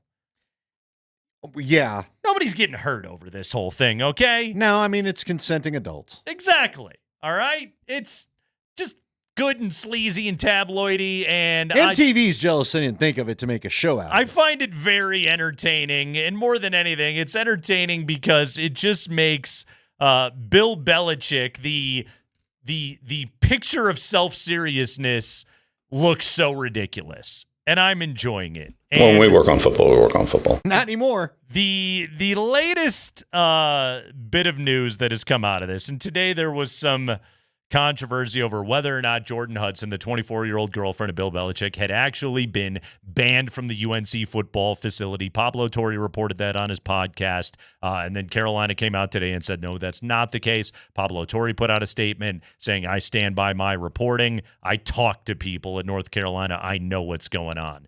So Pablo Torre on his podcast with Katie Nolan, Pablo Torre finds out, and Pablo's great. He did some serious reporting on what's going on here, and he's got some good dirt. This is maybe my favorite one. All right. So Jordan Hudson has been leveraging her role as Belichick's, his de facto agent, and even like inserted herself into the Dunkin' Super Bowl commercial. Right. I guess this isn't the first time this has happened. According to Pablo Torre's reporting, Jordan Hudson had previously attempted to insert herself into a commercial starring Belichick for Underdog Fantasy Sports that was filmed last summer. This is from Awful Announcing. Sources told Torre that what happened on set was, quote, highly unusual, with Jordan Hudson pitching herself for a role in the commercial, which would double as the public hard launch of her and Belichick's relationship. Not only that, but she eventually showed up for the commercial shoot in a yellow polka dot bikini, presumably in anticipation of her co-starring role. Unable to come up with a solution, considering Belichick's status as the commercial star, the crew apparently filmed scenes involving Jordan Hudson, which were ultimately never used. A source told Pablo Torre, quote, the camera might not have even been on, close quote. So they basically let you think, oh, yeah, we're getting all of this. Yes. This is great. And she was of the belief this will be the hard launch of us announcing our romance. You told me this story earlier, and it reminded me of there's an episode of Cheers where Cliff and the crew agreed to film a guy's wedding. And at the end, or it's a birthday party, it's a wedding, it's something, but they're supposed to be filming and they realize there's no tape in there. And so they back up to the door and get everybody together for a pose, and then they open the door and run out of it. And I wonder if that's just what the crew did by the time this was all done. How about she shows up to this commercial in a shoot bikini, and she's just like, I'm a character in this ad now. And I'm in a bikini. Listen to this. How did Jordan Hudson come to have such an outsized presence in Bill Belichick's professional life? It might say more about the strength or lack thereof of his inner circle. As has been well documented at this point, the former Patriots head coach has a habit of surrounding himself with former assistant coaches and colleagues such as Michael Lombardi, Matt Patricia, and Josh McDaniels. Pablo Torre said, quote, "These are yes men." But while Belichick's associates certainly took note of Hudson's presence following the start of their personal relationship, none of them seemed willing to step in regarding her professional rise. And that's where Jordan Hudson seemingly saw an opportunity to increase her professional influence with the 6-time Super Bowl head coach. Quote, "These guys are watching Jordan come in and they're eye rolling. They're nudging each other," was the description, but they're not telling Bill, they're not telling Coach this is a bad idea. So she comes in and out alphas everybody, and that's how in a very short amount of time, in a period of months, they watch her take power, close quote. So she has replaced Matt Patricia and Josh McDaniels as the confidants, as the right-hand yes man for Bill Belichick. Gee, how'd she do it? Yeah. Yeah. This stuff is so good. It's so silly. It's the story that keeps on giving. And now I wonder if she's really going to get what she wanted. Because guess what? Now you're in the spotlight, as is he. These stories that we're going to get one a week. We may have to start a segment. Might have to be a bit. Andy, she's getting everything she wants. Oh, yeah. Okay. Famous. One source told Pablo Torre that the belief is that she may be saving exclusively any and all talk about their origin story, their relationship, for a potential reality show. That's why she shut down the question on the TV interview, the CBS News question, because she is saving this for a reality show. So she's trying to get into the Bravo universe. How extensive is the show? I mean, you say a show, isn't that just an episode? It's going to be about her life. Nah, I get it. I mean, she's trying to get to Vanderpump Rules kind of status right now. That's where she's trying to get to. Yeah. All right. She is somebody who believes an exclusive means exclusive, Torre said. Like, you can't talk about this anywhere else. This story is for a future theoretical project. That is the theory from people who have had to deal with her, close quote. So she's in her mind, she's producing her own reality television show right now, and she's not giving her scoops away to CBS. Well, a smart business, I'll give her that. And meanwhile, frumpy Belichick is just sitting there the entire time. Yeah, but he's not. He's probably writing poetry, listening to music people have never heard of before. You know, he's got Celine Dion in the car for the first time in his life. Silk robes and oils. Come on. We'd have to do that. Simply holding hands and walking around the lake could have been enough. Wonder if she switched out that wicker rattan furniture yet. She's redecorated the entire place, I promise you. Is the dog okay? Did the dog get to stay? Dog's out. Dog's not getting a cut of my reality show money. There you go, everybody. Again, the keyword Popeye. Text it in right now to 303-504-0925 to enter to win tickets to either Game 3 or Game 4. We're going to announce a name coming up right here on the other side of the break. You will have 5 minutes to call in and claim your tickets. Keep it here.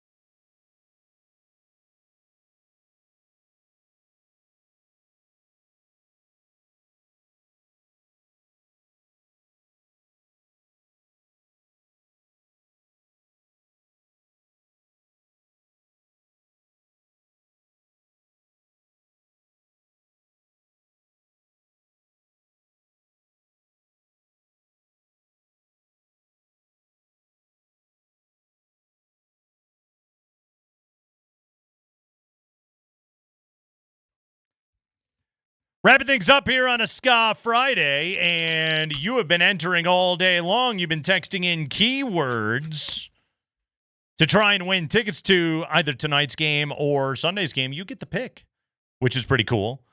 Your keywords today were Adelman, Saunders, and Popeye. A little love for the Nuggets coaching staff going into Game 3 who, had to go through all that film and try and find coaching points going into this one. But right now, this is what we're going to do. If you have been texting in the keywords today, if you texted in any keywords today to the Kreckman and Lindahl show, what you need to do is be listening because we could be calling your name here in just a moment. If we say your name, you have 5 minutes. We'll start the clock. Spring gets, by the way, he's intense about that stopwatch. I mean, the moment we say the name, he hits start on that stopwatch. That thing hits 5 minutes and you haven't called, sorry, you're dead to us.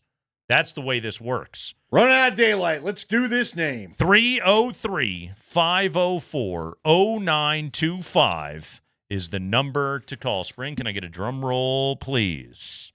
The name. And you need to be listening right now. Or hopefully one of your friends is. Or your wife. Or husband. 303-504-0925. You've got 5 minutes. Spring? Or your dog. The name is Mark Pittock. Mark Pittock. Pittock. Attack. All right. Attack the phone lines, Mark. Mark, call in right now, 303-504-0925. Mark Pittock. Pittock. Hidak. Pitoke. Mark, call in right now to 303-504-0925. You have 5 minutes to call. Again, the number 303-504-0925. Old Mark P. What does that mean? It means time's running out. I was like, Mark whoa, does that P. mean we got him? Sound like the death clock.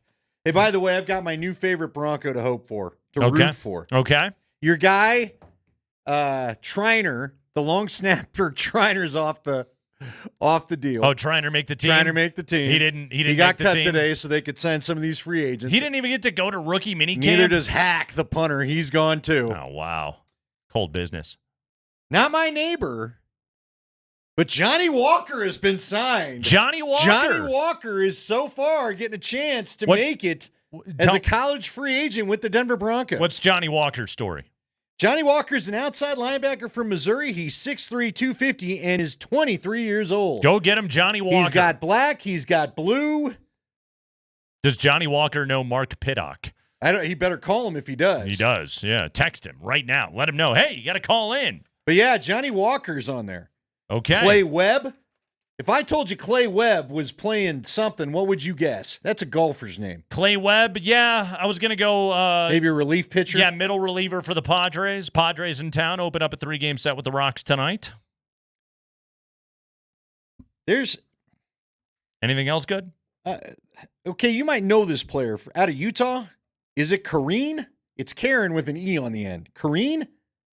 Karani? Sure. Yeah.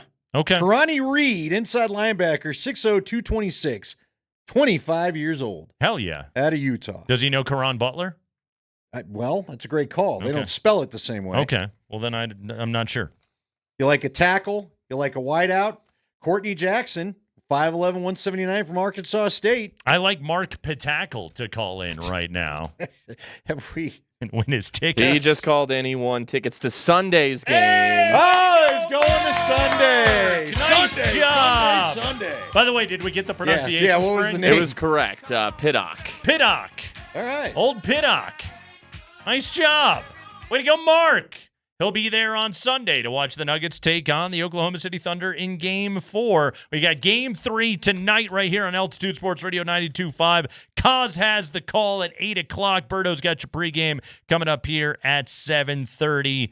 All right, Andy. It is that time. No. There will be 2 Nuggets games between now and when we talk to this fine listening audience again. Mark Pittock and company.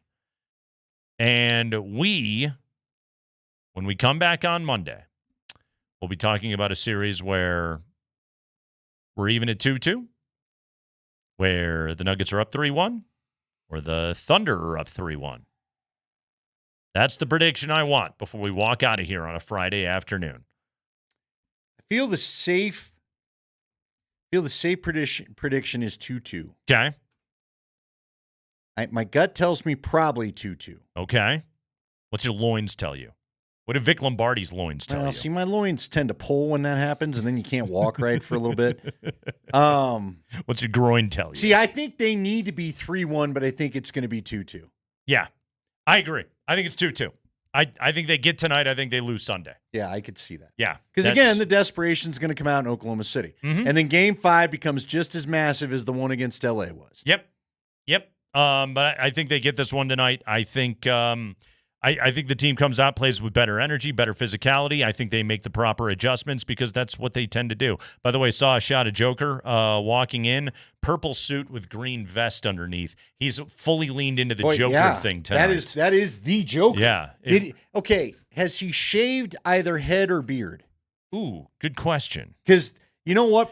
I thought he was due for a haircut the other day. Part of me feels like after the other night, let's just shave it all clean. It does not appear as though there was any haircut change at all, but I'll give you the shot.